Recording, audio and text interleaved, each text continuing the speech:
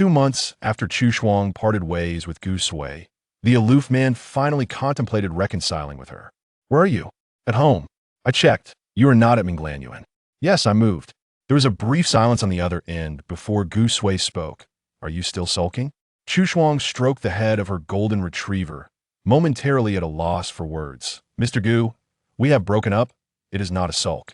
After his ex-girlfriend had intrusively confronted her and disrupted her work, Chu Shuang had sent him a breakup message while he was on a business trip abroad. What had his response been back then? "Let's talk when I return." Indeed, he was a busy man.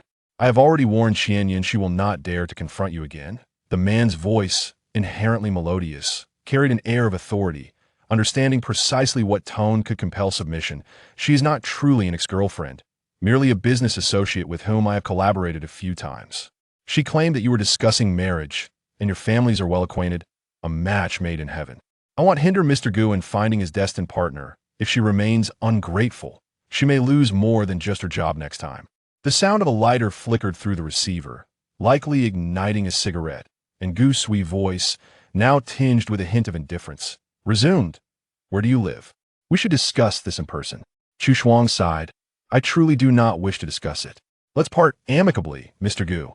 I simply desire a peaceful and stable life, and you have an abundance of beautiful women behind you. Any one of them would treat you better than I ever could."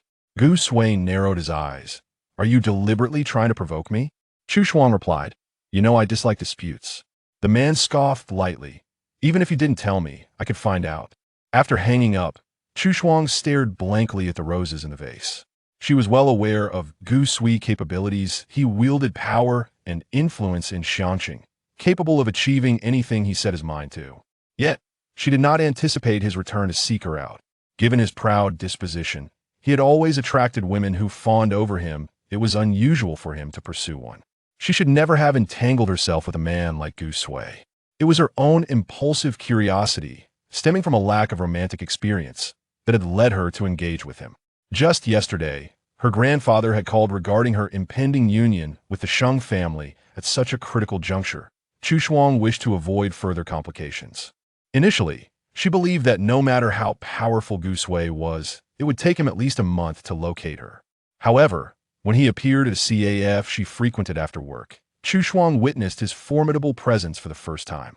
Gu Sui was not lacking in female admirers, yet he was discerning and selective when it came to choosing a girlfriend or a companion. He preferred independent women who were not overly clingy. Thus, during their 2-month relationship, Chu Shuang felt little emotional attachment. She naively assumed Gu Sui did not harbor strong feelings for her and anticipated a smooth breakup. Until he pursued her, and she realized Gu Sui would never tolerate a woman taking the lead. If a breakup were to occur, it would have to be initiated by him. Today, the rain cascades outside, enveloping the air in a damp haze, while the steam from the cup blurs vision.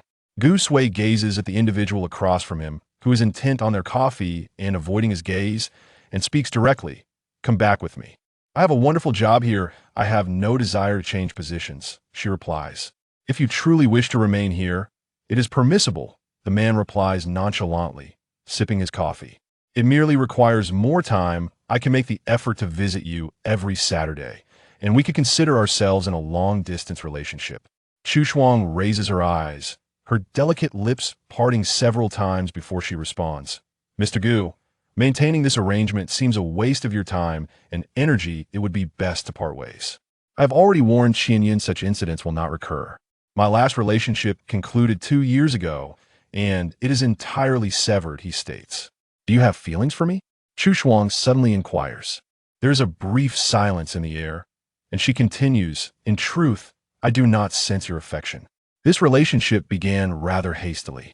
You merely sought a companion and happened to find me agreeable, while I mistook fleeting emotions for genuine feelings. This bond is unlikely to endure.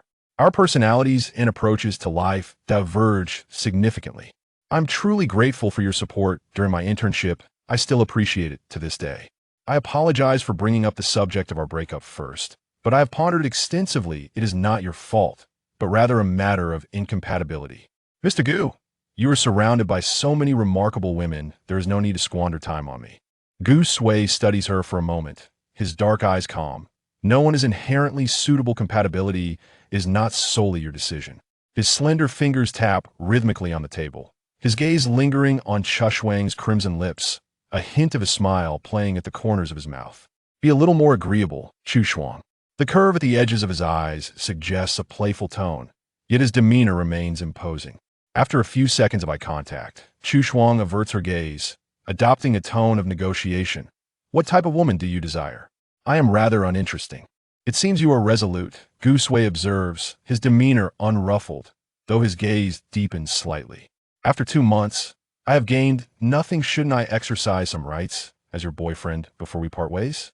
Their physical interactions have remained limited to embraces, as he has been mindful of her being a first love and her recent troubles, refraining from kissing her. Certainly, not merely kissing. Feeling the intensity of his gaze, Shushwang becomes agitated, abruptly pushing her chair back and departing. A forced fruit is never sweet. Watching her retreating figure, Gusui does not pursue her, a satisfied smile gracing his lips. Upon leaving the coffee shop, Shushwang briskly made her way to the entrance of her residential complex. There, she stumbled upon a stall selling savory pancakes, and it was only upon inhaling the enticing aroma that she realized she had neglected dinner.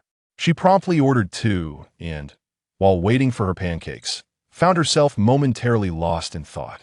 The vendor, noticing her pensive expression, couldn't help but chuckle. You furrow your brow, just like my daughter. Shushwang turned to the kindly-faced woman and replied, I'm facing a bit of a conundrum. The vendor reassured her, it's nothing to worry about. Your young and beautiful fears, nothing insurmountable for you.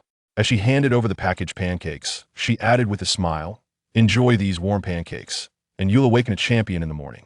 Shushwang couldn't help but laugh. The gloom from her encounter with Gusui was momentarily alleviated by the pancakes and the vendor's warmth. The following day, she resumed her work routine. To avoid a chance encounter with Gusui, she deliberately chose a different route, steering clear of the coffee shop. Although she was aware that Gusui could easily find ways to reach her, she still opted for the detour.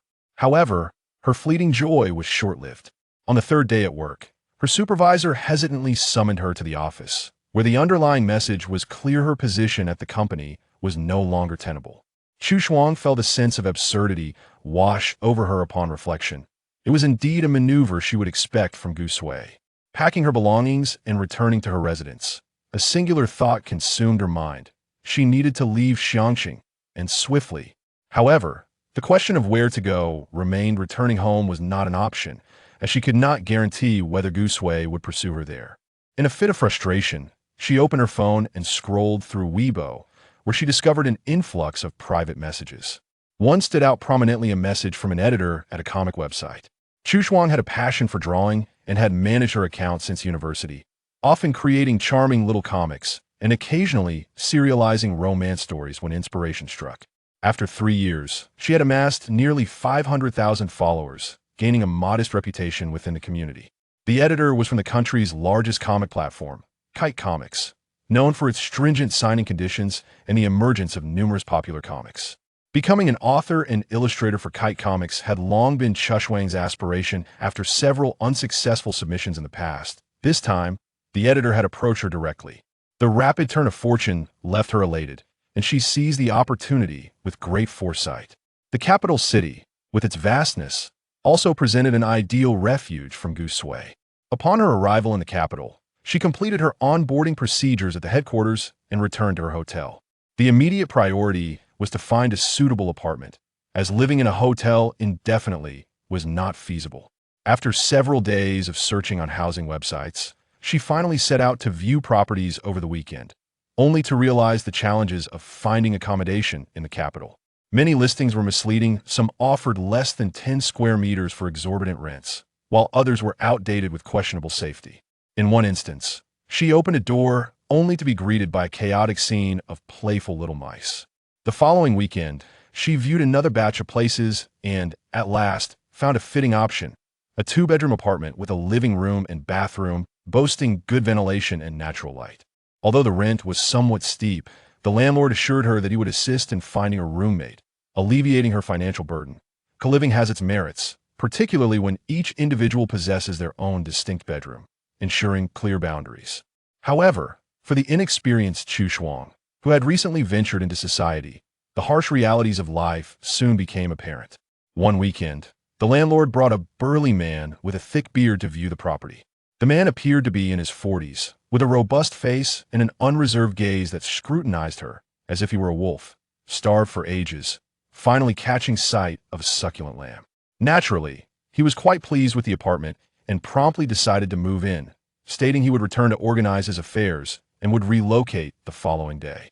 Later, Chu Shuang came to understand that many unscrupulous landlords would go to great lengths to profit, initially enticing young women to reside in their properties and subsequently using them as bait to attract male tenants. One evening, exasperated, she confronted the landlord, insisting on female-only tenants. The landlord dismissively brushed her off, claiming that finding housing was challenging and that cohabitation between genders was quite normal these days. Chu Shuang even offered to pay a premium rent to avoid sharing with anyone, but the landlord refused to backtrack on the deposit taken from the man. Ultimately, after a fruitless negotiation, she stormed out of the den of wolves. After enduring weeks of vexation, she chose an auspicious day to visit a bar for a drink. Beautiful lady, enjoying solitude? The inquiry went unanswered as Chu Shuang did not lift her gaze. Hey, why the cold shoulder? Upon finally recognizing the woman before her, Chu Shuang was taken aback. Is it you? What was her name again? Back in her junior year, Chu Shuang had attended driving school where they shared a coach occasionally. They would carpool back to campus late at night. At the time, she only knew that the woman hailed from the neighboring drama academy. Sheng Yao. It's Sheng Yao. Their acquaintance had lasted but a fortnight, and they had not crossed paths since it had been nearly 2 years. Encountering an old friend in the capital brought a spark of joy to Chu Shuang. Sheng Yao possessed an assertive beauty. Her features were striking, and her tall stature imparted an impression of elegance that was both alluring and slightly intimidating. Apologies, I only remembered the Yao part, Chu Shuang replied with a smile in her eyes. I never expected to run into you in the capital. Sheng Yao settled across from her, clinking their glasses together, her crimson lips curling slightly. It's been ages, my dear sister. Hearing this endearment made Chu Shuang smile. Being called sister by a striking beauty with an air of sophistication felt rather delightful. Sheng Yao had always favored this form of address, despite being merely a month older. She assessed the enchanting figure before her amidst the bar's dim, enchanting lights, exclaiming softly, years have passed, yet you remain as captivating as ever. It's truly a pity you didn't attend our school. Had Chu Shuang chosen the path of drama, the title of campus belle would have certainly shifted. You too, no matter how many times I look, you remain astonishing. Sheng Yao beamed at the compliment. Are you working in the capital now? Yes, I just arrived half a month ago, working at a comic company. Kite animation? You know kite animation? Sheng Yao chuckled lightly, well aware of the situation. Yes, I enjoy following serialized comics as well. I never expected you to be working over there. How impressive. I have always envied those with artistic talent. Although Sheng Yao appeared aloof, she was quite candid in her interactions and enjoyed complimenting others. Chu Shuang found it rather pleasant to be around someone with such a disposition. Reflecting on her housing predicament, she lowered her gaze slightly. The job is great, but I had no idea finding accommodation in the capital would be so challenging. I've encountered obstacles at every turn, nearly exhausting the trials that contemporary youth face in securing housing. Sheng Yao patiently listened as Chu Shuang recounted the frustrating experiences she had encountered over the past fortnight in her search for a rental. It was indeed no easy feat for a girl just entering the workforce. After venting her frustrations, Chu Shuang felt a significant sense of relief. By the way, do you also work around here? Are there any suitable rental options nearby? I am a local of the capital. Sheng Yao pondered for a moment, then a soft smile graced her lips, her eyes sparkling with excitement. My home has plenty of guest rooms. Would you consider it?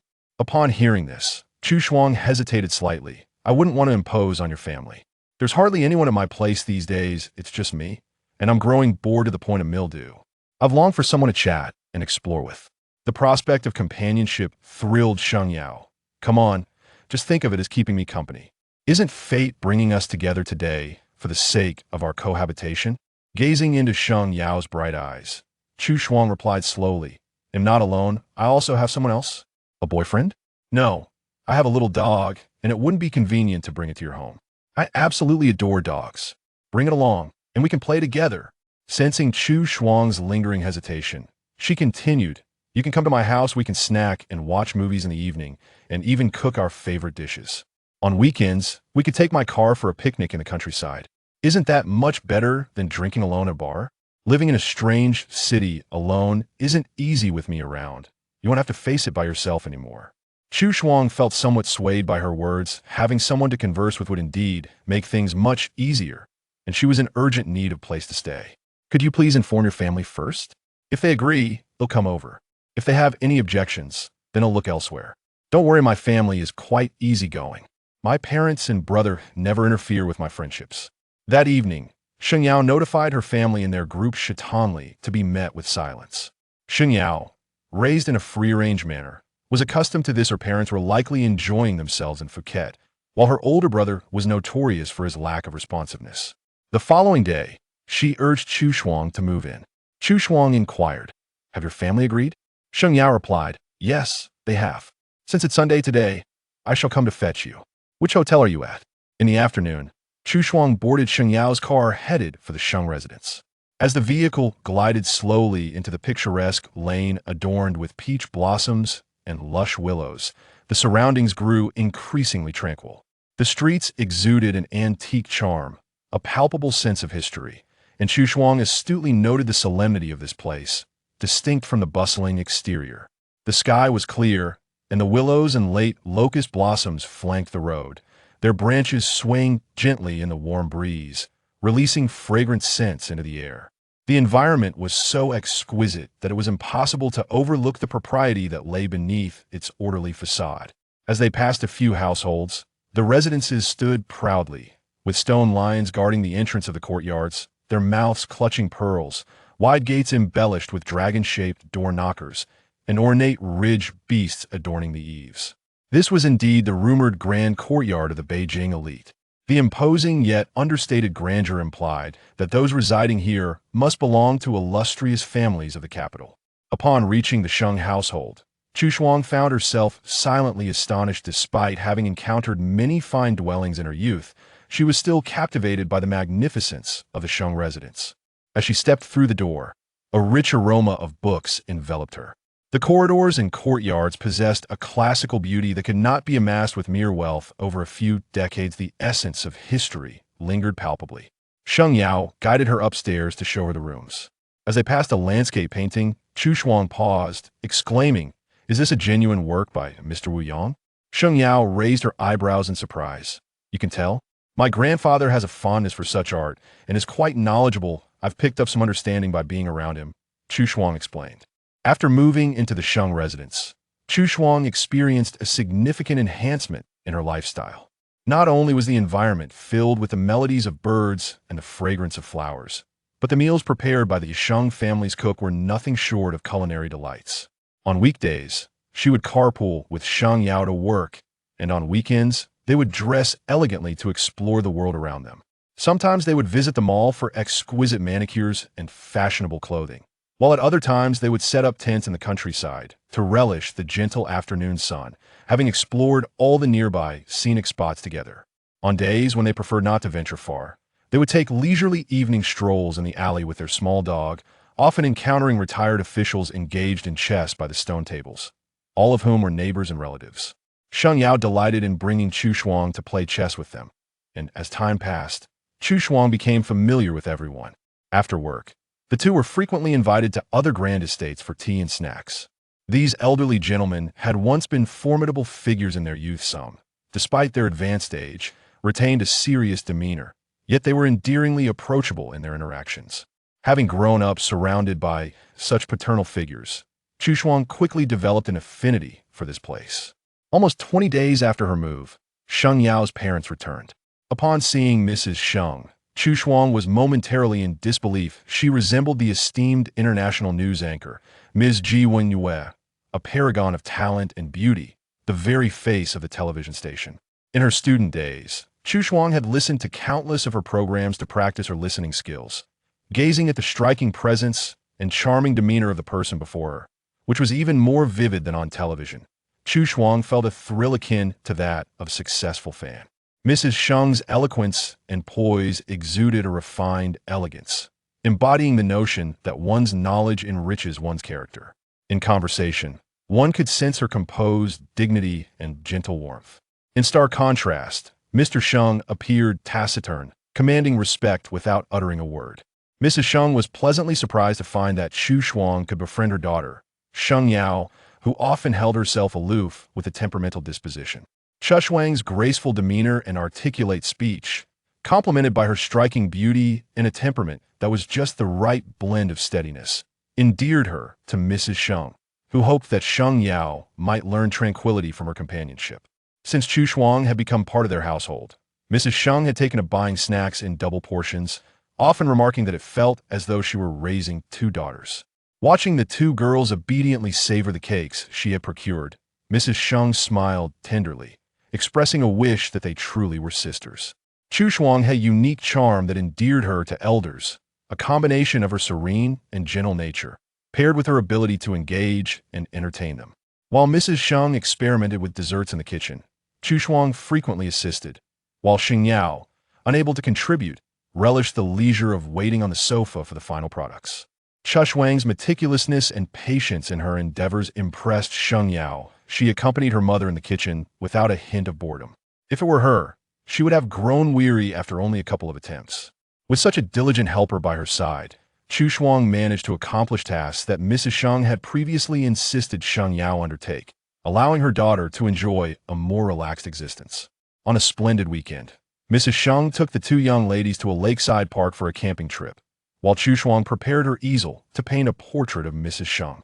Having never posed for a portrait before, Mrs. Sheng found the experience intriguing and settled on the blooming meadow, allowing Chu Shuang to capture her likeness. Sheng Yao, enjoying watermelon, observed the two, with the shimmering lake and majestic mountains behind her mother, surrounded by a riot of colorful wildflowers. It was a heartwarming scene, and she lifted her phone to snap a picture, sharing it effortlessly in the family group chat. As they returned in the evening, a Lincoln was parked in front of the Sheng residence. From a distance, Sheng Yao was surprised to see it, exclaiming, "Isn't my brother supposed to be on a business trip for 2 months? Why is he back already?" Mrs. Sheng replied, "That boy," returning early without a word to the family.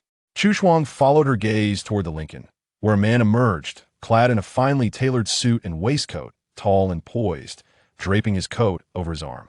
Noticing their car, he turned his head slightly. The moment Chu Shuang glimpsed his features, she marveled once more at the exceptional genes of the Sheng family. His striking brows and sculpted features radiated a distant charm, making him appear even more unapproachable than Sheng Yao. As he exited the vehicle, Sheng Yao crossed her arms and questioned him. "You come back empty-handed?" Sheng Yang replied, unfazed. "Did you ask me to bring something?" Sheng Yao scoffed. "Wouldn't you know to bring something if you were a good brother? Let's not start bickering the moment I return." Mrs. Sheng chuckled at her children's childish antics, and then turned to introduce Chu Shuang to her son, Shuang. "This is Sheng Yao's brother, Sheng Yang." Chu Shuang nodded politely. "Hello, my name is Chu Shuang." To which Mrs. Sheng added, "She is a good friend of Yao." As Sheng Yang glanced over, he caught sight of a smudge of oil paint on the hem of her garment. With courtesy and restraint, he remarked, "That is quite a lovely name." Up close, her appearance was even more striking. Chu Shuang curved her lips into a smile, replying, "Thank you." During dinner, Mrs. Sheng praised the portrait that Chu Shuang had painted for her that day, exclaiming, "Truly, as an art student, you have a remarkable talent. Your brushwork is exquisite, and your hands are deft. By the way, isn't a Shuang working at a comic company? I meant to ask earlier, which company are you with?" Chu Shuang replied, "Kite Animation." After pondering for several seconds, Mrs. Sheng turned to Sheng Yang with a puzzled expression. "Does your company have a division called Kite Animation?" Sheng Yang nodded. "It is under the umbrella of Xingyu culture." Mrs. Sheng smiled brightly. "What a coincidence. It happens to be a Yang's company." Chapter 3. The uncle. As dusk approached, and she was on the verge of slumber, Chu Shuang received a call from her cousin. "I will be on a business trip to Xiangqing tomorrow for about a week, and I'll take the opportunity to see you." Chu Shuang had yet to inform her family about her job change to the capital, so she hesitated and replied, "I'm no longer in Xiangqing." I've been in the capital for over a month now. Signed a contract with a comic company to work here." Shen Jinyan sighed softly. "Why didn't you mention it to the family? After changing jobs several times and moving so far away, I'm concerned grandfather might worry." Brother, please don't tell him just yet. Working in the capital is fine. Previously, grandfather was worried that after your marriage, coordinating due to the distance from the capital would be troublesome. By the way, are you staying in the company dormitory? If it's inconvenient, I can contact someone to help you find a place. I'm temporarily staying at a friend's house. Chu Shuang pondered for a moment and said, Brother, could you help me find a suitable place? It's not ideal to keep imposing on others. All right, the Mid-Autumn Festival is approaching. I'll arrange for someone to bring you back for the holiday. Chu Shuang smiled gently. I can return on my own. It's too much trouble for you to send someone for me. Grandfather mentioned that the Sheng family might come to propose after the Mid-Autumn Festival. If all goes well before the new year, your marriage to the Sheng family could very likely not be postponed until next year. Initially, Chu Shuang was engaged in a phone call while reviewing sketches, but Shen Jinyan's words took a moment to sink in before she suddenly looked up. It dawned on her that her betrothed was indeed from the Sheng family. She had never considered this possibility before today, but after seeing Sheng Yang, she realized that he was most likely her intended brother. In the capital, how many influential families bear the surname Sheng? There should be only one. She had not heard of any other Sheng family in the capital. Chu Shuang pressed her lips together. It had to be him. It seemed that Sheng Yang was her unseen fiancé. What a twist of fate. However, having lived with the Sheng family for a while, she had come to understand their family values. Everyone was quite amiable, leaving little room for criticism as a future-in-law. As for Sheng Yang, he was dignified and composed, polite and well-mannered, with a demeanor that suggested reliability. Not to mention, he was exceptionally handsome. Chu Shuang had always been fond of beauty, and her acceptance of this fiancé was rather high. Even in the absence of love, cohabiting respectfully with a morally upright and striking gentleman wasn't a hardship, especially since she had developed a fondness for her sister-in-law and mother-in-law. Since learning that Sheng Yang was her fiancé, she found herself unconsciously observing him. She scrutinized his dining habits, his eloquence, and his daily routines. After a few days of observation, she concluded that Sheng Yang was emotionally stable, had good living habits, worked diligently, and approached tasks with order and planning, a quintessential quality in an admirable young man. These subtle actions did not escape the notice of Sheng Yao and Madame Sheng for long. Early one morning, the two had been discreetly watching Chu Shuang for 5 minutes as she stood in the garden stretching. Her limbs were in motion while her gaze remained fixed on Sheng Yang, who was also exercising nearby. With a crunch, Sheng Yao bit into an apple and sighed softly. This charming young lady has ensnared even those around me. Your brother indeed possesses an alluring charm that easily captivates the ladies. After completing his workout, Sheng Yang turned, while Xu Chuang remained composed, and at that moment, Sheng Yao and Madame Sheng entered the room. Suspecting that Xu Chuang might harbor feelings for her elder brother, Sheng Yao resolved to assist her dear friend and informed her that the opera house had recently adjusted its working hours, rendering it impossible to continue escorting Xu Chuang to her workplace. Consequently, the duty of accompanying Xu Chuang to work fell upon Sheng Yang, whose driver would first take her to the office before proceeding to the headquarters on weekdays. As this arrangement became more frequent, Xu Chuang began to feel uneasy, realizing that it was already a significant favor for Sheng Yao to have her stay at their home. It seemed inconsiderate to impose upon them further for daily commutes. Previously, when she was living with Sheng Yao, their shared age and sisterly bond made it feel less burdensome. But now it was evident that she needed to hasten her move to a new residence, as it was not sustainable to remain in their home indefinitely, even though that house would eventually become hers. Upon discerning her intentions, Madame Sheng made every effort to persuade her to stay longer. Unable to withstand Xu Chuang's insistence on moving, she suggested delaying her departure until after the Mid-Autumn Festival. One weekend, when Sheng Yang was absent, Madame Sheng and Mr. Sheng seemed to have gone on a date, while Sheng Yao languidly napped on the sofa, leaving Xu Chuang to play with the puppy in the yard. The weather was somewhat sultry that day. After amusing the puppy for a while, she noticed the once azure sky darkening under the weight of thick clouds, causing her to feel drowsy.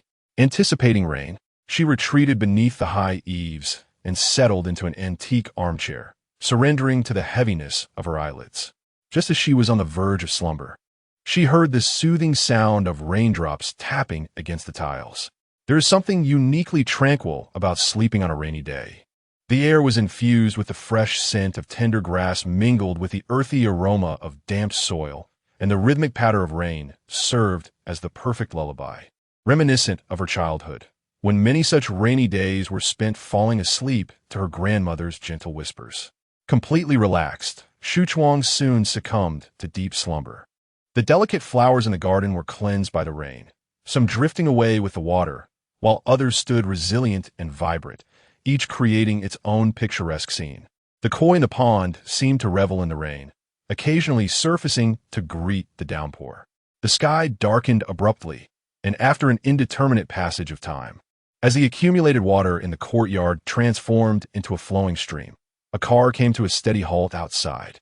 Moments later, a pair of impeccably tailored long legs crossed the threshold, and a hand holding a black umbrella, pale and cool, kept the dampness and chill at bay. The puppy nestled in Xu Chuang's arms perked up, barking at the man who strolled leisurely into the courtyard, its yelp drawing his attention. In the antique armchair, the woman appeared like a painting, her face turned slightly, delicate brows blending into her flowing hair, her lips a striking contrast to her complexion, a harmonious fusion of purity and allure, resting in tranquil slumber. The dog's bark roused her from her reverie, and as she opened her eyes, her vision, still hazy, met the somber sky and the undeniable figure before her. The man holding the black umbrella possessed sharp features, his brow and eyes shrouded in an enigmatic darkness, deep and profound like the desolate moon over the fields. Each step he took was steady and composed, causing the shallow water to ripple outward, as if even the drumming of the rain against the eaves had slowed. The lights in the courtyard flickered to life.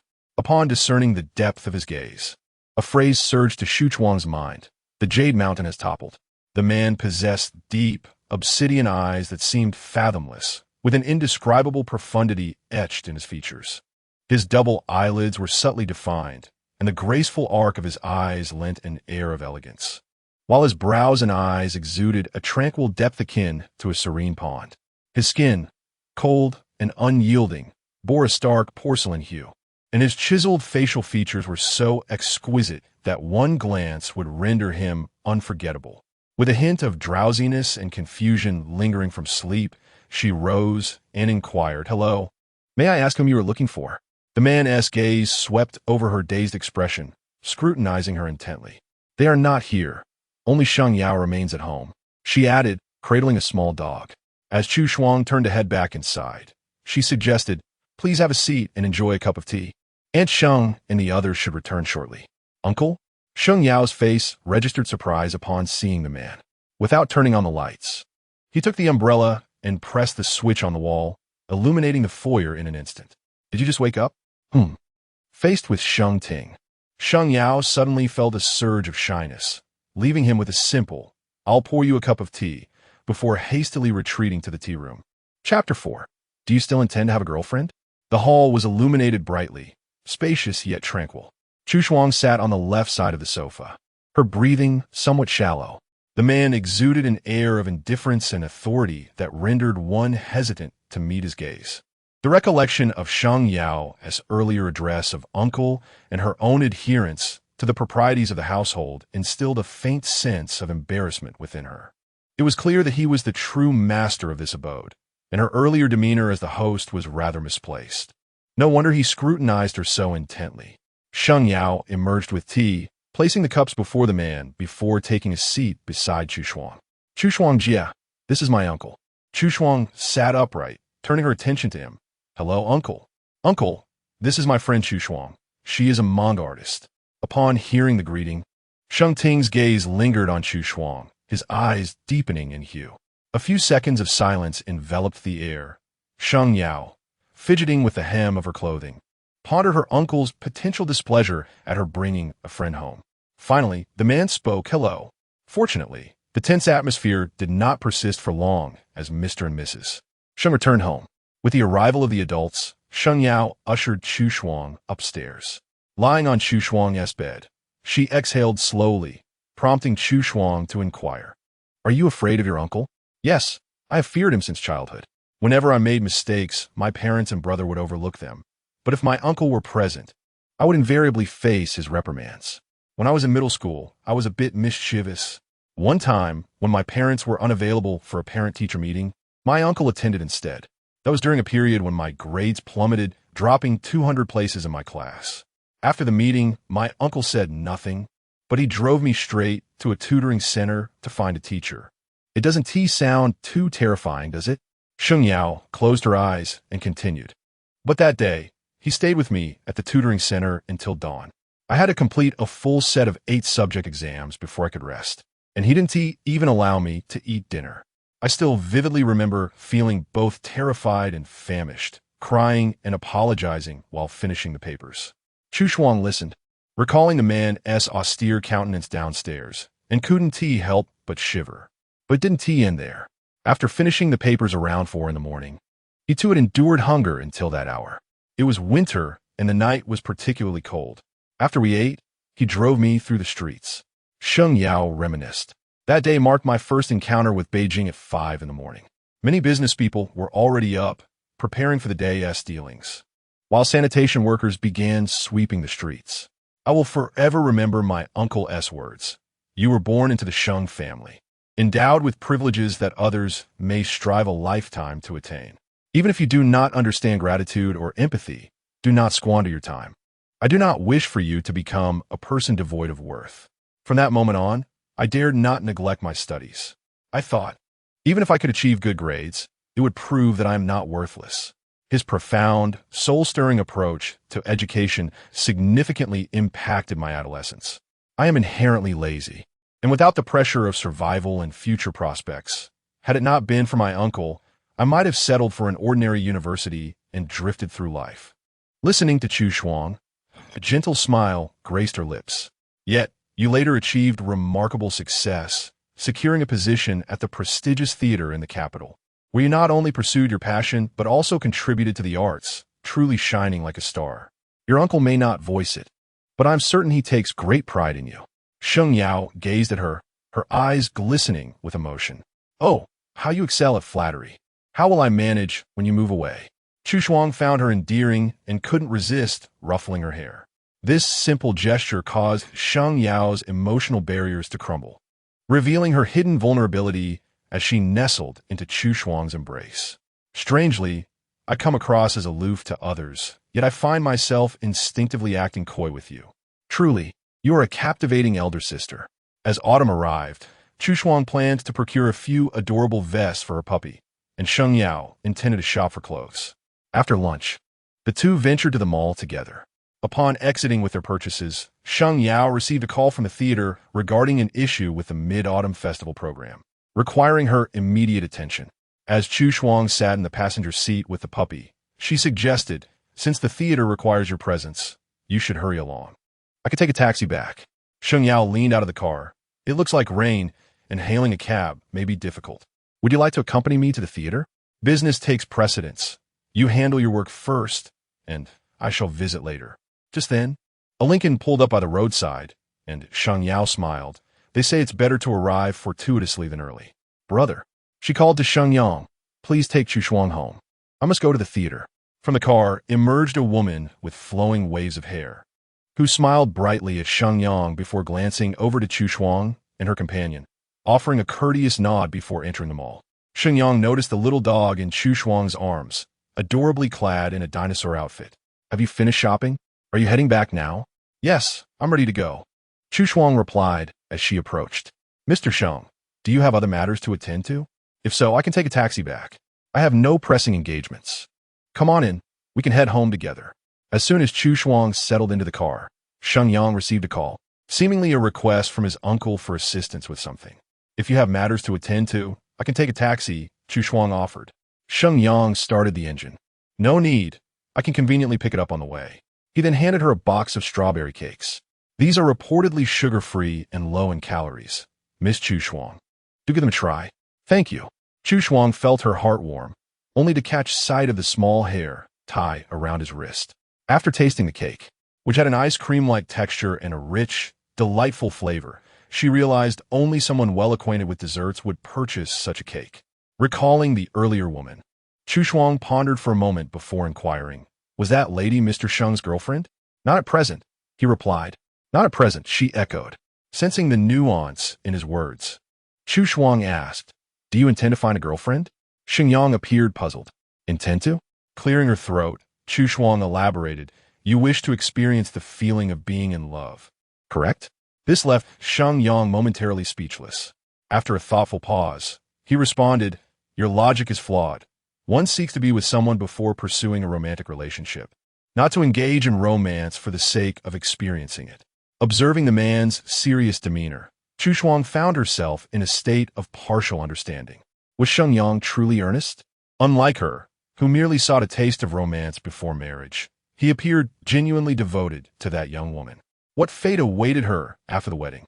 Did it not seem rather unfortunate? Chu Shuang cautiously inquired. Sheng Yang glanced at her, perplexed. What seemed unfortunate? Never mind, never mind. It is of little consequence. Future matters can be addressed in due time. The trajectory of his relationship with that girl and the status of their impending marriage remain to be seen. If Sheng Yang genuinely cherished this young woman, he ought to find a way to annul the engagement, as that would yield the most favorable outcome for all parties involved.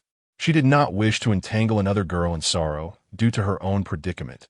For her, the engagement was merely a formality, but for that girl, it held greater significance. As the vehicle glided smoothly along the road, rain began to fall from the sky, droplets pattering against the car window. Chu Shuang gazed outside and softly remarked, "Mr. Sheng is an astute individual. He should be able to discern right from wrong. Ultimately, it is best for everyone to maintain their dignity. While her marriage may lack love, it must not harbor a third party. If marriage is a necessity in life, then the character of one's partner is paramount. Should you ever require assistance, do not hesitate to seek me out." Her tone was earnest. After all, there were no feelings between them.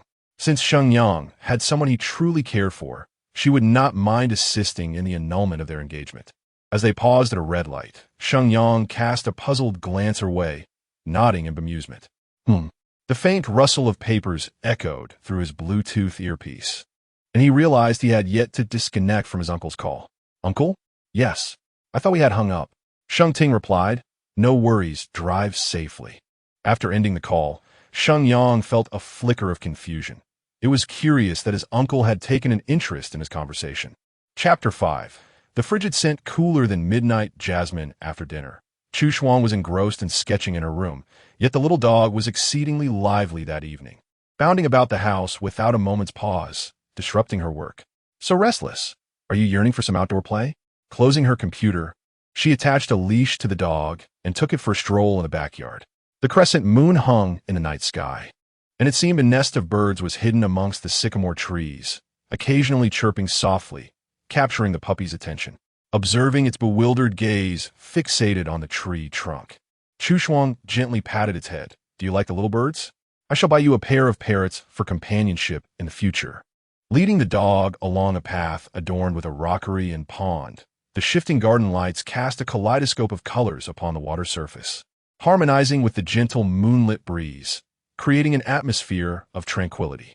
The leash grew taut, and upon glancing at the dog, she found it had once again halted in its tracks, easily intrigued by everything. Chu Shuang chuckled softly. "Do you fancy the colored lights?" Suddenly, her phone vibrated in her pocket, and upon retrieving it, she discovered an unfamiliar number calling. "Hello." A crisp male voice responded. "You've blocked my contact. Quite bold of you, Chu Shuang." Stunned for a moment, she replied, "Can you hear me? The signal here seems. Don't pretend. Not good." Some unknown remark struck a chord with guise, who chuckled lazily. "Shuang, have I made you so frightened? After all, I am your boyfriend. We've embraced and kissed before. How could I bear to treat you poorly?" Chu Shuang corrected him. "We have never kissed." "Oh, really? It seems you've forgotten after being apart for so long." Guise responded nonchalantly. "Then we shall make up for it the next time we meet." Chu Shuang plucked a leaf and held it in her palm, watching it transition from whole to fragmented. Her voice calm, yet tinged with resignation. "Guise, have you ever considered marrying me?" There was a moment of silence on the other end, followed by a slightly astonished response. "Marrying you?" Chu Shuang sniffled, her tone softening. "Yes, you've never thought of marrying me. Ultimately, we have no future. Her voice carried a hint of sorrow. I initially wished to walk this path with you, yet those women around you, including yourself, only serve as reminders that we are not on the same journey. What I desire is unwavering devotion until old age, while you seek mere novelty. If that is the case, I'm someone who can both take and let go. Rather than ending up heartbroken, it is better to cut my losses now. Gusui, I'm not one of those women who would treat your fleeting kindness as my entire life. If you cannot offer me marriage, then do not provoke me.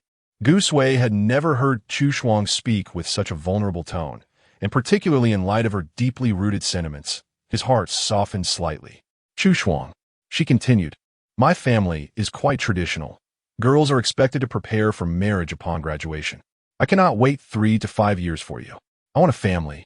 I want to get married. Suppressing his unusual feelings, Gu Sui asked, where are you working now? How is your workplace? Is anyone bullying you? Everything is perfectly fine. You need not worry. The early frost softened her voice.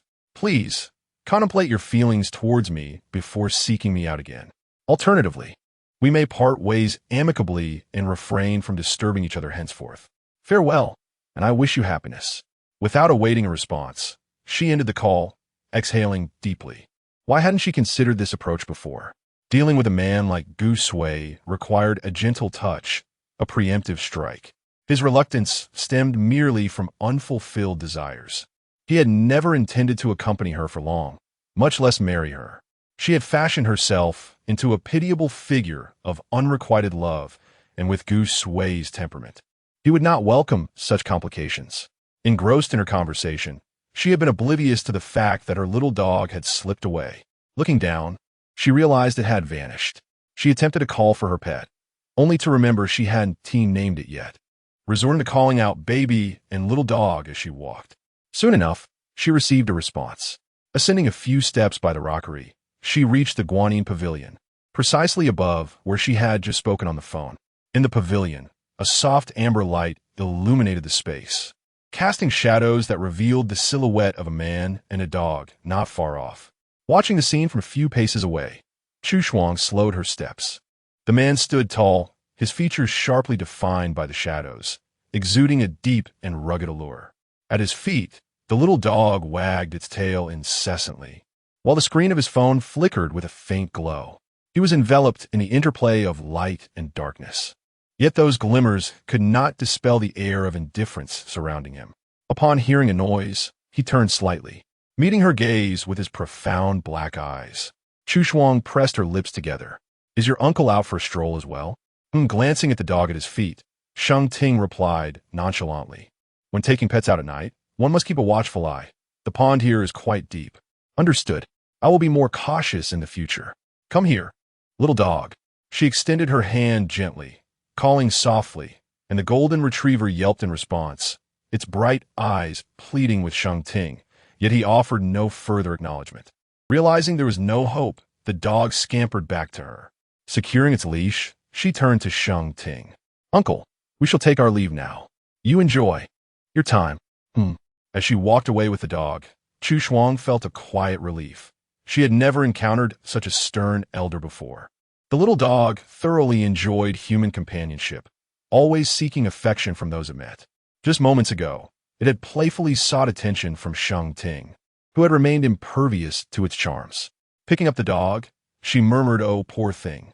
Thankfully, her relatives were all warm and amiable, unlike this austere figure. After a brief moment of gratitude, she halted. If she were to marry Xingyang, he would become her elder as well. Upon entering the house, Madame Sheng greeted Chu Shuang with gentle eyes.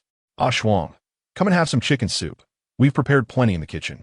The little dog, catching the aroma, excitedly dashed over, and Madame Sheng lovingly patted its head, instructing a nearby servant to prepare some chicken for it too. After enjoying the chicken soup and chatting with Madame Sheng for a while, Chu Shuang took the dog upstairs. Perhaps the soup had been too salty, for she awoke in the middle of the night, parched, and ventured downstairs in search of water. In the stillness of the late night, the wooden floorboards creaked softly beneath her cotton slippers, each subtle sound swallowed by the darkness. Halfway down the staircase, the slippers suddenly halted on a step. Chu Shuang's eyes, clear and bright, captured the silhouette of a tall figure. The moonlight hung high in the sky, its glow cascading through the window frame, casting a cool silver hue upon one side of the man's form. He raised a glass to his lips, the liquid inside shimmering with delicate ripples, his long fingers creating shadows under the moonlight.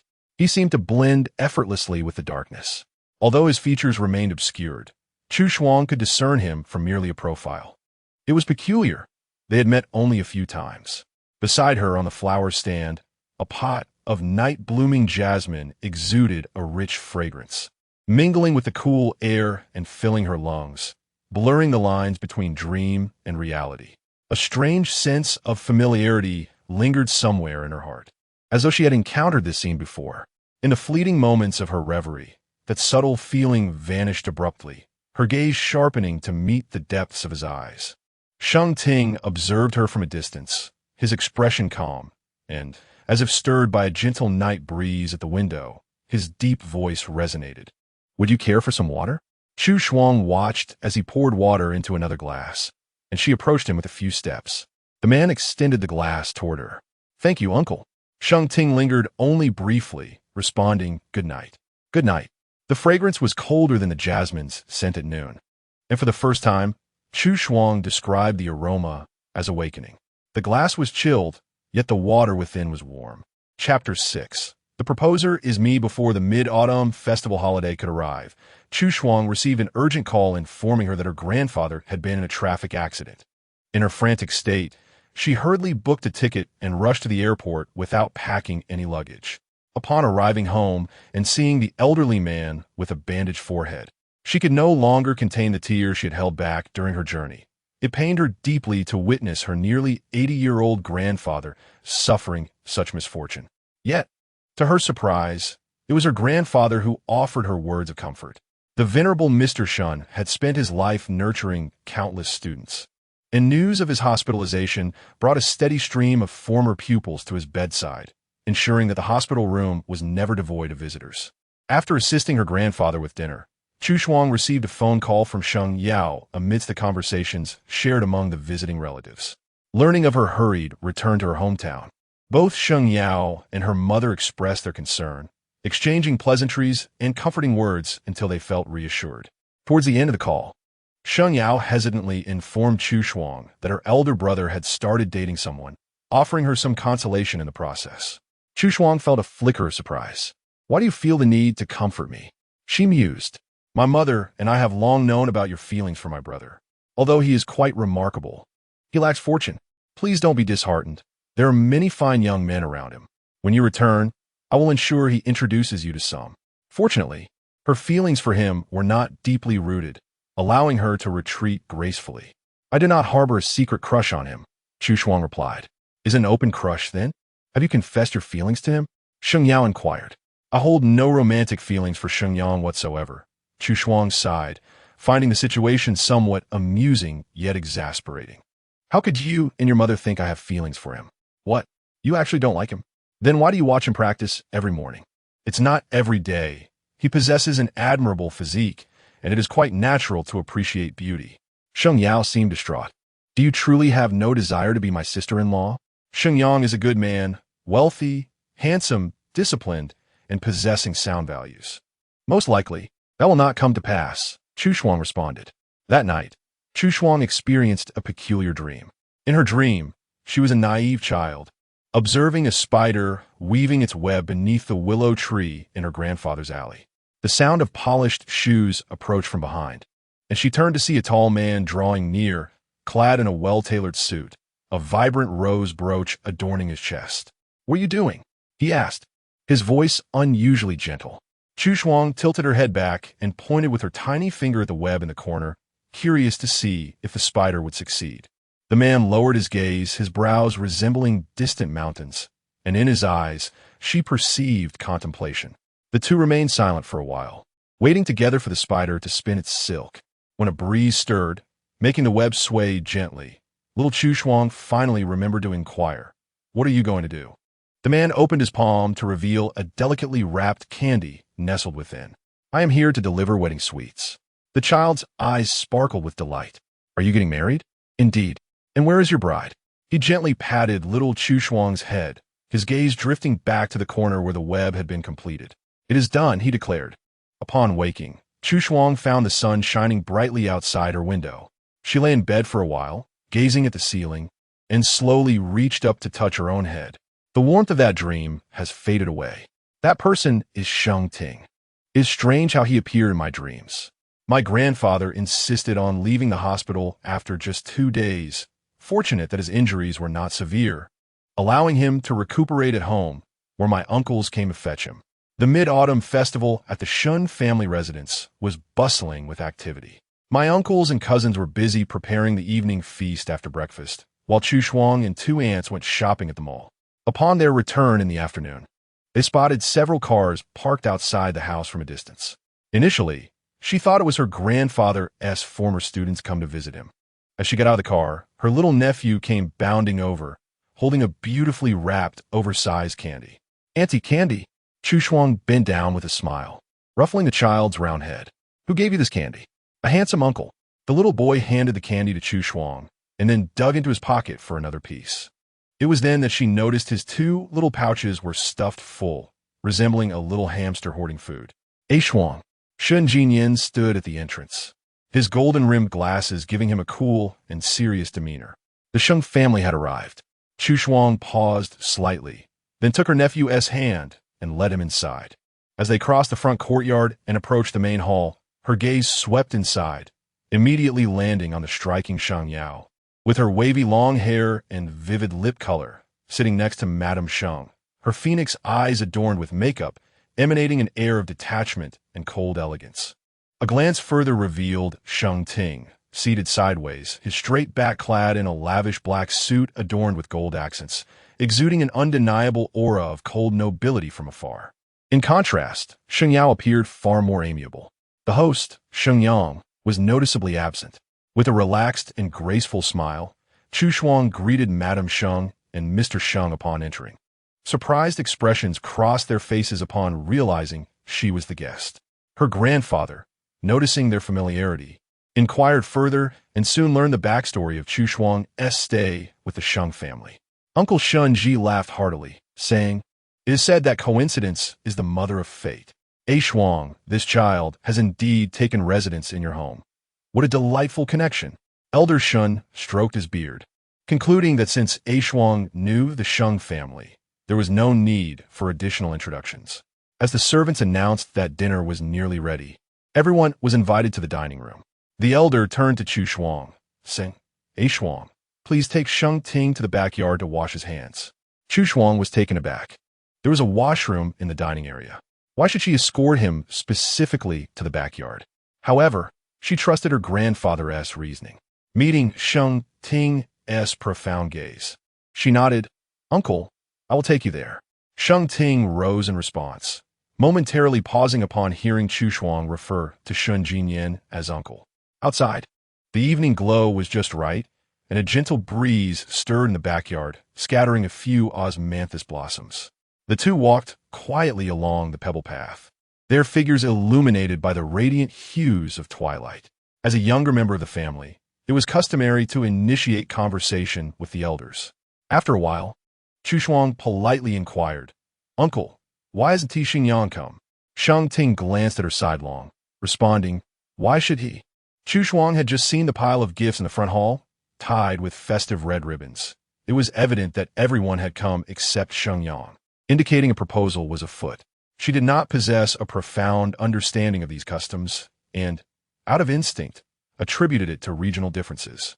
Is it customary for the suitor from the north to remain unseen during the proposal? Sheng Ting furrowed her brow, having never encountered such a rule before. If all of you are here to propose on his behalf, why is he not present? The man beside her suddenly halted, his dark eyes turning towards her, and after a moment's contemplation, he spoke deliberately, "I am the one here to propose." Standing before him, Chu Shuang found herself needing to slightly raise her gaze to meet his eyes. Sheng Ting's words, carried by the evening breeze, reached her ears, leaving her in a daze for a full 5 seconds. In the glow of the setting sun, the man's features were astonishingly handsome, his countenance deep and austere. exuding an air that was untouchable even in the warmth of the surroundings. He declared that he was the one proposing. My engagement with the Sheng family is... Sheng Ting interjected, it has always been me. Chu Shuang inhaled deeply, unable to pull her gaze away from Sheng Ting, who remained composed. Is it ahead? There is a wash basin in the garden. Yes, indeed. The man took a step forward, while Chu Shuang stood still, watching him lean over to wash his hands. The sound of water cascading echoed around her, leaving her mind in a state of emptiness. In her line of sight, Sheng Ting was solidly built, washing his hands at a leisurely pace. As he raised his gaze, their eyes met in the mirror. She slowly blinked, preparing to divert her gaze, when he spoke. Aren't you going to wash your hands? Oh, I should wash them. Chapter 7. Marriage license. After washing their hands, the two retraced their steps, arriving at the restaurant where a long table was already filled with guests, leaving a special spot for them side by side. Auntie scrutinized the two as they took their seats, smiling with delight. They truly complement each other. The insight of the older generation is indeed remarkable. The atmosphere at the table was jovial, with everyone expressing their joy over the marriage, engaging in lively conversation, except for Sheng Yao. She cast several glances at her uncle and her close friend, noticing their calm and composed demeanor, and she subtly bit down on her chopsticks. Her best friend was about to become her aunt. What a bewildering experience. She had always envisioned Chu Shuang as her sister-in-law, and the sudden shift in relationships left Sheng Yao feeling quite conflicted. After the meal, the elders gathered to solemnly discuss the wedding arrangements and set a date. Chu Shuang, holding a handful of sunflower seeds, listened intently to the adults' conversation. When the eldest aunt noticed, she handed Chu Shuang an apple, saying, "Go play upstairs, little one. This is no business of yours." Chu Shuang hesitated. The eldest uncle, seeing her dazed expression, chuckled, "Take Sheng Yao upstairs to play. The adults need a moment." Once they entered the room, the door barely closed before Chu Shuang's excitement burst forth. "Chu Shuang, how many secrets have you kept from me? I did not intend to hide anything from you. Initially, I was unaware that your family was the Sheng family I was to be united with. I thought you were merely a beautiful girl from a humble background, not realizing your grandfather was Mr. Shun. No wonder your painting skills are so exceptional. How could a solitary daughter from a scholarly family end up in the capital without a place to stay? You deceived me greatly." Seeing Sheng Yao's brows furrowed, Chu Shuang gently replied, "I have never deceived you. You simply never asked. The reasons for my move to the capital are somewhat complex. I found it difficult to explain to my family initially, so I became self-reliant. The troubles I encountered while searching for housing were all genuine. I did not deceive you. Mr. Shen is not my grandfather, but my maternal grandfather. I was orphaned at a young age and grew up with him." Sheng Yao paused for a moment. "I do not blame you. I am just shocked. I had envisioned you as my sister-in-law, and now, in the blink of an eye, you are to become my aunt." She sighed softly. "I am uncertain how to feel, somewhat regretful, somewhat astonished. However, I am genuinely happy that you can become part of my family. Yet, the thought of you marrying my uncle and becoming his wife feels surreal. You are entirely different from my preconceived notions of what an aunt would be. It is astonishing that such a serious and stoic man as my uncle would marry a fragrant beauty like you." Chu Shuang burst into laughter. "What kind of description is that?" Sheng Yao maintained a serious expression. "You cannot fathom the complexity of my emotions." "Indeed, I cannot. Oh, I had imagined my uncle's fiancée to be a traditional and serious woman, poised and dignified in every movement. I considered you a sister, and you had even called him uncle before. It felt as though you two belonged to different generations. How did you become a pair?" Chu Shuang pondered for a moment. "I do feel a bit of that. Influenced by preconceived notions, she found herself instinctively treating Sheng Ting as an elder.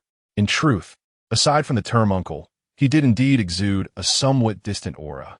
To speak candidly, Sheng Yao rested her hand against her temple, her eyes lazily drooping at the corners. "You and my uncle truly complement each other when seated together. Both exude a palpable tension." After thorough discussions between both families, it was decided that the wedding would take place during the National Day holiday. Given Sheng Ting's hectic work schedule, the statutory holiday presented itself as the optimal choice. This year's National Day was particularly favorable, and should they miss this opportunity, they would have to wait until next year. The marriage had already been postponed for 2 years, and fearing unforeseen complications in the future, both sides agreed upon this date. Less than half a month after the Mid-Autumn Festival would be National Day.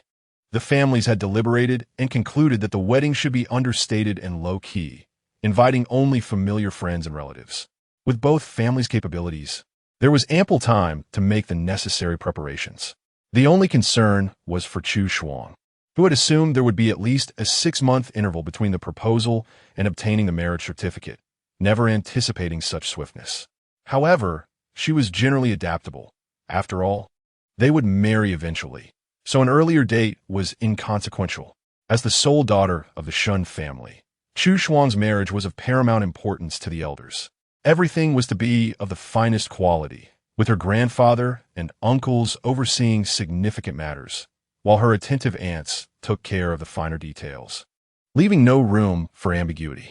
On the day they obtained their marriage certificate, Chu Shuang adorned herself with an appropriate and familial makeup, donning a cherished red dress. Upon catching sight of her, Sheng Ting's expression bore a hint of complexity. "Perhaps you should change your attire," he suggested. Chu Shuang glanced at her dress, questioning its appeal. "Is it not suitable? The wedding photos will have a red background. I thought wearing red would be appropriate." After a moment of contemplation, she admitted, "I had not considered that." She returned to change into a white dress, re-emerging to find Sheng Ting nodding in approval. As they exited the Civil Affairs Bureau, the sky was a boundless azure, the red book of marriage certificates vibrant in hand. In the photograph, the man appeared composed and dignified, while beside him, Chu Shuang's features were picturesque, her lips adorned with a gentle curve. "Watch your step," Sheng Ting's deep voice cautioned. Chu Shuang lifted her gaze from the photo to follow him toward the parking lot. "Mr. Sheng?" A middle-aged man in formal attire emerged from a BMW, accompanied by a young assistant carrying a briefcase, suggesting he held a significant position. The man greeted warmly, wrinkles crinkling at the corners of his eyes. "What a surprise to encounter you here. You should have informed me of your visit to the bureau beforehand. I could have arranged for a reception." Given his tone, it was apparent he was an official from the Civil Affairs Bureau. Chu Shuang stood quietly, awaiting Sheng Ting to engage in conversation. With a slight nod, Sheng Ting replied coolly, "This is not a work-related matter. I have brought my wife to register." Only then did the middle-aged man notice Chu Shuang, initially mistaking her for a secretary. Her fair features and serene demeanor exuded a classical charm, making her a rare beauty. "Congratulations, sir. Mrs. Sheng is indeed a stunning gem. Truly a one-in-a-million visage." Such flattery felt somewhat contrived, yet Chu Shuang smiled and replied, "Thank you. I recently acquired some Westlake Longjing tea for my office. Would you and your wife care to join me for a cup before you depart?" "Thank you, but we must decline," Sheng Ting replied, his expression unruffled. "There are matters at home to attend to." The drive home was enveloped in silence, the afternoon sun streaming through the car window, casting a warm glow upon her side. In her peripheral vision, a glimmer caught her attention, and she lowered her gaze to the diamond ring on her fourth finger, momentarily lost in thought. In the warm afternoon sunlight, as she gazed at the ring, she slowly came to the realization that she was indeed married. Sheng Ting noticed the quietude of the person beside him and turned to see her lost in contemplation of the ring. "Would you like something to eat?" he inquired. Chu Shuang lifted her gaze and replied, "Sure." The car halted in front of a beautifully decorated CF, where Sheng Ting ordered some desserts for Chu Shuang, while he himself opted for just a cup of warm water. The blueberry pudding was sweet and creamy. As Chu Shuang took a spoonful and savored it, she asked him, "Aren't you going to eat?" "I am not fond of desserts," he replied. Thus, she indulged in the sweet treat alone, while Sheng Ting quietly sat beside her, waiting. It was an ordinary afternoon, devoid of any remarkable memories. The CF played soft, soothing music, and the wind chimes by the door occasionally jingled, with the sun casting a warm glow upon them. The two exchanged not a single word. Yet in the years to come, Chu Shuang often reminisced about that day, recalling only the sweetness of the pudding and pondering what thoughts occupied Sheng Ting's mind. Chapter 8. Whom shall I address as uncle? The day after their marriage certificate was issued, the Sheng family hosted a wedding banquet at their ancestral home to celebrate the union, eschewing any engagement formalities or extravagant arrangements. The gathering was modest yet elegant, filled with close friends, fine wine, and beautiful flowers. As Chu Shuang held Sheng Ting's hand to toast, she received numerous heartfelt compliments and blessings. Once the festivities concluded and the guests departed, Sheng Ting escorted her to their new home, a villa situated in a picturesque suburban area, specifically chosen by the elder Mr. Sheng for their marital abode. That night, a gentle drizzle began to fall. Upon their arrival, the driver opened the door and offered an umbrella. Sheng Ting glanced down at her, asking softly, "Are you cold?" Chu Shuang shook her head and walked in beside him. The room's decor was simple yet inviting, with a large bed in the master suite and a vase of lilies blooming beautifully on the nightstand. Exhausted from the day's events, Chu Shuang longed to collapse into bed, yet the significance of their wedding night kept her heart racing. As the man removed his suit jacket and looked her way, he suggested, "You may wash up first." "All right," she replied, grabbing her nightwear and heading to the bathroom. Not wanting to linger too long, she quickly finished her shower and emerged, towel drying her damp hair. "I'm done. You can go now," she called to the man seated on the sofa. Sheng Ting cast a fleeting glance at her graceful neck and nodded. After blow-drying her hair and completing her skincare routine, Chu Shuang turned off the brightest light and climbed into bed. The soothing aftermath of her bath enveloped her, and she succumbed to sleep before Sheng Ting had even exited the bathroom. Observing her even breaths, Sheng Ting felt little surprise as he slipped into bed beside her, extinguishing the remaining dim lights and plunging the room into darkness. The following morning, Chu Shuang awoke to find herself alone, sitting on the edge of the bed in a daze. She gradually recalled how she had fallen asleep the previous night. The wedding night had been unexpectedly uneventful. Her prior worries had been unfounded. After freshening up, she made her way downstairs to find Aunt Yuan preparing breakfast, but Sheng Ting was absent from the living room. As if sensing her thoughts, Aunt Yuan smiled gently. "Sir is in the garden." Chu Shuang nodded in acknowledgement and took a seat, pouring herself some soybean milk. Observing the tranquility of the newlyweds on their first morning together, Aunt Yuan felt a tinge of curiosity. The couple's demeanor was remarkably composed, as if they had shared countless mornings together, evoking a sense of having been married for a decade. Clearing her throat, Aunt Yuan suggested, "Madam, why not call for Sir to join us for breakfast?" "Huh?" Chu Shuang looked up from the delightful rabbit-shaped steamed buns, biting her lip. "All right." She stood and walked toward the garden. In the morning light, the man stood tall, his fair hands gracefully tending to the flowers with a watering can. "Uncle, breakfast is ready," she called out impulsively, only to realize her misstep a moment later. Sheng Ting turned to her, his deep-set eyes revealing a complex expression. She stood beside a phalaenopsis orchid stand, clad in a light blue fitted dress, tall and slender. Her gaze clear, yet imbued with an inexplicable respect. The way she addressed him implied she still regarded him as an elder. With an impassive expression, Sheng Ting set down the watering can and approached her. "Whom are you addressing as uncle?" He towered before her, and Chu Shuang bit her lip, remaining silent as she recognized her inappropriate address. "I will adjust that in the future," she murmured. Sheng Ting had no intention of reprimanding her, and simply turned away. After finishing breakfast, the two individuals proceeded to the Sheng family residence. In the tea room, Sheng Ting and Mr. Sheng engaged in pleasant conversation over tea, while Chu Shuang and Sheng Yao basked in the sun with Mrs. Sheng in the courtyard. The little golden retriever wagged its tail, attempting to climb onto Chu Shuang. Having been too busy yesterday to remember, she felt compelled to bring it along today, finding it quite troublesome to manage without it. With a sulky expression, Sheng Yao remarked, "The old residence is so spacious.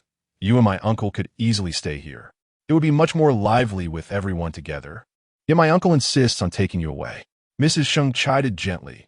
"What do you mean by you and your? Mind your manners and call me aunt." "Aunt," Sheng Yao complied. Not only Sheng Yao, but also Chu Shuang found it awkward. They had previously referred to Mrs. Sheng as Annie and now had to adjust to calling her sister-in-law. Mrs. Sheng reassured them. "You'll get used to it in time. One must adhere to proper etiquette. By the way, does a Shuang like flowers?" "I do," she replied. "Gulme, I shall take you to see the flowers." As they passed the tea room, Mr. Sheng inquired, and Mrs. Sheng responded, taking Shuang to the flower house. Sheng Yao linked her arm with Chu Shuang's, addressing Sheng Ting. Uncle, I need to borrow Aunt for a moment. Sheng Ting glanced at the radiant figure beside Sheng Yao, then said, feel free to choose some flowers to take home. Anzai, Zhu Suang Zipli. The flower house at the old residence was quite impressive. A dedicated greenhouse system and ample sunlight allowed hundreds of flower varieties to bloom beautifully, creating a stunning spectacle. Sheng Yao handed Chu Shuang a pair of scissors, and she snipped off a stem of any flower that caught her eye, ultimately gathering a bouquet of various blossoms. That evening, the two were invited to stay overnight at the old residence. At Chu Shuang's request, Sheng Yao called for them to share a room. Initially, Sheng Yao hesitated, fearful of her uncle, reluctant to take someone from him. However, unable to resist Chu Shuang's gentle pleading, she bravely decided to give it a try, and to her surprise, the process was quite smooth. Her uncle had no objections and readily agreed. That night, they slept under the same quilt. Sheng Yao cleared her throat softly, and, Chu Shuang turned her head. In private, you could just call me by my name. No. Sheng Yao shook her head seriously. Our family places great importance on respect for elders. If my uncle finds out I'm being so informal, he will surely admonish me. By the way, may I inquire why you chose not to sleep with my uncle? Chu Shuang fell silent for a moment, while Sheng Yao leaned on her hand, her eyes brimming with curiosity. Was it really painful the first time? Upon understanding the implication of her words, Chu Shuang widened her eyes, biting her lip. I don't know. Chu Shuang continued, I had been drinking last night and fell asleep as soon as I got to bed. She tugged at the quilt, whispering, it hasn't happened yet. But that was your wedding night. What a pity not to hear the juicy gossip. Sheng Yao lamented, a delicate person like you on his bed. My uncle must have incredible restraint. Chu Shuang cleared her throat. After a few seconds, Sheng Yao clicked her tongue. But my uncle is such an indifferent person. It's hard to imagine him behaving otherwise. What kind of deity is he? To remain unmoved in the presence of beauty? His composure is astonishing. So, did you come to sleep with me because you were too timid? Chu Shuang replied, slowly. On the third day of their marriage, Sheng Ting accompanied Chu Shuang back to her family home. In private, her aunt discreetly inquired about how the Sheng family treated her, and upon receiving a reassuring response, she felt at ease. It is evident that the Sheng family's long-standing tradition of integrity and uprightness would not impose hardships on a young lady. However, being a family of notable achievements and high status, it is inevitable that they possess certain house rules. In the future, should she encounter any grievances, she should not hesitate to seek solace with her maternal family, as her uncles and cousins would stand by her side. Although the Shun family may not hold the same prestige as the Sheng family, there's still a celebrated literary lineage, and their words carry weight. It is worth recalling that when the patriarch of the Sheng family sought guidance in calligraphy from her grandfather, he addressed him with the utmost respect. As the sole daughter of the Shun family, she must maintain her dignity and pride in public, never compromising her self-worth. Her aunt, who had once been a proper young lady with an elegant demeanor and forthright manner, though possessing a somewhat stern appearance, was warm-hearted with a soft core. Listening to her aunt's motherly counsel during her visit, Chu Shuang felt a wave of warmth in her heart. I am aware of all that you have said. Do not worry. I shall not allow myself to be wronged. The visit required her to enter the ancestral hall, where she knelt on the mat to offer incense to the deities, thereby affirming this marriage in the eyes of her ancestors. In the evening, Sheng Ting returned to their chamber first, while Chu Shuang played with her little nephew for an extended period, showing no inclination to ascend the stairs until her older cousin, noticing the drowsy child, came to her rescue. While others accompanied children in play, it was she, the aunt, who found herself entertained by the little one. Chapter 9. Unaccustomed to sharing a bed, as cousin brought water and passed by, she immediately discerned the reason for Chu Shuang's demeanor, her face blooming with a smile. Children are meant to be cherished and played with. They are utterly adorable in their early years, but in a few more years, they lose that charm. Chu Shuang had 3 cousins. Her second aunt had only one son, Shun Jinyan, while her eldest aunt had 2. The eldest cousin was married with children, and the second cousin had graduated from military school and was serving as a pilot, often away from home. Feeling weary, The eldest cousin tenderly cradled his son, bidding good night to his aunt, promising to play with her again the next day. The little boy, with an exceptionally good temperament, yawned adorably and said to Chu Shuang, "Good night, aunt. See you tomorrow." Chu Shuang's heart melted at the sight, and she replied, "Good night, darling." Realizing it was getting late, she knew it was time to ascend the stairs. As she passed her grandfather's study, she encountered Sheng Ting, who had just stepped out. Had her grandfather summoned him for a discussion? Returning to her chamber, she noticed Sheng Ting, dressed sharply in formal attire, clearly having not bathed yet. She suggested, "Why don't you wash up first?" "All right," he replied. While he was in the bathroom, Chu Shuang hastily tidied up her bedroom, which she had already organized earlier that afternoon. Only when everything was in order and to her satisfaction did she settle onto the small sofa to check her phone.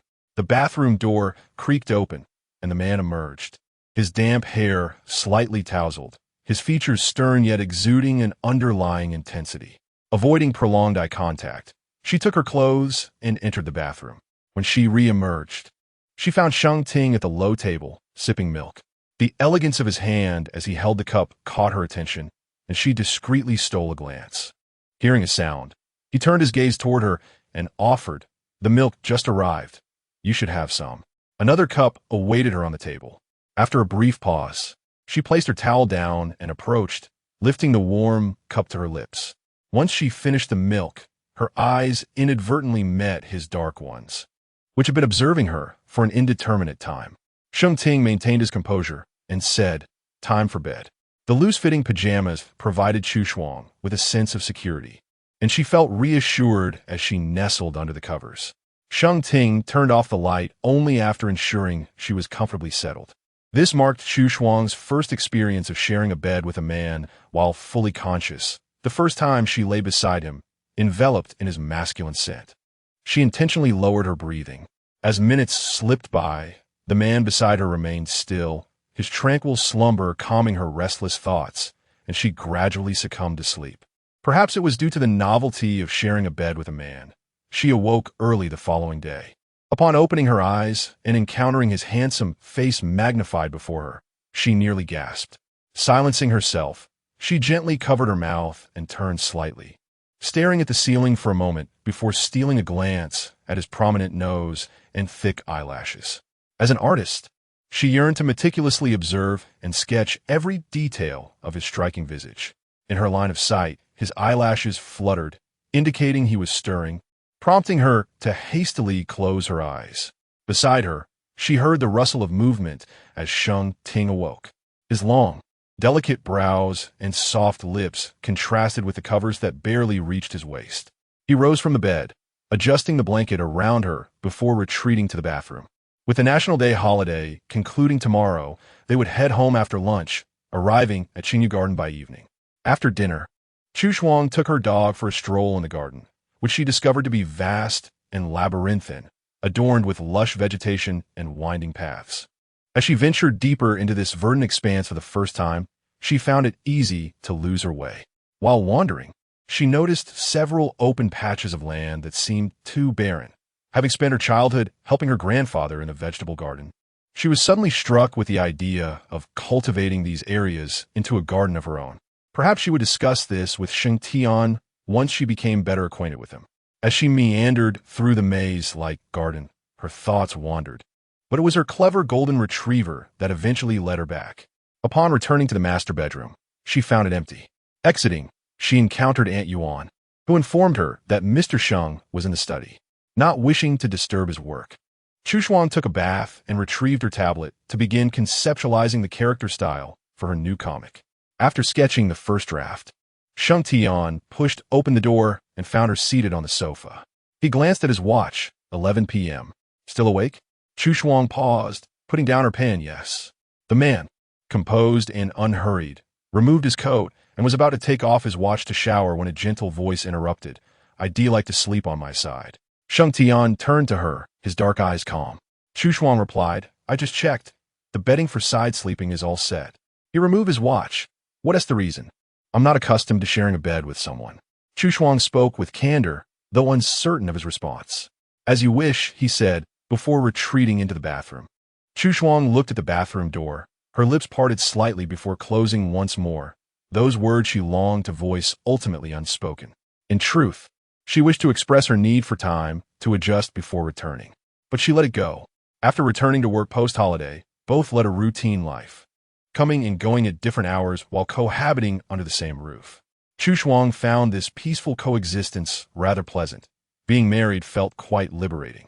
Since connecting on WeChat, their conversations had been minimal, with their last exchange a week ago when Chu Shuang had inquired about Sheng Ting's return time and whether she should wait for dinner. His terse reply had been, "You eat first. No need to wait for me." Thus, she dined alone that evening, returning to her room after finishing her meal. The differing rhythms of their lives occasionally resulted in days without a single encounter. After a month of cohabitation, Chu Shuang began to grasp Sheng Ting's routines and temperament. He was meticulous about his work, maintaining the same serious demeanor in private as he did in public, often retreating to the study upon returning home. One evening, after working late until 9, she felt it was too late to return to Qingyu Garden, which was rather distant. So she went directly to the apartment that Shun Jinyan had purchased for her. She quickly messaged Sheng Tian to inform him and received prompt approval. The next day, when her workday ended, she decided against battling the rush hour traffic and opted for the nearby apartment instead. Qingyu Garden was genuinely too far. Each day, she spent 40 to 50 minutes commuting home, and for someone who had toiled all day, that time was precious. Wasting her post-work hours would undoubtedly affect her overall happiness. Since there was nothing pressing at Qingyu Garden, she preferred to return to the more accessible apartment.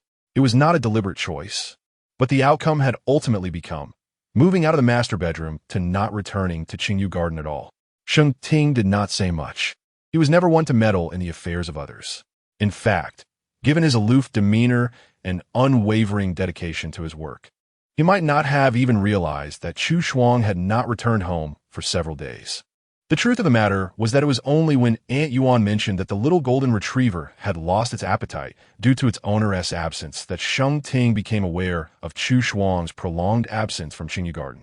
Aunt Yuan also discerned from his slight pause that he was unaware of the situation. Initially, she had assumed that the couple communicated openly and were fully aware of each other's circumstances. Had she known the reality of the situation, she would have informed him the very next day after Chu Shuang's departure, thus avoiding a considerable misunderstanding. Chapter 10. The Return of Madame upon her marriage. The Shun family had generously gifted Chu Shuang a Bentley as part of her dowry, which remained parked in the garage of Qingyu Garden, untouched. Driving such a lavish vehicle to the office would be excessively ostentatious, and now that she resided in a nearby apartment, there was no need for a car. She had purchased a small electric scooter instead.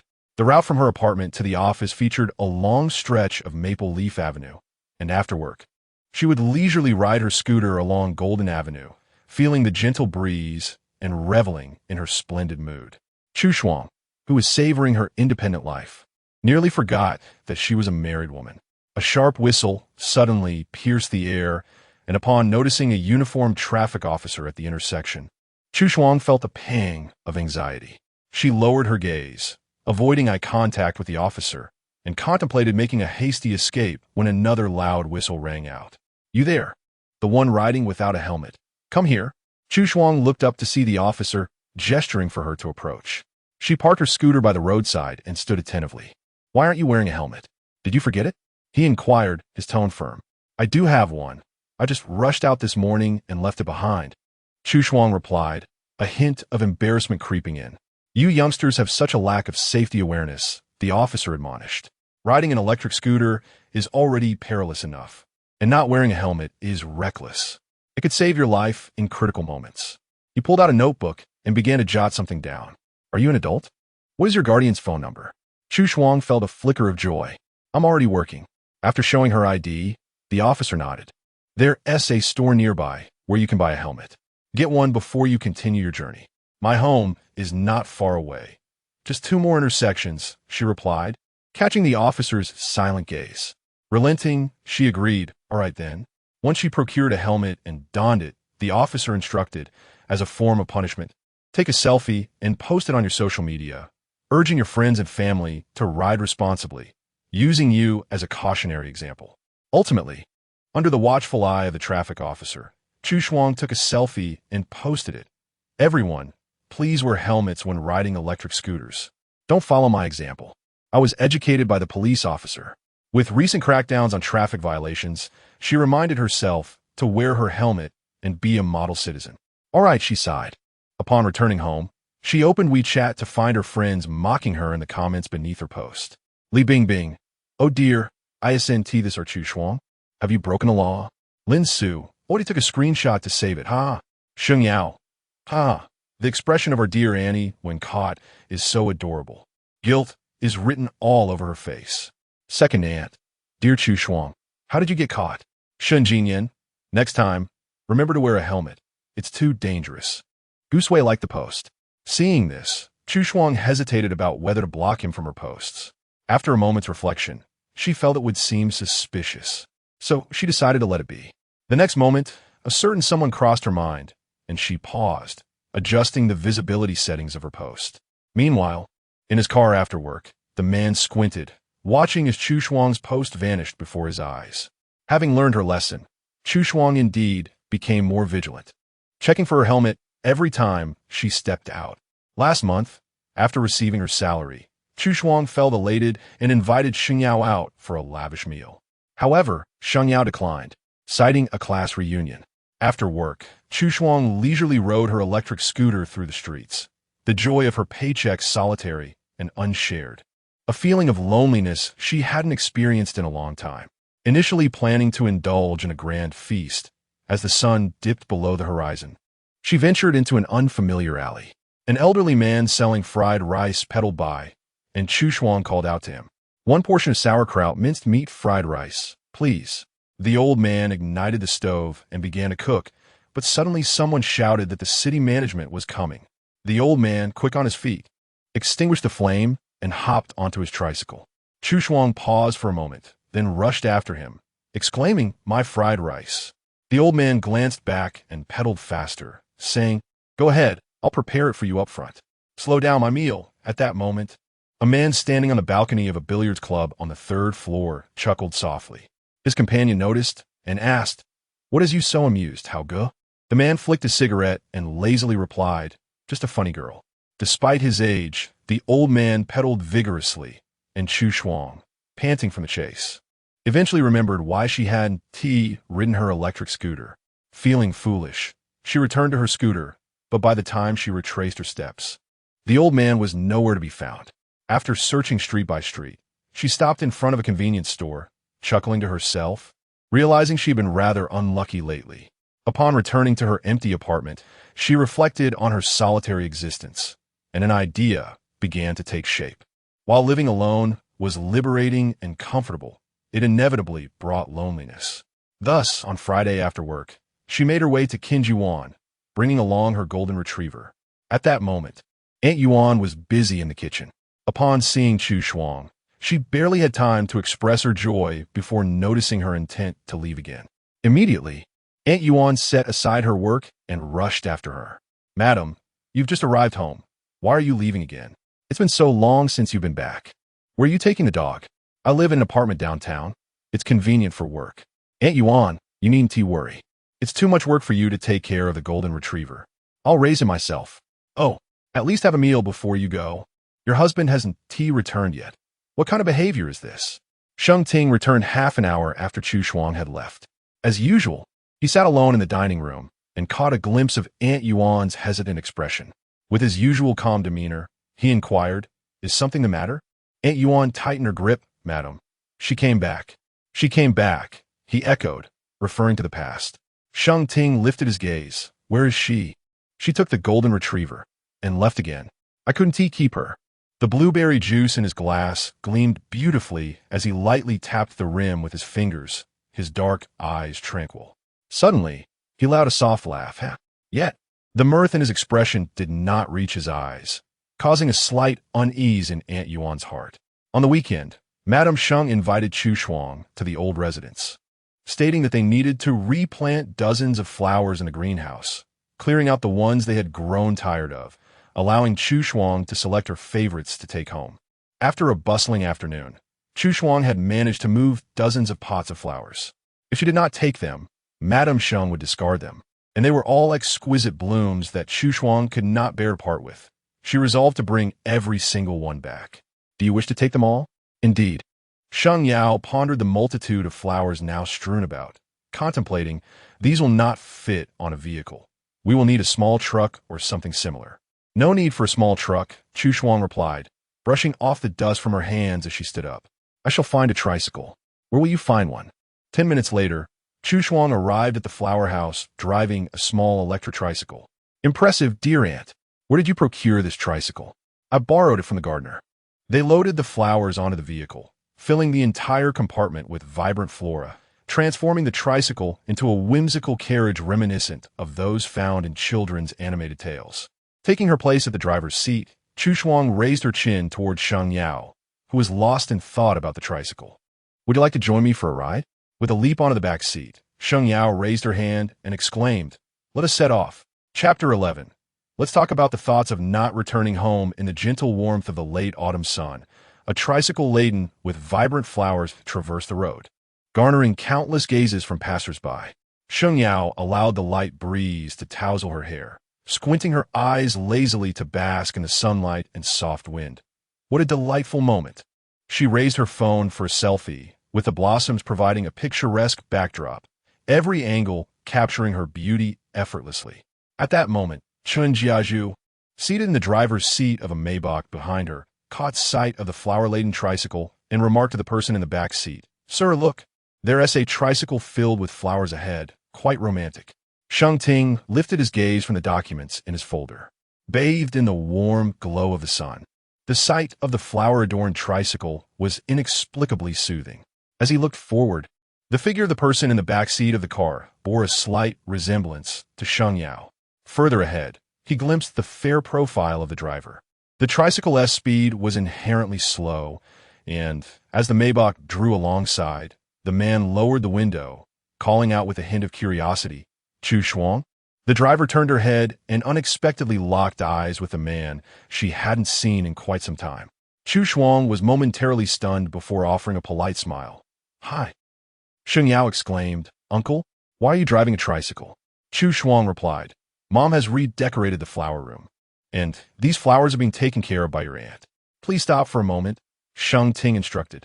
The two vehicles came to a halt at the roadside, and Sheng Yao and Chu Shuang stood together obediently. Uncle, Sheng Ting addressed Chun Jiazhu. Can Assistant Chen drive a tricycle?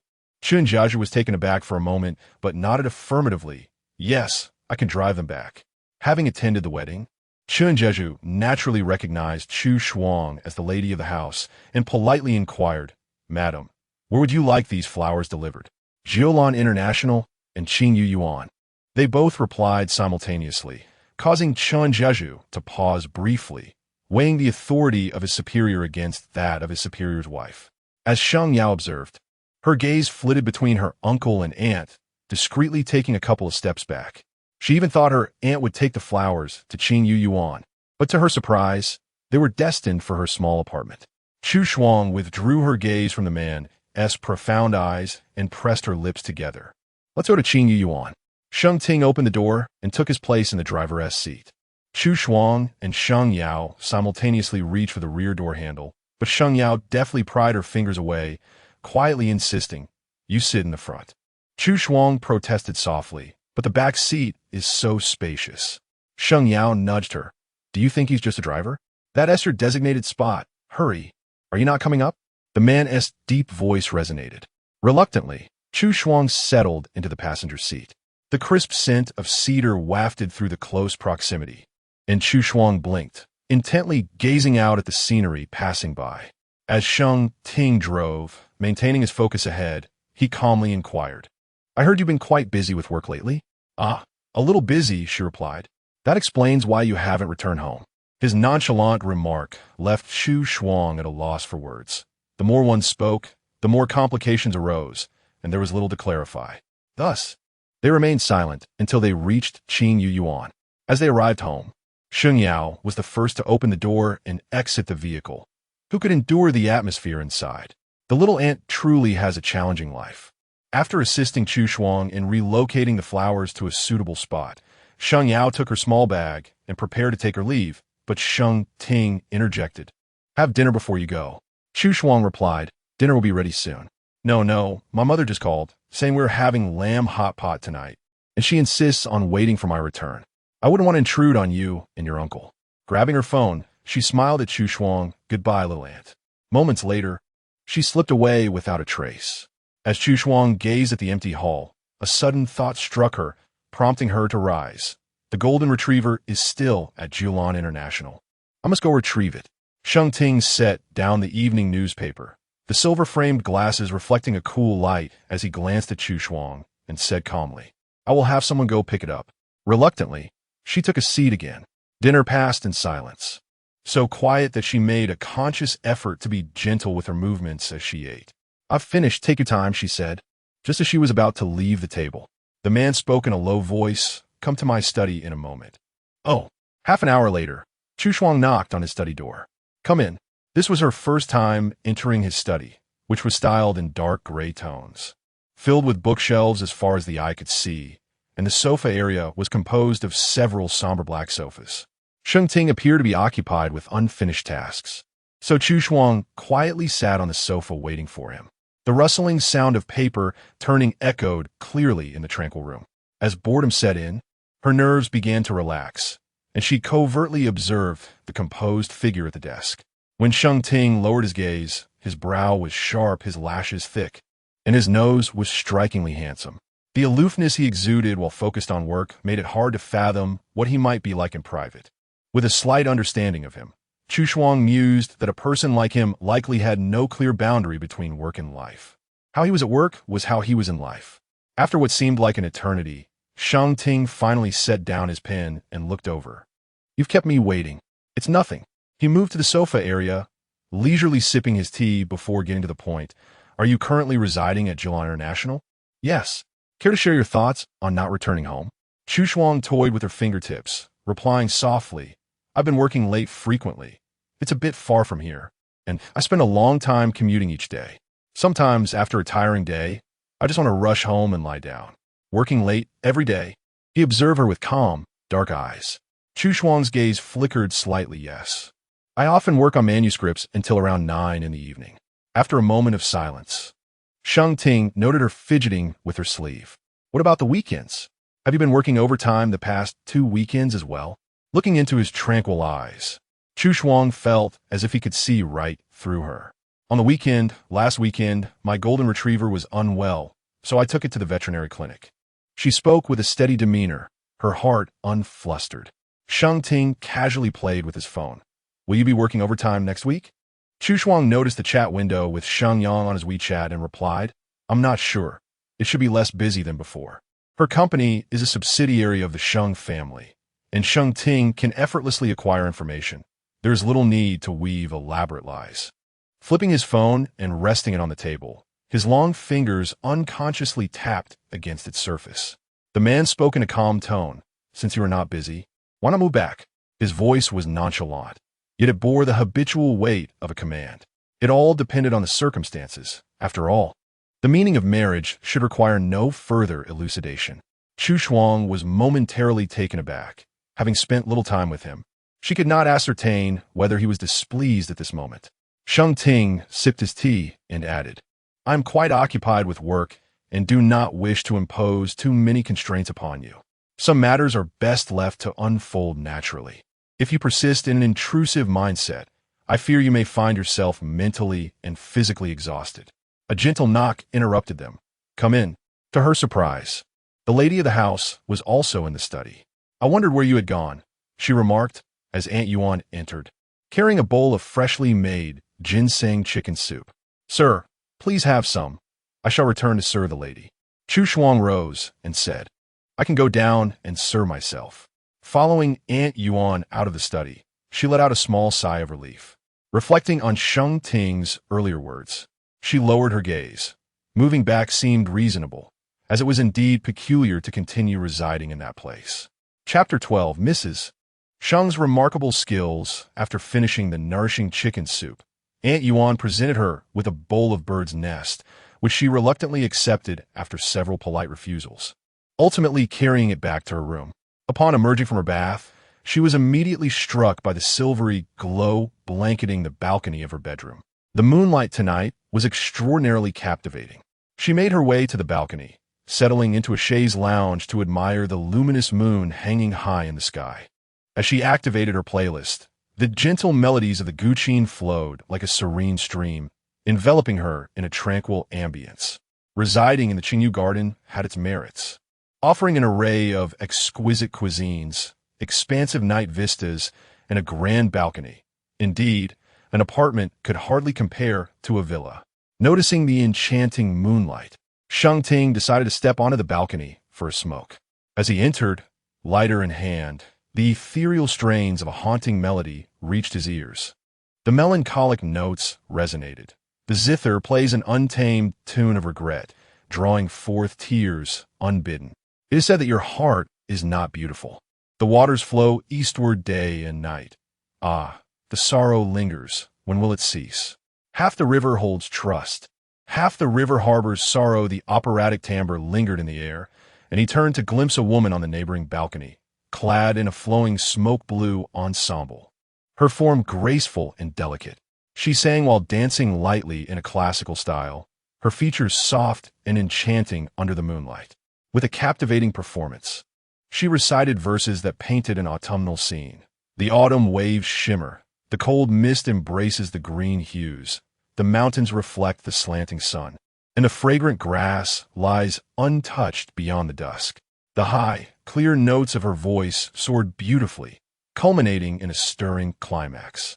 Sheng Ting observed quietly, toying with his metallic lighter, which clicked open, igniting a flame. The flicker of light was stark against the moonlit backdrop, catching the attention of Chu Shuang, who then noticed him standing in the shadows. Her delicate fingers froze in midair, her mind momentarily clouded. Wasn't he still in the study? When did he arrive there? Dropping her stiff hand, she smiled softly, "Uncle." The unexpected address seemed to catch Sheng Ting off guard. His dark eyes were inscrutable, and he did not respond. The atmosphere grew awkward, and Chu Shuang silently cursed herself for her impulsive words. Why did this title spring to mind upon seeing him? The moonlight is lovely tonight. Are you here to enjoy it as well? She ventured. Indeed, he replied, the ember at his fingertips glowing faintly as he refrained from inhaling the smoke. His lips curling slightly, the song is delightful. Chu Shuang's toes curled in response, her face adorned with a polite smile. This piece is called Su Mu Jia. If you like it, you might search for it. Now facing Sheng Ting, she realized her attire was not a practice outfit, but rather a sleepwear style reminiscent of classical dance attire, elegant and fitting. She had been dancing spontaneously. Mrs. Sheng's skills are quite commendable, he remarked. A flutter of excitement coursed through her as he maintained a demeanor of calm, devoid of jest or mockery. The title she used seemed perfectly natural to him. Too kind, she replied, clearing her throat. It's getting chilly. You should head inside to rest. Good night. Good night. Once back in her bedroom, Chu Shuang took a deep breath and buried herself in the covers. She declared to herself, this is undoubtedly the most awkward moment of the year. The common ailment of a dancer is the irresistible urge to dance upon seeing a mirror or hearing a beloved song. Just moments ago, she was singing and dancing, completely immersed in the moment. Sleep beckons, for in slumber there is no embarrassment. At dawn, upon awakening to the first frost, Chu Shuang hurried to the backyard to admire the flower she had picked the day before and took a jog through the maze. As she emerged, she passed a seldom-used patch of grass, yearning to plant vegetables there. After breakfast, Sheng Ting stepped out, and Chu Shuang played with the dog for a while, pondering what to name it. After much contemplation, she had yet to find a fitting name when a call from Li Bingbing interrupted her thoughts. Where are you? Li Bingbing inquired. What do you mean, where am I? Chu Shuang replied. There was a brief silence on the line, and, as Chu Shuang stroked the dog's head, realization struck her. Oh right, Bingbing is coming back to the country today. Miss Chu, I presume you haven't left yet. Or perhaps you've completely forgotten about picking me up? Li Bingbing teased in a mock Cantonese accent. That's not true. I'm already halfway there. I was just in line to buy you a strawberry mousse. Hold on a moment. After hanging up, Chu Shuang dashed upstairs to retrieve her car keys and drove off in her dowry vehicle, heading straight for the airport. Several times she nearly exceeded the speed limit, but thankfully the roads were clear. To onlookers, she must have appeared to be a reckless young master, showing off his prowess. Upon arriving at the airport 10 minutes later, Li Bingbing spotted her from afar, gracefully removing her sunglasses and approaching. It must have been quite a rush getting here. Chu Shuang, unperturbed, replied, I set off well in advance. I simply had to wait a long time for that strawberry mousse. The dessert shop was bustling. And the mousse? It's in the car. Seeing Chu Shuang's Bentley, Li Bingbing's eyes sparkled. Wow, what a handsome car. Why has my father ever gotten me one? Didn't Uncle Li say he'd get you a car once you obtain your degree? Just wait patiently. More than a year left to endure. How can I manage? All my friends studying abroad have cars, and I'm left without one. My father is truly stingy. As she tasted the mousse, Li Bingbing's expression brightened. I've been looking at cars lately and found a super cool Maserati. When I graduate, we must celebrate with champagne.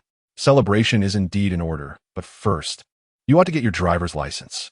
The driver, poised and adept at the wheel, turned to the side, and Li Bingbing watched with an amused smile, her eyes gleaming with delight. Finally, I see you. Chu Shuang casually glanced back and caught a glimpse of Li Bingbing's face, radiating a look of utter adoration. Is one truly so enchanted by a mousse? Li Bingbing leaped forward, enveloping her in a warm embrace. At last, I found my Shuang.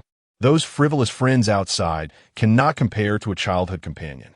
As she spoke, she tilted her head and nuzzled against Chu Shuang's neck, resembling the golden retriever she owned.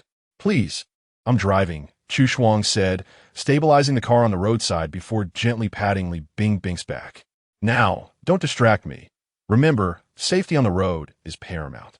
She was all too familiar with Li Bingbing's character, a proud and flamboyant heiress in public, yet a playful golden retriever in private. As she restarted the engine, Li Bingbing remarked with a hint of surprise, You're so aloof. Chu Shuang chuckled lightly. Quickly indulge in your mousse. I shall treat you to a delightful meal. Will you not introduce me to your husband? Chu Shuang hesitated momentarily, contemplating how perpetually busy he seemed, and decided it would be best to wait for another occasion to facilitate their introduction. Thankfully, my father refrains from arranging a marriage for me. The mere thought of marrying someone I've scarcely met is quite frightening. It's not as terrifying as it sounds. In truth, it bears little difference from the past. Li Bingbing leaned closer, inquiring, Is your husband handsome? The image of his distinctly chiseled face flashed in her mind, and Chu Shuang nodded affirmatively. He is indeed handsome, but is he more so than your ex? It's difficult to compare. They belong to different types. Do you have a photograph? Chapter 13, Do you have a photo of my husband? No. Then I bet he can't possibly be as handsome as your ex-boyfriend. Gu Sui is truly the epitome of masculinity, from his looks to his physique. When she first learned that Chu Shuang was in a relationship, Li Bingbing excitedly bombarded her with calls, insisting on obtaining a photo of Gu Sui. After viewing it, she felt relieved, declaring that her precious cabbage had not been trampled by a pig. It seemed Chu Shuang's taste had never faltered. Having dated such a remarkable man was not a waste of youth. Chu Shuang pondered for a moment and replied, But in the long run, one must focus on inner qualities. External appearances can become tiresome. Li Bingbing nodded in agreement. So breaking up with him is no great loss. The car came to a stop at the entrance of Lingsue Pavilion. The attendant led them through a corridor into a traditionally decorated private room. The design and ambience of Lingsue Pavilion are renowned throughout the capital for its classic Chinese courtyard dining. The residence is embraced by mountains and water, with a garden styled in the aesthetics of southern Anhui visible through the windows, while a beautiful woman plays the guqin behind an ornate screen. Before long, several young women clad in Han Dynasty skirts entered to serve the dishes, each more exquisite than the last. Li Bingbing poured herself a cup of tea to savor, remarking on the delightful atmosphere. As they chatted and dined, Li Bingbing eventually excused herself to the restroom, assuring Chu Shuang she would return shortly.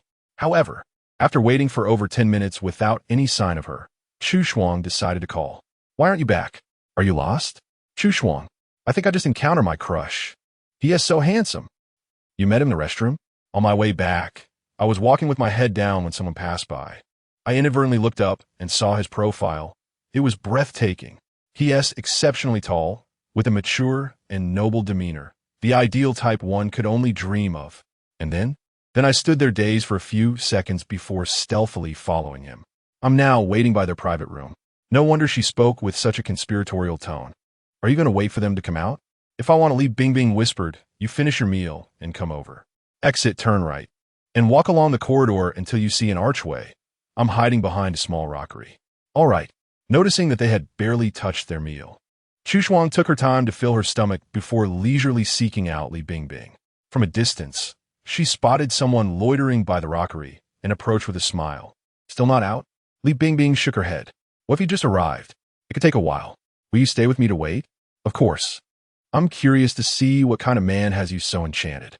After waiting for a while, Chu Shuang began to feel discomfort in her feet. Seeing the soft grass nearby, she leaned against the rockery and soon found herself drowsy. Meanwhile, Li Bingbing remained alert, her eyes vigilantly scanning a particular room. Time slipped by, and Chu Shuang eventually drifted into slumber. Suddenly, the door to the private room creaked open, revealing several impeccably dressed men emerging, each more strikingly handsome than the last. Today, they had stumbled upon a gathering of beautiful men.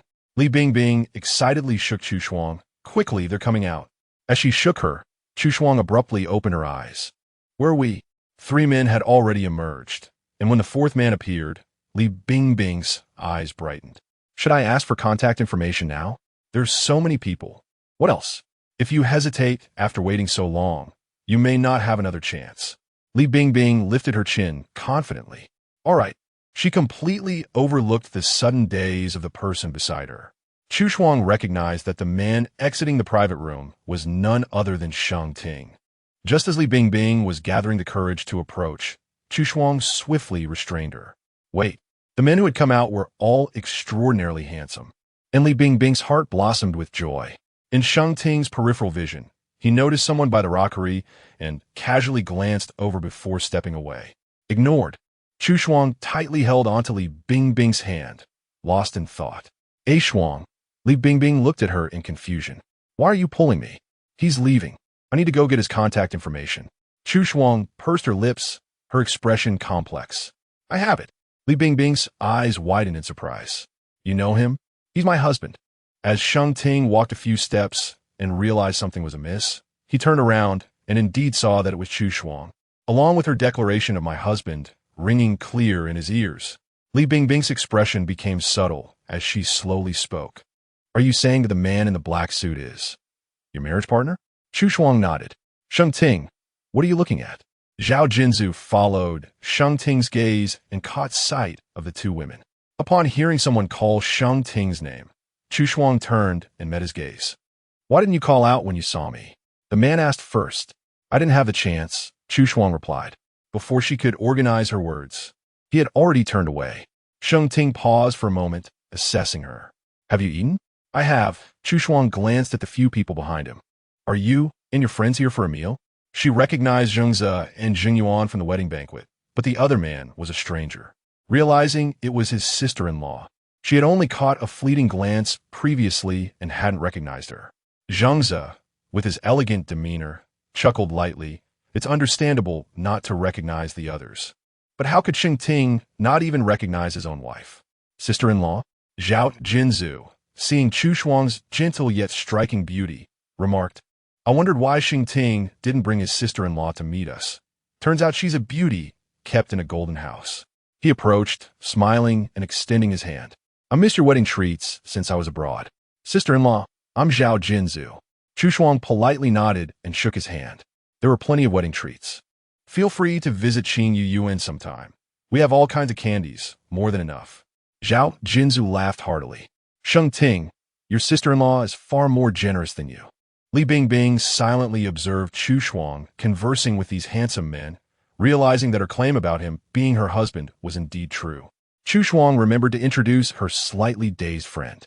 This is my childhood friend, Li Bingbing. Sheng Ting looked over and nodded. Hello. Gazing at the tall and stately man, with his thick brows, prominent nose, and slender lips. His striking handsomeness was the kind one could remember for a lifetime. Recalling her previous actions before Chu Shuang, Li Bingbing forced a smile of embarrassment and greeted, Hello. Since fate had brought them together, Zheng Ze and his companions suggested they venture to an inn, to which Chu Shuang and Li Bingbing readily agreed. They made their way to a Tang Dynasty tavern in the west of the city, where the lights glowed brightly and the foot traffic was sparse. The corridor was adorned with crimson lanterns that cast a warm, enchanting glow, complemented by the fragrant aroma of orchids. "What would you like to drink, sister-in-law?" Jing Yuan inquired. Before Chu Shuang could respond, Sheng Ting interjected, "Let us offer her some low-alcohol sake." He turned to her and asked, "Is that acceptable?" "Yes," she replied. Shortly thereafter, the server presented several jars of sake. The two young women were served the lighter variety, while the men had two different types before them. As she lowered her gaze to watch Sheng Ting pour the sake with deliberate grace, his fingers were clean and elegant. The rich aroma of the wine wafting through the air sparked Chu Shuang's curiosity about its flavor. Chapter 14. Intoxication. The men engaged in casual conversation, while Chu Shuang sat beside Sheng Ting. His deep, mellow voice resonated clearly in her ears as he spoke. His suit sleeves were adorned with elegant golden patterns, and the enamel cufflinks exuded a profound richness. In her line of sight, he raised a delicate porcelain cup to his lips, taking a sip of wine. His thick brows slightly furrowed, and his Adam's apple gently rolled, intensifying the fragrant allure of the liquor in the air.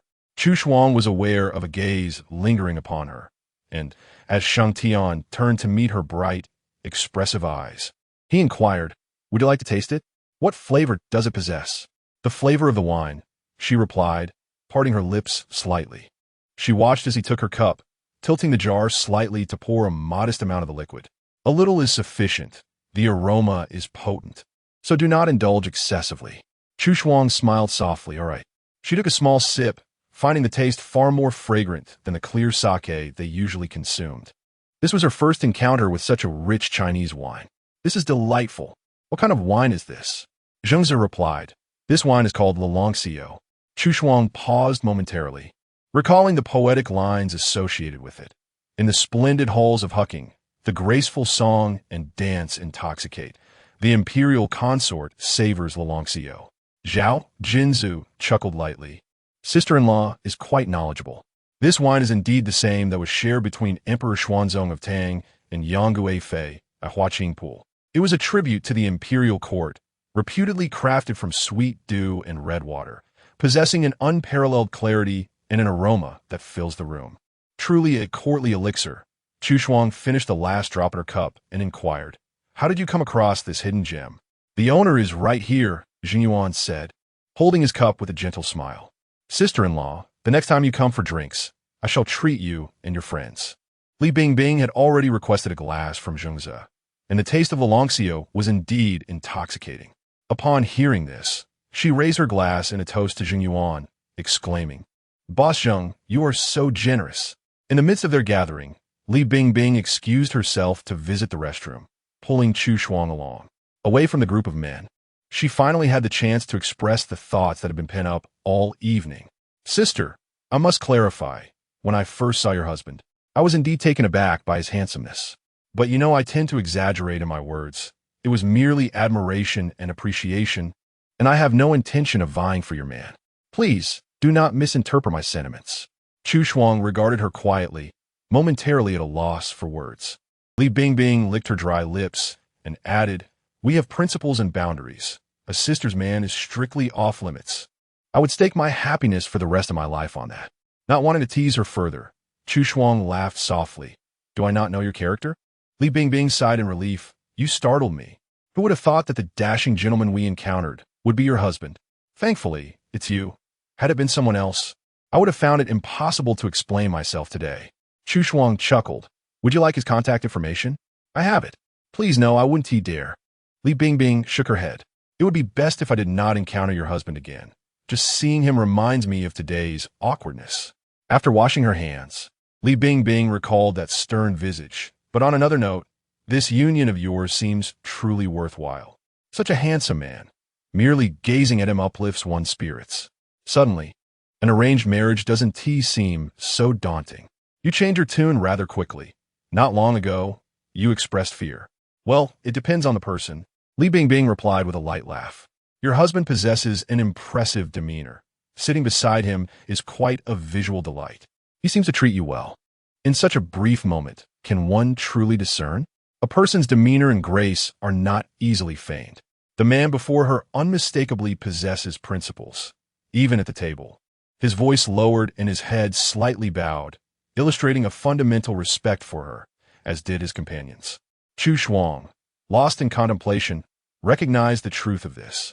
Yet, were he to enter into a union with another, he would exhibit the same demeanor.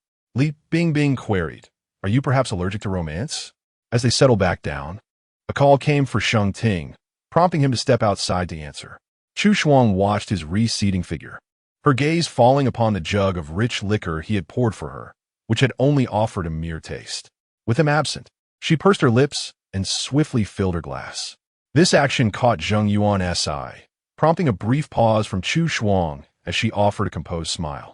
Zheng Yuan remarked, "It seems my sister-in-law genuinely enjoys this wine."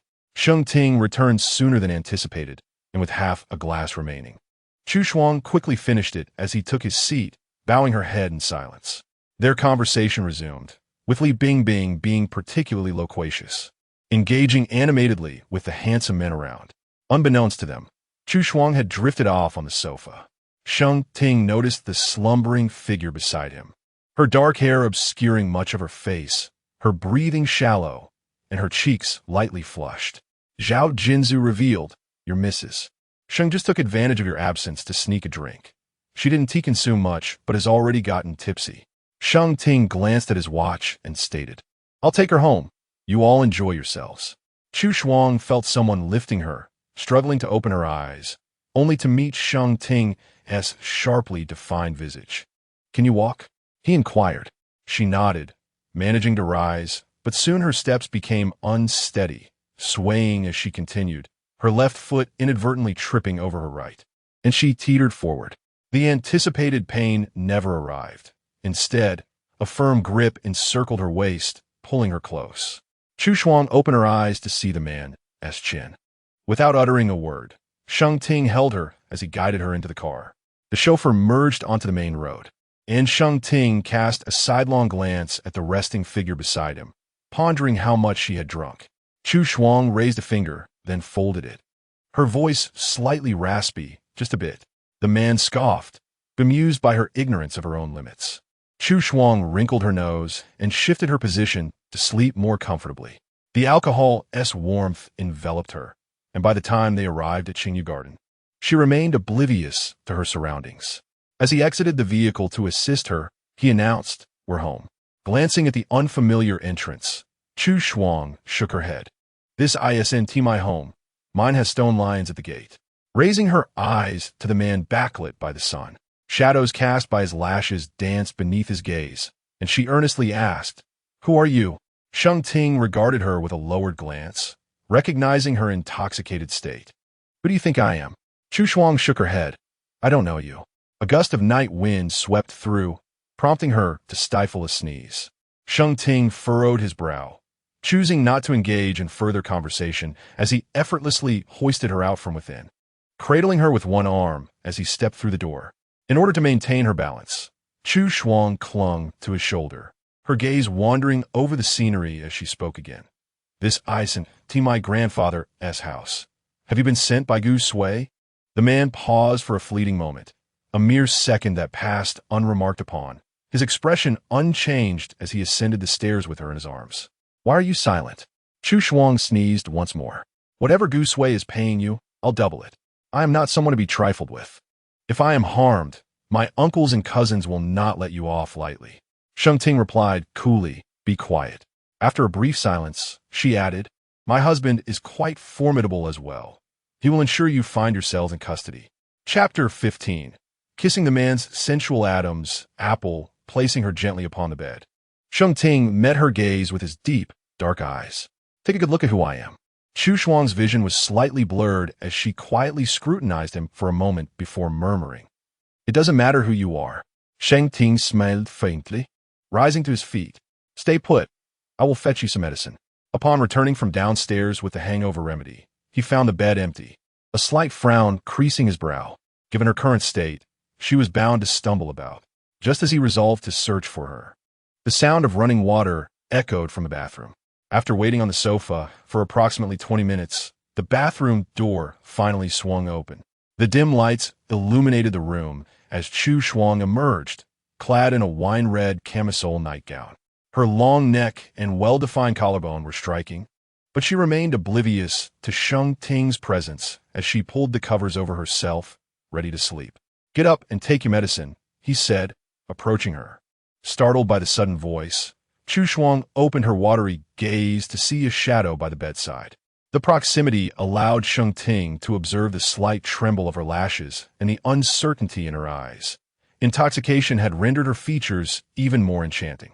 Propping herself on her elbows, her posture inadvertently revealed her beauty, smooth shoulders, and a full figure. Sheng Ting maintained his composure, extending his hand to offer her the medicine. Noticing his gesture, Chu Shuang leaned in, her red lips parting slightly to take the medicine from his fingertips. The exquisite softness of her touch sent a shiver through him, and he narrowed his eyes, captivated by her delicate lips. Gently, he lifted her chin. Having been married for some time, it felt as if he was only now truly observing her face. Her tousled black hair framed features that were both beautiful and haunting, like a landscape obscured by morning mist. Perhaps the strain of tilting her head was uncomfortable as Chu Shuang turned away, preparing to drift off once more. This time, Sheng Ting did not stop her. He simply tucked the covers around her before stepping back. That night, Chu Shuang's sleep was restless, alternating between warmth and chill. In the middle of the night, someone lifted her from the covers. Sheng Ting effortlessly carried her like a doll, leaving the side room. Chu Shuang felt herself stirring, realizing how closely they were entwined, and warmth flooded her ears. "Where are we going?" "You are unwell and need to take some medicine." After retrieving the remedy, he settled onto the sofa, with Chu Shuang still straddling him. Instinctively feeling awkward, she tried to shift away, but his arms held her firmly in place. "Open your mouth," he instructed. The capsule was difficult to swallow, so Sheng Ting offered her some water, his large hand providing gentle support along her back. Gripping the edge of his shirt, Chu Shuang whispered, "Thank you. Do you know who I am now?" "Yes." "Then tell me." "Husband." He seemed to chuckle softly, the corners of his lips curving into a gentle smile. Chu Shuang stared at his warm expression, feeling somewhat enchanted. His features were striking: high nose, thin lips, and a defined jawline. Below, his shirt and tie were loosened slightly, and warmth flooded her mind. Without further contemplation, she instinctively grasped his tie and tilted her head slightly. Her lips brushed against his sensual Adam's apple. The crisp scent enveloped her, and her heartbeat quickened uncontrollably. Sheng Ting looked down at her, his eyes reflecting the usual calmness, yet with an added depth of scrutiny. "What are you doing?" As the first frost sent a shiver through her heart, Chu Shuang could hardly withstand such a gaze. It was unintentional, awakening to the brilliance of daylight. The quilt had been kicked aside. Chu Shuang sneezed and stared blankly at the ceiling. The rhythm of her heart still pulsed strongly in her chest as she slowly placed her hand over her heart, swallowing hard. What a vivid dream it had been. The man's profound gaze felt almost tangible, and she could recall it with startling clarity. Why had she acted in such a way? It was utterly audacious. Typically, she dared not entertain any inappropriate thoughts about Sheng Ting. So why had she behaved so inexplicably in her dream? Was it possible that her subconscious had indeed? Shaking her head, Chu Shuang rose to wash up.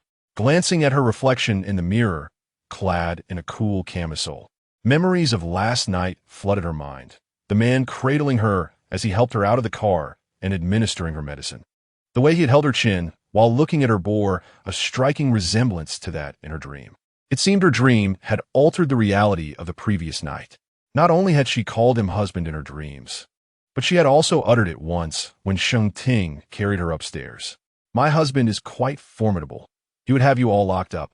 At that moment, Sheng Ting had seemingly told her to be quiet. With a soft sigh, Chu Shuang splashed cold water on her face. Downstairs, Sheng Ting was already seated in the living room. Upon hearing her footsteps on the stairs, he lifted his gaze. In the morning light, Chu Shuang's delicate features were radiant, her brows and eyes accentuated, exuding vitality. A stark contrast to the petulant figure from the previous night. Casting a fleeting glance at him, Chu Shuang pressed her lips together. "Good morning." "Good morning," Sheng Ting replied, setting aside the newspaper. Are you feeling unwell? No, I slept quite well. Chu Shuang merely glanced at him without meeting his eyes. I don't remember when I got drunk last night. Thank you for bringing me back. I hope I didn't cause you any trouble. Sheng Ting scrutinized her. You don't remember anything from last night? Chu Shuang paused, her gaze filled with confusion. I don't remember. What happened? He removed his glasses. Nothing much. Breakfast proceeded in quietude. Chu Shuang discreetly observed the man across from her, impeccably dressed in a suit with a meticulously tied tie, exuding an air of detachment and nonchalance that starkly contrasted with the gentle demeanor she had encountered in her dreams. Her gaze inadvertently drifted upward, catching sight of his pronounced Adam's apple, causing her cheeks to flush as she lowered her head to eat. Her phone vibrated on the table, and, upon checking, she noticed a reminder for company morning meeting. Startled, she sprang to her feet. I'm done eating. Please take your time. She dashed upstairs to grab her bag and coat, then hurried back down. As she passed through the living room, Sheng Ting's deep voice resonated. Take a bottle of milk with you. Chu Shuang hesitated momentarily, then noticed the milk beside him, reaching for it with a smile. Goodbye. Sheng Ting watched her retreating figure, slowly sipping his morning tea. Having previously been reminded of the need for the awareness of a married person, Chu Shuang dutifully returned to Qingyu Garden after work, foregoing her small apartment. The weather was pleasant that evening as she strolled in the back garden with her little golden retriever. In the distance, she spotted a persimmon tree laden with golden fruit, perfectly complementing the deep autumn sky. Retrieving a fruit basket from the kitchen, Chu Shuang returned to the garden, ready to pluck some persimmons to make dried persimmons. The persimmon tree towers majestically, and standing beneath its branches, one can barely reach a few scattered fruits, far less appealing than the plump, delightful ones adorning the higher boughs. After a moment's hesitation, Chu Shuang resolved to ascend the tree. Shedding her slightly heeled shoes and tying up her hair, gripping the trunk, she employed her arm strength to climb upwards. Naturally light of frame, and having honed her tree climbing skills in her youth, scaling the tree posed no challenge for her.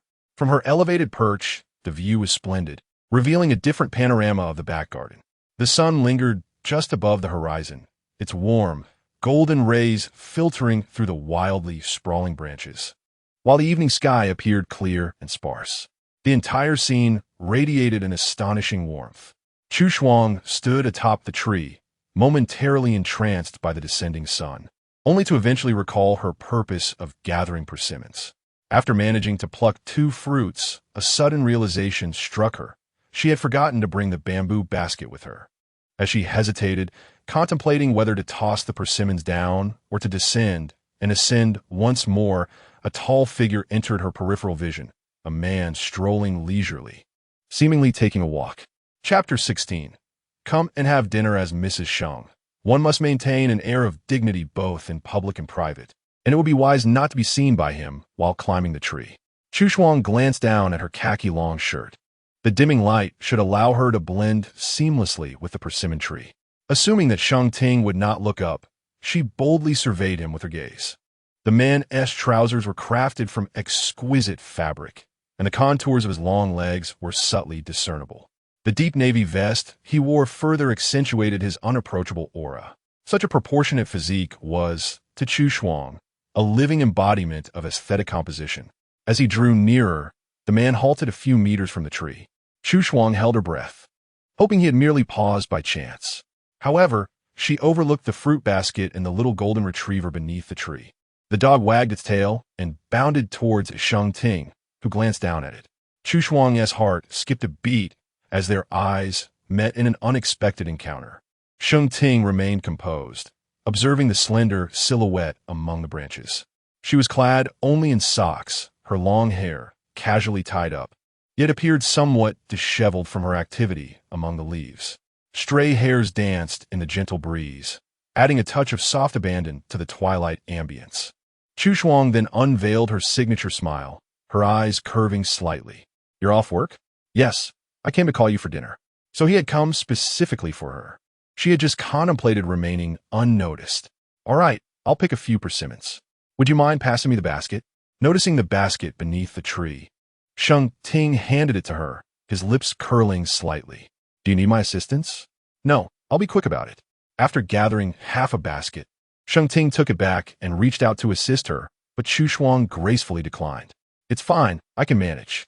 Clinging to the sturdy trunk, she nimbly slid down without any apparent difficulty.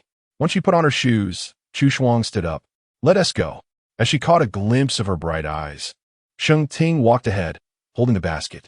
Trailing behind, Chu Shuang let out a quiet sigh, feeling somewhat disheartened that her carefully curated image had been disrupted by his unexpected discovery of her unkempt tree-climbing appearance. In the lush backyard, they walked in tandem, with a golden retriever trotting beside them. Chu Shuang noticed their elongated shadows cast by the slanting sun and felt an inexplicable warmth enveloping her heart at such a picturesque scene. Will we be able to finish all these persimmons? The man inquired in a slow, measured tone. Chu Shuang stepped forward to walk alongside him. I picked them to make dried persimmons. You can make them? Yes, I've made them every year at home. I don't particularly enjoy fresh persimmons, but I love the dried ones. She glanced up to see his prominent jawline. Have you ever had dried persimmons? Sheng Ting turned his gaze toward her. Of course, I have. Chu Shuang bit her lip, realizing her question was rather foolish. Dried persimmons were hardly a rare delicacy. After a moment of silence, the man remarked leisurely, but it has been many years since I last tasted dried persimmons. Upon hearing this, Chu Shuang paused slightly. Then I'll make extra this year, and we can share them. All right. As they passed a small clearing, Chu Shuang remembered to ask Sheng Ting if they intended to plant anything else in that area. We want to plant anything. That land is just for grass. Could you give it to me? I'd like to plant something. The first frost whispered softly, I don't need much. Sheng Ting glanced at her, saying, I'll find someone to till the soil for you. Thank you. The little golden retriever dashed ahead, prompting Chu Shuang to quicken her pace to play alongside it. Observing her gentle profile, Sheng Ting noticed the slight upward curve of her lips, indicating her pleasant mood. The 2-month-old golden retriever, round and lively, possessed an amiable yet playful disposition. After much contemplation, Chu Shuang finally found inspiration for a name while feeding the puppy little bones one day. The dog, with its round nose and eyes, resembled a small hamster when eating. Hence, she decided to name it after that. On another occasion, Sheng Ting overheard her and, not quite comprehending, asked, Its name is Hamster? Yes. I named it the day before yesterday. Isn't it adorable? The man gazed at the golden retriever gnawing on a bone in the living room, appearing rather foolish. Why would you name a dog Hamster? I think the name suits it well, Chu Shuang replied. Does it sound bad? After a brief silence, he said, It sounds nice. Originally, Li Bingbing had invited Chu Shuang to visit Disneyland over the weekend, but Chu Shuang's department had a sudden team-building event, leaving her no choice but to cancel. This greatly upset Miss Li, who sent a series of messages in protest. As a lady of a distinguished family, haven't you received enough education on integrity? Does Grandfather Shin know you are such an unreliable person? Abandoning a childhood friend for a last-minute company event. Chu Shuang, you have truly wounded my heart. Please don't ask me out again. I even got ready early to wait for you. Makeup. I should have known it was a waste. At that moment, Chu Shuang was already en route to the team-building event, chuckling at the messages she received. Bingbing is so cute, she thought. Don't provoke me, replied Li Bingbing. Passing by a commercial street, Chu Shuang spotted a bubble tea shop with several large mascots outside. After a brief moment of contemplation, she instructed the driver to turn around and change destinations, all while sending a sick leave request to her editor. When Li Bingbing received her call, she let the phone ring for quite a while before answering, just before hanging up. What is it? Bingbing, let us go out and have some fun. Li Bingbing huffed. You can play with your department colleagues. I want to go. It's just the two of us. I feigned illness to skip the team building. Let us go to Disneyland together. If you can reach my place within 10 minutes, I might reluctantly agree. 8 minutes later, Chu Shuang called out to her from downstairs. Li Bingbing opened the window to look down, spotting someone in a light woolen coat, smiling gently. Leaning against the window, she crossed her arms. You arrived quite quickly. Chu Shuang waved. Bingbing, it's time for school. Li Bingbing slowly smiled. This person truly knew how to charm her. Memories of their childhood, walking hand in hand to school, flooded back. Chu Shuang had always been more diligent, calling out to her every morning when she was slow to rise. Many mornings, Li Bingbing would open her window to see a smiling Chu Shuang standing by the rose bushes, with the morning light gracing her face. Fourth, Chu Shuang. The dreaded act of attending school seemed like the most delightful adventure. Those moments formed Li Bingbing's most cherished childhood memories. My fondness for Chu Shuang has been cultivated since childhood.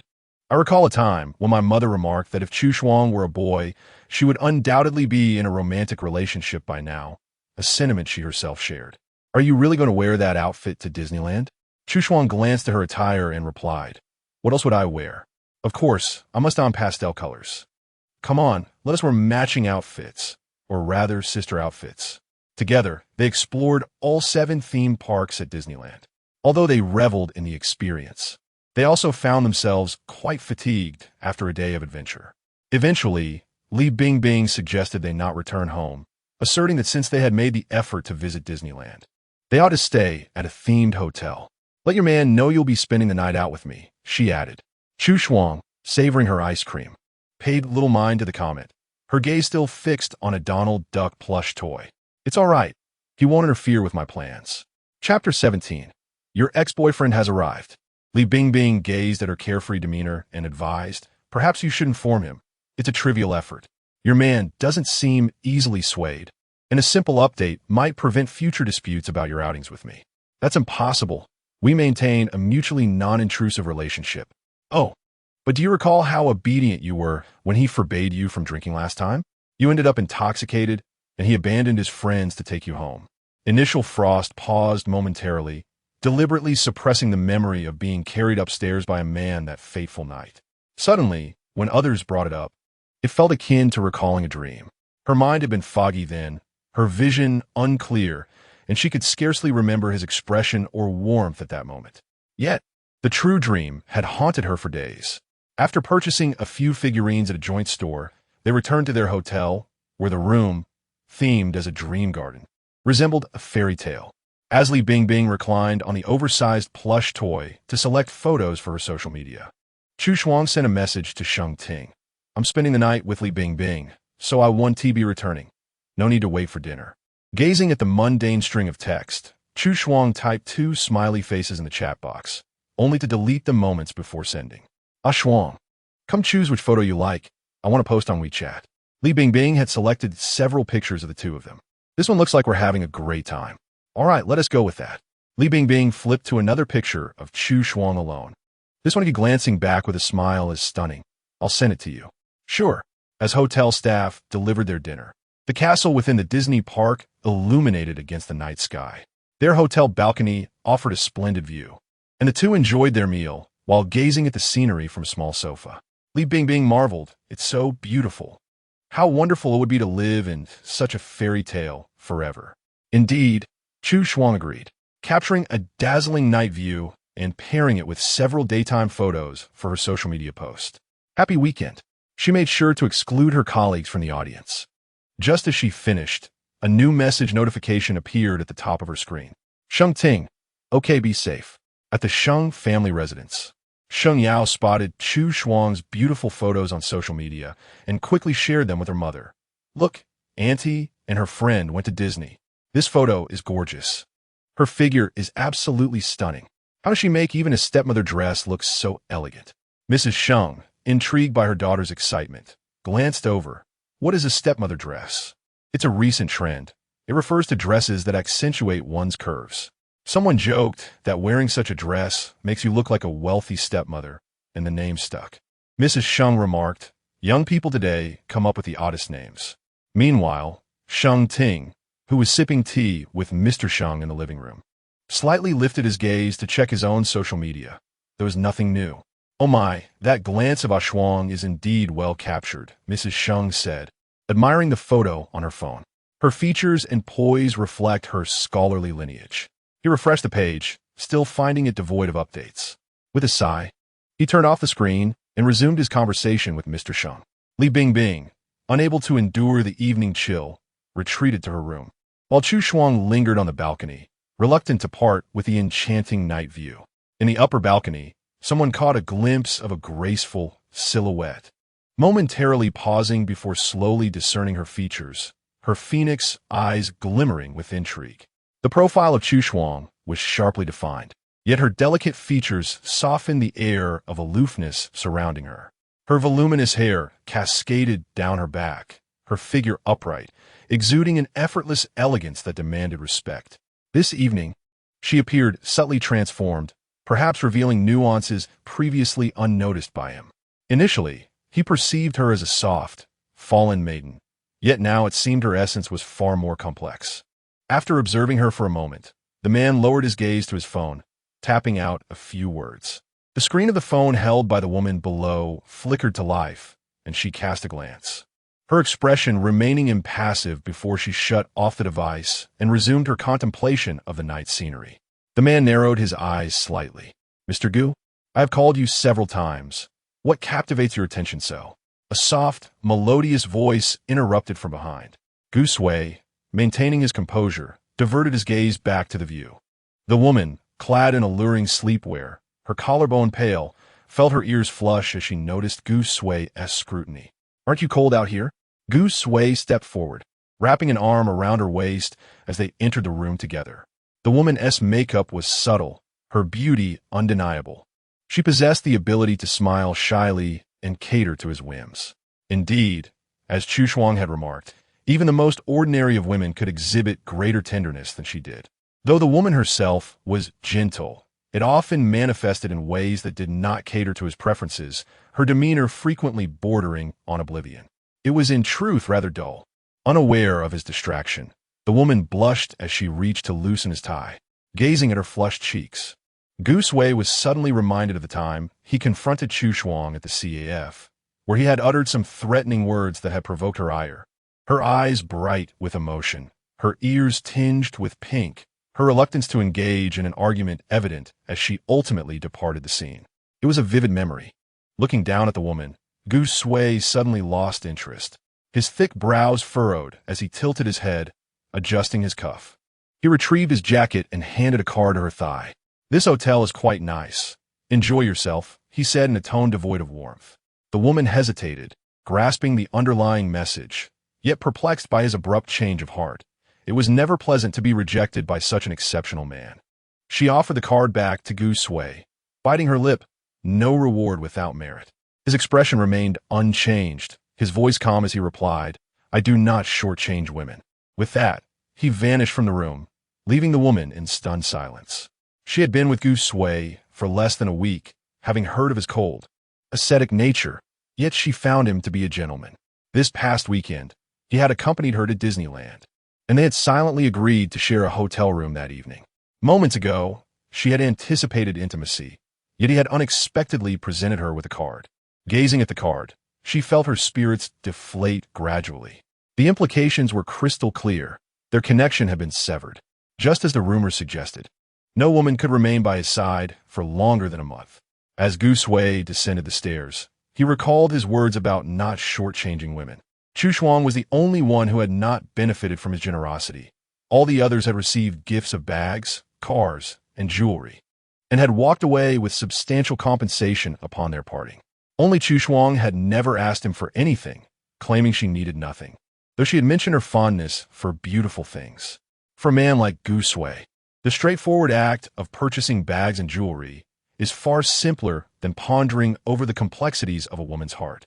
Chu Shuang is well-behaved and understanding, even in his absence. She finds joy and ease in her life. Thus, Gu Sui has invested less thought into her compared to other women. Having never drawn a comparison before, she now realizes that she has indeed received little from him. Even he cannot articulate why he, who is typically generous towards women, is so stingy with Chu Shuang. It seems that with the acquisition of material possessions, the nature of their relationship has become altered. A knock resounds at the hotel door, and Li Bingbing, peering through the peephole, gasps in astonishment before turning to Chu Shuang, exclaiming, "Your ex-boyfriend has arrived." Chapter 18. Are we really married? Chu Shuang remained on the balcony, momentarily perplexed by the words she overheard, before retreating into the house and making her way to the bathroom. It was inconceivable that he could know of her presence here. You should have sent him away. Once she had concealed herself, Li Bingbing opened the door. Upon seeing the unfamiliar woman, Gu Sui fell silent for a moment. "Hello." Is Chu Shuang here? Li Bingbing, bewildered, responded, What Shuang? Gu Sui glanced inside, scrutinizing her before inquiring, Are you a friend of Chu Shuang? Li Bingbing recognized the man from photographs she had seen previously. In person, he was far more captivating than in the images. After observing him for a moment, she crossed her arms and regarded him leisurely. Oh, I see now. You are attempting to flirt. This handsome gentleman, your pretense of searching for someone is rather cliché. Gu Sui frowned slightly. Would you like my contact information? I can provide it. Noticing that his gaze remained fixed on the interior of the house, Li Bingbing smiled alluringly. Aren't you content with just a phone number? Since the house is empty, why not come in and have some fun? Gu Sui's expression turned cold as he diverted his attention from the 2 pairs of women's shoes on the shoe rack. Apologies, I may have made a mistake. As he moved toward another room, Li Bingbing closed the door and approached the bathroom. I've sent him away. It's all right now. As Chu Shuang exited the bathroom, she began to gather her belongings. I cannot stay here tonight. Gu Sui will soon discover my lodging information. Are you really leaving? Do you have any idea how expensive this hotel is? You've only been here for a short while. Grabbing her phone, Chu Shuang donned a mask. Bingbing, you enjoy yourself. I cannot meet Gu Sui. If he doesn't see me, he will forget about me. But once he does, complications arise. The hotel grounds were extensive. With commendable security, outside vehicles could not enter, and one would need to walk some distance to hail a taxi on a roadside. It was not an ideal time to catch a cab, as the ride-hailing app showed no available cars responding. Out of the corner of her eye, she noticed a vehicle approaching. Turning her head slightly, she saw it was not a taxi and returned her gaze to her phone, only to realize that the car had come to a steady stop by the curb. Where are you headed? Is such a fine vehicle really here to pick up passengers? I'm going to Jiulongua. Gu Sui. As the window slowly descended, revealing his cool and aloof face, Chu Shuang took a moment to process. You are not. Gu Sui chuckled softly. Your friend's exaggerated performance could fool no one. Would you have come out on your own if I hadn't shown up? How did you find me? I didn't seek you out intentionally. I happened to see you from the balcony above. The words slipped from Gu Sui's lips before he realized their implications. Why go to such lengths to evade me by moving to this far-off capital? I am not a monster. Don't misunderstand. I merely found work in the capital. Very well, Gu Sui replied, tapping the window frame with his knuckles, speaking slowly. Get in. I will drive you home. There is no need for your assistance. Mr. Gu, I will take a taxi. Chu Shuang stepped back slightly, lowering her gaze to her phone. Gu Sui studied her delicate profile for a brief moment. Then his gaze drifted down to her full, beautiful lips, his eyes darkening. Turning off the engine, he stepped out of the car and approached her. Chu Shuang did not meet his gaze, silently shifting slightly to the side. Noticing her actions, Gu Sui chuckled lightly. Am I perhaps too villainous in your imagination? Withdrawing her phone, he tilted his chin. Do not be stubborn. I shall escort you home. It's unsafe to take a taxi at this late hour. Chu Shuang raised her gaze to him, refraining from hastily reclaiming her phone. Is this how you treat every ex-girlfriend? Today, she donned a dress that accentuated her curves, her eyes sparkling with clarity, exuding an elegant and composed aura. Meeting her gaze, Gu Sui replied, Only you. After all, no one has ever mentioned a breakup to me before. Oh, Chu Shuang casually lifted her hand, revealing a silver ring on her ring finger. Isn't it lovely? My wedding ring? Gu Sui glanced at it, raising an eyebrow. A wedding ring?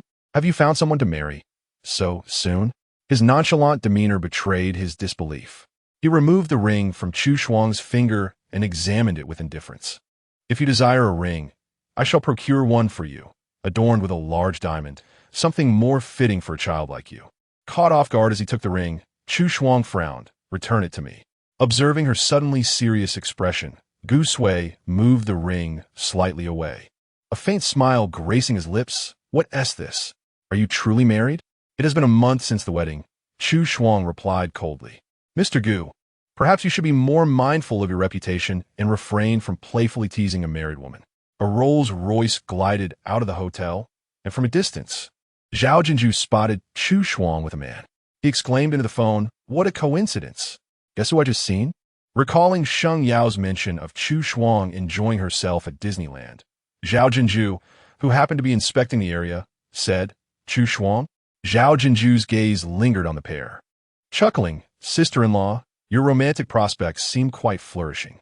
Gu Sui, I have made myself abundantly clear. I do not wish to repeat myself. Let us part ways amicably and not disturb each other's lives, Chu Shuang stated, her usual patience gradually wearing thin. Return my ring, it's late, and my husband will worry. The man's affectionate gaze darkened with thinly veiled anger as he scrutinized her distant demeanor, articulating each word. Have you truly married someone so casually? By my parents' decree and with the assistance of a matchmaker, my marriage was arranged with solemnity. How could it be considered casual? I have long expressed that my family holds traditional values and desires for me to settle down soon. Mr. Gu, while you are unwilling to take me seriously, you also forbid me from seeking my own happiness. What does that signify? Not everyone possesses the luxury of time and energy to toy with others as you do. A Rolls-Royce came to a steady stop by the roadside, and Zhao Jinju's handsome face appeared at the window. Sister-in-law, are you not coming back? My elder brother has asked me to take you home. Gu Sui turned to look, recognizing the man inside, the heir of Huan Yu Group, Zhao Jinju, a figure of significant power and influence. Seizing the opportunity while Gu Sui was distracted, Chu Shuang snatched her ring back and entered Zhao Jinju's car. Gu Sui, hands in pockets, nodded slightly. Mr. Zhao. Zhao Jinju raised an eyebrow. You know me? Indeed, Mr. Zhao. It seems the affluent have a tendency to forget, Gu Sui replied, harboring discontent over a business deal that had been usurped by Zhao Jinju at the last moment. Upon discovering the latter's connections to the prominent Zhao family in Beijing, he had sought to address the matter directly. Business can be resumed, but Zhao's family has always acted with a sense of superiority, and it's essential to clarify matters. However, when his assistant sought out information, he discovered that Zhao Jinju had departed on a flight the very evening he secured the deal, a detail that Gu Suqing had meticulously remembered for 2 years. Now, how could Chu Shuang possibly be associated with this individual? Zhao Jinju is the only son of the Zhao family. Who, then, is the elder brother he refers to? It turns out to be General Gu. Zhao Jinju nodded, showing no interest in further conversation, stating simply that he would take the person away. As the vehicle pulled away, Chu Shuang caught a glimpse of Gu Sui's slightly solemn expression in the rearview mirror and exhaled slowly. Thank you, Zhao Jinju remarked. That General Gu is not someone to be trifled with. Is he a friend of your sister-in-law? Not quite a friend. Zhao Jinju nodded, refraining from further inquiries. As the car passed through several intersections, the road opened up, and he suddenly recalled, your sister-in-law still does not know Sheng Ting well. Chu Shuang glanced sideways. Puzzled. Chapter 19. The president of the Kyoto Chamber of Commerce, he was averse to trouble and possessed a strong sense of principles. After a brief pause, Zhao Jinju curved his lips, advising that his sister-in-law should be cautious not to provoke his sensitivities. Chu Shuang, only partially understanding, nodded slowly, pondering what his sensitivities might be. It depended on the situation and the person. Why did everyone around Sheng Ting speak in such obscure and cryptic terms? I find his temperament quite admirable, she mused. Men of this age often exude a calm composure, strategically navigating through life, despite their often inscrutable and formidable presence. It is undeniable that his methodical approach to both work and personal interactions reveals a cultivated character. Zhao Jinju chuckled lightly, suggesting that it was always wise for his sister-in-law to exercise caution. Upon returning to Qingyu Garden at 10 o'clock in the evening, the golden retriever was enjoying a dog bun. Chu Shuang approached and affectionately ruffled its small head, inquiring why Annie had given it a late-night snack. Had it not eaten properly during the day? The sound of steady footsteps approached from behind. Turning around, she saw Sheng Ting emerging from the kitchen in a black, thick fabric sleepwear, holding a mug. You're back? She asked. Yes, he replied. There is coconut milk and peach gum in the kitchen. The man appeared to have just bathed. His slightly damp hair fell over his forehead, enhancing his deep-set eyes. His tone was mild, a mere polite greeting before he turned to leave. The golden retriever, noticing his departure, lifted its head and followed him upstairs. It turned out that the bun was meant for the dog. Chu Shuang lingered for a moment in the cold, dimly lit living room. After sipping some coconut milk and peach gum in the kitchen, The refreshing aroma filled the air, though she could not manage to drink much. Upon pushing open the door to her room upstairs, she unexpectedly heard the sharp barking of the dog, which puzzled her. Could it be that Sheng Ting would mistreat a dog? Following the sound to the study door, which was slightly ajar, she gently pushed it open to find the man with a furrowed brow and the small golden retriever looking quite aggrieved. What happened? She inquired. Sheng Ting glanced at her and replied, I accidentally stepped on it. Chu Shuang instantly understood. The little dog must have been too clingy, always standing at his feet, and had been inadvertently hurt. At that moment, the small dog continued to whimper in front of him. Sheng Ting reached down to pat its head in consolation. And soon enough, the golden retriever ceased its whimpering. Noticing an open book on the desk, Chu Shuang approached, scooping up the golden retriever. It's time for you to return to your bed. Don't disturb others, she said, nodding at Sheng Ting. I'll take it back to its bed. You should rest early. He responded with a simple mm. As she closed the door, Chu Shuang exhaled softly, feeling the chill in the air. Perhaps it was merely her impression, but today Sheng Ting seemed particularly aloof. Perhaps it was simply the late hour. The following day, she slept until daylight poured into the room and lingered in bed a little longer before heading downstairs. During breakfast, she learned from Aunt Yuan that Sheng Ting had left early for a business trip.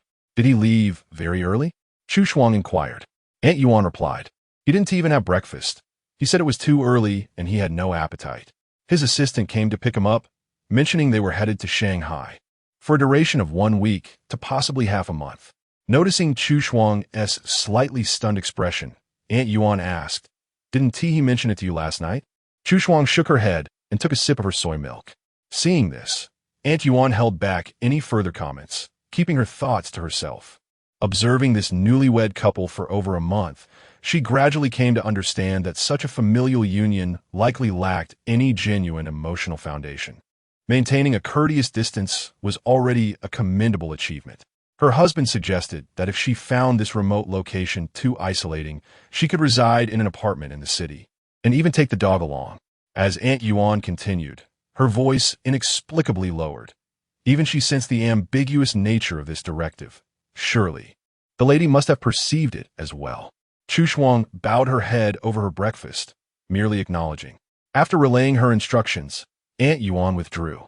With winter approaching, the temperature inside the climate-controlled home was comfortably warm, yet outside the glass windows, a thin mist could be seen. In her line of sight glimmered a hint of silver. Chu Shuang lowered her glass, fixating on the ring. How could she not notice? Since last night, the man's aloofness had become starkly apparent. Previously, he exuded a naturally dignified chill. Yet, during their interactions, he had been a true gentleman. However, since last night, an additional layer of detachment had emerged. Chu Shuang was certain he had become aware of her encounter with guise.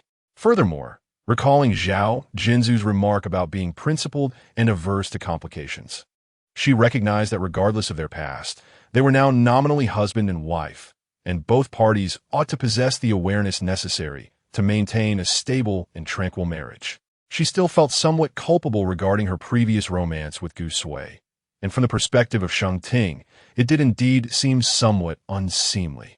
Perhaps she should seek an opportunity to discuss this with him. He was on a business trip, making it inappropriate to converse about such matters over the phone. After finishing her breakfast, feeling rather listless, Chu Shuang decided to check the backyard. The small plots of land she desired had already been turned over. Armed with tools and seeds, she spent the afternoon sowing vegetables. Since planting, she made it a point to inspect her garden daily. After work, she didn't venture to Jiulan International. And out of consideration for Sheng Ting's absence, she returned to Qinyu Garden. Under her attentive care, within a week, the vegetables had sprouted vigorously, with an impressive germination rate. Chu Shuang found immense satisfaction and relief from stress in the simplicity of labor. Tending to a garden brought her considerable joy. Each time Aunt Yuan spotted her with her small tools heading to the backyard, she would smile. The vibrant flowers failed to capture her attention as much as her little garden did, which she visited several times a day. She always managed to find joy in her life. During the day, she worked on sketches at home, she played with her golden retriever, and tended to her garden. And in the evenings, she indulged in novels and music, occasionally learning culinary skills from Aunt Yuan. allowing tranquil and fulfilling days to pass by. One day, while admiring clusters of blue hydrangeas in the yard, she was suddenly reminded of a certain someone standing tall, watering the flower bed with a downcast gaze, prompting her to realize that Sheng Ting had been away on business for nearly 10 days. Not a single message had been received, nor had he mentioned when he would return. That evening, a news recommendation popped up on her browser's homepage, immediately capturing Xu Shuang's attention. The second Cooperative Exchange Conference of the Beijing-Shanghai Chamber of Commerce concluded successfully. The backdrop of the photograph showcased a grand conference hall, with a red carpet leading to a tiered, arch table laden with a plethora of attendees, all impeccably dressed in formal attire, exuding an atmosphere of solemnity. At the center of the image stood a remarkably distinguished figure, clad in a suit that radiated a distinctly different aura from those around him. With a straight posture and a sharp chin, he spoke with poise. Before him, a silver nameplate inscribed with the words President of the Kyoto International Chamber of Commerce. The dignified and composed demeanor, devoid of anger yet imbued with authority, instills a sense of reverence in those who behold it. Such an innate charisma is indeed a rare gift. A person of his caliber, irrespective of the heights he ascends, evokes no skepticism. Experience, knowledge, capability, and vision are all indispensable attributes. Shifting my gaze from the photograph to the news article, I read of the 8-day collaborative conference between the chambers of commerce from two regions, which marks the commencement of a profound integration. Numerous discussions spanning various sectors such as tourism, textiles, machinery, catering, chemicals, construction, and logistics were held, with the chambers leading the charge in strategizing cooperative agreements. Ultimately, the signing of the Strategic Cooperation Agreement between the Beijing-Shanghai Friendship Chambers of Commerce was achieved. This agreement opens new avenues for mutually beneficial collaborations between enterprises in both regions, significantly augmenting entrepreneurial and employment opportunities in the coming years. The inter-industry integration is poised to elevate development to unprecedented heights, with far-reaching economic implications that have garnered widespread attention from all sectors of society. The report eloquently enumerates the profound impacts of the collaboration between the Kyoto International Chamber of Commerce and its Shanghai counterpart across various industries, lauding the leader's sagacity, foresight, and compelling charisma. Chapter 20. Upon finishing the reading, Xu Shuang realized the magnitude of the endeavor that Sheng Ting had undertaken, one that could influence economic cooperation across regions, affecting hundreds of thousands if not millions of individuals. This pact garnered not only the support of enterprises and the populace, but also significant backing from the government. He had been exceptionally busy, often retreating to his study after work, and weekends were filled with endless meetings, preparation for this very event. Although the conference had reached a temporary conclusion, the gatherings and banquets that followed were inevitable. Exiting the news interface, Xu Shuang mused that she could indulge in a few days of leisure. Swiftly, the time for the second payroll arrived. This time, she invited Sheng Yao and Li Bingbing to a lavish dinner. However, when it came time to settle the bill, she was informed that it had been waived. Inquiring with the manager yielded no revelations, only that someone awaited her in a private room. Xu Shuang called Shun Jinyan. "Brother, are you in the capital?" "No, I'm in Shanghai. What is up? I recall you have a few restaurants in the capital. Is the Shangri-La on Mingxi Road in the third ring your establishment?" "No," Shun Jinyan replied. "Are you craving Western cuisine? I'll send you the addresses of our restaurants in the capital shortly. You can go wherever you like. Their quality rivals that of the restaurant you just mentioned." "No need, I was just asking." Xu Shuang then remembered to inquire, "What are you up to now?" "I'm attending a cocktail party." Shun Jinyan chuckled lightly. "With your husband?" Xu Shuang pressed her lips together. "You're also attending the conference?" "Yes. When will you come to the capital for a visit?" "All right, I'll come and see you in a couple of days." Amidst the background noise, Xu Shuang faintly discerned Sheng Ting conversing with someone, his voice steady and unmistakable. Suddenly, Shun Jinyan interjected, "By the way, do you want to speak with your husband?" Xu Shuang paused, but before she could respond, Shun Jinyan had already called out to Sheng Ting, "A Shuang is on the line." A moment later, a deep voice resonated through the receiver. "Hello?" Xu Shuang cleared her throat. "Are you busy?" Sheng Ting replied, "Not at all." "Oh." Xu Shuang fixated on the hem of her garment, biting her lip. "How much longer until you return?" I should be back within 3 days. All right, please drive safely. After nearly 10 days, this was their first conversation, marked by a subtle awkwardness. As Chu Shuang's mind raced to conjure a topic, Sheng Tian spoke first. Is everything well at home? Everything is fine. The vegetables I planted in the backyard have sprouted, and the persimmons I dried are ready to eat. The hamster has gained a bit of weight. There was a brief pause before Sheng Tian inquired, "You've been staying at home?" "Yes." Beside her, Sheng Yao, aware that her uncle was on the other end, leaned into the phone and chimed in, "Uncle, your absence has made Aunt miss you terribly. She can't even eat and has lost weight. If you don't return soon, she'll—" Before she could finish, Chu Shuang, startled, covered her mouth. There was a moment of silence on the other end. "You're with Yao Yao?" "Yes, we're dining out. Make sure you eat well." In a fleeting moment of bewilderment, Chu Shuang realized that Sheng Ting had already diverted the conversation. Is there a gift you desire? Was he truly intending to bring her a present? She lacked for nothing. Jewelry, perfume, or perhaps a handbag. Did she fancy any of those? She mused, "I have an abundance in my wardrobe. If you must bring something, a bouquet of flowers would suffice." "Very well." After hanging up, Chu Shuang proceeded to settle the bill at the manager's desk, where the individual appeared quite flustered. "Miss, we cannot accept payment for this meal. Our sir has been awaiting your arrival in the VIP room for quite some time." "No, it's merely a meal. I shall pay for it myself. Although I am unaware of who your sir is, I appreciate his kind gesture and wish you a prosperous business." Without waiting for the manager to protest, she departed. Returning with a sense of unease, the man in the VIP room, cigarette in hand, remained silent for a while. As anticipated, since their parting that night, Guisue had sent someone to investigate Chu Shuang, yet there was no news regarding her so-called marriage. Either she was fabricating tales, or the man behind her was of considerable significance. Contemplating this latter possibility, Guisue subtly furrowed his brow.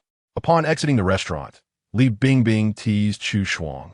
"It seems that beauty can indeed be a currency. Huh? Just a meal out, and someone is already thinking of you."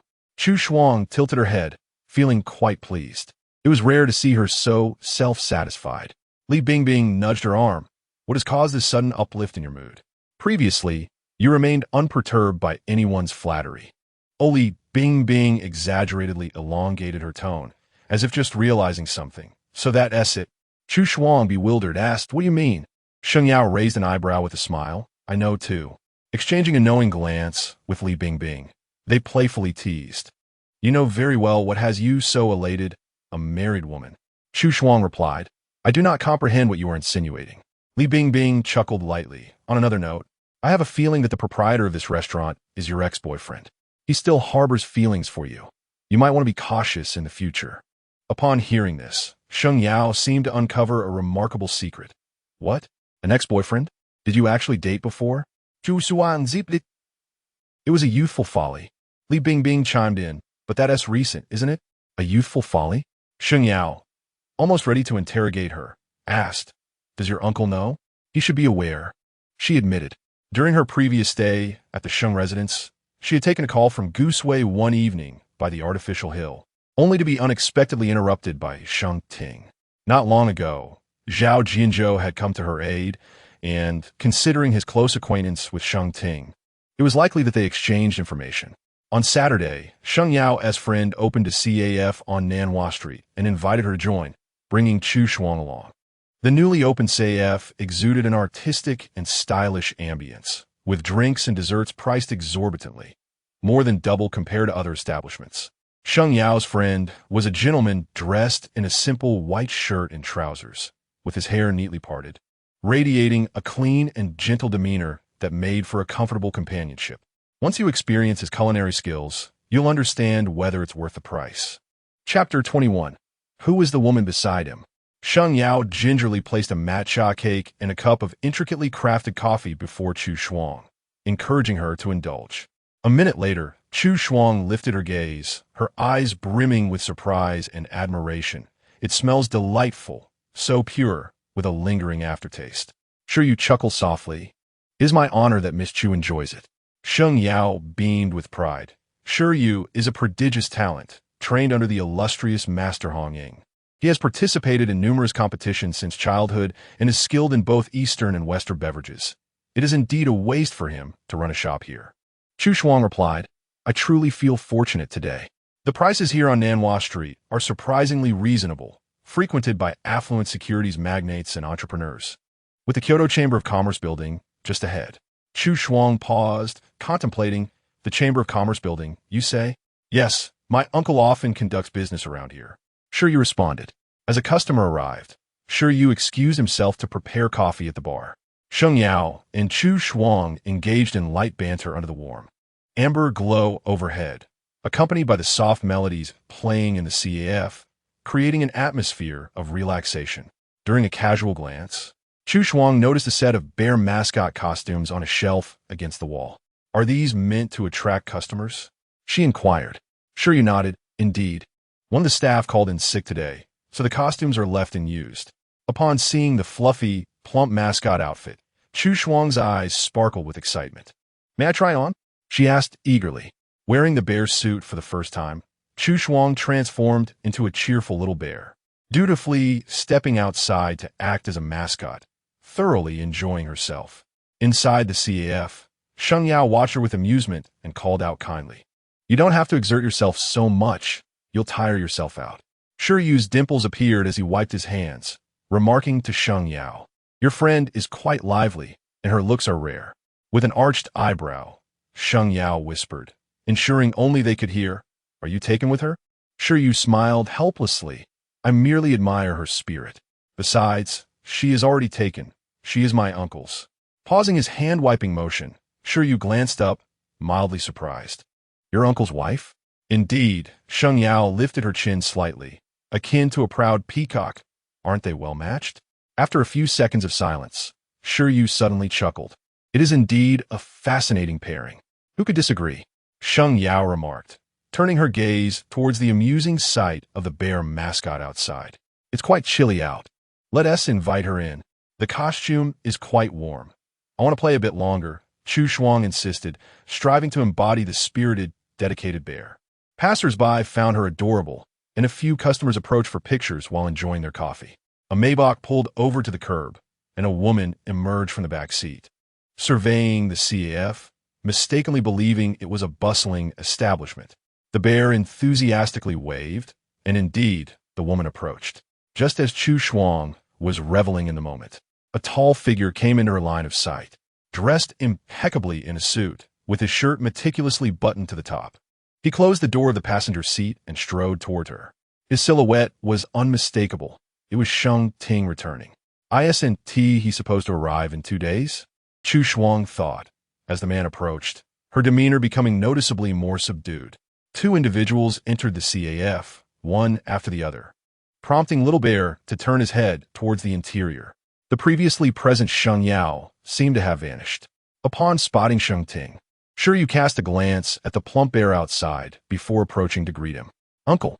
Chu Shuang, with her large head, curiously observed the two inside, when she felt someone tugging at her from behind. Turning around, she encountered Sheng Yao's anxious face. Why is Uncle back? I don't know. He returned without informing you. Shielded by the plump bear, Sheng Yao sighed. Fortunately, I was quick-witted. The moment I saw Uncle get out of the car, I slipped out the back door. By the way, who is that woman beside him? I have no idea. Chu Shuang peered out from her costume. Although she couldn't see clearly, she could discern the woman's beauty. With cascading wavy hair, a purple suit, and a makeup style that was simultaneously bright and dignified. Her demeanor resembled that of a businesswoman. What a slender waist, she remarked. TSK, Sheng Yao lamented. How can you be so carefree at a time like this? Didn't you see your husband having coffee with another woman? A glance at the documents on their table, and Sheng Ting's impassive, professional expression left Chu Shuang feeling innocent. Aren't they just discussing work? Sheng Yao tilted her head slightly to observe the pair, reassured by her reliable uncle's character and the fact that he was on Sure Yu's territory, allowing her to relax. Slender? Not as slender as mine. Well, you are a professional dancer. Of course you're slender. Sheng Yao took Little Bear's hand and said, Let us go explore elsewhere. We shouldn't linger here. To be honest, wearing this outfit in winter is quite warm. Even a fall wouldn't hurt. I'll try next time. Yao Yao. There's grilled cold noodles ahead. Upon seeing it, Sheng Yao replied, "Wait, I'll buy it for you." After purchasing the grilled cold noodles and hot milk tea, the two sat on a bench by the roadside. Chu Shuang, encumbered by her costume, found it difficult to eat, so Sheng Yao patiently fed her, taking a bite for herself before offering a bite to her aunt.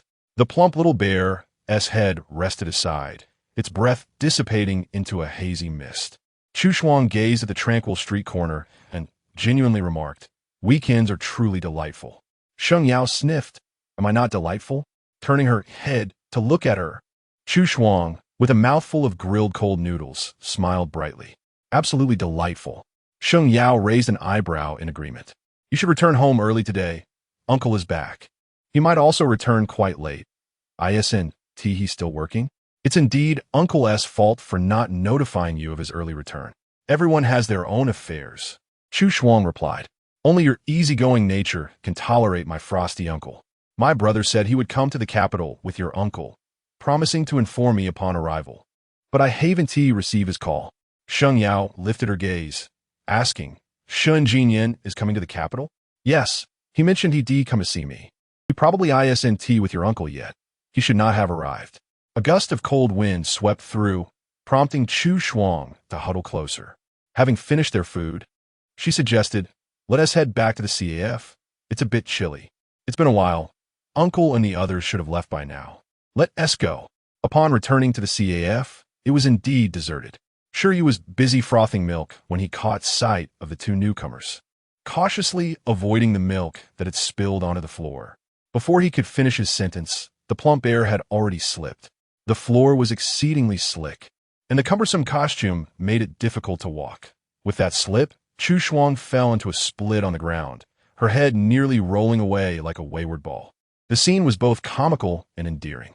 Sheng Yao doubled over with laughter. The person who had entered through the back door immediately noticed Chu Shuang, who was unable to rise, and swiftly approached to assist her.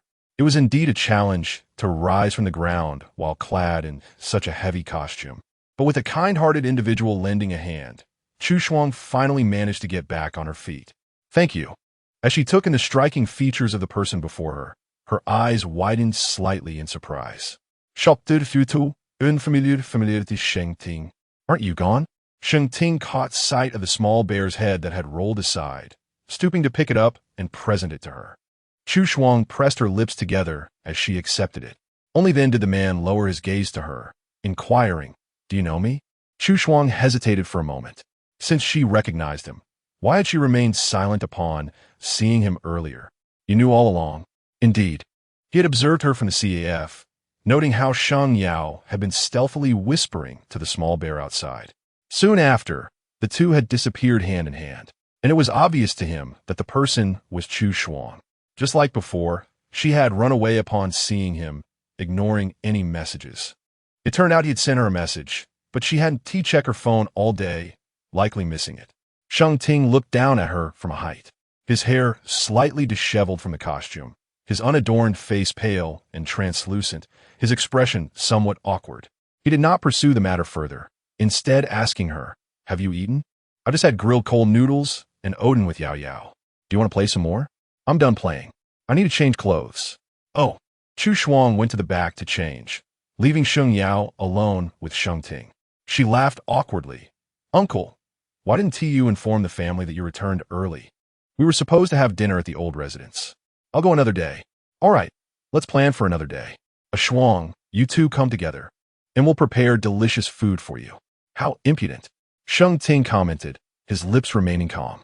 "Is this how you usually keep her away from me?" "Huh?" Sheng Yao's heart skipped a beat, and she hastily distanced herself from the implication. "No, I didn't do anything. It's just that Auntie has always been afraid of you."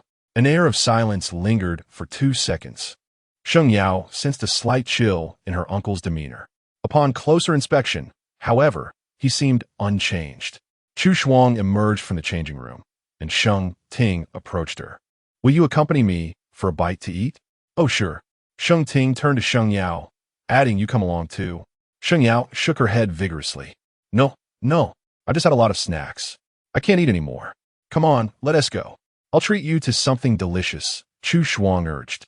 Despite Chu Shuang's subtle hints, Sheng Yao feigned ignorance.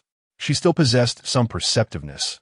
She thought it better not to intrude upon their reunion, lest she become a nuisance. A car was parked in front of the CAF, and the driver was not Assistant Chen.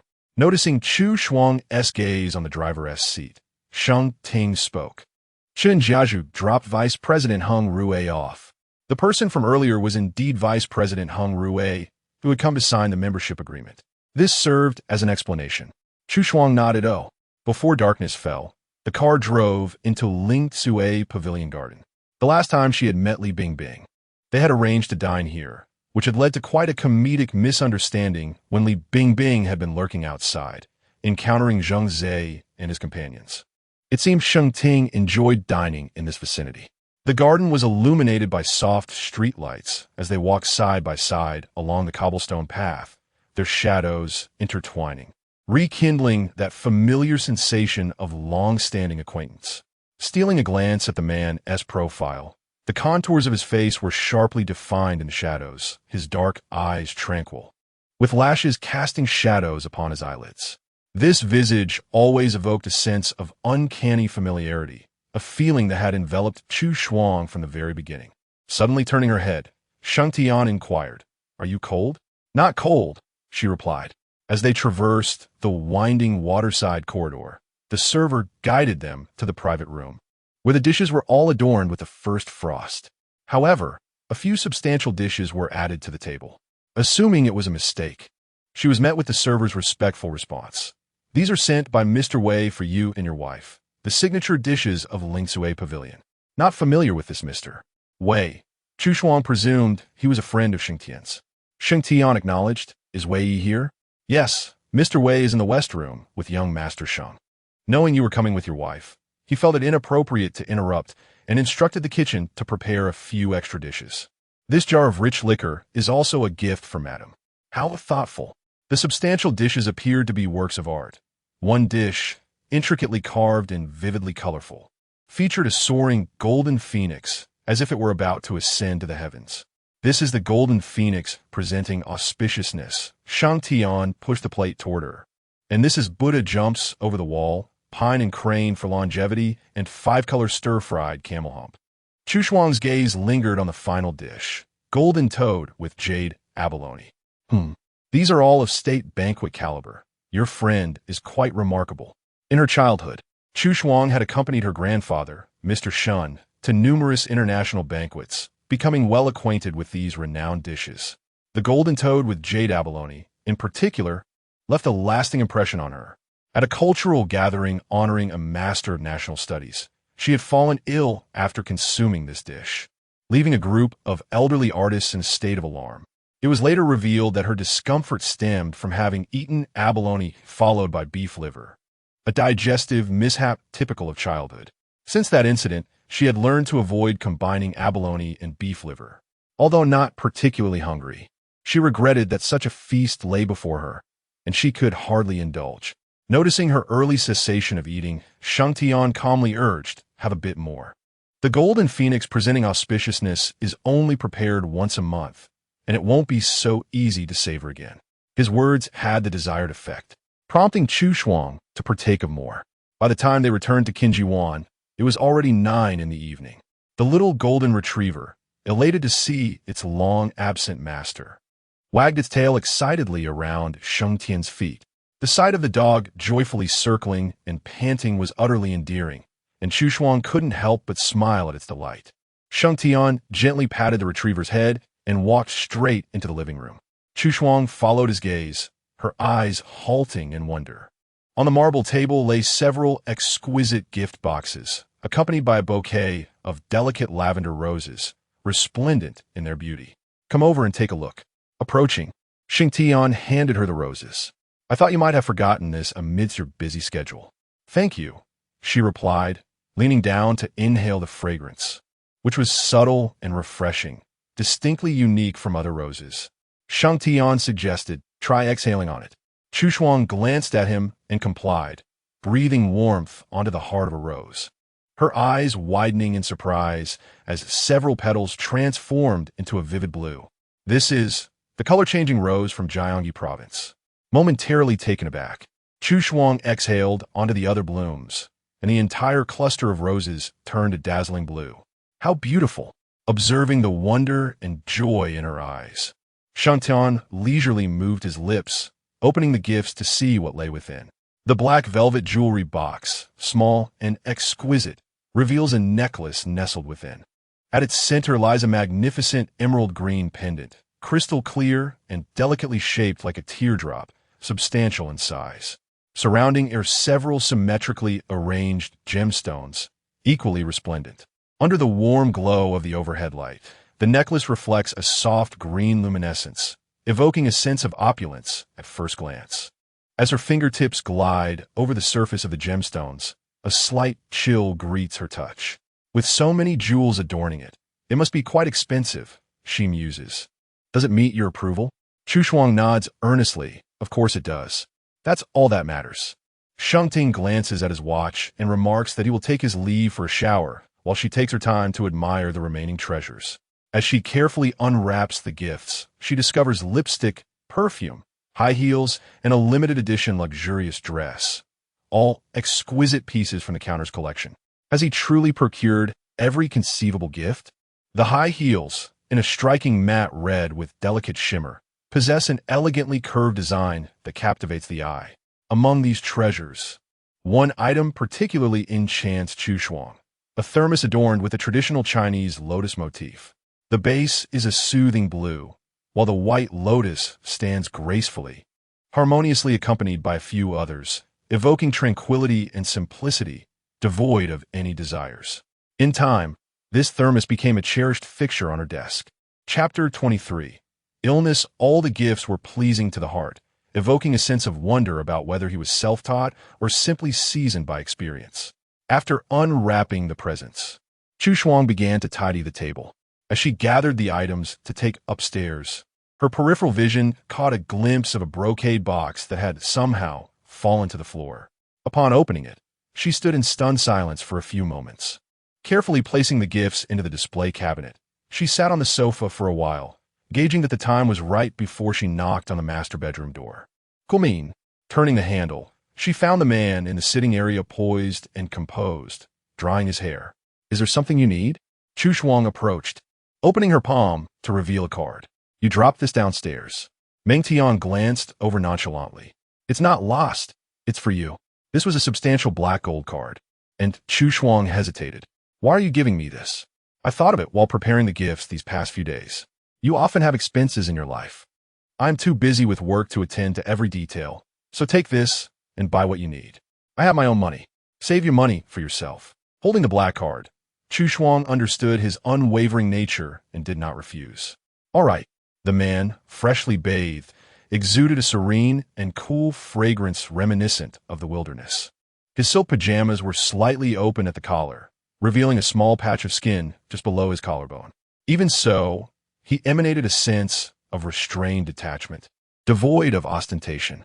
Having been away on business for several days, he likely felt fatigued. Recognizing she was in his private space, Chu Shuang bit her lip discreetly. You've had a long journey. I want to disturb you.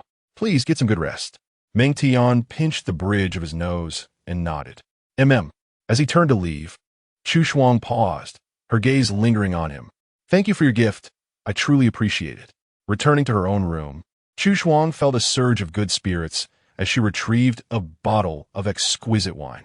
During dinner, they had enjoyed tea, but now she had brought back a bottle of this fine vintage. Once in contact with the wine, she lost all sense of moderation. In the middle of the night, the temperature plummeted suddenly, likely due to a window left ajar. Halfway through her sleep, Chu Shuang felt feverish and her body ached.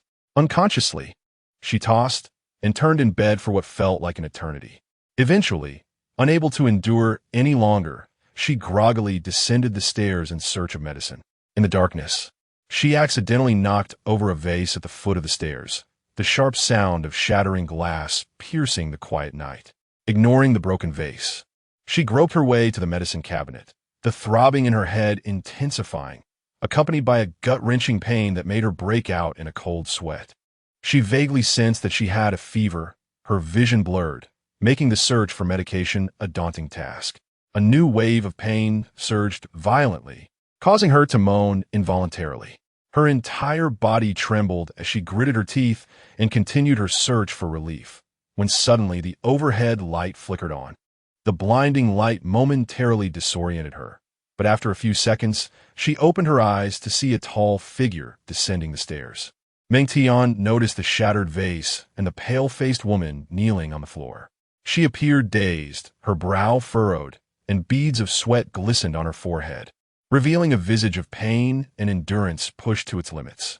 He stepped forward to assist her, placing a hand on her forehead, which felt scorching hot, while her sweat was ice-cold. Seeing him, Chu Shuang parted her dry lips. "I think I'm unwell." "I know." He assisted her to the sofa, and as Sheng Ting began to search for medicine, he returned with a cup of warm water, noticing her action of clutching her abdomen. "Is your stomach uncomfortable?" She responded softly, admitting to a slight pain. "First, take this," he offered, bringing the medicine to her lips, and she compliantly ingested it. Sheng Ting gently patted her back, advising her to drink more warm water. Chu Shuang then finished the water in her cup. "What time is it?" she asked, her voice somewhat hoarse. "It's 3 a.m. "So late?" Chu Shuang gazed at the handsome man. "How did you come down?" "I heard the sound of a vase shattering." Sheng Ting frowned slightly, already detecting the scent of alcohol on her. How much had she consumed before sleeping? That jar of liquor must have been quite potent. Chu Shuang remained silent, shutting her eyes and leaning against the sofa, breathing lightly, a fine sheen of sweat forming on her nose. It was true she pretended not to hear, and it was also true that she felt unwell. After observing her for a few seconds, Sheng Ting spoke. "I will help you upstairs to rest." As he helped her to her feet, his gaze caught a glimpse of a crimson stain on the sofa. The man's eyes halted, fixating on her nightgown, the pale pink fabric slightly revealing its vivid hue. "You." Sheng Ting hesitated. "Is it that time of the month?" Chu Shuang, clouded in confusion, responded, "What?" Gazing at her bewildered expression, Sheng Ting closed his eyes and exhaled, his facial contours tightening. "Let me take you upstairs." As he pushed open the door to the side room, the faint scent of alcohol lingered in the air. Fixing his gaze on the table, he saw an overturned wine glass and an empty jar. The man's lips pressed together tightly, his tone cooling as he said, "Chu Shuang, you are an adult. It's one thing to be careless about your menstrual cycle, but is this how you drink?" You polished off the wine as soon as he got home. Sheng Ting furrowed his brow. "Have you always been like this?" The cramping in her lower abdomen intensified, and Chu Shuang struggled to look at him. The man's gaze calm, yet his expression taut. Even in her haze, she sensed his anger. An inexplicable tightness gripped her heart as she tried to explain, "No, I accidentally." The man abruptly pushed open the bathroom door, instructing her to manage it herself. He placed her on the toilet seat and left the room. The unfinished explanation lodged in her throat, and after a brief moment of shock, Chu Shuang felt another wave of pain in her abdomen. Just as she reached for the sanitary pads in the cabinet, the man returned. Sheng Ting held her nightgown and intimate apparel, extending them to her as she slowly pressed her lips together, whispering, "Thank you." Upon exiting the bathroom, Sheng Ting immediately noticed the wide-open window. The villa was temperature-controlled, yet upon entering the side room, he felt the chill. It was remarkable that one could sleep in such coldness without falling ill. He stepped over to close the window, but his gaze was captivated by the night scene outside. The thick, dark night was softly blanketed in snow, and a few lamps in the garden below stood solitary against the snowy backdrop, their warm glow ensnared in the endless darkness, both desolate and romantic. Was the warm light cleaving through the darkness, or was the darkness imprisoning the warm light? A sound came from behind him. Chu Shuang emerged in her new clothes. After closing the window, Sheng Ting pulled back the covers and returned to lift her into bed. "Does that alleviate anything?" he asked, noticing her breath still laboring more heavily than before. She nodded. A warm hand was gently placed upon her forehead. The man, observing her discomfort, discerned that her slight nod was merely a gesture of politeness. Her forehead burned with an alarming heat, and her right hand discreetly massaged her lower abdomen, a clear indication of her distress. "Lie down first," he instructed, tucking the blanket around her. "Would you like some warm water?" he inquired. "No, thank you," she replied. her voice barely audible, suggesting that even speaking required considerable effort. After a moment of silent contemplation, the man exited the room. Once he was out of sight, the tranquility she had maintained began to shatter. Internally, she was caught in a tempest of scorching heat and chilling discomfort, her lower abdomen feeling as though it were bound by an insurmountable weight, waves of pain crashing over her relentlessly. Furrowing her brow, she curled herself into a tight ball, her thoughts a chaotic muddle as she gradually urged herself into slumber. Time passed. Was it half an hour, or perhaps longer, before she sensed movement nearby? In a state between dreams and consciousness, she was gently propped up, her eyes heavy and gritty, struggling to open. A bowl of sweetened bird's nest had been brought to her lips. She took a sip, the warmth and sweetness enveloping her, with a delightful hint of rose. It was quite late, and with the absence of the housekeeper from the villa, it seemed that this sweet concoction must have been prepared by him. Chapter 24, Have We Met Somewhere Before? As I sipped my drink, I realized with dismay that my voice had become hoarse. Sheng Ting, ungetutted, continued to feed me the soup, spoon by spoon. After setting the bowl down, he gently placed his hand on my forehead, then retrieved a warm towel from the bathroom to lay upon me. His actions were methodical and silent, and he spoke little.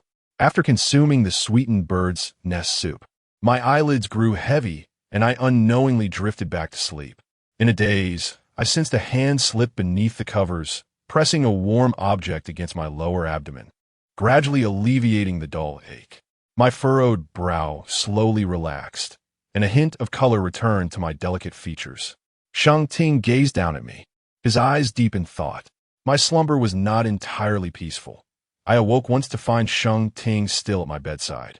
The soft glow of the bedside lamp cast a warm light, highlighting his strong jawline and the shadows of his lashes and nose. He held an electronic thermometer, checking my temperature. From my vantage point, the light accentuated his striking features. With a sharp chin and tightly pressed lips, the contours of his nose perfectly defined. The room was enveloped in dim silence, the solitary lamp creating an intimate tableau of the two of us. As I studied his profile, I found myself transfixed, unable to determine whether I was awake or still dreaming. Yet one thing was clear. My heart ached momentarily.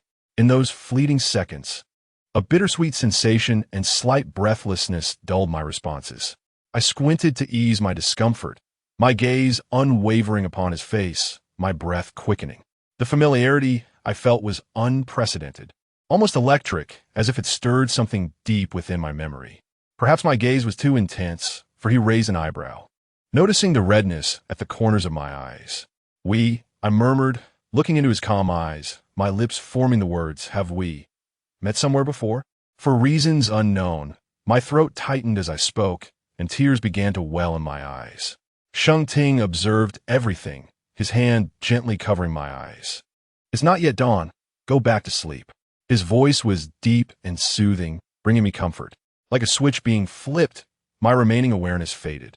And in the moment before I succumbed to the haze, a single tear slipped from the corner of my eye, captured by his fingertip. On a snowy morning, light flooded the room as I awoke, momentarily bewildered.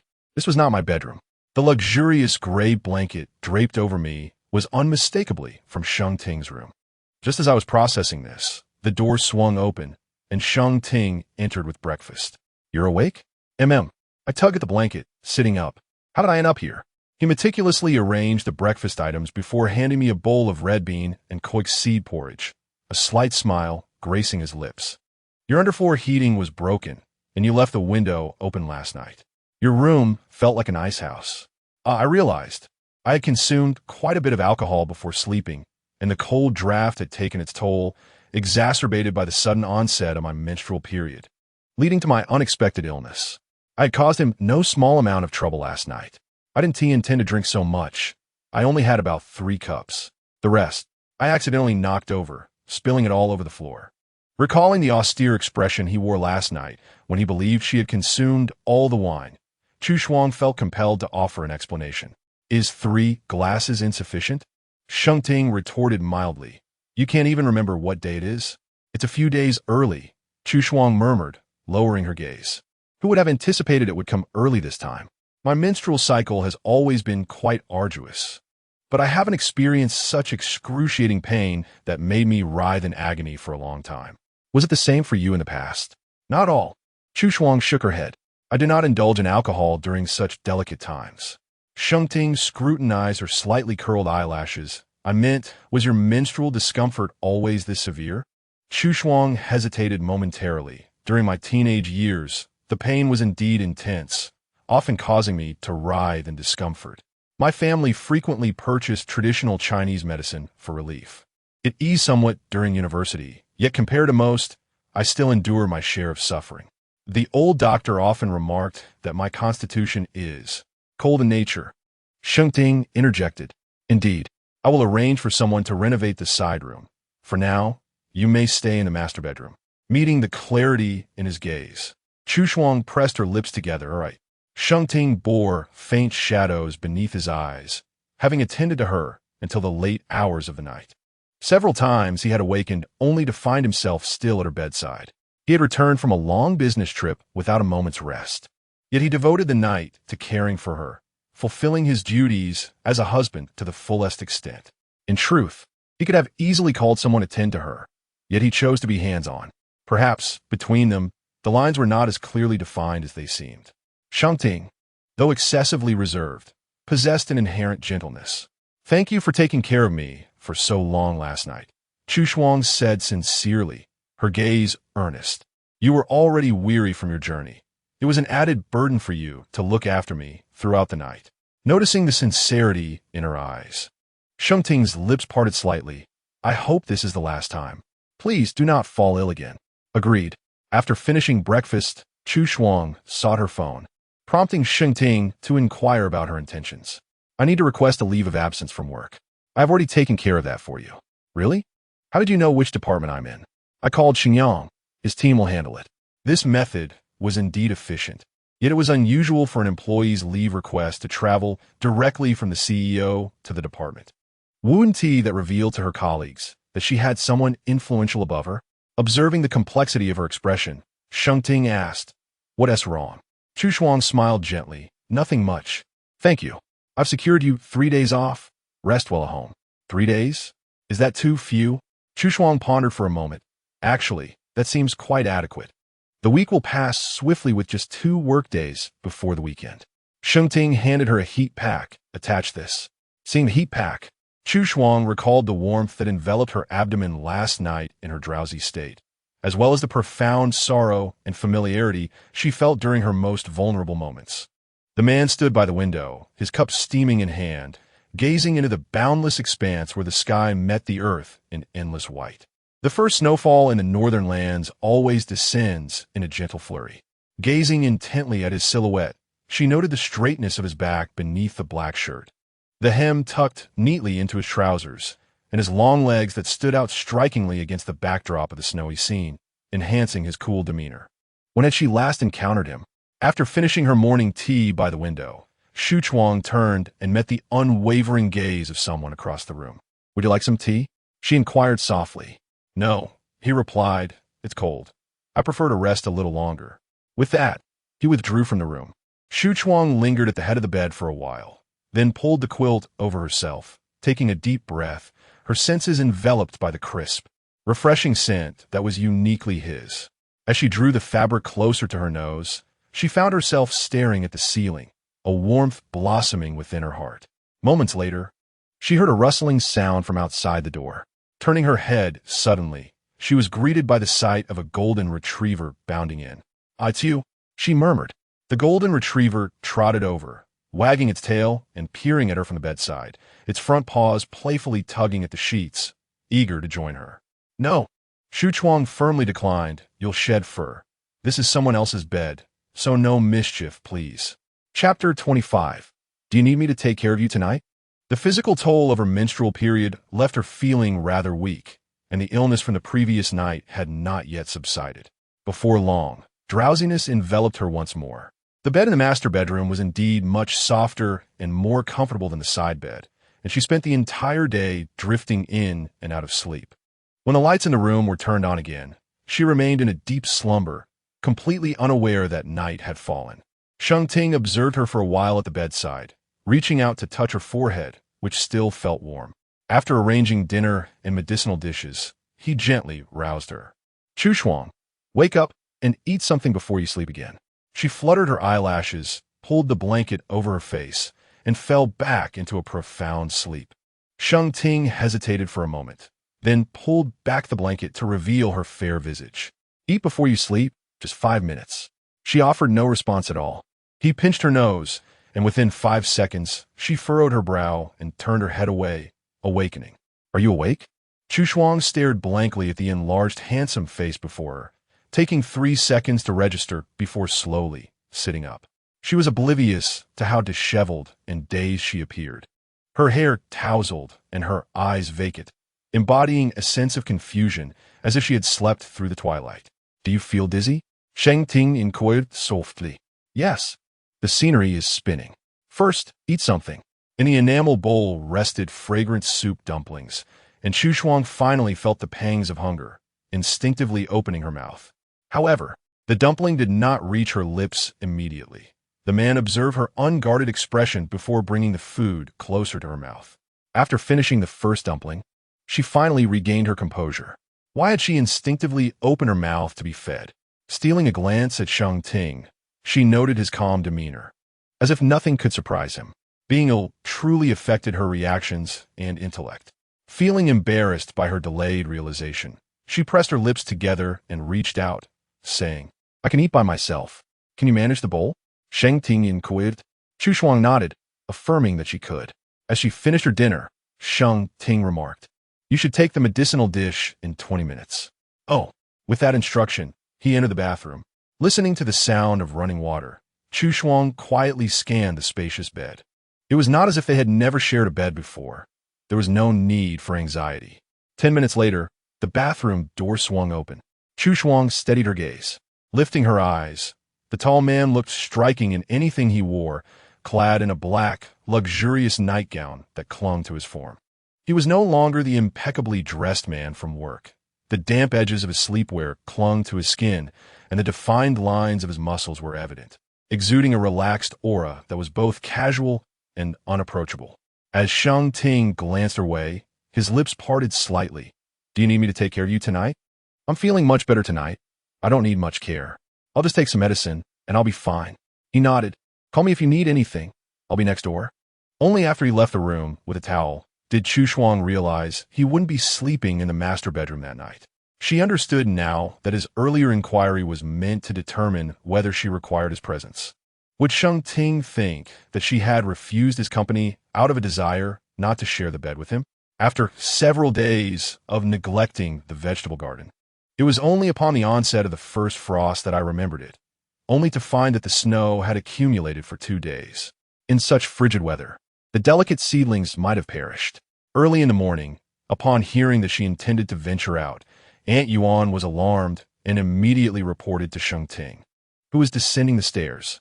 Madam says she wants to go to the back garden.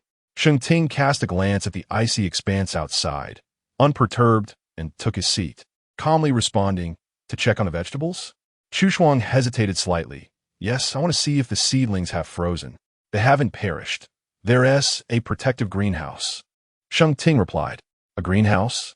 Chu Shuang queried. Did you have it built? Yes, he answered, methodically pouring himself a cup of milk and settling down for breakfast. After a brief pause, Chu Shuang took a seat opposite him. Thank you for taking care of my garden.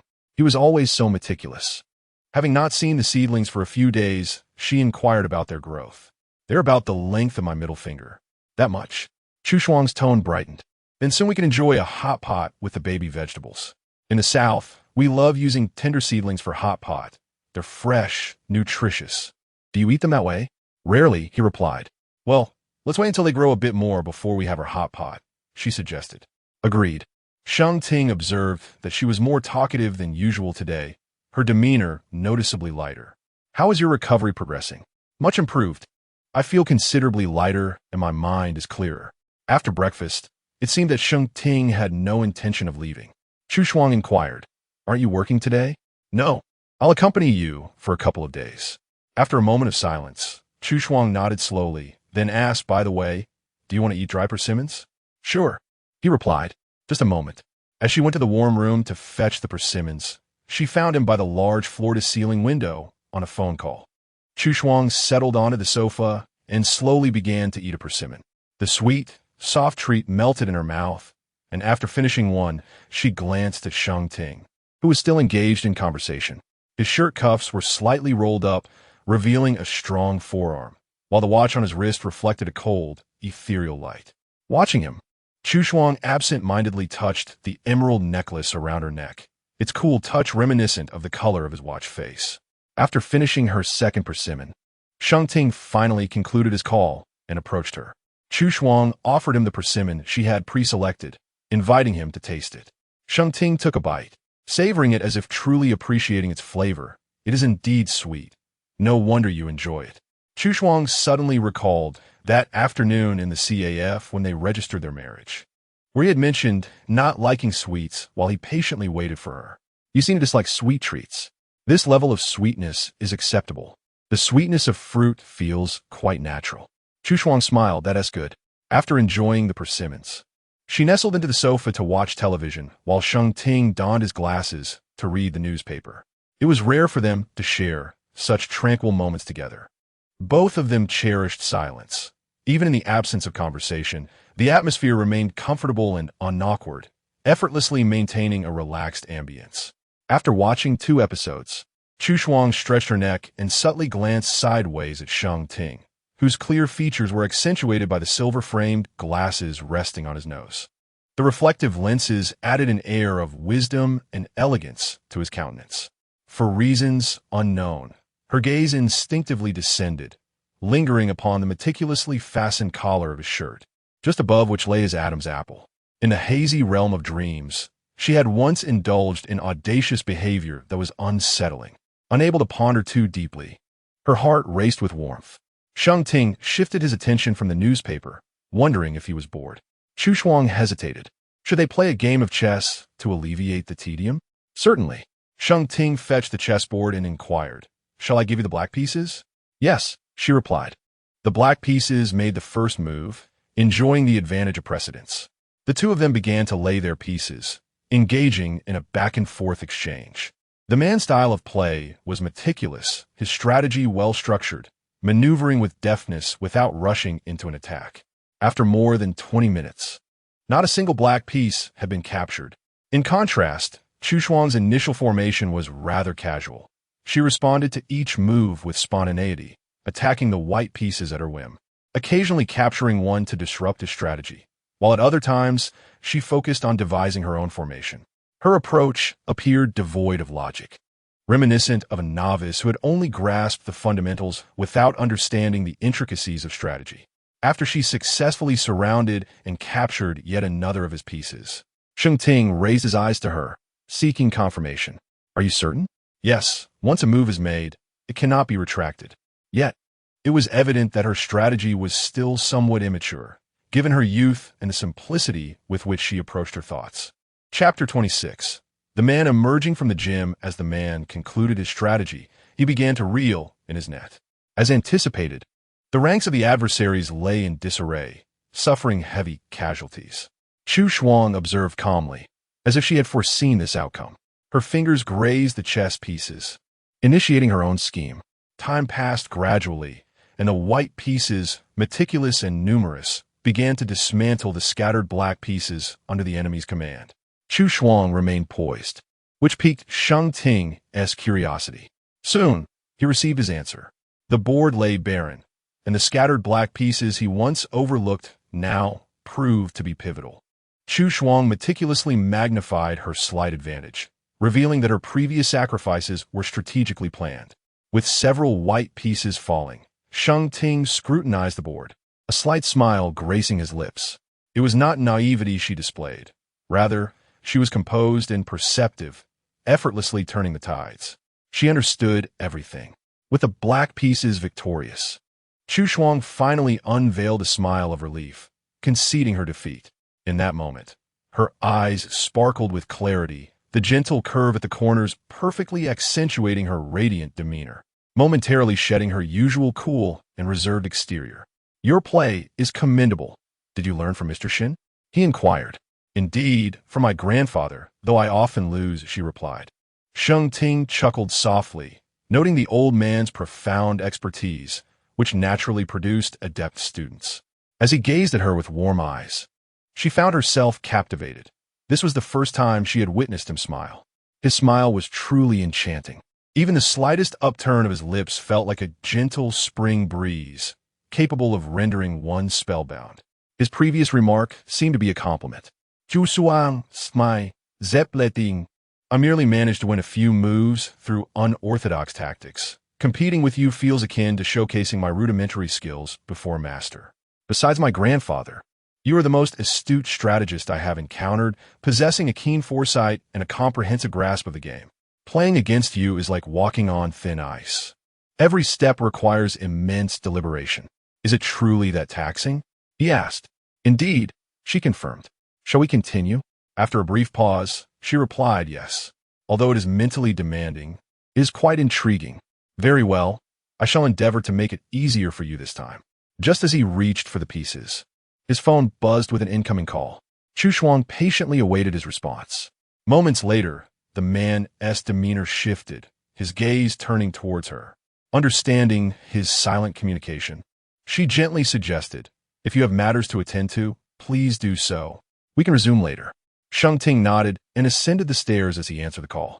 The living room fell into tranquility. Chu Shuang focused on the chessboard, capturing a photograph of the arrangement before glancing outside. The snow fell in thick, feathery flakes, covering the ground more deeply. From her vantage point, the expansive glass wall framed a breathtaking panorama of the snow-laden world, creating an exquisite tableau. She snapped another photo of the wintry scene and updated her social media with the caption, "The compatibility of snowy day and a chessboard is 100. Aunt Yuan arrived with steaming cups of warm goat milk tea and light snacks. After indulging, Chu Shuang reclined on the sofa, gazing at the snowfall. It was a revelation that the northern regions could experience such relentless snow. Her hometown, Beijing, a southern water town, seldom saw snow in winter, only a fleeting dusting that vanished by the next day. Once she recovered from her illness, she vowed to invite Sheng Yao for a snowball fight. The cold weather made her drowsy. Feeling at ease in her solitude, she succumbed to sleep. In the midst of her slumber, someone draped a blanket over her. The crisp scent of cedar unmistakably identifiable. When she awakened again, the living room was devoid of any presence. Instinctively glancing at her phone, she noted it was 4 in the afternoon. A few red dots appeared in WeChat, and upon entering her moments, she discovered a plethora of likes and comments. She replied to each one succinctly until she stumbled upon a comment from her elder cousin, Shun Hiru. What an exquisite game of chess. The white pieces are remarkably clever, while the black pieces were so close to victory. With a sense of confusion, Chu Shuang returned to scrutinize the chessboard. Upon careful observation, she unearthed a new perspective. The intricate and convoluted game revealed itself to be a web of entanglement. This time, focusing on the details made her realize that she had not won at all. Sheng Ting had long since stifled her momentum. At a glance, it appeared as though she had triumphed, but in truth, she was the one ensnared. Enlightened, she remained in a daze for a prolonged moment. Sheng Ting was aware of the outcome, yet chose not to dismantle her illusion of victory. From any angle, he had decisively won this match. To observe a game is akin to observing a person. It is indeed fascinating. She adjusted the blanket, gathered her belongings, and ascended the stairs, instinctively heading toward the side bedroom. Suddenly realizing her mistake, she turned and proceeded to the master bedroom instead. The color-changing roses graced the nightstand's vase, exquisite and vibrant. A mere glance was enough to bring joy. Gently exhaling warmth onto the flower's heart, the petals transformed to a mesmerizing blue, captivating her gaze. A subtle smile graced Chu Shuang's lips. She picked up a book from a nightstand and nestled into the cloud-like bed, playfully swinging her feet as she began to explore the literature he had read. The text was somewhat profound and obscure, and soon, fatigue overcame her. After finishing his tasks, Sheng Ting descended to find her absent. Upon reaching the master bedroom, he immediately spotted her peacefully asleep, clutching his copy of Rawls' A Theory of Justice. Leaning down, he noticed the chapter she had been reading. Justice is the primary value of social institutions, much like truth is the primary value of a system of thought.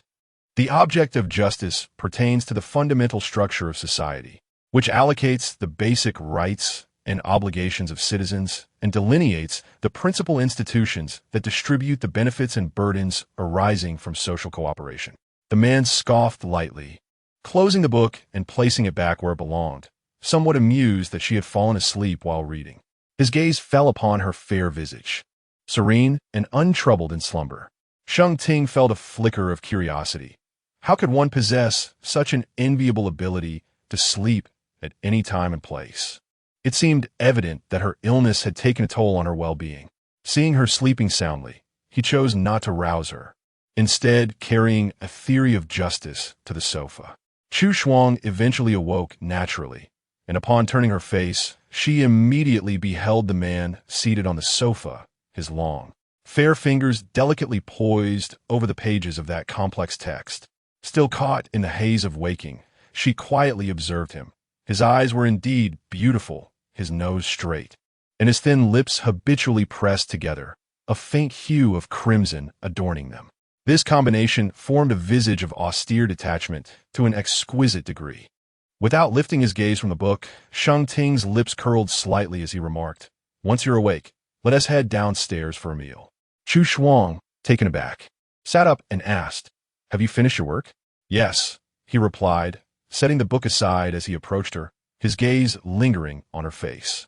"What is wrong?" she inquired, puzzled. "There is a mark on your face." As the first frost descended like a formidable adversary, Chu Shuang covered her face and rushed into the bathroom. Upon inspection, she noticed her left cheek was slightly flushed, likely a result of the silver bracelet pressed against her skin while she slept, leaving a faint imprint that appeared somewhat amusing. Frustrated, she rubbed her face, realizing that this image did not convey intelligence in the slightest. The calm voice of a man resonated from outside the door, instructing her to tidy up and come downstairs. After washing her face and waiting for the mark to fade, Chu Shuang finally made her way downstairs. Earlier that afternoon, she had accepted a commission to design a couple's avatar. After dinner, she took her tablet into the living room to commence her work. The client expressed a fondness for the pairing of Sesomaru and Rin from Inuyasha. Chu Shuang gathered and organized numerous character images before beginning her sketch. She was in good form that day. Within 2 hours, she had outlined the base image and applied color. Stretching her slightly stiff neck, she decided to refine the details the following day.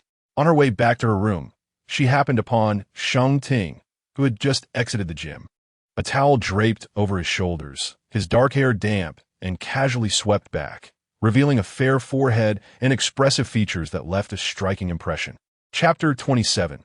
Uncle Sheng exudes an aura of authority. One glance at Sheng Zhao's imposing figure reveals a man of remarkable physique.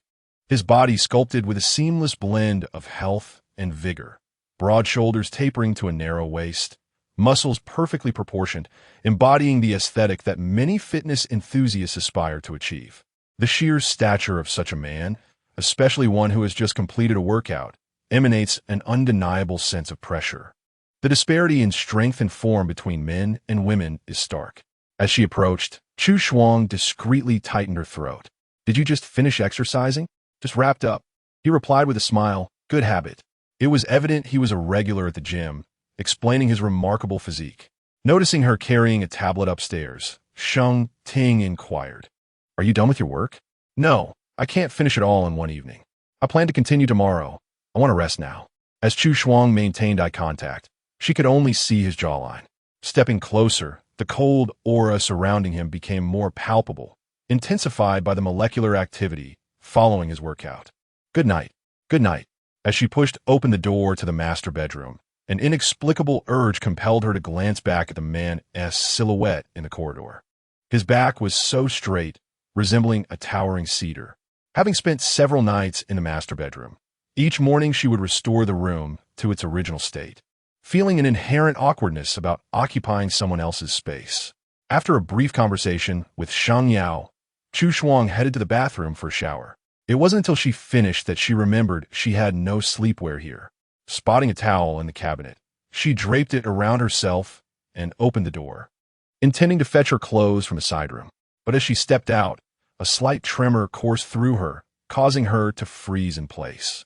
Her gaze fixed on the man seated on the sofa, her mind momentarily blank. Sheng Ting's attention had already shifted to her, holding her in his steady gaze for a couple of seconds before lightly asking, "Did you shower?" The more composed he appeared, the more her ears flushed with warmth, accompanied by the guilt of being caught in a moment of vulnerability. "I hadn't bathed for a few days. I simply couldn't endure it any longer." His eyes remained calm. "Are you unaware of your own condition?" Clutching the towel, Chu Shuang spoke with uncertainty. "I thought it was fine to wait until I felt ready." The air hung heavy for a moment as he noticed her thin towel and damp hair. "Aren't you cold? Go put some clothes on." With pursed lips, she softly replied, "The clothes are in the side room. I'll fetch them." She intended to dry her hair afterward. By the time she finished her sentence, he had already risen to leave the room. After a brief pause, she turned on the hairdryer to dry her hair. When Sheng Ting returned, he had several sets of sleepwear draped over his arm, each set consisting of long-sleeve tops and pant for warmth. He placed the garments by the bedside before changing into his own. Chu Shuang chose a smoke blue set and headed to the bathroom, leaving the rest of the outfits for Sheng Ting to hang in the wardrobe. Taking a moment to calm her heartbeat, she organized her hair in front of the mirror before stepping back outside. "Come and drink this," he commanded, as a bowl of light brown soup sat prominently on the table. So, he had come to deliver soup. Following his instruction, she picked it up and took a sip, only to be taken aback by the overwhelming flavor of ginger that assaulted her senses, causing her to cough unexpectedly. "What is this?" "Brown sugar ginger tea." From a young age, Chu Shuang had never been fond of ginger. Upon hearing this, her brow furrowed, and she hesitated for a long time before finally taking a second sip. The man beside her gazed at her intently, and after a moment of contemplation, she lifted her eyes and stated, "I do not like ginger soup," her expression clearly conveying her aversion. Sheng Ting's dark eyes remained calm as he observed her delicate brows knitted together. He slowly parted his lips. "This is medicine. No matter how unpalatable, you must consume some." His tone was cold, formal, and businesslike. Chu Shuang lowered her gaze to the ginger soup, remaining silent for quite some time. During her time at the Shen family, everyone was aware of her distaste for ginger, and it had never appeared in her meals. No one had ever compelled her to eat what she disliked, even for what they believed was her own good. However, Sheng Ting was, after all, unfamiliar with her preferences and was genuinely concerned. Taking a deep breath, she drank most of the bowl in one go, the spiciness burning her throat, the sharp taste of ginger filling her senses, the sweetness of brown sugar unable to mask it. Her fair complexion nearly contorted in distaste. It was evident she did not enjoy ginger soup. Sheng Ting produced a small bag of candied fruits from somewhere and pressed it into her hand. Chu Shuang accepted it, finding the fruits within glistening and plump with honey. She selected a jujube and placed it in her mouth, enjoying the fragrance of the fruit combined with the sweetness of the honey. "Chéri pour you mo?" he inquired, to which she shook her head. Sheng Ting then took the bowl from her hands and finished the remaining soup, leaving Chu Shuang momentarily stunned, before she offered him a jujube. He accepted it with his long fingers. "Have you been sleeping well these past few nights?" "Yes, I do not have trouble adjusting to different beds. The master bedroom is more comfortable than the side room. You should stay here from now on." Sheng Ting rose with the bowl in hand. "Get some rest early. Do not spend too long on your phone tonight." "All right." After rinsing her mouth in the bathroom, she climbed into bed when a message from Li Bingbing arrived. "Let us share good things together." Following, there was a short video of a man, shirtless, doing push-ups on the bed illuminated by the setting sun. Li Bingbing exclaimed, "Ah, look at the veins on his hands, the taut waist and abdomen, and those muscles. Who wouldn't be mesmerized?" Chu Shuang watched, acknowledging that his physique was indeed impressive, capable of garnering hundreds of thousands of likes online. "His workout is commendable," she replied. Li Bingbing sent another video, featuring the same man, but this time by a mountain stream, clad in a traditional thin shirt, soaked through, revealing his chiseled abs, the shot imbued with artistry. "Look at his build. Those muscle lines are extraordinary, with such broad shoulders and a commanding waist. He must be quite capable." Chu Shuang typed, "What does having a good physique have to do with diligence?" Li Bingbing replied with a playful emoji. "Ahem, this capability is not what you think," realizing the implication. Chu Shuang was taken aback. "Bingbing, where did you learn such bold phrases?" Li Bingbing teased, TSK, TSK. Even as a married woman, you remain so innocent. Your Sheng uncle clearly exudes a dominant aura. And not everyone is fortunate enough to enjoy the blessings of Mrs. Sheng. But with your delicate constitution, can you keep up? Reading those words, a faint blush crept onto Chu Shuang's cheeks. The thought of such matters was impossible to associate with Sheng Ting. The man radiated an aura of restraint and abstinence, seemingly oblivious to such inclinations. They had been married for 2 months, and he always maintained decorum, fulfilling his duties as a husband while granting her the freedom and respect she deserved. Yet that was where it ended. The emotions a man harbors for a woman are often discernible, and in the case of Sheng Ting, his gaze remains perpetually calm and untroubled, devoid of romantic inclination towards her. This evening, as she emerged from the bathroom in disarray, Sheng Ting's eyes did not flinch. He regarded her with unflinching composure. Gently pressing her hand to her heart, Chu Shuang found herself at a loss to articulate the sensation that enveloped her. Her gaze fell upon a jar of preserved fruits on the bedside, and as she popped one in her mouth, its sweetness lingered delightfully. She could not respond to Li Bingbing's remarks. After bidding goodnight, she extinguished the light and succumbed to slumber. In her dreams, a surreal tapestry unfolded, one moment revealing a youthful Sheng Ting, the next transporting her to a time before her separation from guise, where they were spotted shopping together by Sheng Ting. The scene then shifted abruptly, plunging her into a room shrouded in impenetrable darkness. The atmosphere within was suffocatingly warm, the man's presence overwhelming her senses. Chu Shuang recognized this as the master bedroom. A slight movement revealed her wrists ensnared, and in the obscurity, the man's features remained obscured. Yet his towering silhouette was discernible, accompanied by a refreshing, woodsy fragrance that stirred her thoughts. Chapter 28. Fulfilling a wife's duty, a warm breath brushed against her ear, causing Chu Shuang to shiver slightly. Her voice trembling, "Uncle?" Sheng Ting's kiss shifted to her neck, and upon hearing her words, he let out an ambiguous scoff. "Uncle? Are you calling me like Shang Yao does, or like Shang Yang? What does that mean?" As his hands began to peel away her clothing, his deep voice resonated. "Do you fancy Shang Yang?" Chu Shuang shook her head vigorously, sensing danger. "No, I do not." His long fingers glided over her brows and eyes, tracing down her nose to rest upon her delicate lips, pressing lightly. What should I be called? Her heart raced uncontrollably, the air thick with tension. And though 2 words lingered on the tip of her tongue, they refused to escape her lips. Predictably, the man was not angered. Instead, he chose action over words. His movements forceful and unyielding, lest fulfill a wife's duty. Chu Shuang bit her lip, her mind engulfed in confusion. The tumultuous scenes blurred. In a fleeting moment, his thin lips drew near, a tender kiss that sent shivers through her. Upon abruptly opening her eyes, she found the ceiling starkly white. 3 seconds later, the realization of the dream washed over her, prompting Chu Shuang to bury her face in the blanket, her toes curling as she gasped for breath, struggling to regain composure. After freshening up, she opened the door to find Sheng Ting ascending the stairs. Spotting her, he halted, having awakened earlier than anticipated. He held a glass of milk, impeccably dressed, with a sapphire blue tie accentuating his pronounced Adam's apple. The dream's vivid imagery resurfaced, causing Chu Shuang's gaze to burn. She quickly averted her eyes. "Are you heading to work? You haven't overslept, have you?" Sheng Ting handed her the milk. "I thought you might have forgotten." It turned out he had come upstairs to rouse her. Following him downstairs, Chu Shuang took a sip of the milk, her inner turmoil contrasting sharply with her outward calm. Breakfast featured delightful crystal purple sweet potato cakes, visually appealing and pleasantly chewy. Chu Shuang maintained impeccable dining etiquette, quietly savoring her meal without being picky. Yet today, her silence was excessive. She kept her gaze lowered, fixated solely on the cake. Noticing her peculiar behavior, Sheng Ting interjected, "Eat something else. Don't just focus on that." "All right." She obediently selected a nearby, steamed dumpling, chewing slowly with downcast eyes, while Sheng Ting took a measured sip of tea. After finishing their meal, he donned his suit jacket.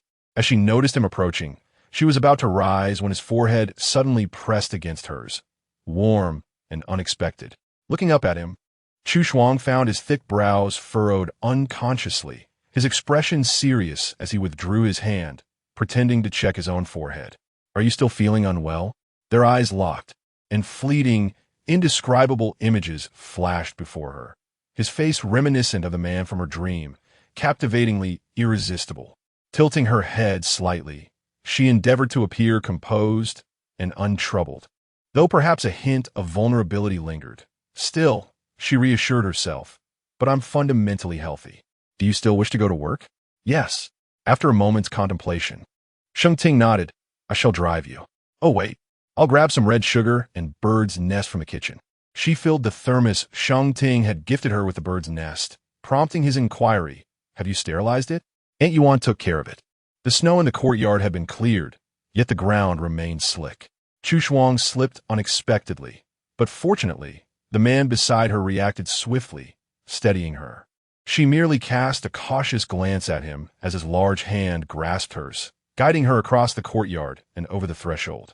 Once ensconced in the back seat of the Maybach, Chu Shuang placed her bag beside her, her left wrist slightly stiff, as if still lingering with the warmth of his touch. His palm radiated an intense heat.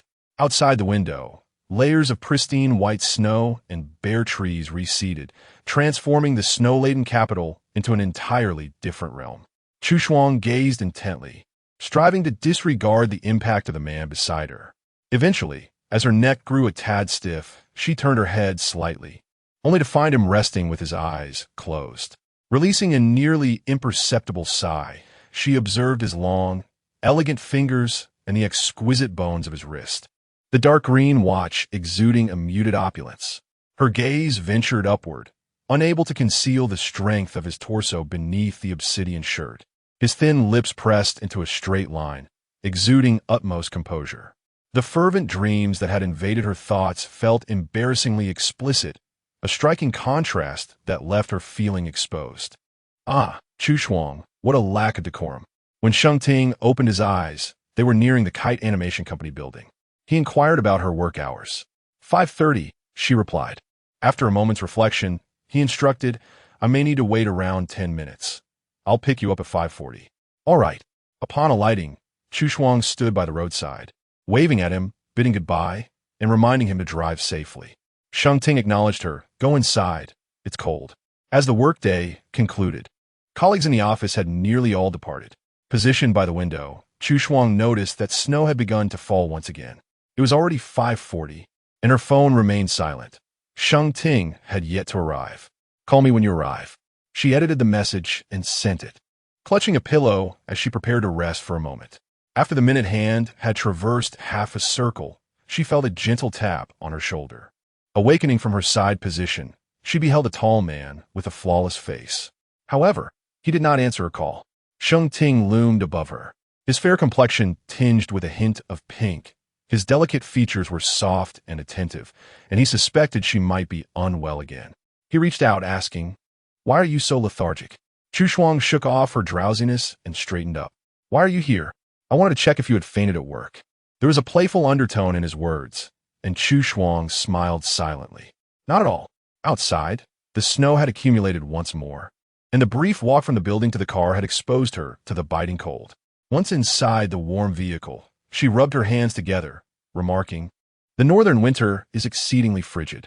In response, the man increased the heat, stating, It's quite normal for someone raised in the south to struggle with this chill. Encountering such severe cold for the first time, this illness struck too swiftly.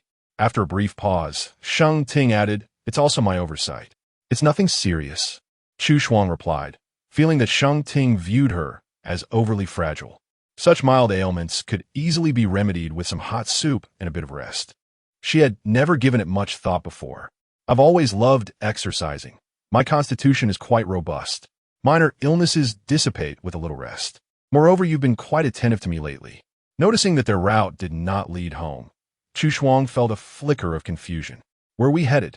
The old house has mentioned the desire to savor the first hot pot of lamb in winter, and your niece has been urging me for days to take you there. Upon hearing about the lamb hot pot, her eyes sparkled with excitement. She has heard that the hot pot in your capital is quite authentic, yet she has never had the chance to taste it. The mere thought of food intensified her hunger. Winter naturally accelerates bodily consumption, and today she has waited quite a while for him. Out of the corner of his eye, Sheng Ting noticed her subtly caressing her stomach. Hungry? A little. Opening the back seat's thermal container, Sheng Ting retrieved a bottle of warm milk and 2 pieces of chocolate from the adjacent storage box. Let us have a little something first. Upon seeing the chocolate, Chu Shuang momentarily lost focus. Sheng Ting was not particularly fond of sweet treats. Why would he have these in the car? Could it be for her? How thoughtful. Sipping the milk through a straw, she found it to be pure. It sweetened her heart. The 2 pieces of chocolate he offered were quite large. She unwrapped one, broke off 2/3, and consumed it, unable to eat any more. She turned to Sheng Ting and asked, "Would you like some?" She inquired lightly, knowing he might not have a taste for such sweet confections. Chapter 29. The fortunate uncle, are you unable to eat any more? Sheng Ting took the remaining small piece and placed it in his mouth, his demeanor unperturbed, revealing neither distaste nor delight. Ultimately, they shared the last morsel of chocolate. Is it sweet? Excessively so. Chu Shuang let out a sudden light laugh, prompting the man to glance at her. She cleared her throat, composing her expression, and turned her gaze to the snow-laden scenery outside. The gentle curve of her lips remained unbroken throughout the journey. Upon arriving at the ancestral home, the driver presented a black umbrella. Sheng Ting held the umbrella, guiding her through the courtyard as the snow fell softly around them. The space beneath the umbrella was narrow, and as their shoulders occasionally brushed, Chu Shuang recalled their first meeting when he too had held such an umbrella, slowly approaching her hazy field of vision. Annie, at the entrance awaited Sheng Yao, adorned in a deep red modified qipao, her waist gracefully accentuated, her smile radiant, truly a blooming flower of opulence. Are you feeling better? Completely recovered. Chu Shuang scrutinized her qipao, unable to resist complimenting. This outfit suits you beautifully. Is it new? Sheng Yao raised an eyebrow. It's a new Chinese style. Isn't it lovely? Exceedingly stunning. The wealthy flower's smile blossomed further as she linked arms with Chu Shuang and entered the house. After waiting a month, I just picked it up from the tailor yesterday. I had one made for you as well. For me? Mrs. Sheng smiled gently. Your figure is quite similar to Yao Yao's. She wished to surprise you, so she used her measurements to create one for you. Go upstairs and try it on to see if it fits. Chu Shuang's qipao was a delicate sky blue, tailored to accentuate her waist, adorned with phoenix buttons and lustrous white pearls as highlights. Once donned, she appeared extraordinarily beautiful. The waist is cinched quite tightly, she remarked, pinching the soft flesh at her sides while gazing into the mirror. She locked eyes with Sheng Yao's reflection. How does it look? Leaning against the wardrobe, Sheng Yao pondered for a moment, her red lips parting and closing several times. I anticipated this attire would suit you, and I knew you were beautiful. However, witnessing you in it, one cannot help but be captivated by your allure. One could not help but marvel. Truly, the uncle was exceptionally fortunate. The two descended the stairs together, and even before reaching the living room, Mrs. Sheng spotted them. Oh my, how well the outfit complements you, Shuang. I was initially concerned that using Yao Yao's measurements might not fit, but it appears tailor-made. Upon hearing this, Sheng Ting lifted his gaze and beheld the descending figure. Her dark hair flowing like silk, her delicate form accentuated by the sky blue qipao that showcased her graceful curves. Her demeanor was elegant, embodying the essence of a warm home. The qipao suited her far beyond mere aesthetics. Chu Shuang was aware of Sheng Ting's gaze upon her, and with her brows slightly furrowed, she followed Sheng Yao downstairs. Before dinner commenced, Sheng Yao eagerly pulled her into a game. It was their first time teaming up, and at that moment, Sheng Yao was still unaware of Chu Shuang's prowess. Andy, go take down the one in the southeast bushes. Chu Shuang felt disoriented. Southeast. Where's the bush? Seeing the character on the screen, moving in the opposite direction, Sheng Yao inquired, Are you going back to regain health? Prompted in time, Chu Shuang finally found the correct direction. I see the bush now. I'll go take him down. Sheng Yao raised her eyes from her phone. He has already left. Oh, has he? No worries. Follow my lead, and together we shall vanquish the formidable boss and collect the spoils.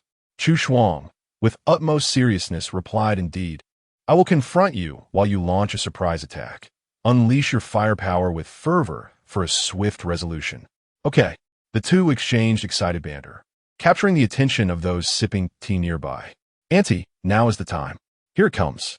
Chu Shuang activated her skills, firing her cannon with great zeal, charging towards the target for a decisive strike. Sheng Yao gasped in disbelief, her fingers momentarily frozen, staring at the screen in utter shock, unable to utter a word.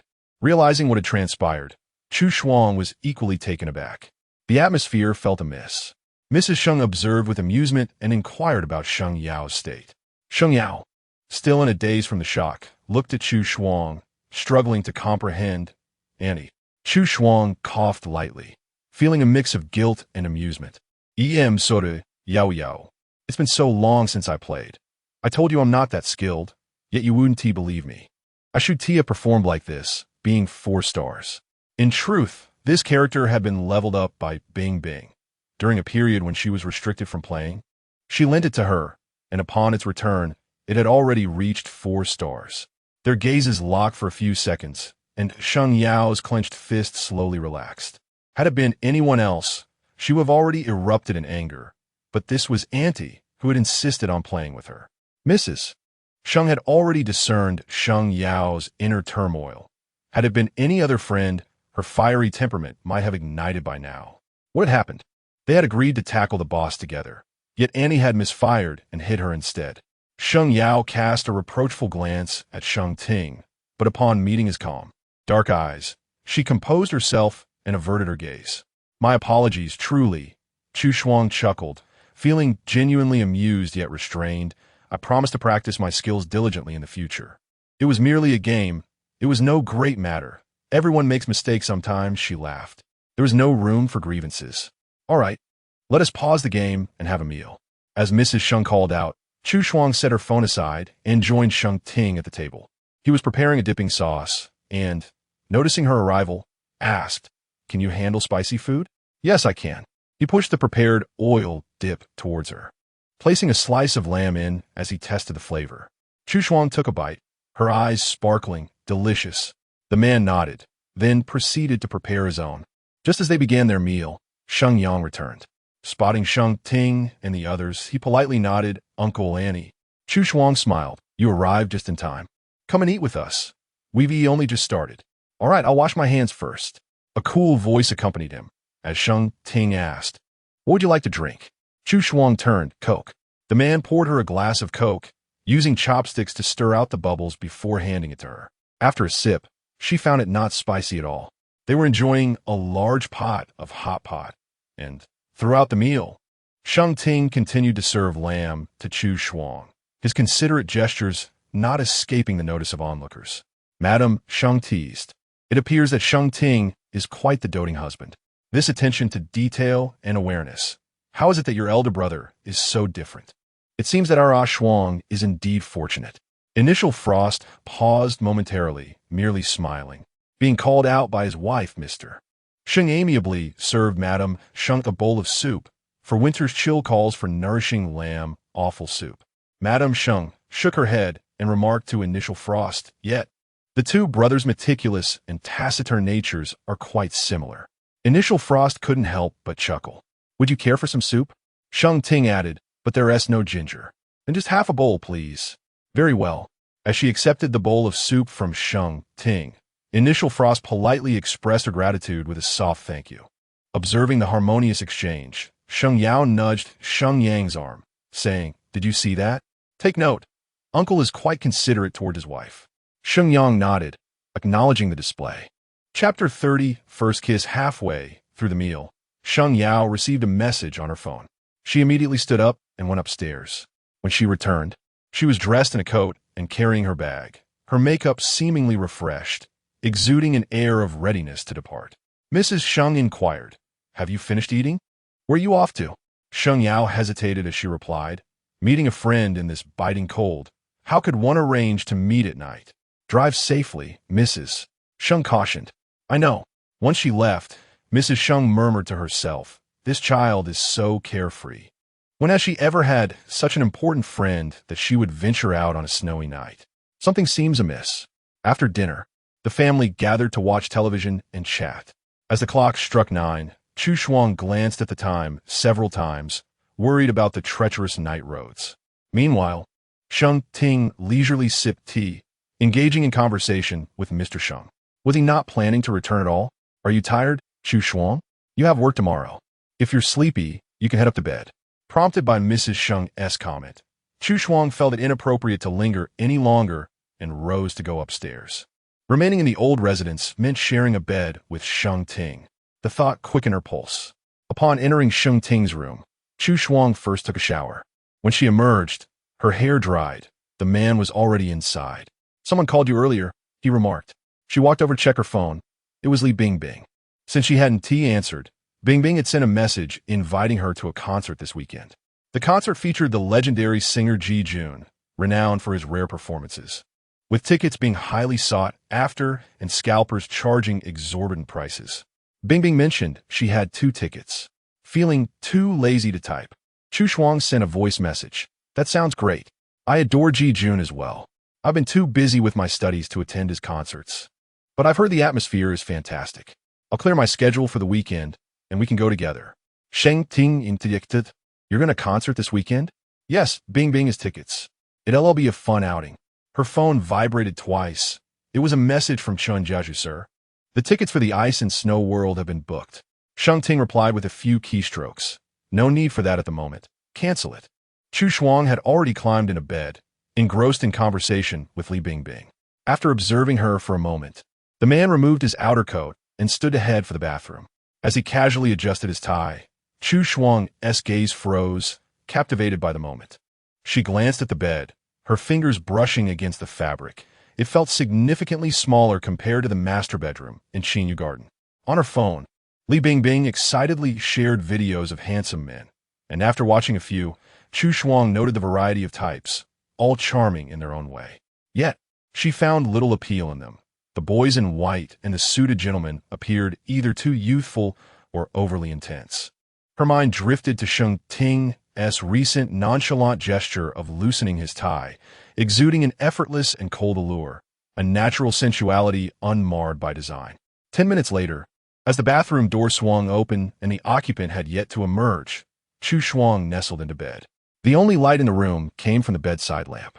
Sheng Ting placed a towel down, hesitating for a moment before stepping toward her. His footsteps drew closer.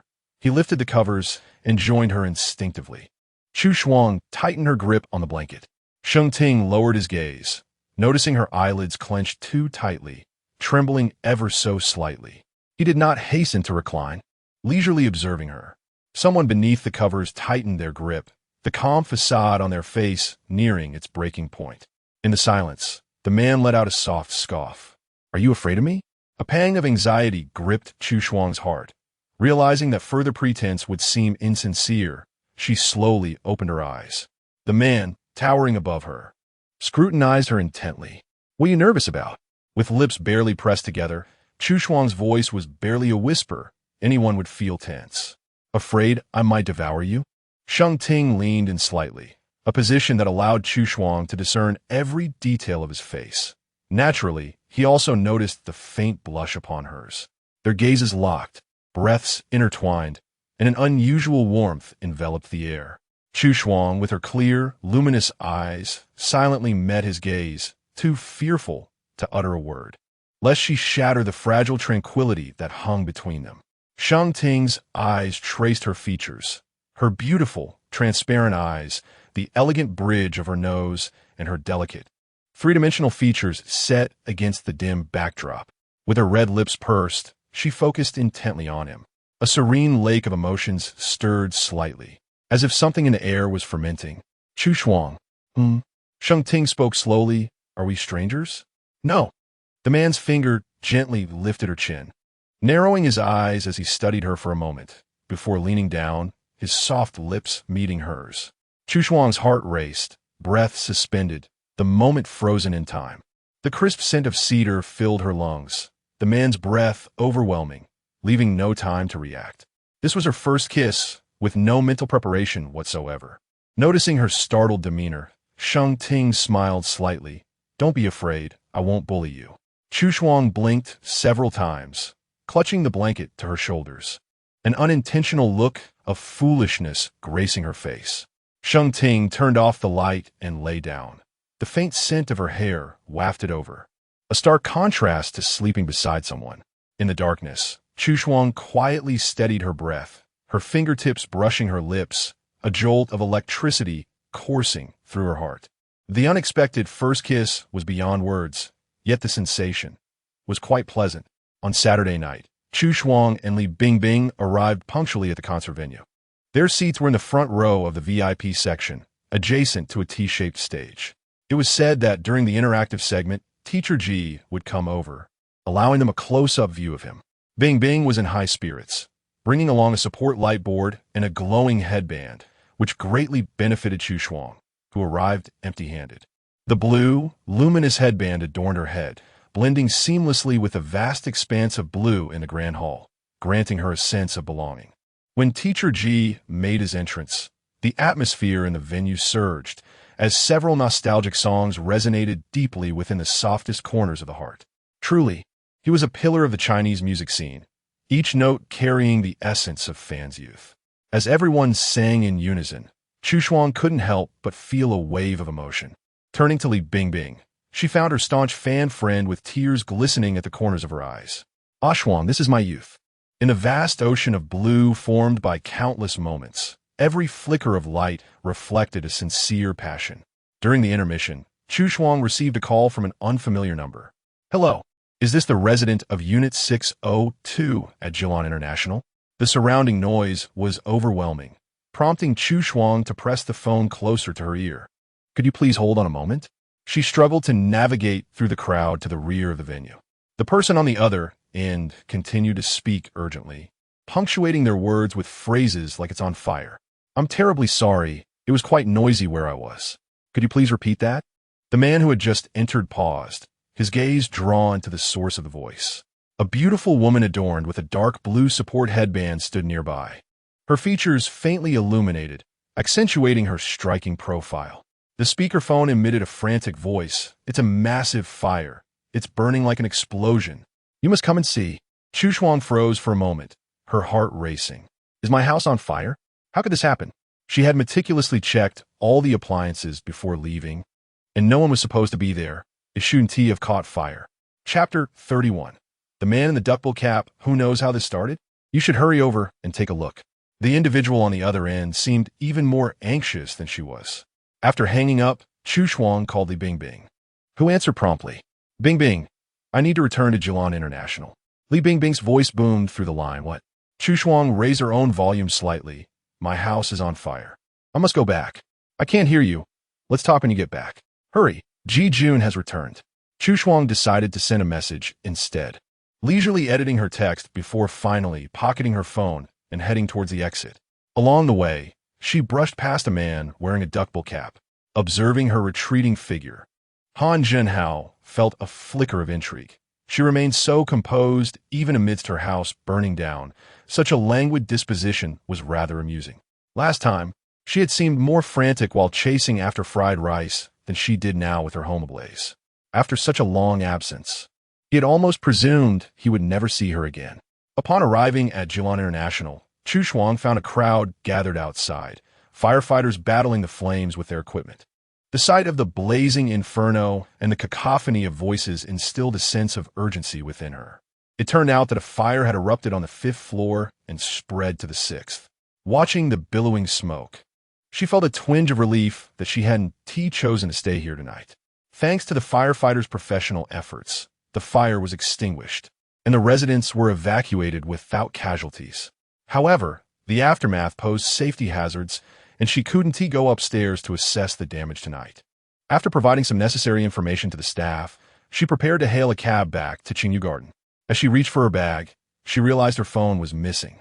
After pausing for a few seconds, she deduced it might still be in the taxi she had just exited. She would have to pay upon arrival. Just as she turned to the roadside to catch a cab, a Maybach approached. That license plate, it belonged to her family. As it drew closer, she recognized the rugged features of the man in the driver's seat. Chu Shuang was somewhat astonished. It was quite late. "What are you doing here?" Sheng Ting stepped out of the car, his gaze sweeping over her from head to toe. Satisfied to see her safe, he remarked, "I heard there was a fire here and feared for your safety." Chu Shuang smiled. "I was at a concert, so there was no danger. I only came after receiving the call. Fortunately, the fire had not occurred late at night." Observing the charred remains of several apartments, the man instinctively furrowed his brow. Had the fire broken out in the dead of night, and she had come here post-concert to spend the night, the consequences would have been dire. "Don't stay here again. It's too unsafe."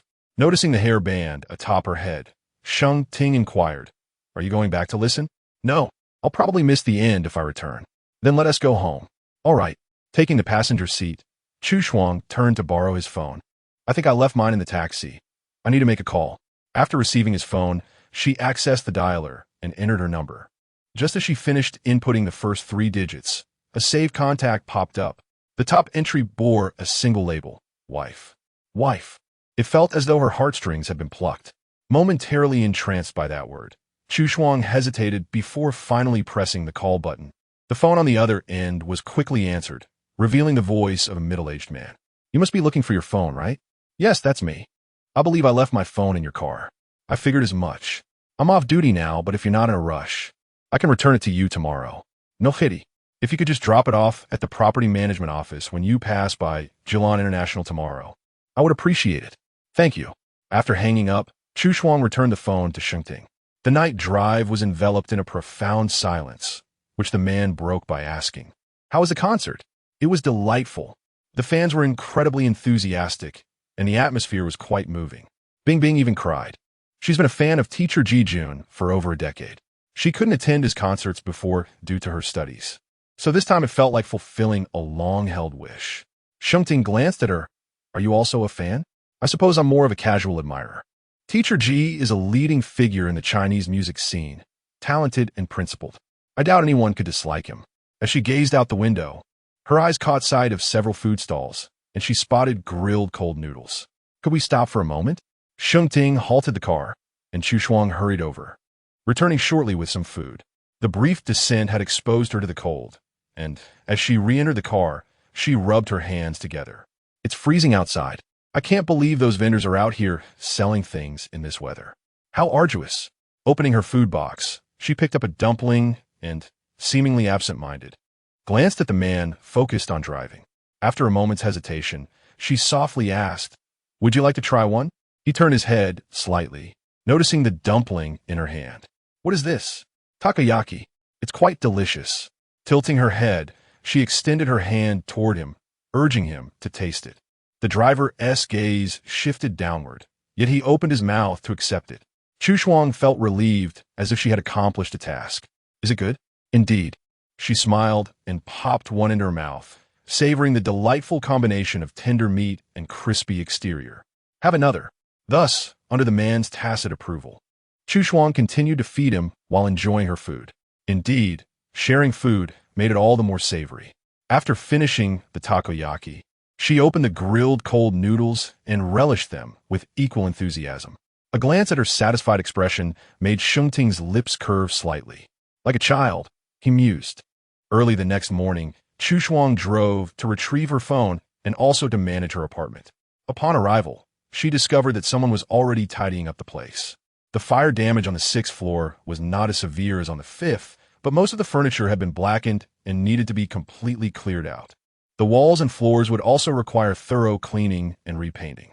Observing the housekeepers coming and going, Chu Shuang called Sheng Ting. "I see that someone is already attending to the apartment. Did you send someone over?" His voice was deep and resolute. "Yes. The renovation will take at least half a month. For now, you can stay at home. We can discuss using the apartment occasionally in the future." "All right," Chu Shuang replied softly, gripping her phone. "Thank you. By the way, were there any valuable items lost?" "No. I didn't have many things there, just some personal belongings." "Do you have work today?" He had been absent since early morning, and it was rare for him to have free time on a Sunday. After a busy meeting in the morning, she inquired, "Will you be back for lunch?" There was a pause of 2 seconds on the other end of the line, followed by silence. He mentioned he would be meeting a friend in the afternoon and asked if she would like to join. Since it was a gathering with friends, and a men's affair at that, Chu Shuang felt it inappropriate to intrude. She preferred to remain at home, indulging in television. All right, drive safely on your way back, she replied. Given that Sheng Ting had already arranged for someone to assist her, she found herself with some leisure time and intended to head home. Just as she started the car, she heard a knock on the window. Lowering it, she saw a man standing outside, wearing a cap, with a strong jawline and striking features that bore an air of refined nonchalance. Chu Shuang nodded in acknowledgement. Hello. Apologies for the interruption, he said, holding a cigarette between his fingers. His accent carried a distinct Beijing flavor. My car has run out of fuel and 1 budge. I was wondering if you could spare some gas. Would that be possible? Of course, I wouldn't ask for it without compensation, he added. Chapter 32. The way cinching vest following the direction of his raised chin, Chu Shuang observed a Koenigsegg parked not far away, its license plate reading 8888. Turning back, she checked the fuel tank, which was still sufficiently full. That works, but I lack a siphon, she remarked. Han Jinhao smiled, extinguishing a cigarette. I have one. When he retrieved the siphon, Chu Shuang had already exited the vehicle and noticed he had siphoned out half a bottle. If that's insufficient, siphon a bit more. There is plenty in the tank. This will suffice. We can reach the gas station ahead, he replied. Taking out his phone, the man casually suggested, let us connect on WeChat. I'll transfer you the fuel cost. No need. It's not much, and everyone has their struggles, she declined. That won't do, Han Jinhao said, scrutinizing her face closely, finding it increasingly to his liking. With a smile, he added, I dislike owing others. It's best to settle it. Noticing the earnestness in his gaze, Chu Shuang readily agreed, pulling out her payment QR code. All right, let us make it 10 yuan. Han Jinhao chuckled softly at the QR code. She appeared gentle and harmless, yet she upheld her principles. Adding you on WeChat ISNT, that's simple, he mused. All right then, thank you, young lady. No trouble at all, she replied. As she opened the car door and got inside, her phone rang. Upon answering, Li Bingbing exclaimed, Ah Shuang, you finally picked up? Did you get your phone back? I did. Thankfully, the driver was honest, she answered. Han Jinhao walked towards the Koenigsegg with the gasoline, murmuring, Ah Shuang? His gaze fell on the sleek vehicle before him, which he had deliberately chosen with his favorite consecutive numbers, yet the beauty hardly glanced at it. He clicked his tongue softly. Indeed, that was the appeal. If pleasure came too easily, it would lose its charm. After receiving Bingbing's call, Chu Shuang turned the car around to find her. Upon arriving at the mall, she spotted the stylishly dressed Li Bingbing and handed her the milk tea she had bought along the way. What brings you to the mall on such a cold day? We need to head back soon. I must buy some gifts for my little nephews, she replied. Chu Shuang paused. Are you returning to Guiyun? Yes. I've been in the capital for a while. I came to see you and attend my idol's concert, but now it's time to return, Bingbing confirmed. That's fine. Uncle Li and the others miss you. Once we part, we may not see each other for a long time. Being abroad isn't the same as being home. It's not easy to meet, Chu Shuang remarked. Li Bingbing playfully scratched Chu Shuang's chin. We'll meet again during the new year. You're not leaving Guiyun for good. Come visit my home then. After wandering through the mall, Li Bingbing had accumulated a significant number of bags. Influenced by her, Chu Shuang considered buying a few items to take back. Previously, Sheng Ting had given her many gifts, and she had yet to reciprocate. Passing by a menswear store, Chu Shuang called out to Li Bingbing, I want to take a look inside. Sounds good, Bingbing replied. Linking arms with her, curiosity piqued. Are you buying something for your man? Just looking, Chu Shuang replied. A sales associate approached them enthusiastically. How may I assist you ladies today? Which suits do you have that are the finest? The following row showcases the finest men's attire. Noticing the two individuals with striking appearances, the staff exhibited utmost courtesy. For whom is the young lady purchasing this? For men in their early 30s. Under the bright lights of the store, each suit exuded exceptional quality, leaving Chu Shuang unable to discern any inferior options. The silver-gray suit radiated elegance, while the navy gentleman's suit conveyed a sense of refinement, and the obsidian option was rather understated, yet it boasted the most flattering cut, complemented by an English waistcoat. Wearing this ensemble would epitomize the so-called ascetic aesthetic. Clothing indeed selects its wearers. Observing the staff's hesitance, Li Bingbing inquired, What is the matter? There's only one piece in this style, and it is in a larger size. Oh, it's meant for someone tall to carry it off properly. Li Bingbing lazily smiled while adjusting her earrings. The gentleman at home is nearly 9 meters tall. I think it suits him perfectly. For someone who is 9 meters, it would be no issue at all. A tall and robust man would undoubtedly look splendid in this outfit. Li Bingbing nudged Chu Shuang's elbow, teasingly commenting on the waistcoat. A fitted waistcoat, simply exquisite. I can already envision the scene. Chu Shuang cleared her throat, glancing at the staff. I'm not certain if he is 9 meters, but he should be around 88 meters. By the way, when purchasing a suit, one typically needs to try it on personally to ensure a proper fit, right? Rest assured, based on the height you've mentioned, this outfit will fit perfectly. I have been a sales consultant for 5 years. I possess sufficient experience in this regard. If you trust my judgment, you may take it home for him to try. If it doesn't fit, you can return it at any time. And if you remain skeptical, there's no rush to purchase. You can come back with him to try it on together next time. Bringing Sheng Ting along wouldn't classify as a gift anymore. Very well, please assist me in retrieving it. The salesgirl's eyes sparkled. Shall I help you select a tie? Certainly. With deft hands, she neatly folded the suit into a gift box, tying a crisp bow with a ribbon. Chu Shuang swiped her card with enthusiasm. Her gaze fixed unwaveringly on the stream of zeros displayed on the card reader.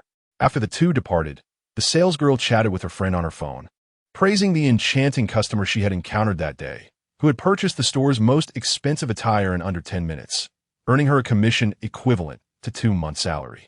After walking for a while, Li Bingbing recalled the moment when Chu Shuang had nonchalantly swiped her card in the store and teased her. It's rare to see you spend so liberally. You're quite generous when it comes to buying for your husband. I recall hearing that when you first arrived in the capital, you hesitated to seek a pricier apartment. Sometimes I just don't understand you. You're clearly wealthy, yet can be so frugal, even with yourself. Chu Shuang replied lightly, when cycling to the bar, one must save where possible and spend where it counts. Li Bingbing chuckled. No wonder you manage your finances so well. Spotting the restroom, Chu Shuang handed her belongings to Li Bingbing. Wait for me a moment. During her brief absence, Li Bingbing discovered something intriguing. When Chu Shuang returned, Li Bingbing was holding a tote bag. A farewell gift for you. Curious, Chu Shuang remarked. You never used to give farewell gifts. Just as she was about to unwrap it, Li Bingbing stopped her. Save it for later. After swimming for a while, I'm famished. Let us go grab a bite. They dined on spicy crayfish at a Sichuan restaurant, the flavors utterly captivating. Before departing, Chu Shuang packed an additional portion to take home. Upon returning to Qingyu Garden, she cast aside the farewell gift from Li Bingbing and ventured into the backyard to inspect her vegetables. The tender bok choy, mugwort, spinach, and cilantro thrived splendidly in their respective plots. It was time to prepare a delightful hot pot. She gathered a portion into her basket, eagerly anticipating the evening's feast. In the afternoon, she reclined on the soft sofa in the master bedroom, indulging in several episodes of her favorite anime. As she glanced out the window, she noticed the sky darkening. After a yawn, she slipped on her slippers and descended the stairs to assist Aunt Yuan in preparing dinner. You can wash the vegetables, and I'll take care of the hot pot broth, she suggested. Aunt Yuan observed her, sleeves rolled up and brimming with enthusiasm, and tentatively asked, Is that all right, madam? With confidence, Chu Shuang nodded. Of course, I am quite proficient in cooking. As Sheng Ting entered, Aunt Yuan was arranging the hot pot ingredients in the living room. While the sounds of clattering cookware emanated from the kitchen, Chu Shuang emerged, holding a pot, her hair elegantly secured with a wooden hairpin, sleeves pushed up to reveal her delicate arms, and her apron signified the culinary endeavors she had undertaken. Chapter 33. When will I return to the master bedroom? Upon seeing him, Chu Shuang's bright eyes curved slightly. They were having hot pot for dinner. As Sheng Ting gazed at the table laden with fresh vegetables and cuts of beef and lamb, he paused slightly, stating that he had already eaten. Chu Shuang's motion of placing duck blood into the soup pot halted for a moment. Oh, you've eaten already? I tried calling you, but you didn't answer. And I sent a message as well. My phone was upstairs, and after a rare bout of inspiration to cook, Chu Shuang graciously invited him to join, asking if he wanted to eat a little more. If he wasn't hungry, he could just have the vegetables, which were the freshest picked from the garden. I also brought back a large box of spicy crayfish, far too much for one person to finish. All right, I'll have a little with you. The man removed his coat and took a seat. Chu Shuang's eyes crinkled with a smile as she handed him a pair of disposable gloves. This was from lunch with Bing Bing. I thought it tasted quite good, so I packed some to bring back. You should give it a try. After peeling one and placing it in his mouth, Sheng Ting nodded in agreement. It was indeed delightful. After sampling the beef drawn from the hot pot, he remarked, I prefer this. Mrs. Sheng, your culinary skills are commendable. Chu Shuang felt a flutter in her heart and replied slowly, Is that so? Then do enjoy more. As Sheng Ting continued eating, he gradually set down his chopsticks.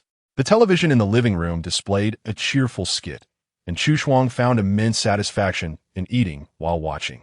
When she looked down again, she noticed a neatly arranged plate of peeled shrimp tails had appeared before her. Raising her gaze to the man, she saw him focused on peeling shrimp, his long fingers a sight to behold. His thoughtfulness and attention to detail left her wondering how he could execute it so well. After finishing their meal, they ascended the stairs.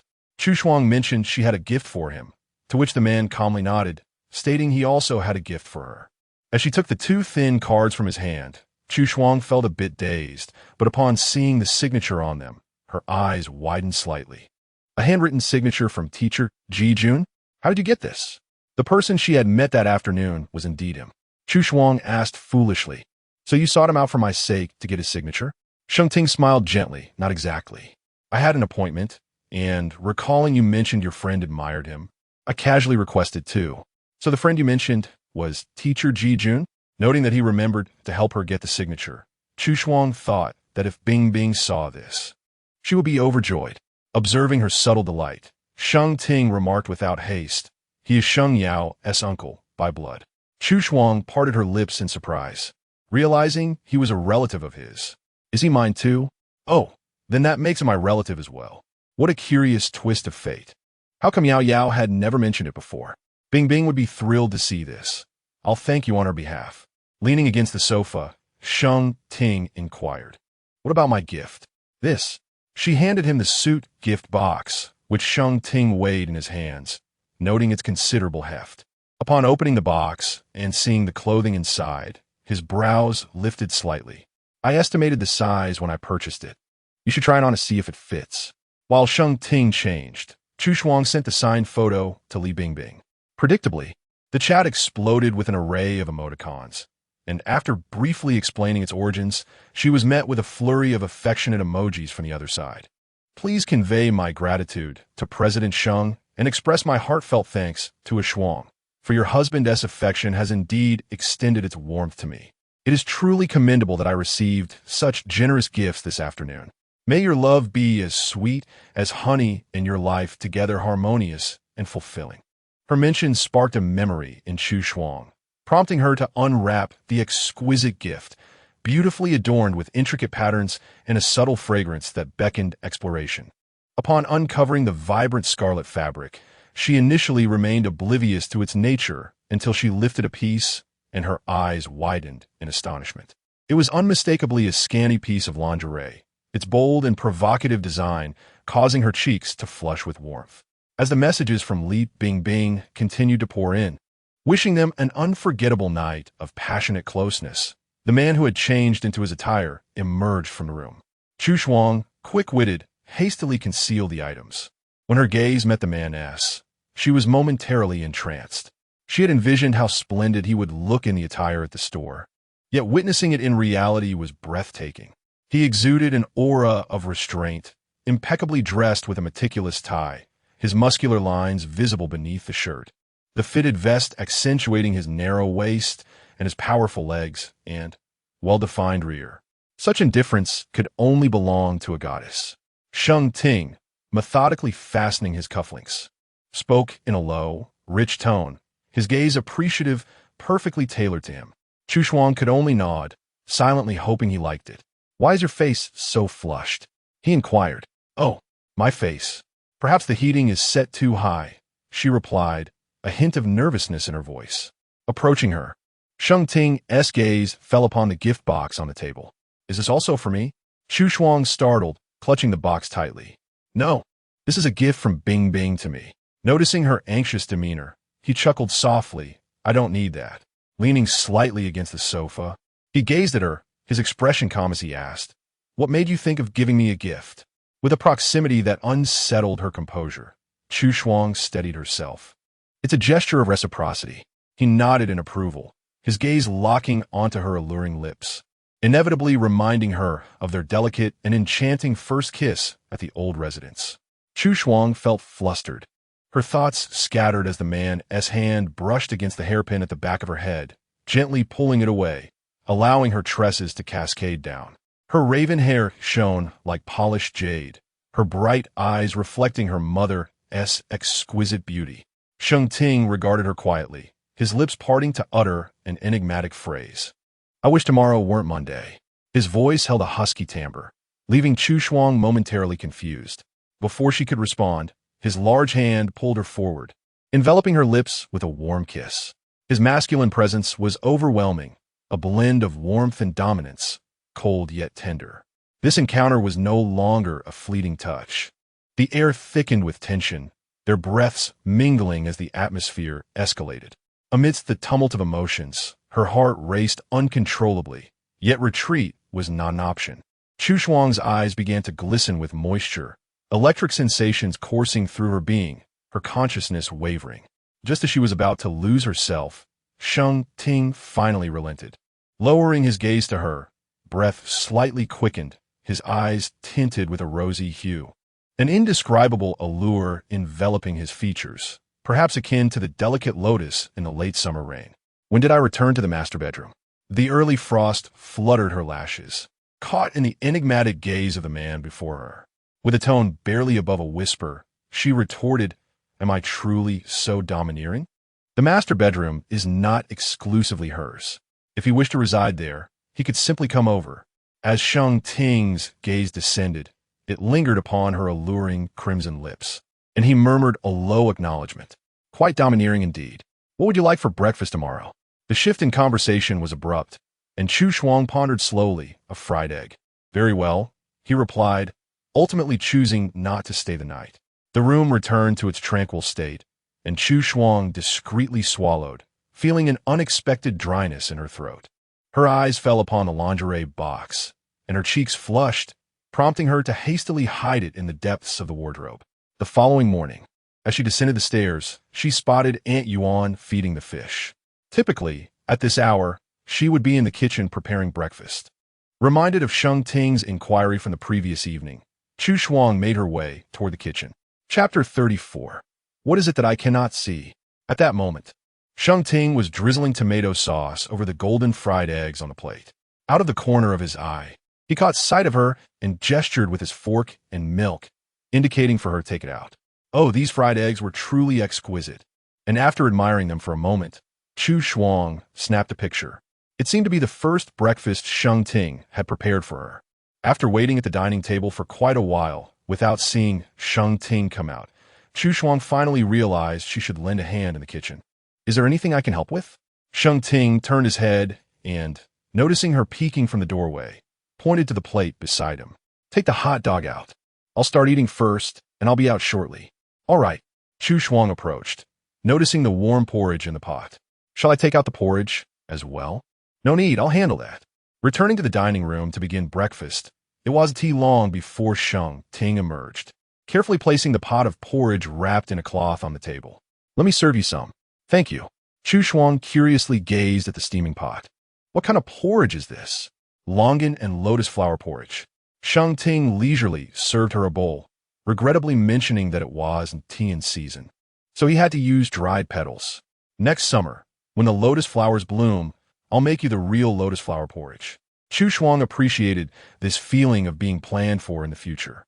All right, taking a taste of the porridge, the fragrance of lotus and longan blended together, with a subtle sweetness that was characteristic of him. It's delicious, Chu Shuang remarked, somewhat surprised. I didn't expect you to be so skilled. Sheng Ting remained unfazed. Do you think I'm completely inept in the kitchen? I just thought you were quite busy. Chu Shuang twirled the spoon between her fingers and earnestly said to him, Thank you for getting up early to prepare breakfast for me. You're truly kind. Sheng Ting smiled lightly. Just making breakfast warrants such praise? You must be easy to please. Since you find me kind, why did you always avoid me before? Chu Shuang paused slightly. I didn't tea. The man gazed at her for a moment, sat up straight, took out his phone, swiped a few times on the screen, and pushed the phone toward her. What is it that I cannot see? Chu Shuang was taken aback and lowered her gaze, seeing her moments on the screen with a line beneath it. Why did you block me? Clearing her throat, Chu Shuang feigned surprise. So you couldn't see my moments? I wondered why you never liked my posts. It must have been when I added you as a friend. I accidentally clicked something to restrict you. Let me fix that. With a smile, she reassured him. All right. What mix-up? How could I block you? Calmly watching her restore his access to her moments, Sheng Ting took the phone back, locking the screen without glancing at it as he focused on her. Chu Shuang.